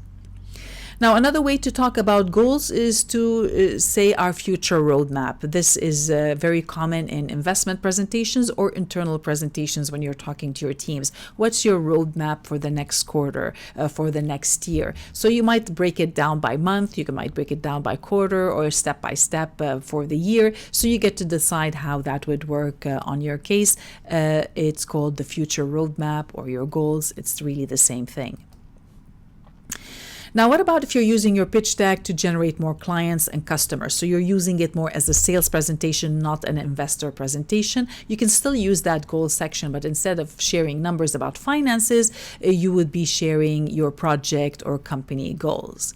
Now, this would be a great location to share your vision and mission statement. Remember when we talked about that in the first section of this masterclass, where we talked about sharing your vision and your mission and how that's part of your purpose statement. So rather than cluttering the front of your presentation with all about you, you can talk about your audience, and then as you get towards the end, you can say, well, this whole project fits our vision and our mission, which is what we plan to do with the industry. Now, this would work very well, specifically if you're talking about environmental, social, and government issues. So we did that for PhilConnect. We did not talk about future financial projections. We just talked about what does the company, how does the company aim to reach the environmental goals. So you'll find many templates on the market that prompt you to do that. You can talk about, like this one here from Canva, reducing our ecological footprint. That could be your goal. If you're talking to clients, if you have a salon, if you have a restaurant, you might have gone, they might show you, we have a future menu, we have a new treatment coming up in a specific month, or you might see how each month they might introduce something new. Really, the entire idea here is to show your audience that you have goals, you're keeping the business on your mind, you're looking into the future. That could be whether you're planning to grow your team, whether you're announcing a new location, a new branch office, a new menu item, a new service. It could be anything you want. So you get to decide if you want to call it future roadmap, goals. Give it a meaningful title. It doesn't have to be just goals, something that will be relevant to your audience. The idea is to pick something to show them that you have goals and you know what you're talking about. Because really, by sharing your projections and goals, you're helping your audience understand your focus, your drive, and motivation. What is motivating you to keep this project and business going? The idea is to help them understand also how you plan to deliver over the next few years.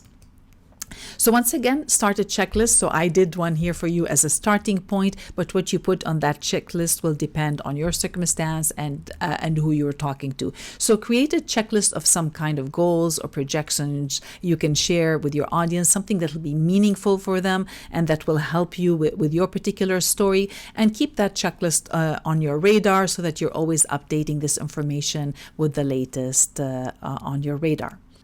Now, my tips for you here would be to avoid adding confidential goals and numbers on public files. So if you're sharing the initial pitch deck, which just could be a pitch deck that you share as a PDF with hundreds or sometimes thousands of people, you don't want to be putting all the details in it. It's just very high level. And it's only when people ask you during the face-to-face meetings, you can share some more details with them. So during the face-to-face meetings, you might want to keep the extra numbers, the financial statements in the appendix section. So if it comes up, if they ask you, how did you come up with these numbers? You can go to the appendix section and bring it up. Try to avoid cluttering the pitch deck with a lot of numbers.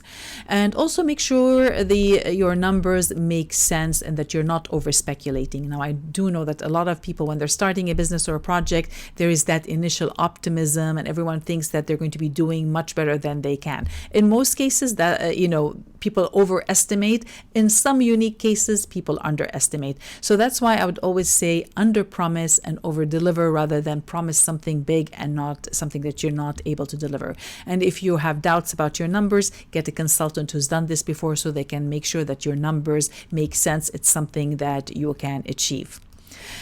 So now let's get to your action items. Your action item for this section really is to create clear goals for your project and your business. And if you're not sure how to do that, consult with an accountant or financial statement advisor. More specifically, if you're creating financial statements and projections, you want to make sure that these numbers are accurate and that you're not over speculating, especially if you're talking to investors and funding agents. All right, let's talk about action, because in many cases, unless you ask, people are not likely to take action. So on the last slide of your presentation, you want to guide your audience to take the next step. What do you want them to do after they read your pitch deck? Or what do you want them to do after they hear you live presenting your pitch deck presentation? Now, once again, what you want them to do might vary depending on who you are talking to. Now, if you're talking to investors, the initial conversation would be book a meeting, because usually what would happen is you would send them a simplified version of your pitch deck in a PDF format or a link. So they still don't know you. They just want to know if this idea makes sense. So in that case, you just want to invite them to book a meeting. You can't ask for the money right away. Nobody's going to be giving you money unless they've met you in person, or at least they've seen some of your team and they know a little bit more details about your project. So it could be book a meeting. That could be the call to action. If you're speaking in person in front of investors and they're already there in the room with you, then you don't want to say book a meeting. It could be right away you need to get to business. So in that case, you might just be in invest now. So you have to let them how much you want and how you plan to use it as well. That is very important. Now, if you're talking to the market, that could be a contact us, a book a call. If you're a consultant, subscribe, order now, buy now, become a sponsor, become an affiliate. Really, there are many different calls to action that you be using your pitch deck for. So depending on who you're talking to, you get to customize that last slide. And if you're talking to your internal teams, then you need to be telling them what specifically they need to do do to help you bring your vision into reality. So you could be sharing your strategy with them and then asking them, well, based on my strategy and these goals, what goals do you need to do to help us reach these targets? So it could be that they are helping you with the implementation plan. So you're inviting them to either provide tactics, to provide more information, to be doing more research, to be doing the implementation as well. Or it could be personal goals. You invite them, okay, well, here are the company goals. Now I want you to set personal goals of how you are going to help me deliver this target for the market. So really your action item for this section is to come up with a call to action slide, and depending on who you're talking to, that action might vary. Now at a very high and simple level, you probably already seen so many of these slides, and it's usually the ending of any website or any conversation. It's the simple contact us. So you can just have, for more information, contact us, and you'll put the contact details. So you're going to find many slides on the market that have that layout, so you can model some of them. Some people call it connect, so really it's the same thing. Connect, get in touch, that's also the same thing. So you'll find many templates depending on the personality of your brand. You get to use whatever words you like, and you can share as much information. It could be a simple website or as much details as you can on the phone, address, email, and things like that.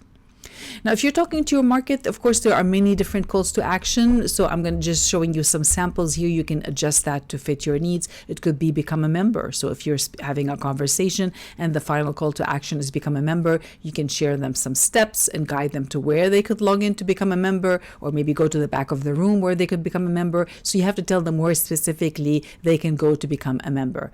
It could be order now. So if you're using your pitch deck as a catalog for suppliers to order, you will guide them where they can order now. It could be about an affiliate program. You're inviting people to become affiliates for your brand. So it could be, let's work together, learn more about our affiliate program, guide them where specifically can they learn more. It could be about a sponsorship opportunity. So you're guiding people to become sponsors at your event or some kind of a project as well. So that it doesn't necessarily have to be about a sales conversation. It could be about a sponsorship agreement. Now, what about if you're seeking investment money? So if you're talking to bankers, financiers, or people who are going to be investing in your business, then you might need to share a little bit more details about how you plan to use that money. So many people call that use of funds. Now, some people like to create a separate slide for it. It's called a use of funds slide. And some people like to combine it with the contact us page. So I'm going to show you different variations, and you get to decide how you plan to introduce that conversation. So here's one sample example where you can say we are raising a seed round of $500,000 for 10%. So you're very specific of how much you need and what you're planning to give in return. And then you have a chart to show the percentage of how you plan to use that money. Now that chart can be very simple, but be prepared, because if you're talking to investors, they might want to ask you for details. So you might have to have that in the appendix section to share some of the breakdown of why did you come up with this cost structure. Other aspects, I've seen people create their goals on the call to action. So you can see here where in this particular case, they have the goals combined with what they're planning to raise. So the current raise is $2 million, and that could be that they're raising funds from investors. It could be that they're raising funds, loans from a venture loan. It doesn't necessarily have to be an investment. It could be that they're getting a loan from the bank as well. So this is very generic. They're not saying what we plan to give you. They're just saying this is what we're trying to raise, whether you have that full amount or part of that amount, and here are the goals. So they're listing the goals, what they plan to accomplish with this specific round of funding, and then the estimated burn rate is what they expect to be using per month. So they're trying to justify why do they need $2 million for this particular round. And then on the right hand side, they've listed how they plan to use the money. So mostly for salaries, new hires, product development, marketing activities, or other. So based on your project and the details and who you're talking to, you get to decide if you want to show them just the high level or if you want to go into a detailed plan. So it's really would depend on who you're talking to. Now, another way, I've seen some people where they've combined the ask use of fund with the contact us. So this is a simple slide where you can put on one side, what is it that you're seeking? What are the goals for this particular round, not necessarily for your entire project, the goal of how you're planning to use this funding. And then on the right, you have the contact slide. So really, there's no wrong or right way. You get to decide based on the context of your conversation, whether you're sending it as a PDF or whether you're speaking in person. Or congratulations, because now you know how your call to action can work on your pitch deck story. Because before you ask people to take any action, you need to be answering the most common questions that they might be thinking of. And creating that storyboard and following this 10-step storyboard can help you answer these questions. Now, you might not keep them in this specific order. You might shuffle things around depending on your audience, but now you have the main components of your pitch deck story. So you can see here how in part 1, we started by explaining how your solutions can satisfy a market need. We started with that need, showing them that there is a need, whether it's a project, it's a business, it's a product, it's a service. You have to let them know that they need this or the market needs this if they're investing. And the next section, you learned about how to explain your strategy and how to validate your solutions and provide proof that you and your team can get the job done.